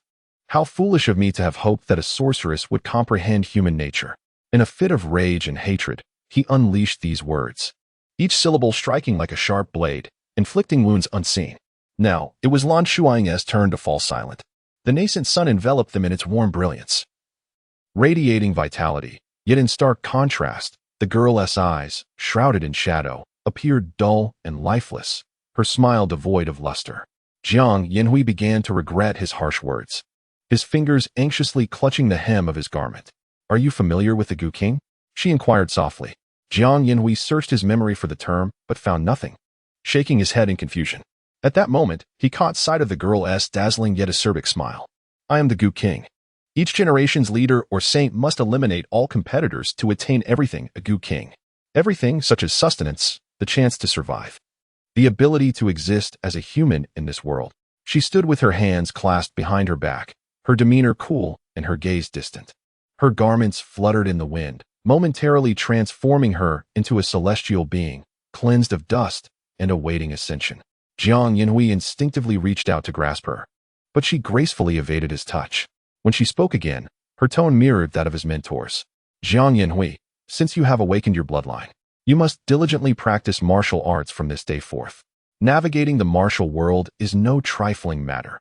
If you aspire to become a legendary hero, your skills must be worthy of such a title. How could she possibly know? Jiang Yinhui was taken aback. Indeed, it was during his fierce battle with the hunter, teetering on the brink of life and death, that the bloodline of the Jiang family surged within him. He was now capable of learning the fierce flame technique. 5 years ago, the third young master of the Flying Eagle Fortress issued a bounty. Anyone who could assist him in meeting the criteria for practicing the fierce flame technique would be granted a request within his means. The girl elaborated slowly, her gaze complex, tinged with a trace of bitterness. My enemy is the previous generation's candidate for the Holy Maiden. Frankly, I have no confidence. But even if I were to perish at her hands, it would be far better than languishing in despair. Once you reach the Flying Eagle Fortress, you shall accompany them. I trust they will ensure your safe return home. As for me, I only require one item from the countless treasures of the fortress's master. Jiang Yinhui pondered for a moment, grasping the implications of her words. With a trembling voice, he uttered, "So, you approached me for the sake of obtaining such an item." The girl met his gaze with unwavering honesty. "I do not believe you. I do not trust you," Jiang Yinhui cried out, clutching his head, his eyes reddening. As he initially activated his frenzied blood, he struggled to wield it with agility. The narrative illustrates the considerable effort he expended to gain control, in an attempt to avoid confrontation with her beloved. Imo Shiwei consistently opted to approach from behind to incapacitate him, while Lan Shuying would not hesitate to strike him ruthlessly should he succumb to madness. "You deceiver! You administered the poison to prevent my demise, claiming I am a talisman to lure away your sect leader. You awakened my frenzied blood under the guise of goodwill. Why must you compel me to despise you? Why?" Struggle flickered in Lan Shuying's eyes. With a sardonic smile in response to the youth's eager gaze, she retorted, "You are correct in your assertions, yet the objective remains obscured. I administered the drug because I do not wish to be pursued by your formidable relatives. I deceived him to escape, for I cannot contend with him and refuse to be taken back. As for awakening your frenzied blood, as I previously stated, it was for the sake of the item in the possession of the Eagle Fortress Master. Your feelings of disdain or affection are of no concern to me." Chapter 57. The heart's desire of the enchantress. Gazing at the rocks and layers of forest gradually engulfed by the mountain mist below, the young girl lowered her eyes, where a glimmering sheen, perhaps morning dew or something else, danced upon her long lashes. "Elder sister, if you are so sorrowful, why drive away that brother?" A little girl perched on a large stone behind her, clutching a bamboo basket, her wide eyes twinkling with curiosity as she observed the direction in which Jiang Yin had hastily retreated, likely a herbalist ascending the mountain for medicinal herbs. Lan Shuying cast a sidelong glance at her and coldly replied, "How do you know I am sorrowful? Our paths are divergent. He has departed, and I am quite content." The sharp tongue and stubbornness are the two defining characteristics of Imo Shiwei's speech, a remarkable mimicry indeed. The little girl, puzzled, scratched her head, for she had distinctly seen this beautiful sister crying just moments ago. "Yet your eyes are still red. How embarrassing, still refusing to acknowledge your tears. Do you believe I would harm you?" Lan Shuying glared at her fiercely, but the little girl was not intimidated. Instead, she grinned and made a funny face at her, saying, "Big sister, you are deceiving me again. Little Ian can sense that you are kind-hearted, so you would never harm me." A cold laugh echoed in Lan Shuying's heart. Kind-hearted? This very kind-hearted person had, just days ago, orchestrated a plan for your elder brother to commit murder. However, she concealed her thoughts and merely rolled her eyes, the corners of her lips subtly curling upwards, feigning a pleasant demeanor. "Given your sweet words, I shall let you off the hook today." Little Ian chuckled, her expression affirming the truth of the matter. "Big sister is truly beautiful, and that brother is handsome too. Are you two a couple?" In her eyes, both the brother and sister possessed such striking appearances that if they were not a pair, it would be quite a challenge to find someone worthy of their company. Of course, her masteress looks would suit this sister well, though he was a bit older. Lan Shuying felt a flush rise to her cheeks, her gaze starting to wander. "What nonsense are you spouting, you little rascal? I have no connection with him whatsoever." "Oh, big sister has feelings for big brother. How embarrassing. Still denying it. I can see it clearly." Little Lian clapped her hands, playfully teasing her. After a while, when Little Lian once again expressed her wish for them to be together, Lan Shuying fell silent, a hint of sorrow flickering in her eyes. Little Lian, resembling a miniature adult, thoughtfully stroked her chin and inquired, "Could it be that the elder sister harbors some hidden troubles?" Lan Shuying affectionately ruffled the girl's fluffy head and, with a strained smile, playfully scolded, "You little rascal, you've hit the nail on the head." She gathered her thoughts and slowly articulated, "Indeed, you have a point. He and I are betrothed since childhood, and had my mother still been alive, she would have been arranging our marriage by now." This was a revelation that Imo Shuawei was unaware of during her lifetime. It was only later in the narrative that the male protagonist learned of this from his mother, leading to a profound shock that caused misunderstandings, ultimately driving the female lead away from him, thereby intensifying the emotional turmoil. Lan Shuying continued with a hint of melancholy. "However, being with me is not safe. I cannot protect him. On the contrary, I would only bring him harm." Little Lien pondered for a moment, looking at her with understanding and sympathy, and suddenly proposed, "Then, elder sister, why don't you and he come back with me? My master is quite formidable, possessing exceptional martial skills and medical expertise. He is also, if I recall correctly, a guest elder from Liyue City, and he will surely protect you." Lan Shuying felt a stirring in her heart. Liyue City, a haven established by martial artists, was governed by Dongfeng Liyue, a man widely recognized as a benevolent figure in the martial world, who had attracted many retired masters. The influence of this network was vast, making it one of the most formidable forces in the realm. "Guest elder, Little Lien, could it be that your master is the gentle supporting character in the story?" She wondered. "What is your master's name?" "Fong Luyun," Little Lien proudly proclaimed. "Indeed. It is he, the foremost apothecary of the realm, whose stature within this world's narrative parallels that of the matured Hu Qing from the previous world. Should events unfold normally, he is destined to become the exclusive physician for the female protagonist." Lan Shuying, filled with astonishment and admiration, clasped her fists together and remarked, "So it is Mr. Fong. I have heard of your name while in Kuan. However, she shook her head with a troubled expression, saying, "No, I cannot impose upon you. Moreover, even in the absence of the leader, I cannot be with him. We are fundamentally different. I cannot provide him with the life he desires." Lan Shuying murmured to herself, a bittersweet smile gracing her lips as she sighed heavily. She turned to the bewildered Xiao Lian and said, "You are still young. Perhaps you will understand when you grow older." Xiao Lian nodded, seemingly grasping part of the sentiment, when suddenly she exclaimed, "Oh dear, big sister, let us hurry to find the big brother. I saw Zhang Liuzi's men searching the mountains. They are not good people. If they happen upon the handsome big brother, it would be quite troublesome." Zhang Liuzi, could he be the middle-aged man pursuing them? Lan Shuying noted several characteristics of the man, and indeed, they matched perfectly, indicating he had returned upon discovering the absence of any passengers in the carriage. This situation was rather vexing. Jiang Yan's martial prowess was lacking, and should they encounter him, it would likely lead to unfavorable outcomes. Lan Shuying thanked the young girl and hastened towards that direction. Her injuries had mostly healed, and her internal energy had recovered to about 30%. She was still far from her peak condition, yet she felt confident in dealing with a few minor adversaries. The iconic blue skirt, adorned with ethnic motifs, billowed majestically in the air, a vivid display meant to ensure they would not overlook her presence. Zhang Liuzi gritted his teeth and fixed his gaze on that striking shade of blue. "It's her, pursue." After they departed, a head emerged from the nearby wild grass. It was Jiang Yanhui, who had been so incensed by Lan Shuying that he dashed out. He witnessed this scene, his expression somewhat intricate. She loathed trouble and would never intentionally lead anyone into danger. Yet, now she had done just that. Was she concerned that he might encounter peril with those individuals? He dared not dwell on it, but his emotions were uncontrollable. He incessantly reminded himself to let go. She was merely someone who sought to exploit you at all costs. Do not think of her. Do not harbor feelings for her. Yet, his body unerringly moved in her direction. Her injuries were not entirely healed. Perhaps, just perhaps, he could be of assistance. He truly wished to no longer witness her suffering because of him. From a kind-hearted young master who could not bear to witness the slaughter of a chicken to someone now eager to assist in battle.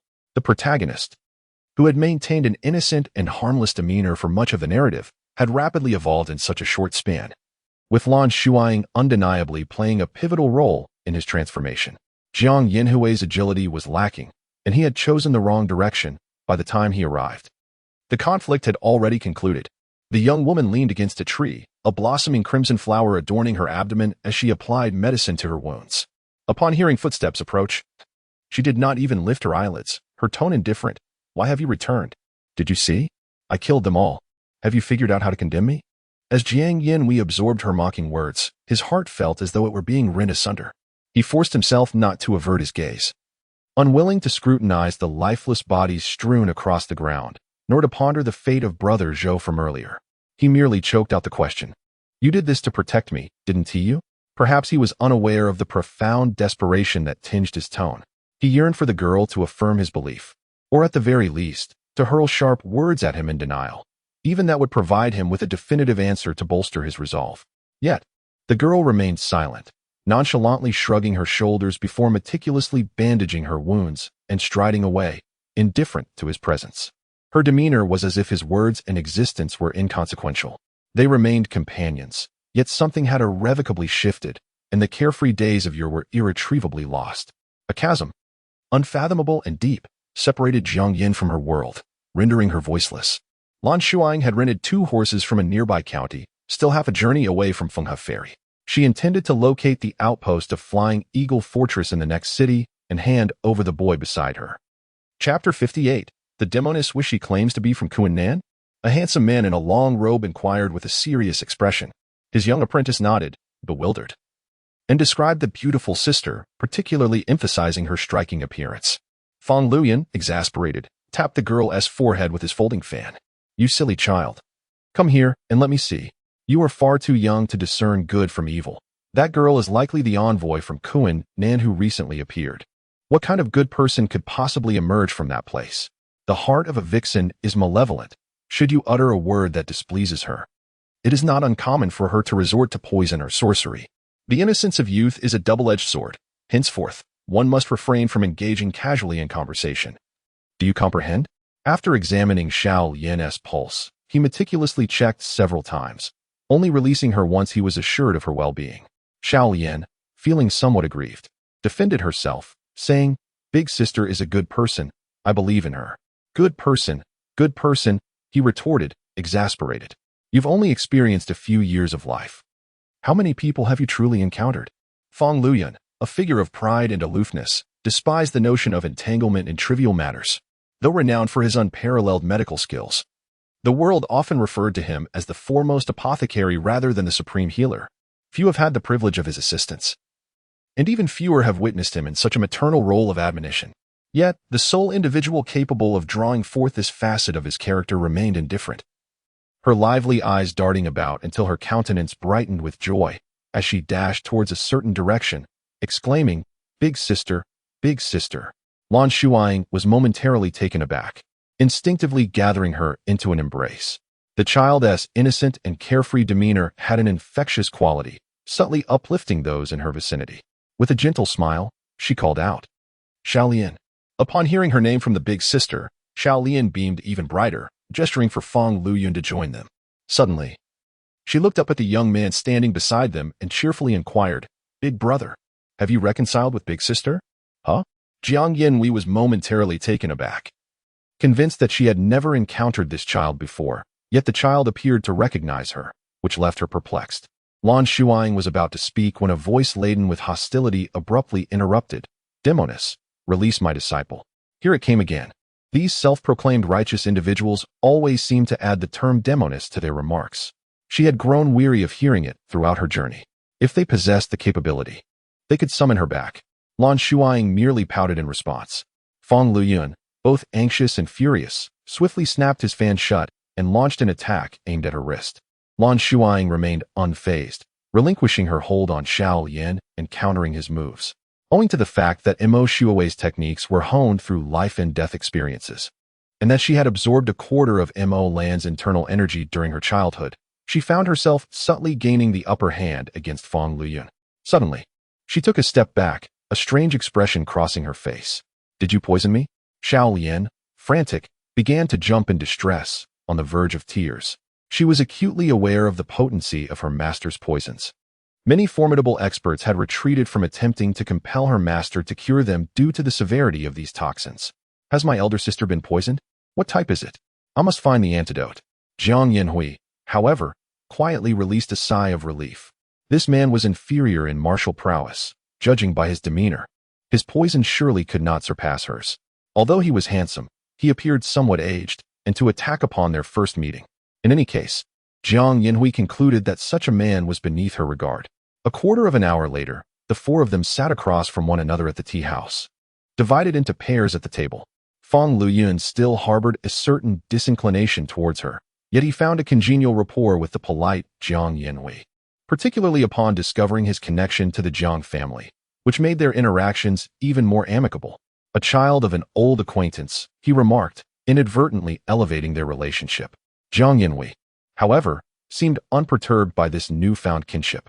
When the conversation shifted to future plans, Lan Shuying set down her teacup and stated nonchalantly, "I will have someone from the Feiying fortress escort him home."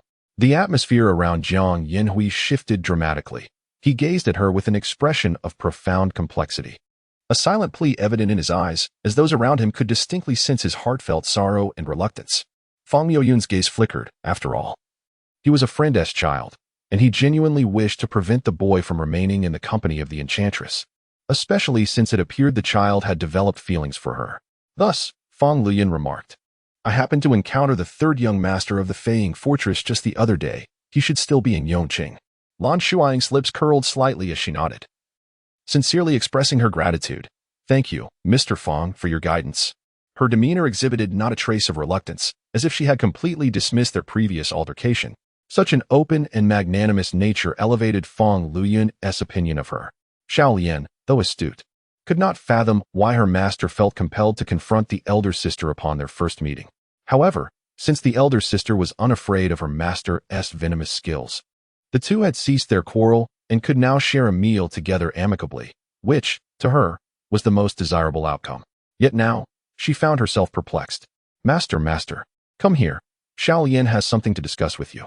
She pulled Fang Luyun out of the private room and, with a serious expression, inquired, "Master, between you and the elder sister, who possesses greater martial prowess?" Chapter 59. The demoness wished. Fang Luyun hesitated momentarily, resigning himself to the truth. In terms of internal strength, we should be evenly matched, yet her techniques are indeed more exquisite. Moreover, she is unafraid of poison. If this battle continues, I shall surely be defeated. He was a man of pride, yet also an honest soul, incapable of deceiving a child. Xiao Lian let out a small gasp, her delicate face instantly falling. What shall we do? If even the master cannot triumph over the elder sister, then it follows that the elder sister is anxious about being separated and fears for the safety of the elder brother. This indicates that the person she fears is more formidable than the master, rendering it impossible for the master to protect them. Fang Luyun quickly extracted the words from her, his gaze revealing deep contemplation. The demoness seems to genuinely care for Yin Hui, yet if what Xiao Lian suggests is true, and that nefarious figure from the demonic sect is pursuing Yin Hui with ill intent, then he too may not stand a chance. In light of the current situation, sending this child away is undoubtedly the wisest course of action. Fang Luyun resolved firmly, descending the stairs to summon a beggar, offering him a handful of silver coins, instructing the beggar to seek a young gentleman with the surname Hua at the treasure shop in the east of the city, and to convey a message requesting his presence to escort his brother home.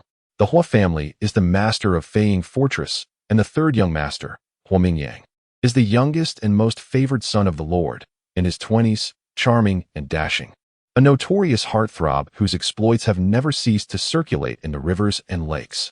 Years ago, Madame Hua met her untimely demise during childbirth, leaving the young master Hua, known as Hua San Xiao, to be nurtured by his elder sister, Hua Mingyao. After Hua Mingyao's marriage, she bore only one son, Jiang Yinhui, thus establishing a bond between Hua San Xiao and Jiang Yinhui that transcended mere familial ties. They were as close as brothers. In conversations with others, Hua San Xiao often referred to Jiang Yinhui as his brother. The Jiang family, while boasting immense wealth, also wielded considerable influence within the martial world. The news of the seventh young master Jiang Yinhui's departure from home was not widely publicized, as there were concerns for his safety. Consequently, only those with established connections were privy to this information, and they discreetly aided in his search. Fang Luyun's method of relaying information was subtle, yet he had recently discussed the matter with Hua San Xiao, confident that the latter would grasp his intentions upon receiving the news. Upon returning to the gathering, Fang Luyun maintained a composed demeanor, yet his conversation flowed more freely, even engaging in casual dialogue with Lan Shuying. Lan Shuying, perceptive as ever, sensed his unusual behavior from the moment he initiated their conversation. Through their exchange of glances, she inferred that he had orchestrated certain arrangements, with mutual intentions aligning. The atmosphere at the tea table grew amiable. Fong Luyan recognized the cold yet formidable nature of this enchanting woman. Her willingness to converse with him suggested a singular purpose: to delay until the person capable of retrieving Jiang Yanhui arrived. Thus, he felt a sense of relief and, unbeknownst to him, was gradually swayed by her expansive and open-minded demeanor, which enhanced his impression of her. Xiao Lian, lacking an understanding of the underlying intricacies, believed that her master had been convinced and had accepted the notion that the elder sister was indeed a good person, which delighted her immensely. Jiang Yanhui, however, sensed an underlying oddity in their interaction but chose not to ponder it further, having rarely witnessed the girl he admired engaging in such light-hearted conversation. Even if it wasn't with him, the sight of her serene profile brought a sense of joy to his heart, as if sunshine had been scattered within. At that moment, the third young master Hua, having received word, was galloping towards the tea house. "Might I inquire, Miss Shuiwei, where do you intend to journey next?" Master Fong inquired. Lan Shuying paused briefly in contemplation. With the world being so vast, having the opportunity to explore renowned mountains and ancient rivers would be a blessing. She had no acquaintance with Fong Luyan, nor did she desire any in the future, so she naturally wouldn't reveal her objectives to him. Fong Luyan nodded in understanding, then shifted the conversation to commend the tea's exquisite flavor. After a prolonged wait, the door to the private room was abruptly thrust open. A handsome young man with striking features burst in, his gaze sweeping around the room before settling on Jiang Yanhui, whose face mirrored his surprise. "Xiao Qi, your brother has been searching for you for days. You certainly know how to run. Your mother is frantic with worry. Come home with me at once." He completely disregarded the others present, rushing to pull Jiang Yanhui up, revealing a temperament accustomed to indulgence and impatience. Jiang Yanhui hastily gripped the edge of the table with both hands, lamenting, "Uncle, I don't want to go home." At home, he was merely the obedient and proper seventh young master, but only outside, by her side, was he truly Jiang Yanhui. Third young master Ho frowned, scrutinizing him for a moment before his gaze fell upon the stunning young woman seated beside him. Understanding dawned on him, and he chuckled heartily. Well, it seems this young fellow has found his heart's desire, and has forgotten all about home.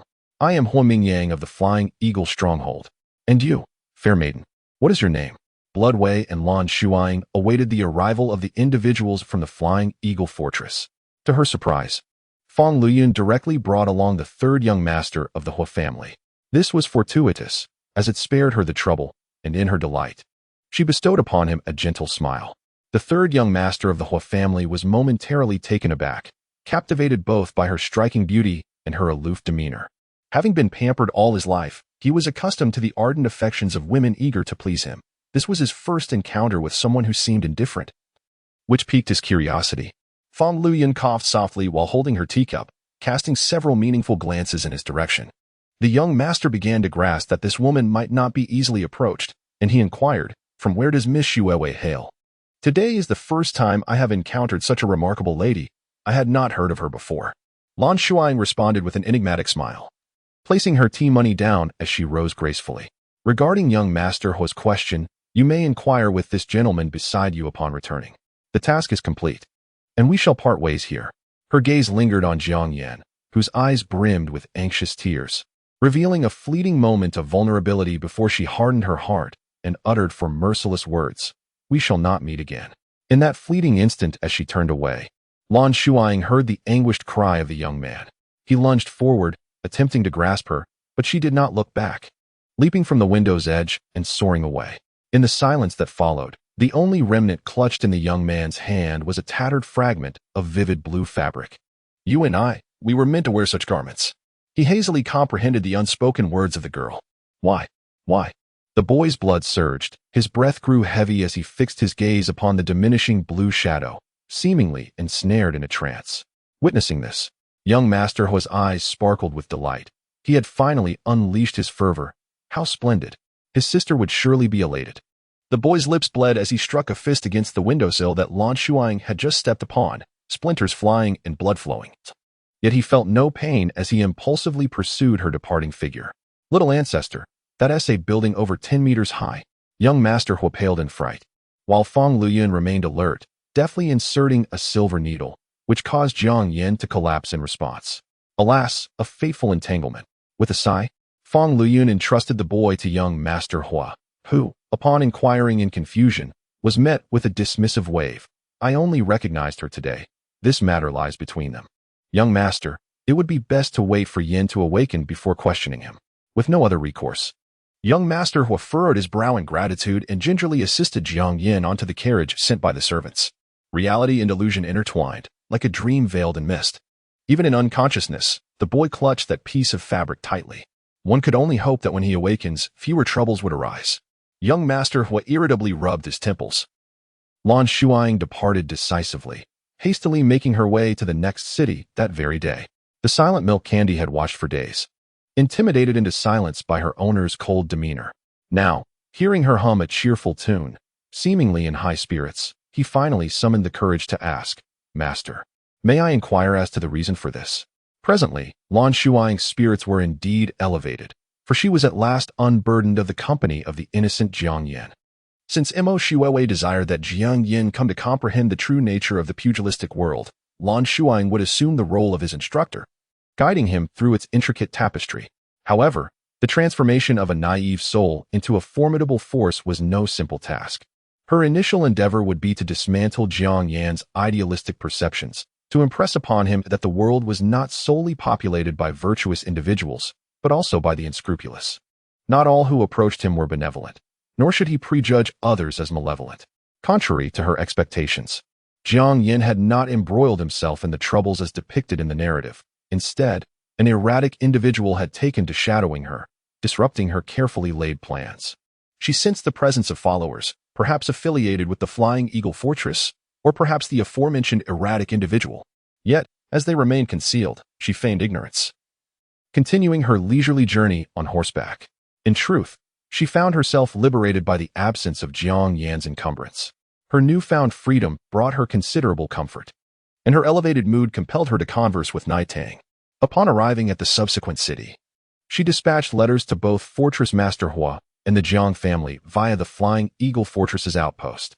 Tang, belatedly comprehending her intent, ingratiatingly showered her with effusive praise, extolling her ingenuity, prowess, and intellect. Enough, enough, Lan Shuying retorted, rolling her eyes with feigned disdain. Such flattery has become tiresome to my ears. Since Jiang Yin returned to the Jiang family and awakened from her coma, she has been sitting in silence, fixated on a piece of fabric without uttering a single word. Young Master Hua conveyed the situation to his sister. When Jiang's mother first learned that her son had awakened his bloodline, allowing him to practice the Jiang family's profound arts, and that he had found a beloved, she was filled with joy. However, upon noticing her brother's hesitance, her heart swiftly transformed from elation to concern. Jiang Yan's subsequent behavior aligned with her greatest fears. Shaoqi, with his pure and stubborn nature, would likely remain steadfast in his affections for the girl he had chosen for a lifetime. Alas, this girl. She summoned the head of the Jiang family and several of the brothers who had always doted on Jiang Yan, gathering them to discuss how to cure her son's lovesickness. Isn't it simple? We will determine which girl has captured Shaoqi's heart and arrange a marriage, allowing him to see her daily. What could be more straightforward? Exclaimed the most impatient of the brothers, the third son. Young Master Hua cast him a glance of disdain, lamenting that either this was not his sister's biological son, or he was simply foolish. The girl he admired was named Shui Wei, and according to Mr. Fong, she was the envoy from the left of the southern region. The young lady might not harbor any feelings for him when he went to fetch her. She seemed eager for him to leave with her as soon as possible. Not only did she wish for him to depart quickly, but the circumstances under which Shaoqi was abandoned were so tragic that he could hardly share them with these companions. The brothers were left speechless. In the contemporary martial world of Central Plains, the three foremost powers were led by Luyue City, followed by Beifang Fang Fortress, and finally Duan Tower. Apart from that particular building, which is somewhat unique, ever since the owner, Duan Yiming, mysteriously disappeared over a decade ago, there has been no successor. His subordinates, consumed by a struggle for power, have fragmented the establishment into several factions, creating an atmosphere of chaos that straddles the line between righteousness and villainy. In contrast, the other two forces represent the path of virtue. Shaoqi, a descendant of the Jiang family, and Fang Fortress, has not left the Jiang family for years, having been meticulously protected. They have inquired about his marriage prospects with Jiangmu, who always responded with a pensive expression, never directly addressing the question, merely stating that arrangements had already been made. It was unexpected that his first stirrings of affection would be directed towards someone of such a background, leaving them at a loss for how to express their support.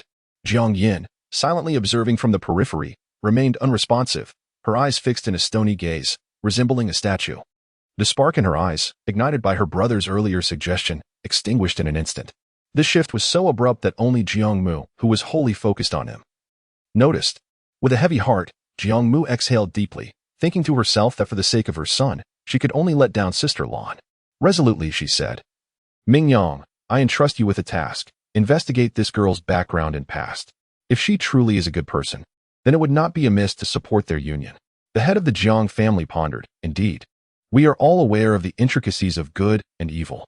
They have not set foot in the Central Plains for many years, maintaining a policy of non-interference. If it is merely a matter of marrying a left envoy, we could withstand it." His tone reflected an agreement with his wife's sentiments. At that moment, a messenger pigeon alighted on the window.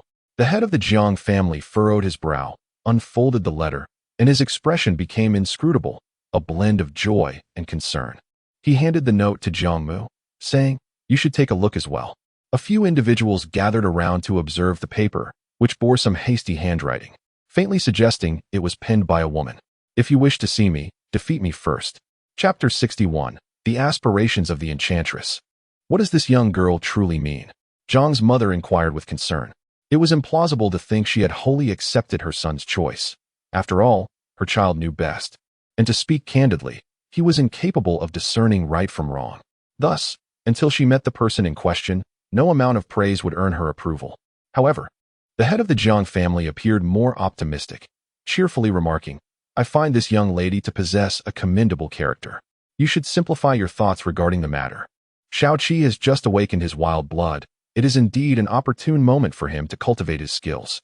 I believe his beloved has recognized this as well, preferring that he does not prematurely step into the martial world. Hence she sent this letter. The meaning is quite clear.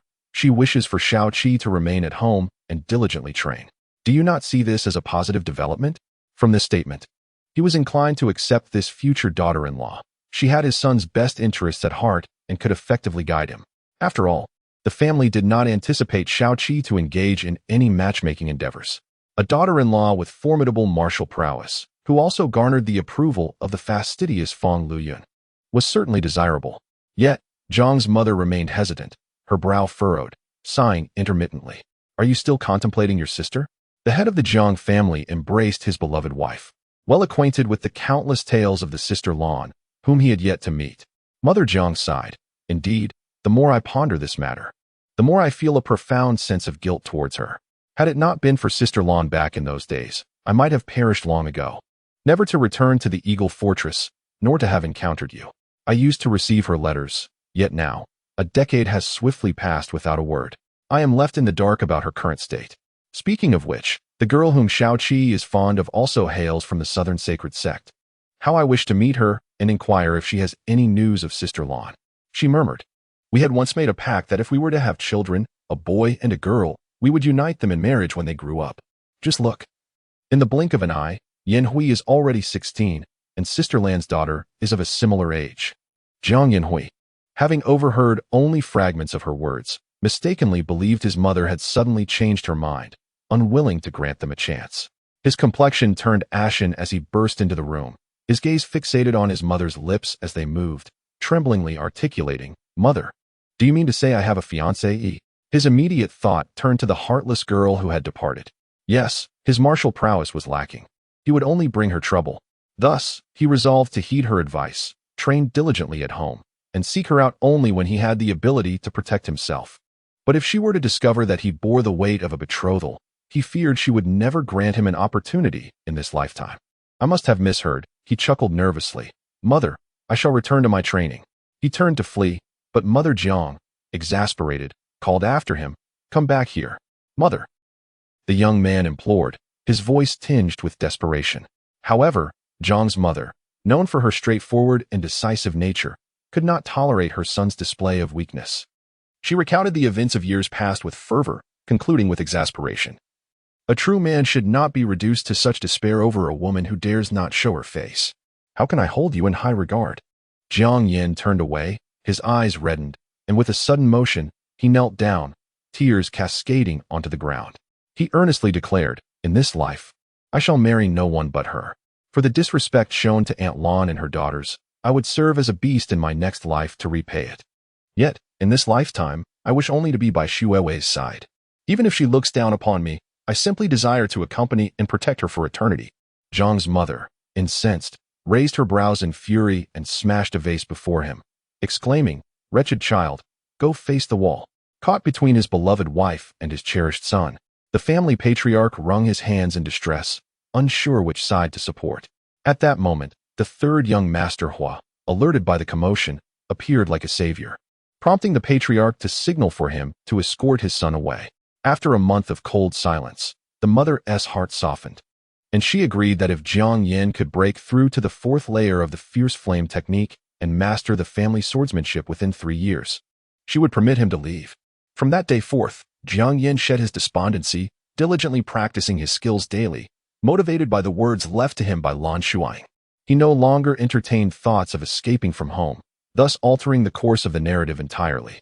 The events in which he was meant to participate commenced and concluded in silence, and he did not encounter the companions he was supposed to meet, particularly the girl who had slandered Xu Weiwei.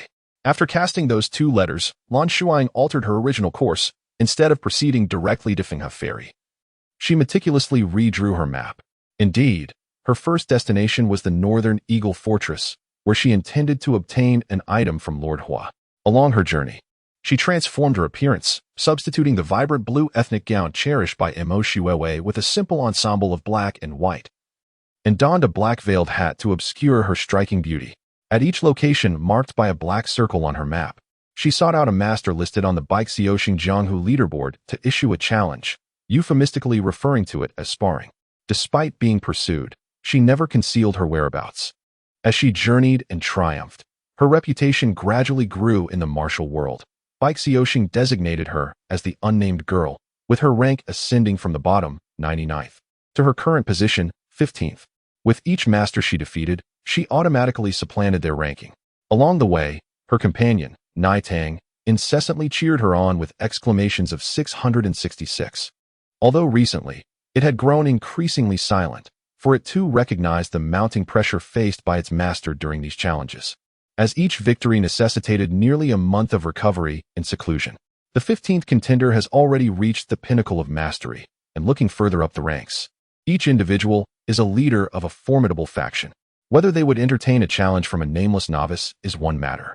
The more pressing concern is whether her martial prowess could even rival theirs. Any random small fry from the martial world would readily affirm that this is a question with an obvious answer. Unbeknownst to her, her actions have already garnered the attention of half the martial community.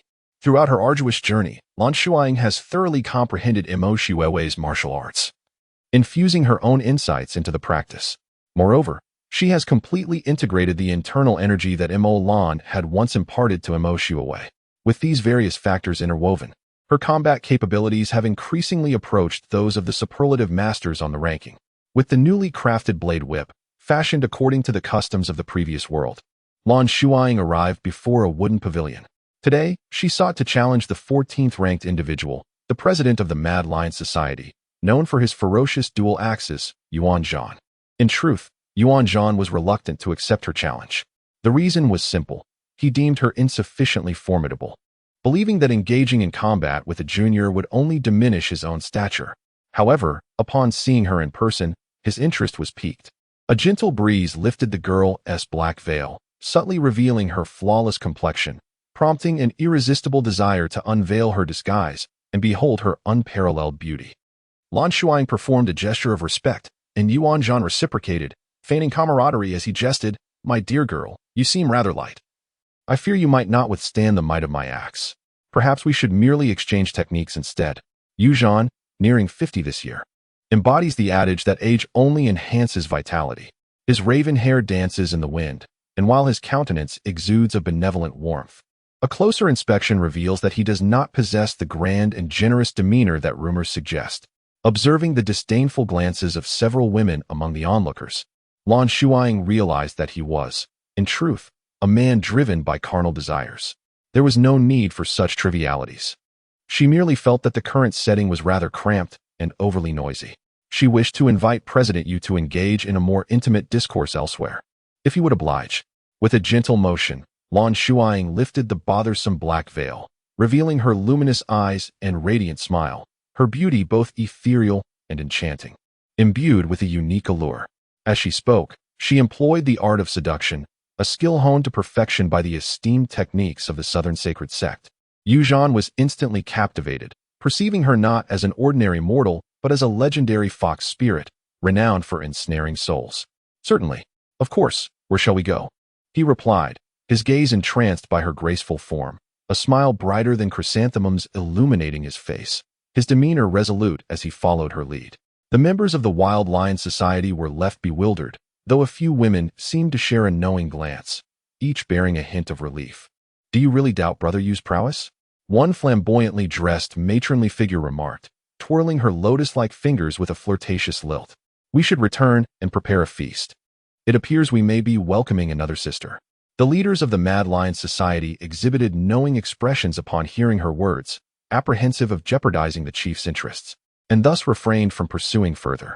Before long, they dispersed. Sister Zhao, do you see that nameless girl? One woman inquired anxiously. The middle-aged matron scoffed. Regardless of her origins, let us bide our time. Should she falter, the old lecher can pursue her at will, and we may yet prolong our existence for a few more years. If she prevails, we shall gather our belongings and depart. After all, he has some face to uphold, and these individuals are unlikely to trouble us women. The others nodded in agreement under her lead. Among them, a young, strikingly beautiful girl with large eyes stepped forward. I possess the finest lightness of foot here. I shall follow her discreetly and return with news for all of you. Very well, Su, take care. Su replied, stealthily trailing behind as the others remained oblivious. The headquarters of the Mad Lion Society was situated atop a mountain. Lan Shuying claimed it was her first time scaling such heights, and upon seeing its towering magnificence, she mused that the view from the summit must be splendid, prompting her desire to ascend for a duel, perhaps even to witness the sunset afterward. Enchanted by her words, Yuzhan found no reason to refuse. After more than 2 hours of climbing, the pair finally reached the summit. After a brief respite, Lan Shuying eagerly challenged him to a duel. Yuzhan, with a hearty laugh and confident in his profound inner strength as a seasoned veteran, boldly descended into the fray unarmed. Consequently, Lan Shuying resecured her whip. Opting instead to engage him in a contest of fist and feet, Yuzhan unleashed his formidable strength. Yet she danced gracefully like a fluttering butterfly amidst the gusts of his strikes, managing to evade his blows entirely. To an outsider, it might seem that she was merely flirting, oblivious to the effort she exerted. Su, concealed behind a massive boulder, was watching their duel with mounting boredom when, suddenly, her eyes widened in shock. What had she just witnessed? That nameless girl was, astonishingly, struck and sent flying by Yuzhan's hand. They stood perilously close to the cliff's edge. Su instinctively pressed her hand to her mouth, terrified of exposing herself to that lecherous Yuzhan. Yuzhan appeared momentarily stunned, instinctively glancing at his own palm, before he dashed to the cliff's edge, bewildered. The swirling mists below obscured any sight of the girl. He called out a few times, his thoughts lingering on the flawless visage of Lan Shuying. The thought of such exquisite beauty slipping from his grasp left him increasingly dissatisfied. Thus, he secured a sturdy vine, tying one end to the boulder and the other around his waist, descending in a reckless manner, hoping to discover whether the girl had landed on any of the rocks below. Unbeknownst to him, while he was intently climbing down, a nimble shadow had already scaled the nearby outcropping. Su, witnessing this turn of events, forgot to retract her head and was caught red-handed by Lan Shuying. Recognizing her as one of the women from the Wild Lion Club, Lan Shuying, with a half-smile, inquired, "What are you doing here?" Su, chilled by fear, began to weep as she recounted Yuzhan's cruel deeds towards their group, pleading on her knees for mercy. "You are his woman. I do not believe you. Since you claim to harbor such animosity towards him, an opportunity has now presented itself." Lan Shuying casually pointed to the vine that Yuzhan was bound by, saying, "Go and sever that vine, and you shall all be free." Su was momentarily taken aback, dazed as she grasped the dagger she had been tossed, her tear-filled eyes gradually coalescing with a profound hatred. "Very well," she declared, summoning her courage to rush forward and swiftly cut the vine. The precipice of the Mad Lion Mountain was an unfathomable abyss. A fall would leave almost no chance of survival. As the anguished cries of that lecherous old man receded into the distance, a fleeting smile appeared on Su Su's youthful face. Liberated, she was finally free. However, when she realized it was time to return and inform her sisters, the girl in black had already vanished. Kneeling on the ground, Su Su solemnly bowed her head, silently expressing her gratitude. The women had all been forcibly bound to use each in various ways, serving as vessels for his sinister art that siphoned female vitality to enhance his own power. Upon learning of Uzhin's demise from the cliff, they rejoiced wildly and began to gather their belongings, intending to flee secretly. Yet, Su Su suddenly hesitated. No, the followers of the Mad Lion would remain steadfastly loyal to the old man. If they learned of this, they would undoubtedly seek vengeance, which could jeopardize their benefactor. Furrowing her brow, she cast a pleading glance towards the leader, Sister Zhao. After a moment's contemplation, Sister Zhao suddenly smiled and said, "That's simple. Just tell them that the old man's schemes backfired, angering someone, and that he was dragged to the edge of the cliff by a girl, resulting in their mutual demise. Thus, both are doomed. They would hardly go out of their way to seek the corpses for vengeance, would they? Even if they were to search, by the time they reached the bottom of the cliff, what was meant to escape would have long vanished into the horizon." What a splendid idea! Su Su beamed with delight, while a few of her sisters were busy tidying their garments and belongings. She donned a fade of sorrow and proceeded to inform the leaders of the Wild Lion Society. Days later, upon hearing the news, Lan Shuying found herself stifling a laugh, quietly giving a thumbs up to the girl she had once spared. She had never been entirely certain of her victory. The reason for choosing this place for the duel was precisely to feign death and slip away from prying eyes. Now, the news that circulated from the lips of Yuzhan's woman was far more credible than any rumor she could have spun herself. Meanwhile, some individuals who caught wind of this news were plunged into despair. Chapter 63, The Demoness Wish 16, Qingyun's additional update. It's impossible. She cannot be dead. I have yet to seek her out. How could she die? Jiang Yan's face turned ashen, her eyes reddened, desperately clutching onto Lord Hua's wrist. Her gaze brimming with pleading and hope. She yearned for Lord Hua to affirm that it was merely a jest. However, Lord Hua sighed, remaining silent, which signified the shattering of hope.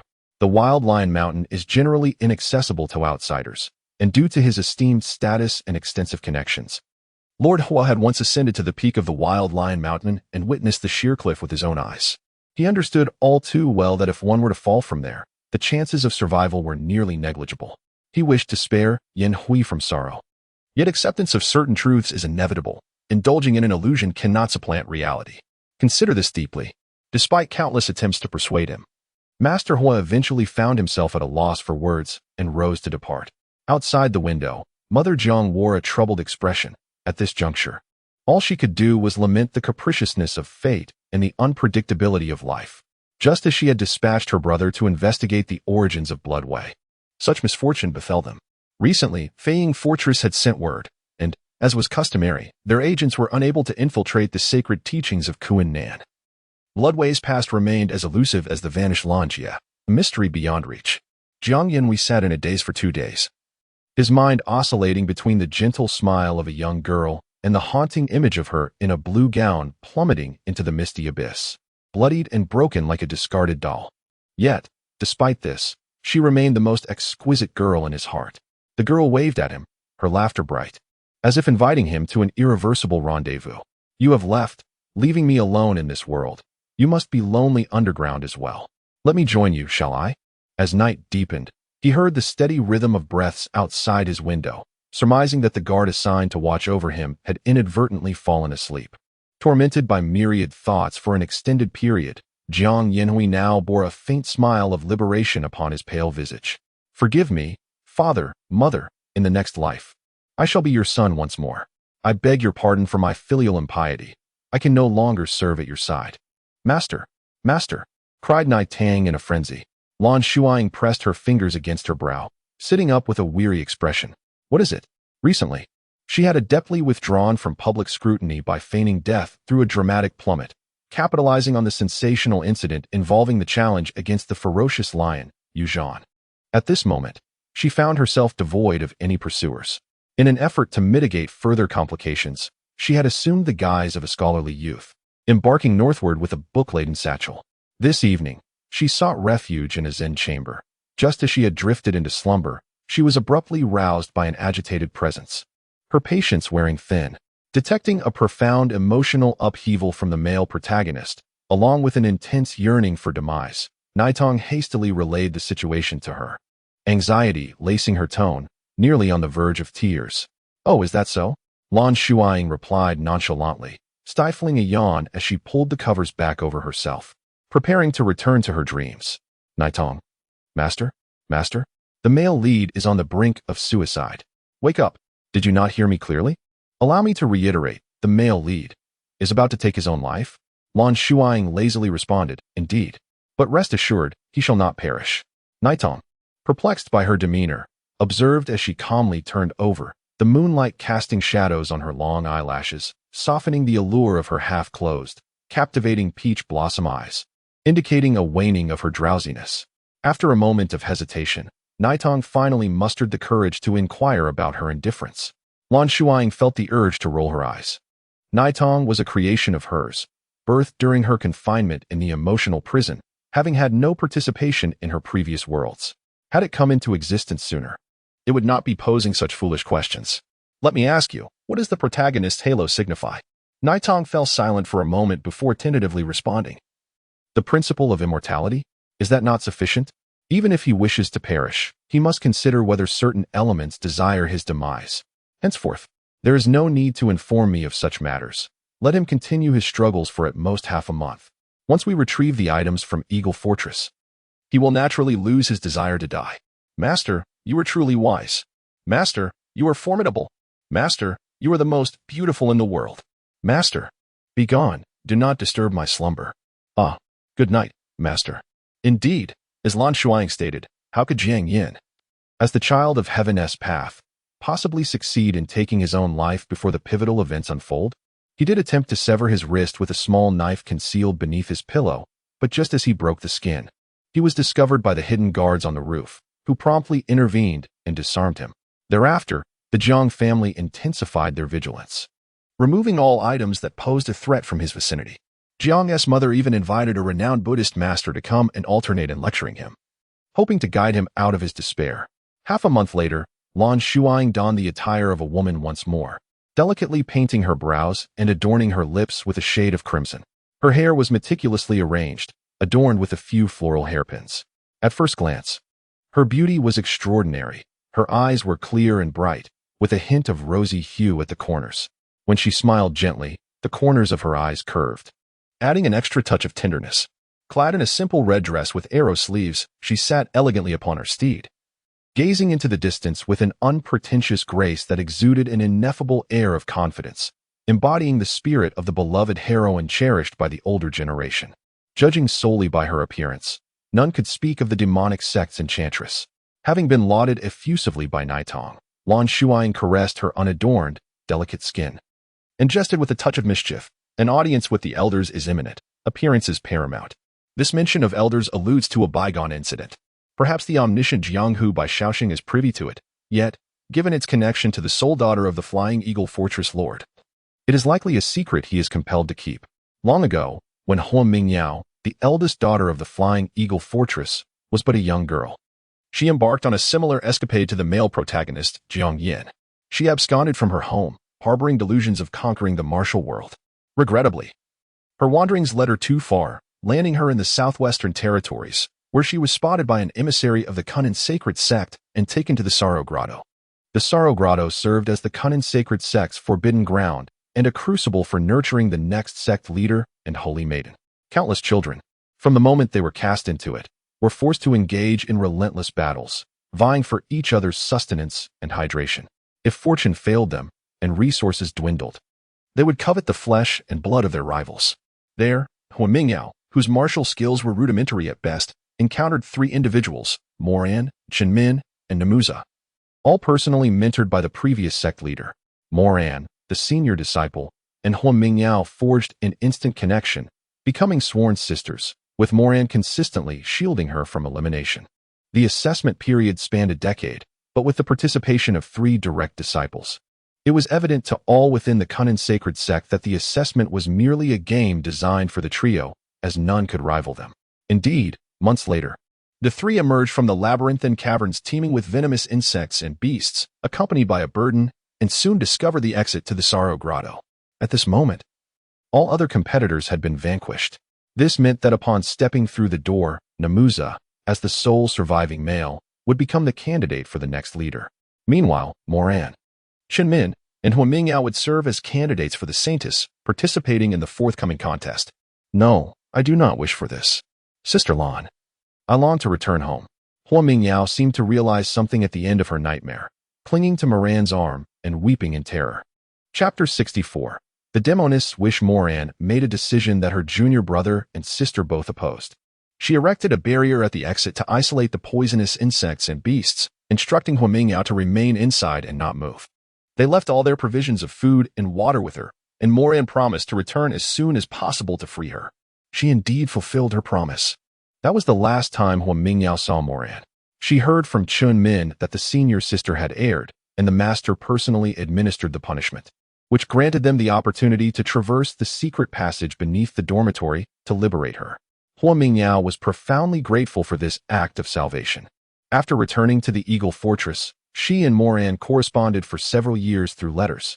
From these letters, Huamingyao learned that Moran had found love and had a daughter named Weiwei. Coincidentally, that year Huamingyao was nearing her own childbirth. The 2 sisters recalled the promise they had made in Qianzhou Cave to arrange a betrothal between Huamingyao's son and Weiwei if she bore a boy. This is the origin of the childhood engagement between Mo Shuiwei and Jiang Yan. However, by a twist of fate, Zhang's mother was unaware of Mo Shuiwei's true parentage and her full name. Furthermore, due to the stringent defenses of Kuan-Nan's sect, she had been unable to locate the girl. Mo Shuiwei, on the other hand, had remained oblivious to this marriage proposal, as she had not heard of it since Mo Lan's sudden demise. Truly, it was a cruel twist of destiny. Lan Shuying, adorned in her finest attire, solemnly presented a visiting card, requesting an audience with the Lord of Feiying Fortress under the name of Left Envoy Shuiwei. Given the close bond of sisterhood between Mo Lan and Huamingyao, it was not an exaggeration to say that this fortress lord was Huamingyao's biological father.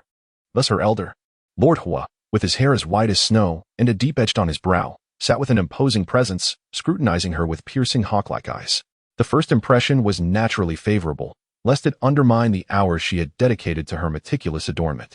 Lord Hua burst into a hearty laugh, clearly pleased with her composed demeanor, and invited her to sit and enjoy tea. With his straightforward nature, he cut to the chase and inquired, "Young lady, what is it that you seek from me?" Lan Shuying refrained from unnecessary pleasantries, and, with a respectful gesture, responded, "This item is what my mother entrusted me to retrieve before her passing. Do you recall, Lord, that 10 years ago, a girl from the Miao family presented you with a jade tablet?" Lord Hua's mind raced, quickly recalling the memory, and he fixed his gaze upon her, asking, "What is your relation to her?" Lan Shuying smiled ruefully and shook her head. "I have never met this individual. I only know she was my mother's maid. When my mother fell into misfortune, she entrusted the token of affection to her for safekeeping. Hoping to leverage a favor and request your assistance in safeguarding it to prevent it from falling into the hands of thieves, which could lead to calamity. A token of affection?" Hua Fortress Master furrowed his brow in contemplation for a moment. Then, in irritation, exclaimed, "Why are you so troubled, child? Since we agreed that I would act as your guardian, you could simply come to me directly. Would I ever refuse you? Why must you seek my ineffectual grandson to exchange that reward? I have heard from San Air that your feelings for Yin Hui are rather." However, the master was only aware of one aspect, remaining ignorant of the other. Lan Shuying interrupted his words. Hua Fortress Master gazed at the young woman before him. Her eyes rimmed with red, her expression a blend of determination and sorrow. Abruptly, he fell silent. After a brief moment of silence, as she composed herself, she inquired, "Have you heard of the name Qinmin?" "I have." Hua Fortress Master's eyes brightened, then furrowed in thought. "I recall now. You also emerged from the Kong'an sect. Back in the day, Yaoer was captured by your wretched sect and endured much suffering. She claimed that Qinmin was the one who released her. Yet Yaoer seems to harbor no fondness for this Qinmin. Instead, she remains fixated on someone named Mo Lan." Years had passed. Yet Hua Fortress Master could not suppress his anger at the memory. Lan Shuying listened impassively to his grievances and then stated, Imo Lan is my mother.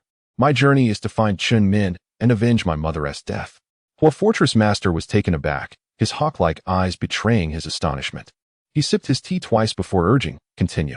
Lan Shuying recounted the events of that year truthfully, adding further details. I have never met my biological father.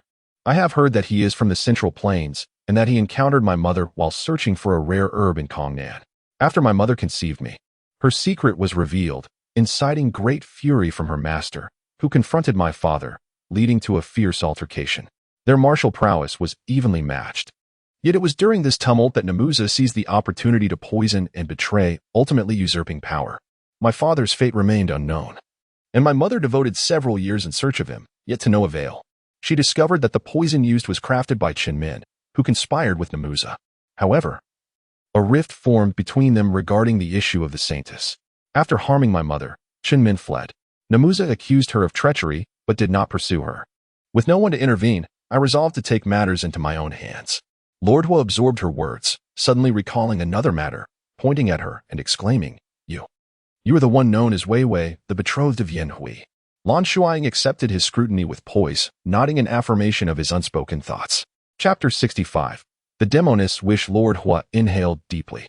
He possessed a small portrait sent by Lady Jiang, taken from Yin Hui's study. Thus, upon her appearance, he recognized her immediately as the bloodied Wei who had previously abandoned Yin Hui. To his astonishment, she was indeed the child betrothed to him. Our encounter was serendipitous. Only after inquiring about her name and lineage did I realize the truth. Yin Hui's nature was excessively naive. I had discovered him in a tavern, where a man seated across from him attempted to intoxicate him. I had learned that this man was affiliated with certain individuals from Duanlu, and if left unchecked, Yin Hui might have been sold to them. Lan Shuying believed her words to be sufficiently tactful. Hua Buju, upon hearing this, was filled with fury. Over the years, Duanlu, lacking a leader, had seen some of its members act increasingly recklessly. For instance, they had established numerous brothels and houses for young male companions throughout the Central Plains, flourishing in business. However, the backgrounds of the girls and boys within those establishments were dubious at best. It was all too evident what would transpire if Yin Hui were to be sold to Duanlu. What a disgrace! The more he pondered, the angrier he became, and with a swift motion, he shattered the wooden table to his right. Lan Shuying, maintaining her composure, raised her sleeve to shield herself from the dust and splinters, continuing. He is eager to venture into the world. Indeed, much like his mother in her youth. Alas, it is our failure in upbringing. The elder lamented deeply. He had long felt that confining Yin Hui to the mountains was inappropriate. However, they had their own grievances. The Jiang family lineage was too unique. And as long as this child failed to unleash his wild blood, he was destined to make no significant progress in martial arts. How could they dare to let him venture outside? Similarly favored as the family's cherished son, was San Shao had been raised with freedom. Allowed to go wherever he pleased, a privilege closely tied to his extraordinary martial arts talent. If it had been Yin Hui, with his lackluster skills, no one would have dared to take that risk. The world of martial arts is perilous. Once entangled in conflicts, it is exceedingly difficult to escape unscathed. I had intended to introduce him to more experiences, to temper his temperament and teach him discernment. Lan Shuying sighed, her face reflecting both guilt and apprehension. Yet, I never anticipated that Namuza would follow me closely. He nearly killed Yin Hui, and I could not afford to be reckless any longer. Thus I had to entrust the third young master with escorting him back. Today, her primary purpose was to seek items from the old master, while also subtly enhancing her rapport. No wonder, combining his son's feedback with her words, the fortress master of the Hua family suddenly understood. His gaze softened as he remarked with heartfelt appreciation, "Young lady, you are remarkably perceptive, and your intentions for Yin Hui are genuinely benevolent." A sudden surge of realization invigorated him. He mused that such an exceptional maiden would be more than a suitable match for Yin Hui, especially since she held a place in his heart. Their childhood betrothal further cemented this notion of a match made in heaven. Furthermore, the fortress master had heard that she was ranked 15th on the wind and cloud chart, a true paragon among women. Her presence before him indicated that the unfortunate demise from the cliff was most likely limited to that foolish lion, Yu Zhan. With her exceptional martial prowess, intelligence, and decisiveness, he was, in truth, concerned that she might not even favor Yin Hui. Thus, The elders subtly inquired about her plans regarding the marriage. Lan Shuying refrained from making any definitive statements, only mentioning that she would consider the matter after avenging her grievances. Adding that giving Yin Hui something to look forward to might motivate him to diligently practice his martial arts. Her words resonated deeply with the fortress master, who found her increasingly agreeable, even wishing to join her in seeking vengeance. In his estimation, a mere disciple of an old cult leader, dabbling in unorthodox methods of poison, could never rival the esteemed fortress master of the Flying Eagle Fortress. He voiced this sentiment, but Lan Shuying declined, as Mo Shuawei had expressed her desire for her to personally carry out the revenge. Any substitution or assistance would not count as her own act of retribution. Though disappointed, the fortress master expressed his understanding and rose to his feet, saying, "Wei girl, come with me. The jade tablet is kept in the Flying Eagle Fortress's treasury." Lan Shuying learned of the existence of this object through the storyline, believing it could prove useful, which prompted her to seek it out. In contrast, Mo Shuawei had only a vague recollection that her mother's devoted maid had taken her parents' token of affection to Feying Fortress. In other words, she remained unaware of what it truly was or its purpose. In the annals of history, Mo Lan had been pierced through the chest by Qin Min's sword. Concerned for her daughter growing up amidst lurking dangers, she exerted her remaining strength to impart her internal energy to the young Mo Shuawei. Unfortunately, she succumbed before completing the transfer, leaving no opportunity for further words. Thus, as she walked alongside Lord Hua in the corridor, Lan Shuying felt a flicker of excitement. Perhaps this token could unravel the mystery surrounding Mo Shuawei's biological father. The closer they approached the treasury, the more fervently her heart raced. "Nai Tang, please check my condition." Quickly, sensing something was amiss, she swiftly contacted Nai Tang, who, not daring to delay, responded within half a minute. "Master, there is a goo worm near your heart, and it is quite active." Nai Tang had previously examined Mo Shuawei's body and distinctly recalled that, aside from her toxic blood, there was no sign of such a creature. This indicated either that someone had recently inflicted a curse or that the worm had been dormant until today. Lan Shuying surmised that the latter was more likely. Following Lord Hua, she navigated past mountains of gold and silver treasures, scarcely casting a glance at them. Lord Hua observed her demeanor with increasing approval. At last, a white jade box appeared before her. "My dear, open it and take a look. I personally placed it there long ago, and it has remained untouched since." The Lord of the Hua family solemnly handed her the box and a key. Lan Shuying struggled to suppress the wild drumming of her heart as she cautiously brought the key closer to the lock. Chapter 66, The Witch's Wish 19. Qingyun's additional update. A square jade plaque, meticulously polished, lay quietly atop layers of silk. The intricate and unique patterns were overshadowed by a captivating red glow at the center of the plaque. The Lord of the Hua family stared curiously at the seemingly glowing red, recalling that it was merely an ordinary plaque, perhaps only distinguished by its precious jade material. When had it acquired this peculiar feature? Lan Shuying gazed at it with fascination, her fingers inching closer, only to be sharply pulled back by the vigilant lord, who bellowed, "Girl, wake up! Do not touch recklessly." The thunderous reprimand jolted Lan Shuying back to her senses. A sudden pain pierced her heart, and clarity returned to her gaze, instilling a sense of dread. This object was incredibly potent, capable of ensnaring her mind. However, she felt grateful for it, as it had sparked memories she thought long forgotten. Even by Mo Shuawei. These fragments belonged to Mo Shuawei's childhood, during which she received meticulous guidance from Mo Lan, particularly in the art of poisons, a field in which Mo Lan excelled. This red dot was, in fact, a special type of mother and child poison. The plaque contained the mother poison, capable of controlling the child poison implanted within the human body, a variant cultivated with utmost care by Mo Lan, exhibiting formidable dominance. Thus, was the one within Mo Shuawei's heart a child poison? However, she did not harbor such sentiments. On the contrary, she perceived the maternal within the beckoning her, perhaps expressing an urgent desire to coalesce with her. "Master, the maternal within thee is incomplete. Its other half resides within your heart," affirmed after probing. Indeed, it was so. Mo Lan was truly adept at crafting. With Mo Shue's potent venom, the incomplete had managed to endure for so many years, a testament to its exceptional resilience. She recalled Mo Lan mentioning that this type of could spawn up to 99 offspring. She was suddenly intrigued, aside from the one revealed in the plot. Residing within Qin Min's husband, where were the other offspring? This maternal filial was specifically crafted by Mo Lan for her beloved. Each spouse would possess half of the maternal, signifying that those implanted with the filial would be bound to obey their commands. Unless it was a large-scale or highly confidential organization, there seemed to be no need to employ such precious. The maternal that originally belonged to Mo Shui's biological father had found its way into the jade, while Mo Lan's maternal was passed down to her daughter. With one confirmed dead and the other with slim chances of survival, neither would reveal the truth to her. She would have to seek out those who possessed the filial herself to inquire. Therefore, as long as she could unravel the mystery of the maternal filial, the identity of Mo Shui's biological father would become clear. Lan Shu had initially intended to chastise the girl who had slandered Mo Shui, but was forced to disrupt the plotline.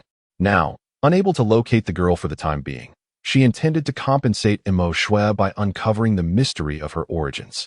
After the two maternal goo merged, they soon settled down, obediently drifting away from Lan Shuying's heart and taking residence in a specific spot on her left arm. As if entering a state of slumber, Lan Shuying instructed Nai Tang to keep a vigilant watch over them. She carefully stored away the jade token and declined the warm invitation from Lord Hua, resolutely taking her leave. Nevertheless, the news of her survival, relayed back to the Jiang family from Flying Eagle Fortress, served as a potent tonic for Jiang Yinhui, who ceased his demands for a hunger strike. Encouraged by her grandfather's support, Jiang Yinhui resolved to diligently practice martial arts in hopes of venturing out soon to reclaim his future bride. Consequently, the entire Jiang family expressed their profound gratitude towards Lan Shuying, collectively breathing a sigh of relief. Jiang's mother was quick to announce her son's engagement, providing minimal details about the bride, merely stating she was the daughter of a close friend. Now, a considerable portion of the martial world was abuzz with discussions surrounding this union. Upon learning of this development, Lan Shuying surmised that Jiang's mother might be hoping for her to make an appearance. Regrettably, that was an impossibility. She roamed the martial realm, searching for those who had once been hosts to the seed goo. In the blink of an eye, 3 years had passed, and despite traversing the vast expanses of the land, she encountered not a single one. In the final half-year, her martial prowess reached a bottleneck, making further breakthroughs exceedingly difficult. Thus, she relinquished her quest and found 2 ancient stone houses left by predecessors on a desolate mountain, where she decided to reside. Drip. A drop of deep purple blood fell into a porcelain jar, releasing a rich and sweet fragrance. Outside, the sound of rustling could be heard. Lan Shuying impatiently called out, "Quiet down. Don't disturb me, or there will be no food for anyone."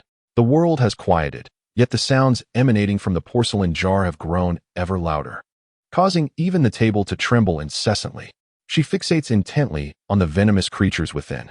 Days and nights pass, the duration of her wait unknown, until at last, a victorious warrior emerges. Lan Shuying gazes upon the resplendent golden armor of the creature, her spirit lifted. Chapter 67. The desire of the enchantress. Since recalling the teachings imparted by Mo Lan many years ago, Lan Shuying has longed to experiment personally. This is the poison crafted through Mo Lan's secret method, which ordinarily requires a year of sealing, yet under this technique, results manifest in a mere 7 days at most. A golden-armored venomous insect, measuring the length of a thumb, struts proudly, brandishing its forelimbs before leisurely making its way to the ultimate prize, a droplet of deep purple blood. Then, it lowers itself to savor the taste. Lan Shuying watches intently. However, the outcome once again brings her disappointment. The golden insect convulses violently, as if in excruciating agony. Its hook-like claws flailing wildly. After struggling for several minutes, it falls still. Once more, she finds herself disheartened, returning to her seat. She recalls that the last poison she crafted succumbed to death by toxin at the 9th minute, indicating she has made some progress this time. Yet, what kind of progress is this? She seeks a poison king to fight alongside her. Now, her martial prowess seems to have reached a plateau, necessitating compensation from other avenues. Poison is her first consideration, yet this path appears fraught with obstacles. In truth, the quality of the poison she produces each time is increasingly superior, affirming that her technique is undoubtedly sound. With the medicinal herbs and poisonous weeds at her disposal, the golden-armored poisonous insect before her represented the pinnacle of her cultivation. To achieve the desired telepathic effect, the victorious insect, having survived rigorous elimination, must imbibe her blood, the final and most crucial step. This act, akin to the seasoning in a culinary masterpiece, elevates the entire endeavor. Whether a Gu King is successfully created and its ultimate caliber hinges upon this very stage. The quandary arises. When Imo Shuiwei entered the Thousand Sorrows Grotto, she was comparatively late among her peers, the youngest of them all. Initially hesitant to provoke others, she foraged for wild fruits of varying toxicity to satiate her hunger.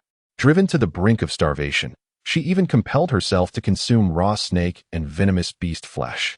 Whether by the hand of fate or not, she survived, developing a body imbued with poison.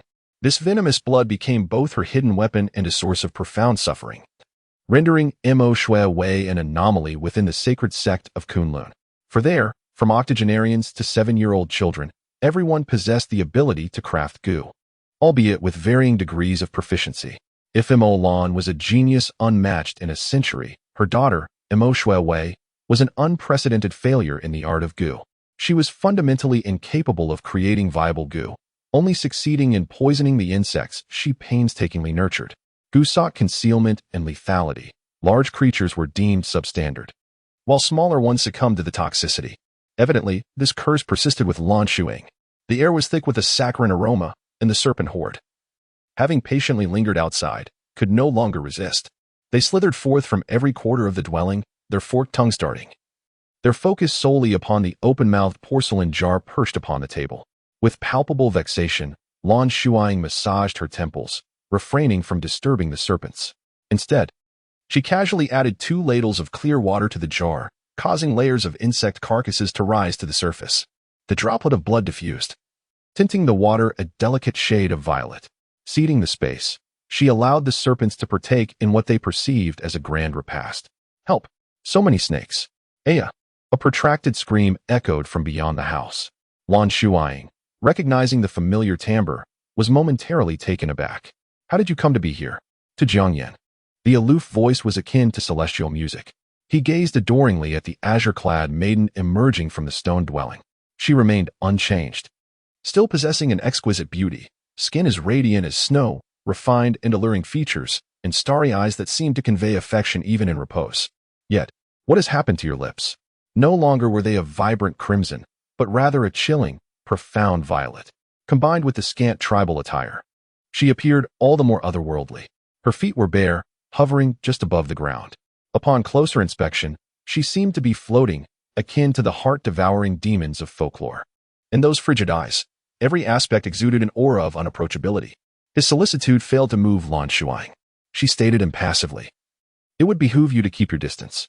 My venom is even more potent now, and there is no second Baiwa insect and grass pill to be had." Jiang Yinhui's initial reaction was to break into a grin. This lady was finally willing to acknowledge the truth. The Baiwa Chanko pill he had been given was indeed a marvelous remedy. As his grandfather had said, she possessed a sharp tongue but a tender heart, embodying the essence of a good girl. He was still burdened by the weight of his family's expectations for him to pursue his beloved, and with a mischievous chuckle, he dismissed her indifference, proudly producing a white porcelain bottle. "No need to worry, I obtained this from grandfather. It is a detoxifying elixir crafted by Mr. Fong. Just take this, and you need not fear." Lan Shuying scoffed coldly. What was there for her to fear? After a long absence, Jiang Yinhui had transformed from a frail youth into a dashing young man, his complexion shifting from pallid to a sun-kissed hue, exuding a newfound masculinity. His face still epitomized the standards of extraordinary beauty, though now it leaned more towards a refined masculinity. Overall, he was significantly more pleasing to the eye than before. 3 years had passed, and the male protagonist still devoted such attention to her. Could it be that the female protagonist had lost her chance? Contemplating this, Lan Shuying led him into another stone room. "Come in and have a seat." Chapter 68. The Demonist's wish. Do you live here alone? He feigned ignorance, attempting to establish a rapport. Jiang Yinhui surveyed the room, which mirrored her own demeanor, pervaded by an air of desolation. The furnishings were sparse, a simple bed, a table, and a chair, all surrounded by emptiness. On the table sat a ceramic water jug, accompanied by a half-plate of shriveled wild fruits. In truth, under normal circumstances, it would not be this way. Rather, it is due to her need to constantly monitor the situation within the jar while concocting her brew, leaving her little time to eat. She had not set foot in this room for several days, and the fruit she had was likely what remained from before. He furrowed his brow, a hint of reproach in his tone. "Are you truly treating yourself this way?" Lan Shuying merely shrugged, offering no explanation. You are meddling too much, she replied. A dedicated individual, she retained a scant memory of culinary skills after her proficiency had been sealed, while Mo Shuwei, by contrast, would never learn to cook, given her disposition. Thus, she endeavored to adhere to the habits of the original owner in her daily life. Mountain spring water, wild fruits, simple and unpretentious, were passable in taste, though excessive consumption could become rather cloying. Hence, she sought to gather a variety of wild fruits to enhance the flavors, and when time permitted, she would prepare game to roast. Jiang Yanhui was utterly exasperated. However, confronted with her indifference, even coldness, he found his anger to be utterly futile, akin to a long-restrained punch landing in a thick and soft pillow. Not only did it fail to alleviate his frustration, but it also backfired. Deflated, he softened his stance and resignedly inquired, "Where is the kitchen? Allow me to prepare a meal for you." Lan Shuying's eyes sparkled with interest. "You can cook? How splendid. I would welcome any assistance." Given the remoteness of this location, she often had to trek quite a distance to indulge in a proper meal at an inn in the town. Clearly, Jiang Yin we would not find a kitchen here. He hastily set up a makeshift stove and dispatched a nearby shadow guard to the foot of the mountain to procure cooking utensils such as pots, bowls, and spoons. Considering the possibility of her evicting him and leaving him to sleep under the open sky, he requested that several quilts be brought up, so he could make a bed on the floor. Lan Shuying remained silent, listening to his arrangements. Afterward, she went to the initial room, drove out the snakes that had feasted on venomous blood and insects, and thoroughly cleaned the space. Jiang Yan returned only after the snakes had dispersed.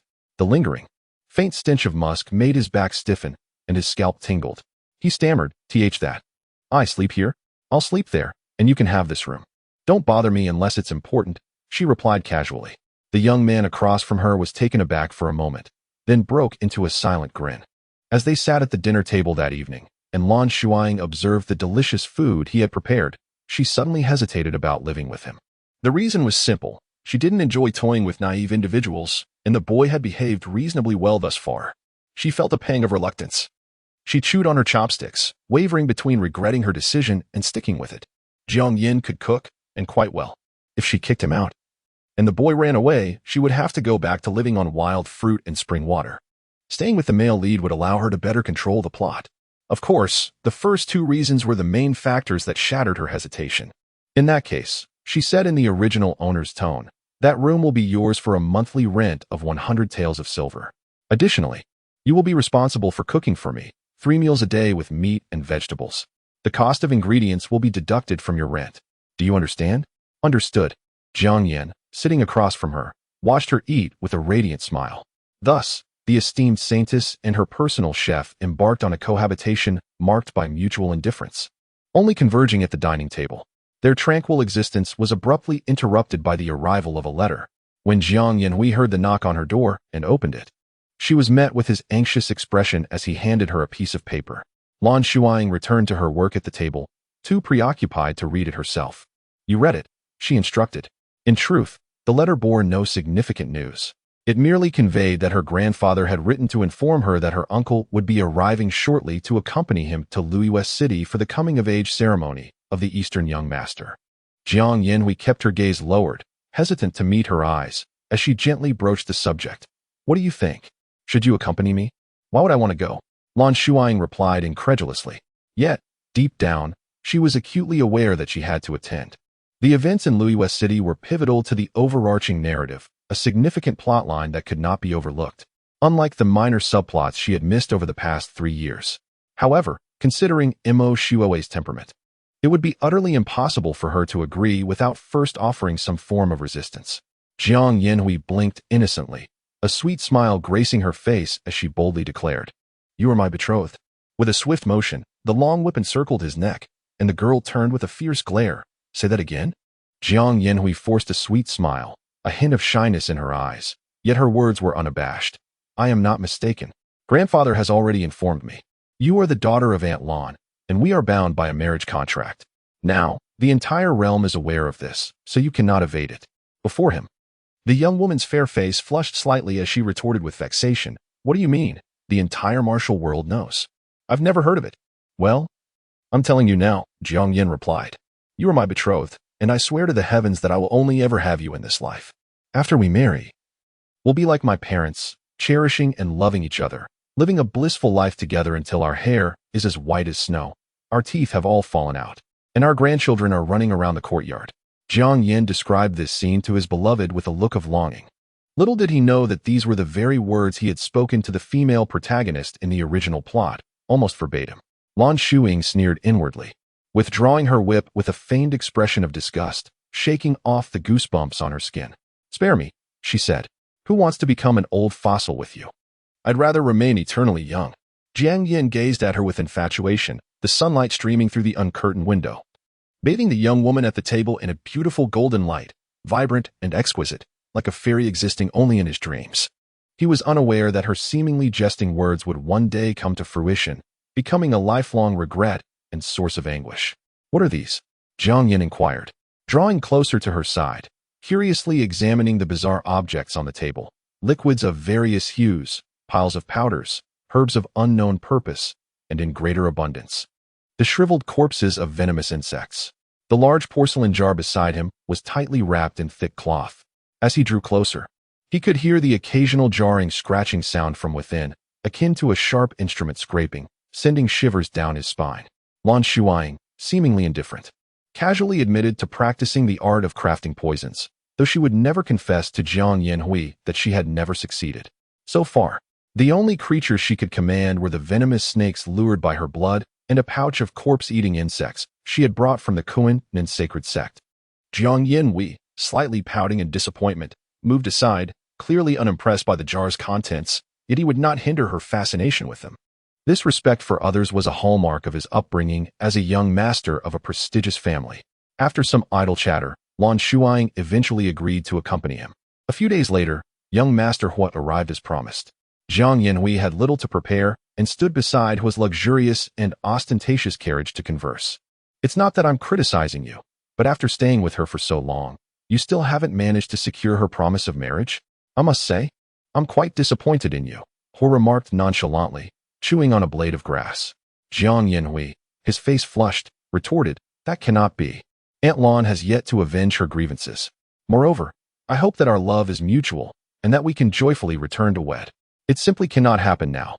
Hua scornfully concluded, "Isn't it simply that you lack the ability to win her heart? By the way, where is Wei Wei? Should I lend her a hand?" He was certain that this young girl was extraordinary. Master Hua had grown up without any woman daring to make him wait so long outside a room.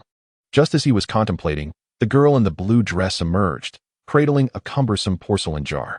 To Master Hua's astonishment, a multitude of snakes, each adorned with distinct patterns and colors, slithered out alongside her, each one seemingly more venomous than the last. "Sister-in-law, are you planning to take the snakes with you?" he stammered. Lan Shuying discerned his thoughts and replied with a faint smile, "I recently released a batch of poison, and I have yet to see the results, so I must take them along." She glanced back at the serpentine entourage and commanded, "Disperse now. I shall return." The snakes undulated away, trailing behind her for 100 meters before pausing, each swaying its body and emitting a synchronized hissing sound, displaying an unmistakable reluctance to leave. Goodness! These creatures seemed to possess a spirit of their own. How remarkable! "Sister-in-law, you raised them?" Master Hua exclaimed in awe. Lan Shuying gently corrected him. "All things possess a spirit. If you treat them with sincerity, they shall reciprocate in kind. It is merely the common misconception surrounding snakes that breeds fear and hostility, prompting inappropriate communication that can provoke their wrath. Snakes are often characterized as malicious and cunning creatures, akin to the perception of Imo, whom I once tamed and communicated with." Master Hua found it difficult to comprehend her tolerance, offering an awkward smile before instructing the coachman to proceed. The itinerary to Stream Moon City has been meticulously planned, with over 4 months remaining until the esteemed young master of the East's coming-of-age ceremony. They are at liberty to proceed at a leisurely pace, indulging in the scenic vistas and savoring the local culinary delights and the captivating beauties along the way. Although the third young master who did not explicitly state the final point, his expectant gaze betrayed his thoughts. Jiang Yanhui, unable to bear the sight, ignored the libertine and instead diligently peeled fruit for Lan Shuying. As he offered it, Lan Shuying gracefully accepted it with her mouth, creating an intimate tableau. The scene piqued the interest of the third young Master Hua, who mused, "That simpleton, the young lady, is already amenable to such intimacy. Proposing marriage is merely a formality. Perhaps a simple inquiry could seal the deal. I must seize the opportunity to impart some wisdom to him. However, for Lan Shuying, this was merely an uninhibited aspect of Mo Shuawei's character, compounded by the absence of elder guidance since childhood, leaving her unaware of the impropriety. It was only natural for the uninformed third young master Hua to misunderstand the situation. On this particular day, the carriage arrived at a small city in the southwest. Jiang Yanhui abruptly drew back the curtain, his sharp, knife-like brows furrowed into a frown that strikingly resembled his maternal grandfather's. "What is it?"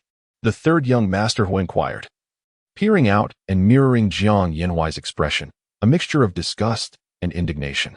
Among the three, Lan Shuying possessed the highest martial prowess and had long since detected the commotion ahead.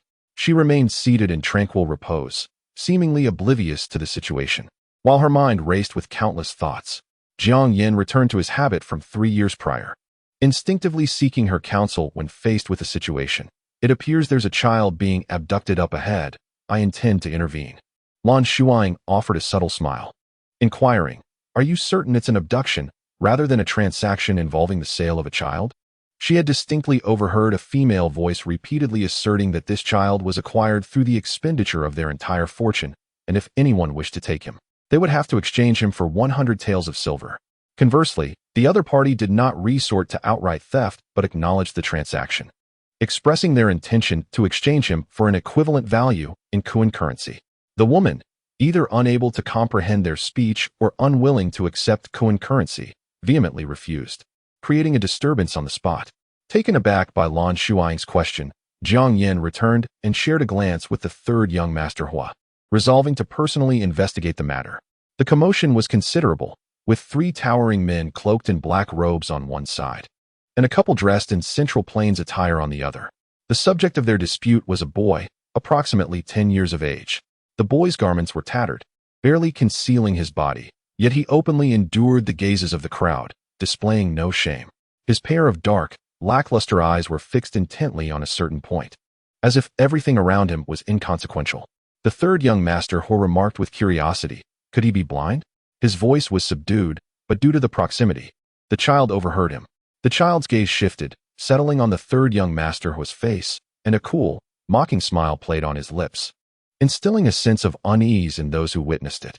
The woman was still wailing, accusing the 3 robed men of abducting her child and causing her family to suffer the agony of separation. The leading man in black robes, his sleeve torn by her grasp, frowned and pushed her away. The woman collapsed to the ground, her lamentations intensifying as she implored passers-by to reason with them. Those she seized looked at her with disdain, recoiling from her touch with disgust. Jiang Yanhui sensed something amiss, for he observed that despite the commotion, the surrounding onlookers remained silent, none offering a word of support. Instead, they discussed her lack of discernment, cautioning against provoking the envoys and inviting calamity. Envoys? A clue surfaced in his mind. Their journey from the northwest had led them here, to what seemed to be the southwestern frontier, precisely within the operational sphere of the Kunnan holy sect. The architectural style and the attire of the populace further confirmed his suspicions of unfamiliar customs. Many walked with serpentine effigies clasped to their chests, murmuring incantations. Similar serpentine patterns adorned the backs of the robed men. Jiang Yanhui whispered into Hua third master's ear. Kunnan holy sect. Lan Shuying materialized behind them, elucidating softly. They seek children suitable for casting into the thousand sorrows abyss. This child has been chosen. As with Hua Mingyao's ordeal years ago, prompted by her words, Hua third master recalled his sister's past suffering. Overwhelmed with rage, he gazed at the peculiar child and was struck by a resemblance to his sister in her youth. The 2 relatives exchanged a knowing glance, each comprehending the other's choice, to save the person in peril. Lan Shuying regarded the boy, who remained detached from the turmoil, with contemplative eyes. Earlier, during their time in the vehicle, she had sensed that this coveted child might play a pivotal role in the unfolding narrative. Who could it be? A gust of wind swept through, causing the boy's tattered garments to flutter like leaves torn from a branch, revealing the battered skin beneath. Lan Shuying squinted, noticing a scar beside a wound that bore a mark, a red crescent, punctuated by a fragmented lightning bolt. She mused that she might have discerned the boy's identity. Gripping one of her companions, Lan Shuying furrowed her brow and inquired, Are you truly intending to charge in and rescue him like this? What other choice do we have? Retorted Huasan Xiao, his tone somewhat brusque. Lan Shuying shook her head. You perceive merely 3 emissaries here. Yet you remain oblivious to the throngs of disciples of the Southern Holy Sect that fill this area. They will not heed your identities, should they converge upon you. It would only take a matter of moments for your strength to wane, and you would be captured and taken away as medicinal subjects. Jiang Yin gazed at her with a trustful expression. Then how are we to rescue him? The we he spoke of included Lan Shuying, thus pulling her into their collective plight. The first approach involves subduing those 3 emissaries and threatening the onlookers not to follow. However, they invariably carry a highly stimulating fruit that, once consumed, augments their speed. Within 2 hours at most, they could overtake us, and we would inevitably find ourselves in combat. To be frank, if we were to be ensnared, unless someone of your grandfather's caliber were present, our escape would be implausible. The alternative carries the risk of alerting Nam, potentially prompting him or the elders of the clergy to personally pursue us. However, there's a window of opportunity. If we can reach the Central Plains within 6 hours, disguise ourselves, and depart, we might evade him. What do you think? Lan Shuying raised an eyebrow, awaiting their decision. Chapter 71. This Wish 24. This is an unforeseen event. Lan Shuying was resolute in her decision to save the boy, but she wished to avoid internal strife within the group when facing subsequent troubles together. The areas governed by the Kunnan Holy Sect are teeming with believers. Once identified as hostile, should they fail to escape swiftly, the group would become akin to insects stumbling into an anthill, instantly submerged, torn apart, and eventually dragged away by numerous ants. Therefore, she clearly articulated the plan and its consequences, allowing them to choose, thus ensuring shared decision-making and risk assumption, preventing blame. As she anticipated, both with Third Master and Jiang Yin we opted for the latter, gazing at her with trust and anticipation. Very well. Lan Shuying instructed them to return to the carriage first. Then, she removed her veil and gracefully approached the child. She employed her charm, releasing a wave of toxic fragrance. The distinctive sweet scent permeated the air as she swayed her waist, each step akin to a lotus bloom. Her radiant eyes seemed to possess a bewitching allure, drawing gazes while simultaneously deterring prolonged observation. She resembled a beautiful, seductive, and exceedingly dangerous enchantress, captivating everyone present, perhaps with the exception of the child with indifferent eyes. As the crowd became entranced, the leading figure cloaked in black exhibited a look of astonishment. Unlike the others, his immediate reaction was to swallow an antidote, then hastily kneel in this direction, exclaiming, I humbly welcome the esteemed left envoy. Within the carriage, 2 pairs of eyes remained fixated upon her, igniting a sensation akin to a searing heat on her lower back, a sign that the young pup had matured and could no longer resist provocation. Approaching the child, she offered a subtle smile, taking his hand in hers, her voice laced with a sultry rasp tinged with unabashed malice. What intentions do you harbor towards my disciple? The black-cloaked envoy, taken aback, hurriedly pleaded for mercy. I was unaware that this was the esteemed disciple of the left envoy. It was merely that this couple, being outsiders, requested a substantial sum in exchange, and I. Enough, she interjected, lazily surveying the scene. This was the extent of the authority wielded by the holy sect of Kunnan. Ever since the title of left envoy was uttered, bystanders had knelt, some stealing glances at her, while reverently kissing the holy emblem upon their chests. The left envoy, Shui Wei, was notoriously known as a poisonous beauty, her intoxicating fragrance serving as her signature, accompanied by a visage of unmistakable recognition. No one here would dare question her authenticity. As for the child, the black-cloaked envoy could only chuckle bitterly, realizing that anyone who had crossed her path likely wouldn't live to tell the tale, let alone concern themselves with the child. I shall not waste words with you. He is my disciple, and you may choose otherwise. I will be taking him with me. Return and inform the sect leader that I have just emerged from the cliffside, currently engaged in a mission, and shall return promptly. Yes, thank you for your mercy. Esteemed left envoy. The black-robed emissary was overjoyed to see that she had no intention of killing. During the brief moment she stood there, she did not conceal the poisonous fragrance emanating from her, her purpose being twofold: to verify her identity and to create difficulties for them. Several individuals had already collapsed, their faces darkened. By the time the emissaries had administered medicine to the poisoned individuals and looked up again, she was nowhere to be seen, nor was the boy. The black-robed emissary was somewhat perplexed. Now that the left envoy had returned, why did she not personally return to see the leader? And this child, if he was truly her disciple, how could he be mixed up with this Central Plains couple? Perhaps he should terminate this mission and return to report to the leader first. Faster. Lan Shuying sternly instructed the coachman. If necessary, inject the horse with this. The effect will last for an hour. She handed over several poison needles, the same kind used on hunters years ago. Sanshao is puzzled. With your identity being so effective, why are you still so afraid? Jiang Yanhui tugged at his sleeve, his face not looking too good, evidently recalling the insane leader from back then. That was the closest Jiang Yanhui had ever been to death, and of course, he remembered it vividly. Namuza is inherently suspicious. My words may have deceived these emissaries, but he won't believe them. Therefore, once the news of her reappearance is transmitted back, there is a very high probability that Namuza will personally take action. The boy listened quietly to her words, his pair of pitch-black, lifeless eyes resembling ancient black jade steeped in a cold pool for millennia, shrouded in a layer of mysterious and frigid gauze. The captivating allure of his gaze rendered even his extraordinary features pale in comparison. Lan Shuying caressed his hair and reassured him, "We will not abandon you." The boy nodded silently, the icy aura surrounding him slightly dissipating. However, when Master Hu presented fruit for him, that chill returned. He rejected any intimacy from anyone other than Lan Shuying, perhaps due to her being the one to bring him back. Lan Shuying, sensing this, smiled and inquired, "Little one, are you not afraid of me?" Since she had commenced her practice of cultivating poisonous creatures, she had been in constant contact with venomous entities, inadvertently enhancing the potency of her toxic blood, her lips taking on a deep purple hue, far from that of an ordinary person. The boy resolutely shook his head, a hint of mirth flickering in his large eyes as he toyed with the hem of her garment.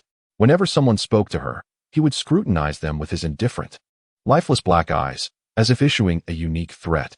The carriage continued its journey until the sun dipped below the horizon, dusk encroaching. With still some distance from the Central Plains, the coachman hesitated momentarily before plunging poison needles into the hindquarters of several horses, which neighed wildly and galloped furiously forward. An hour later, the horses expended their last vestiges of strength. They found themselves at the second small town on the border between the Central Plains and the Southwest, conveniently located near the outpost of Feiying Fortress. There, they disguised themselves and, without taking much rest, hastened on their way. Sanshao, who relished the vibrancy of life, found himself unable to tolerate the silence that enveloped him during their journey. Seizing any opportunity, he often engaged in soliloquy. However, when he inadvertently mentioned the words Luyu City, a fleeting glimmer of disdain crossed the boy's eyes. This emotion was swiftly concealed, yet Lan Shuying sensed a shift. She grasped his hand and gently patted it several times. They changed their attire multiple times before arriving at the 8th city, where she exhaled a sigh of relief. It seemed all was well now. Perhaps they could find a place to rest for a day. The boy, however, maintained a steadfast gaze upon her, discerning something within her eyes. After locking the door to their room, Lan Shuying indulged in a refreshing bath with the hot water just delivered by the attendant, washing away the fatigue of their travels. Once she donned fresh clothing and stepped into the outer room, she noticed a slight figure waiting by the door. Upon opening it, the boy turned to her with a smile, somewhat stiff yet tinged with shyness. "Come in and have a seat. What shall I call you?" she inquired, closing the door behind him and offering him some sweet cakes from the table. If he was indeed the person from the story, as it suggested, he ought to have a fondness for sweets. The boy's eyes sparkled with delight as he revealed a pair of small, sharp teeth, a rare display of exuberance that made him appear, for a moment, like an ordinary child. Once he had his fill, leaving only crumbs in the plate, he glanced up at her with a hint of bashfulness. Lan Shuying responded with a nonchalant smile. "My name is Zheng, he eventually uttered, his voice hoarse from disuse. "You recognize me, don't you?" Lan Shuying did not deny it. Yet the manner in which she recognized him was a mystery she could not elucidate. With a smile, she reclaimed the initiative. "We are heading to Luyu City. Will you join us?" Zheng Ji's eyes sparkled with excitement. Upon their next encounter, the two had already adopted the titles of master and apprentice. Jiang Yanhui felt a genuine joy for her, while young Master Hu summoned him to a corner for a lengthy admonition, which, in essence, was a caution to be wary of that little imp and not to let her slip away. Jiang Yanhui thought, gazing at the frail Zheng, who resembled a delicate kitten. A flicker of compassion stirred within him, leading him to believe that his uncle was overly concerned. Moreover, with an age difference of 8 or 9 years between them, it seemed implausible. Lan Shuying indeed recognized this child. In her fragmented narrative, Zheng Gu emerged as the ultimate antagonist, with the male protagonist, in his later stages of growth, sacrificing an arm to conquer him. The storyline even hinted that Zheng Gu had not perished and would inevitably return, underscoring his formidable nature. Zheng Gu was the illegitimate son of the Lord of Luwei City, his mother being the leader of a demonic sect from the western regions. After bearing this child during a fleeting encounter with Dongfang Luiyue, she brought the infant to Luiyue City to proclaim her affection, only to be resolutely rejected by Dongfang Luiyue, who held that good and evil could not coexist. From love, she spiraled into hatred, even blaming young Zheng Gu for her plight, subjecting him to severe punishment. However, upon discovering Zheng Ji's extraordinary martial arts talent, her attitude shifted. She began to train him in the martial arts and instilled in him a deep-seated animosity towards Dongfang Luiyue. She molded him into a weapon specifically designed to target Dongfang Luiyue, and ultimately, the grown Zheng Gu fulfilled her earlier ambitions, slaying his father and seizing control of Luiyue City, thus becoming the greatest adversary of the Central Plains martial arts world. Zheng Gu also crossed paths with the female protagonist during the year of his 11th birthday, which coincidentally was this very year. His master's mother was slain by the so-called righteous heroes, and amidst the chaos, he seized the opportunity to escape with the supreme secret manual of the Western demonic sect. Wandering in a state of destitution, he was once granted a meal by the female protagonist, a kindness that compelled him to show her mercy on numerous occasions, thereby affording her and the male lead the chance to defeat him. However, that is no longer the case. Following her, would he still rely on her for sustenance? Lan Shuying curved her lips into a smile, casually slipping a piece of rice candy into Zheng Ji's mouth. Before her, Zheng Gu behaved obediently. She had assessed his martial prowess and found it lacking in excellence. This young man was engrossed in studying that demonic tome. Yet his master's mother had never been willing to teach him the technique, leaving him bewildered in many aspects and hesitant to practice it. Having traversed numerous martial worlds, Lan Shuying had recently practiced a similar demonic technique in her previous life. Her presence and guidance significantly accelerated his progress, and Zheng Ji's skills soared to the extent that he could now easily defeat Jiang Yanhui. She looked down, playfully teasing the Gu King she had finally nurtured, laughing joyfully. Namuza had not pursued them, and the journey ahead remained tranquil. As they drew closer to Luwei City, Lan Shuying's spirit soared. She remained steadfast in her quest to locate the host of the Zigu. Having encountered none in the past 2 or 3 years, either the hosts had perished, or their numbers were scarce, or they belonged to noble lineages. With the coming-of-age ceremony of the young master of Luwei City, a plethora of heroes from all directions had gathered, and in recent days, they had encountered many fellow wanderers of the martial realm. Lan Shuying surmised that if the host of the Zigu were a high-ranking member of a certain organization, the likelihood of their appearance at such an event was considerable. Thus, she could follow the trail and uncover clues regarding Mo Shuiwei's biological father. Initially, it was believed that this tranquility would persist indefinitely. However, that very evening, Master Hua forcibly dragged them out to view the lanterns.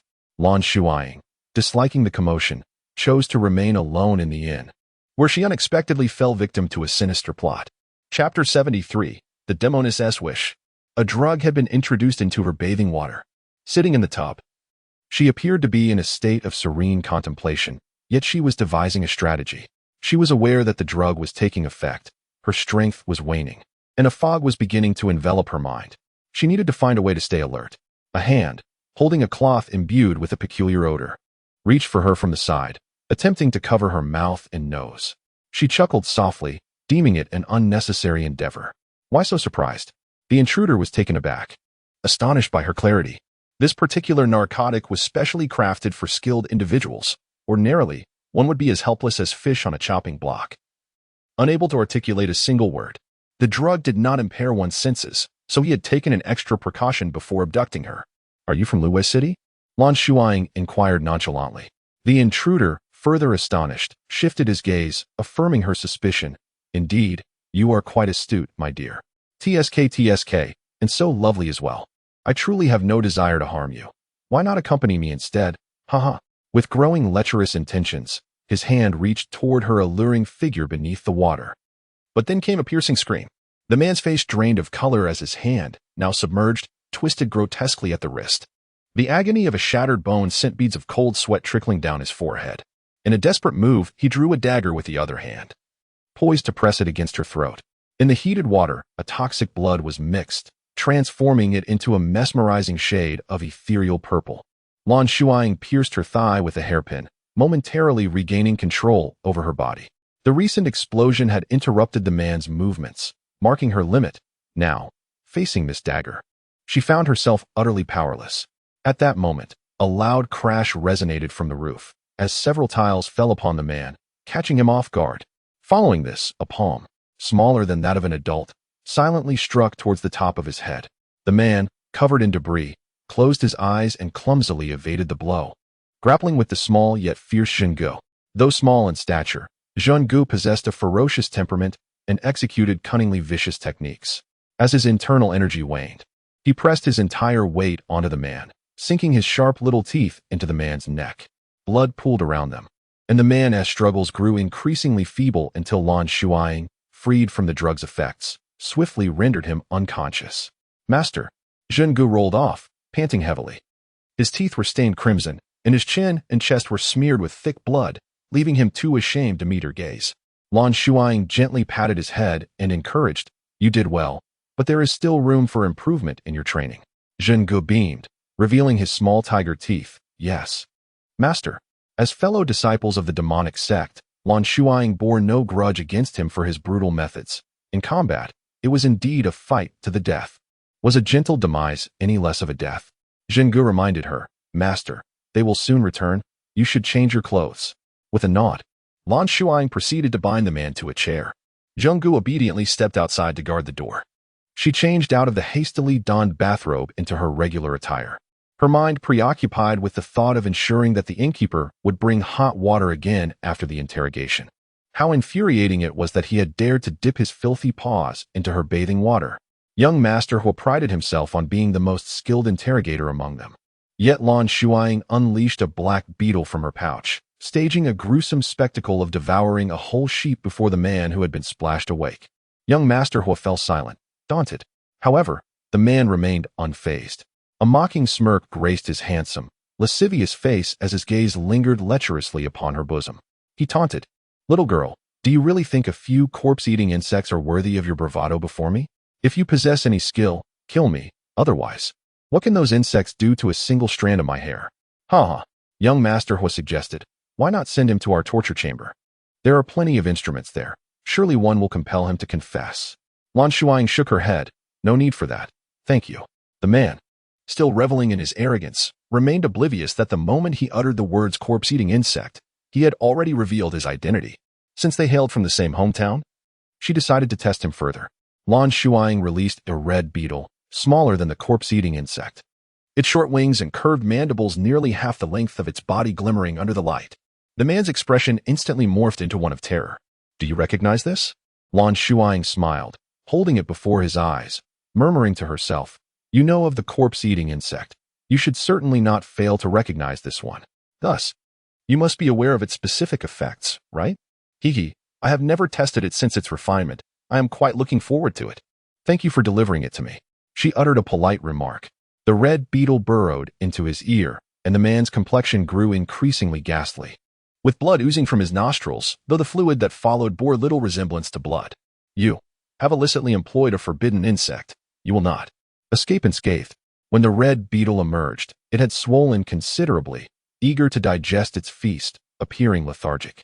Lan Shuying retracted it, stating, "I know not of any restrictions. It is feasted today and may grow close to you tomorrow. You have 9 days to contemplate your fate." Her ability to cultivate this brain-eating insect was largely thanks to young Master Hua. His curiosity regarding the contents of her porcelain jar had led her to generously display them, until the moment the insect was poisoned. At that instant, young Master Hua had inquired, "Can one dilute blood with water?" Chapter 74. The wish of the enchantress. Lan Shuying was struck by enlightenment. She had been too fixated on adhering to traditional methods, failing to perceive this crucial insight. Given that her blood's toxicity was excessive for the insect to endure, why not dilute it before introducing it? Although this would weaken the connection, the potency would remain unchanged. Utilizing this approach, she successfully produced over a dozen other insects. The brain-eating insect was a tormentor, typically rendering its victim insane by the 3rd day, with death occurring within 10 days. Today marked the first day. Since he recognized this creature, she believed he would not be foolish enough to choose the path of demise. Jiang Yin struggled to acclimatize to such a brutal interrogation method, her complexion paling as she exited the room. Young Master Hua, filled with concern, hurried after her and inadvertently caught a glimpse of Lan Shuying's calm, emotionless gaze, causing his heart to leap in trepidation. He abruptly realized that both Fang Fort and the Jiang family, including himself, were overly optimistic about the marriage of these two young individuals. They only knew that Yin Hui would not marry anyone but her and saw how much the young woman cared about his safety. But had anyone ever understood the young woman's thoughts?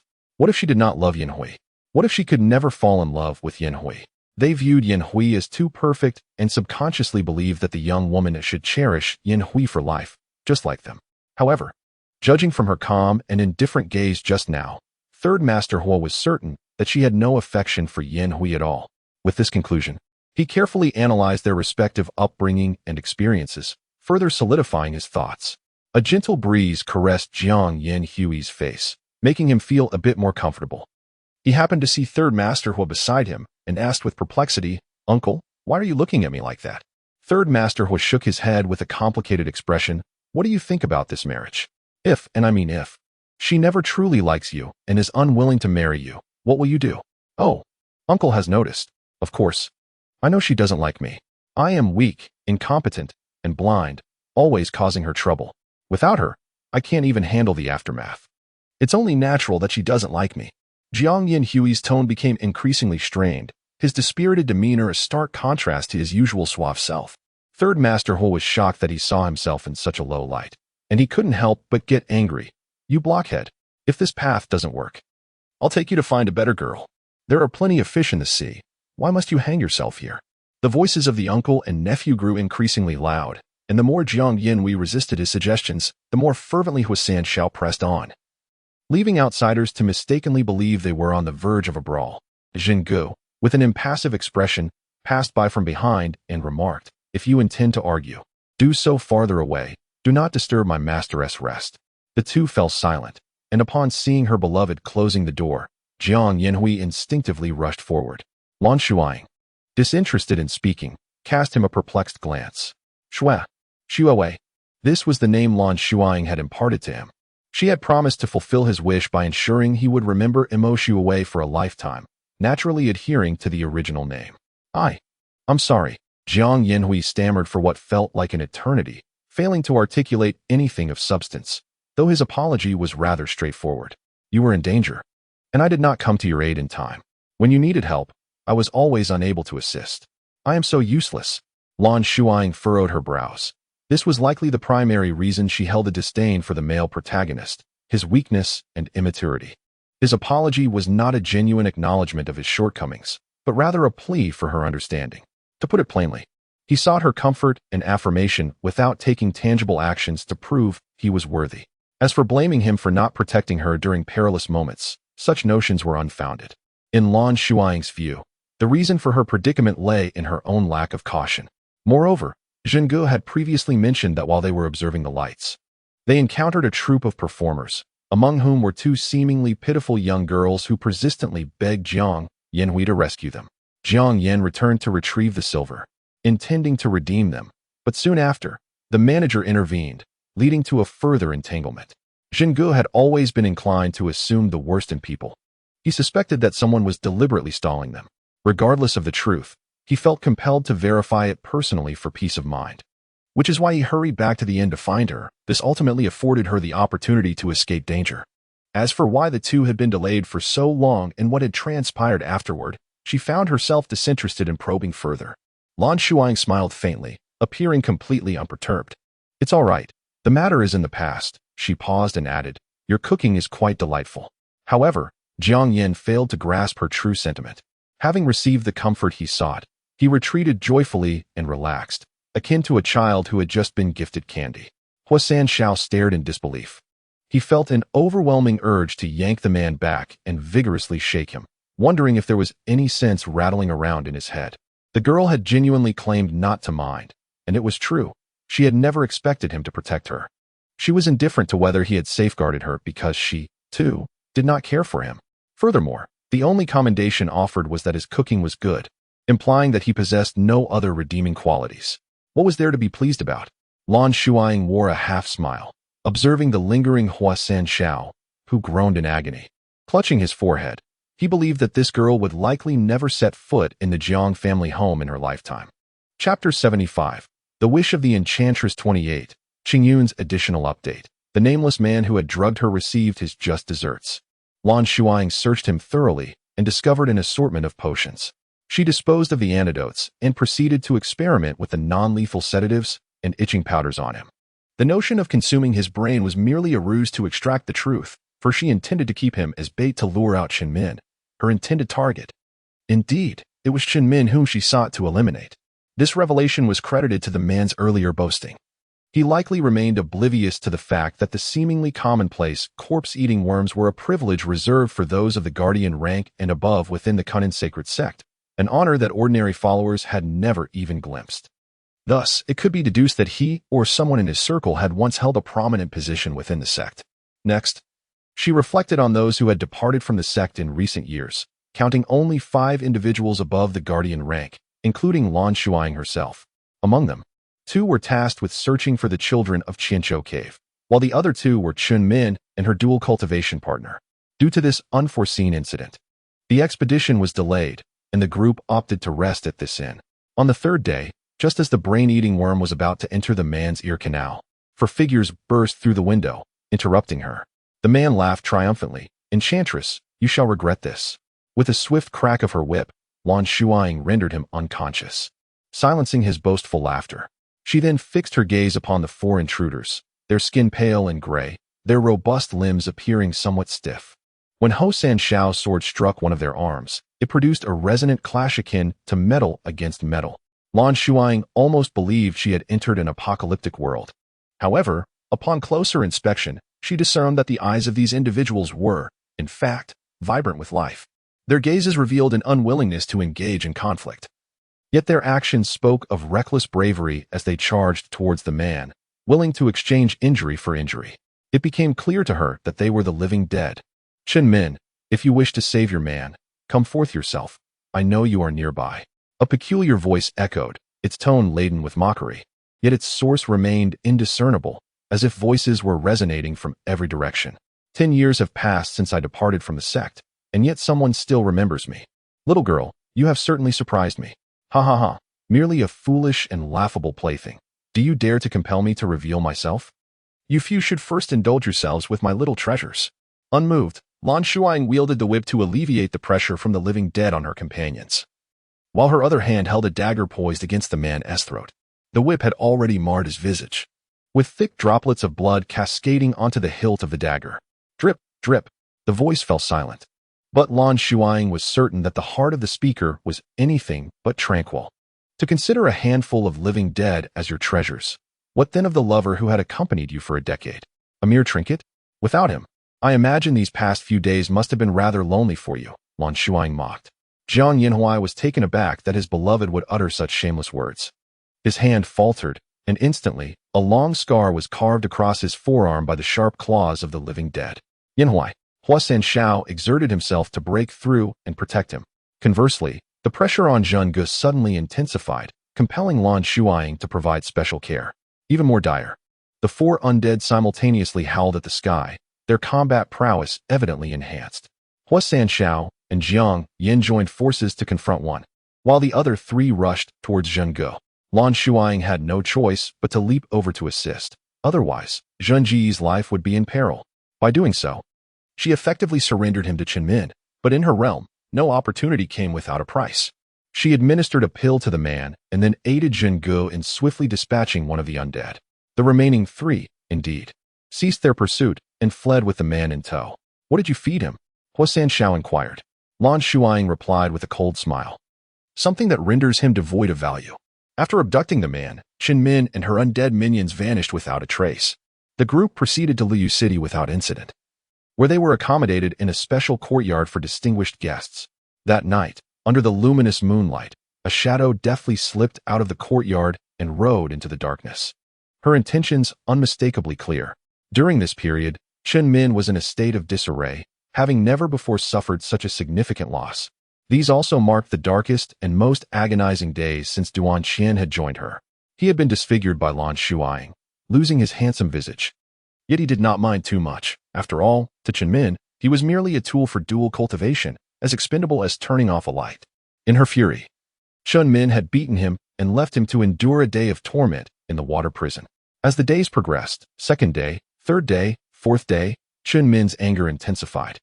Duan Qian began to suspect that if he failed to recover, she might resort to eliminating him in favor of another.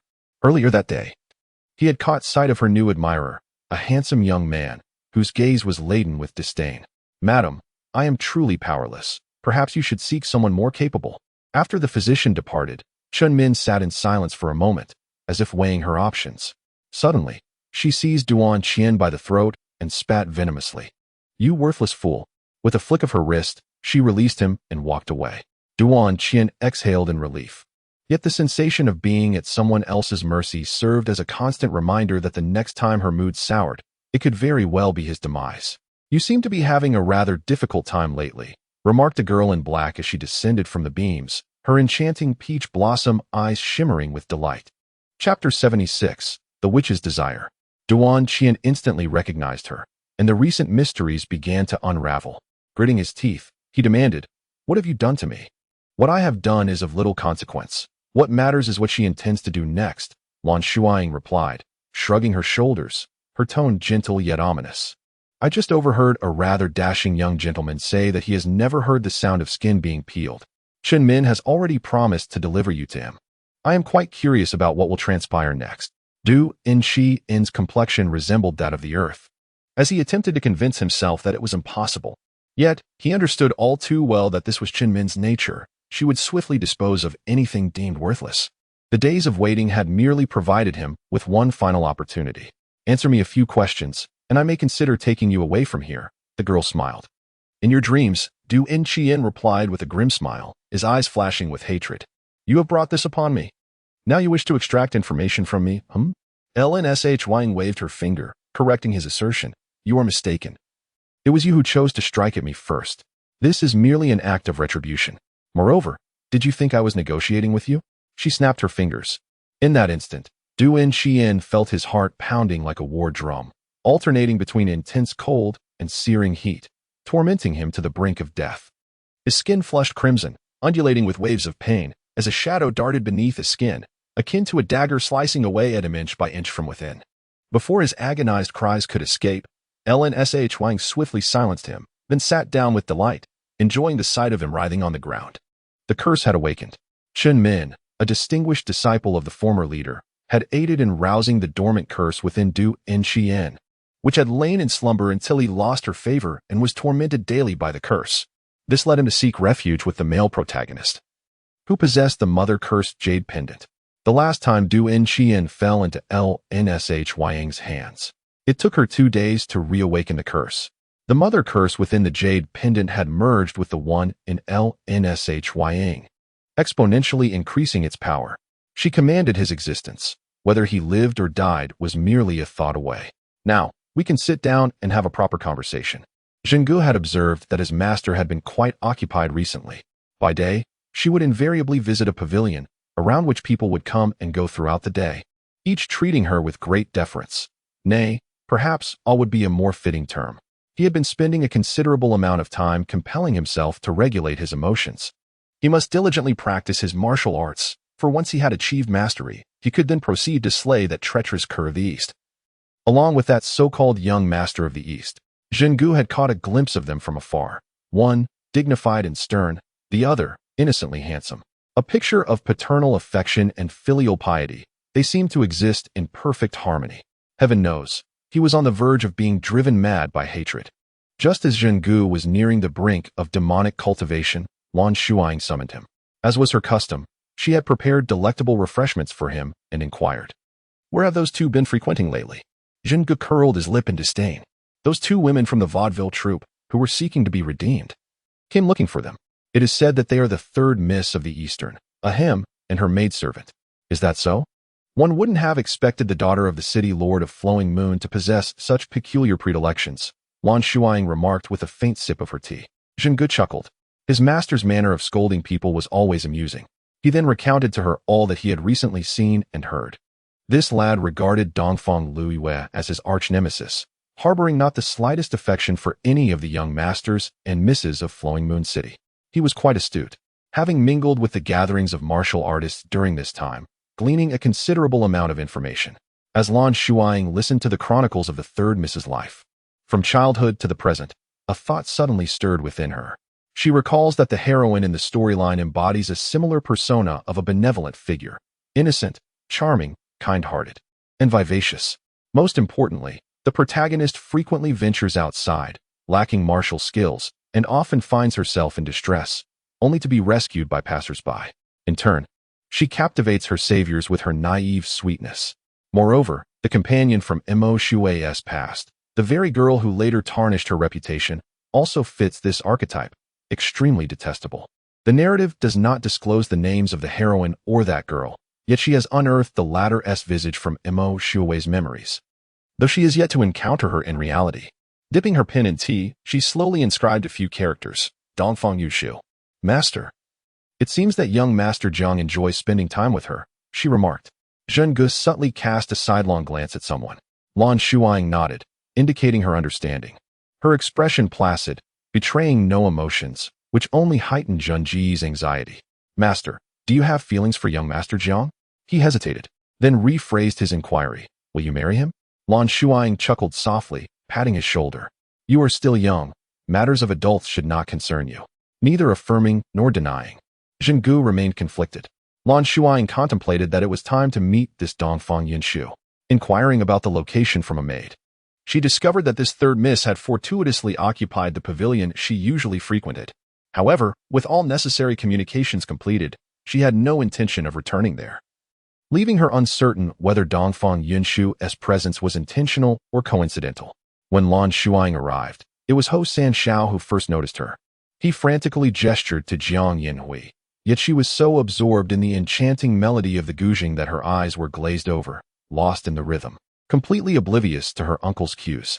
After contemplating for a moment, she had just taken her seat when a sudden cry of pain pierced the air from the guzheng player. Chapter 77. The Enchantress's Wish. It turned out that a string had snapped, injuring the delicate fingers of the young beauty. Jiang Yinhui rushed over, using her own handkerchief to bandage the wound, while Ho San Xiao coughed several times without eliciting any response from her. Lan Shuying smiled gently, lowering her head to adjust her skirt, the curve of her lips taking on an oddly sinister quality. Ho San Xiao felt an immense pressure from her simple gesture, akin to facing his austere father, momentarily rendered speechless as he gazed at her. Lan Shuying recalled the fleeting glimpse of the girl's profile, comparing it to the memory of her companion, and indeed, it was a perfect match. Dongfang Yinshu, the third miss of Luiyue City. The very girl who had entangled herself with Jiang Yinhui and tarnished her reputation after Mo Shui's demise. Unexpectedly, Dongfang Yinshu suddenly broke free from Jiang Yinhui's grasp, pitifully crouching down to cling to her leg, saying, "You must be my elder sister, right?" Only then did Jiang Yinhui truly notice her, the compassion on her face instantly transforming into guilt and panic. Apparently, she realized that treating Dongfang Yinshu in such a manner was problematic, thus complicating matters further. Lan Shuying's smile grew colder, compelling Jiang Yinhui to lower her gaze, afraid to meet her eyes. Originally, she intended to stay by Jiang Yinhui's side, experiencing the plot alongside him, gradually ensuring he missed out on the benefits allotted to him in the storyline. This way, although he would possess the ability to navigate the martial world, he wouldn't develop to the extent expected of the protagonist. It seems, however, that his true nature has surfaced even before the benefits have materialized. Yinshu has already heard that her sister and brother Yinhui are deeply in love. But on the day Yinshu was in distress, she was rescued by brother Yinhui. Father taught us from a young age that we must repay kindness. And Yinshu and brother Yinhui also felt an instant connection, making it truly difficult to part. She wondered if her sister would possibly consider. Absolutely not.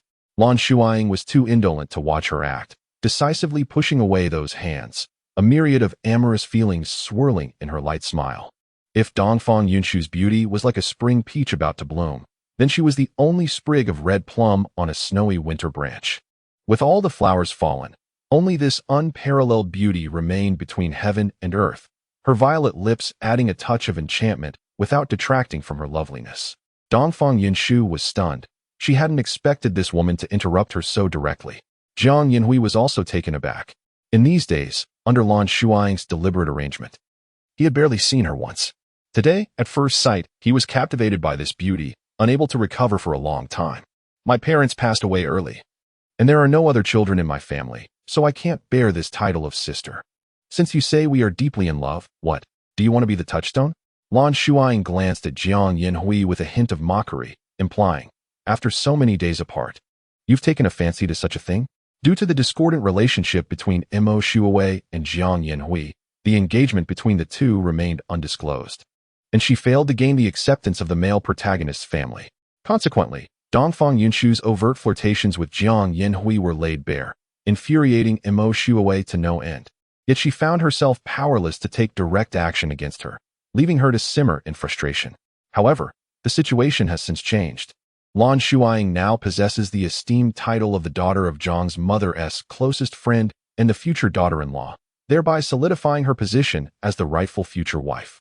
Moreover, Jiang Yinhui has publicly declared his refusal to take a concubine. Should Dongfang Yushu attempt to intrude, her position would be indefensible and subject to ridicule. Thus, she boldly approached Lan Shuying to express her sentiments. It would be ideal to gain her understanding, and even if that failed, it would still serve as a clear declaration of intent to Jiang Yinhui.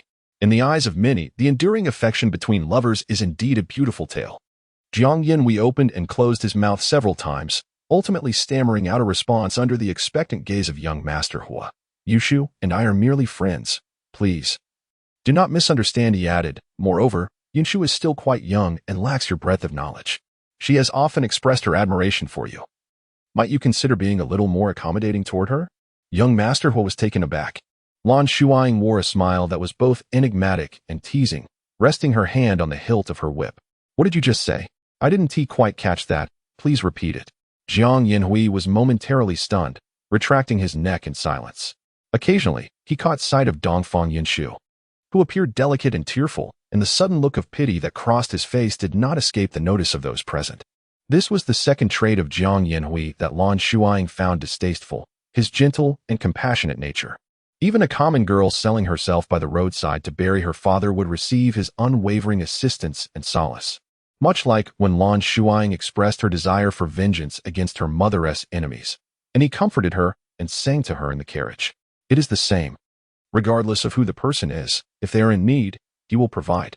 With his handsome countenance and prestigious lineage, attracting romantic entanglements is hardly surprising. It is worth noting that in the narrative, Jiang Yinhui has several beautiful confidantes apart from the female protagonist. Aside from lacking formal acknowledgement, he grants all that is due: care, protection, gifts, and companionship. If, after she revealed her threat, Jiang Yinhui had shown a protective stance, the onlookers might have cheered for him. However, his retreat only left them exchanging glances, silently disparaging him as cowardly. Dongfang Yinshu, wiping her tears, approached him again, pouring out her feelings for Jiang Yinhui, piece by piece. After listening to a few sentences, the essence of her words boiled down to, I love him. We are fated by heaven. You should withdraw. If you truly cannot step back, I am willing to force myself to share him with you. Share him with you? Huh, what a beautifully naive and utterly unpretentious innocent girl.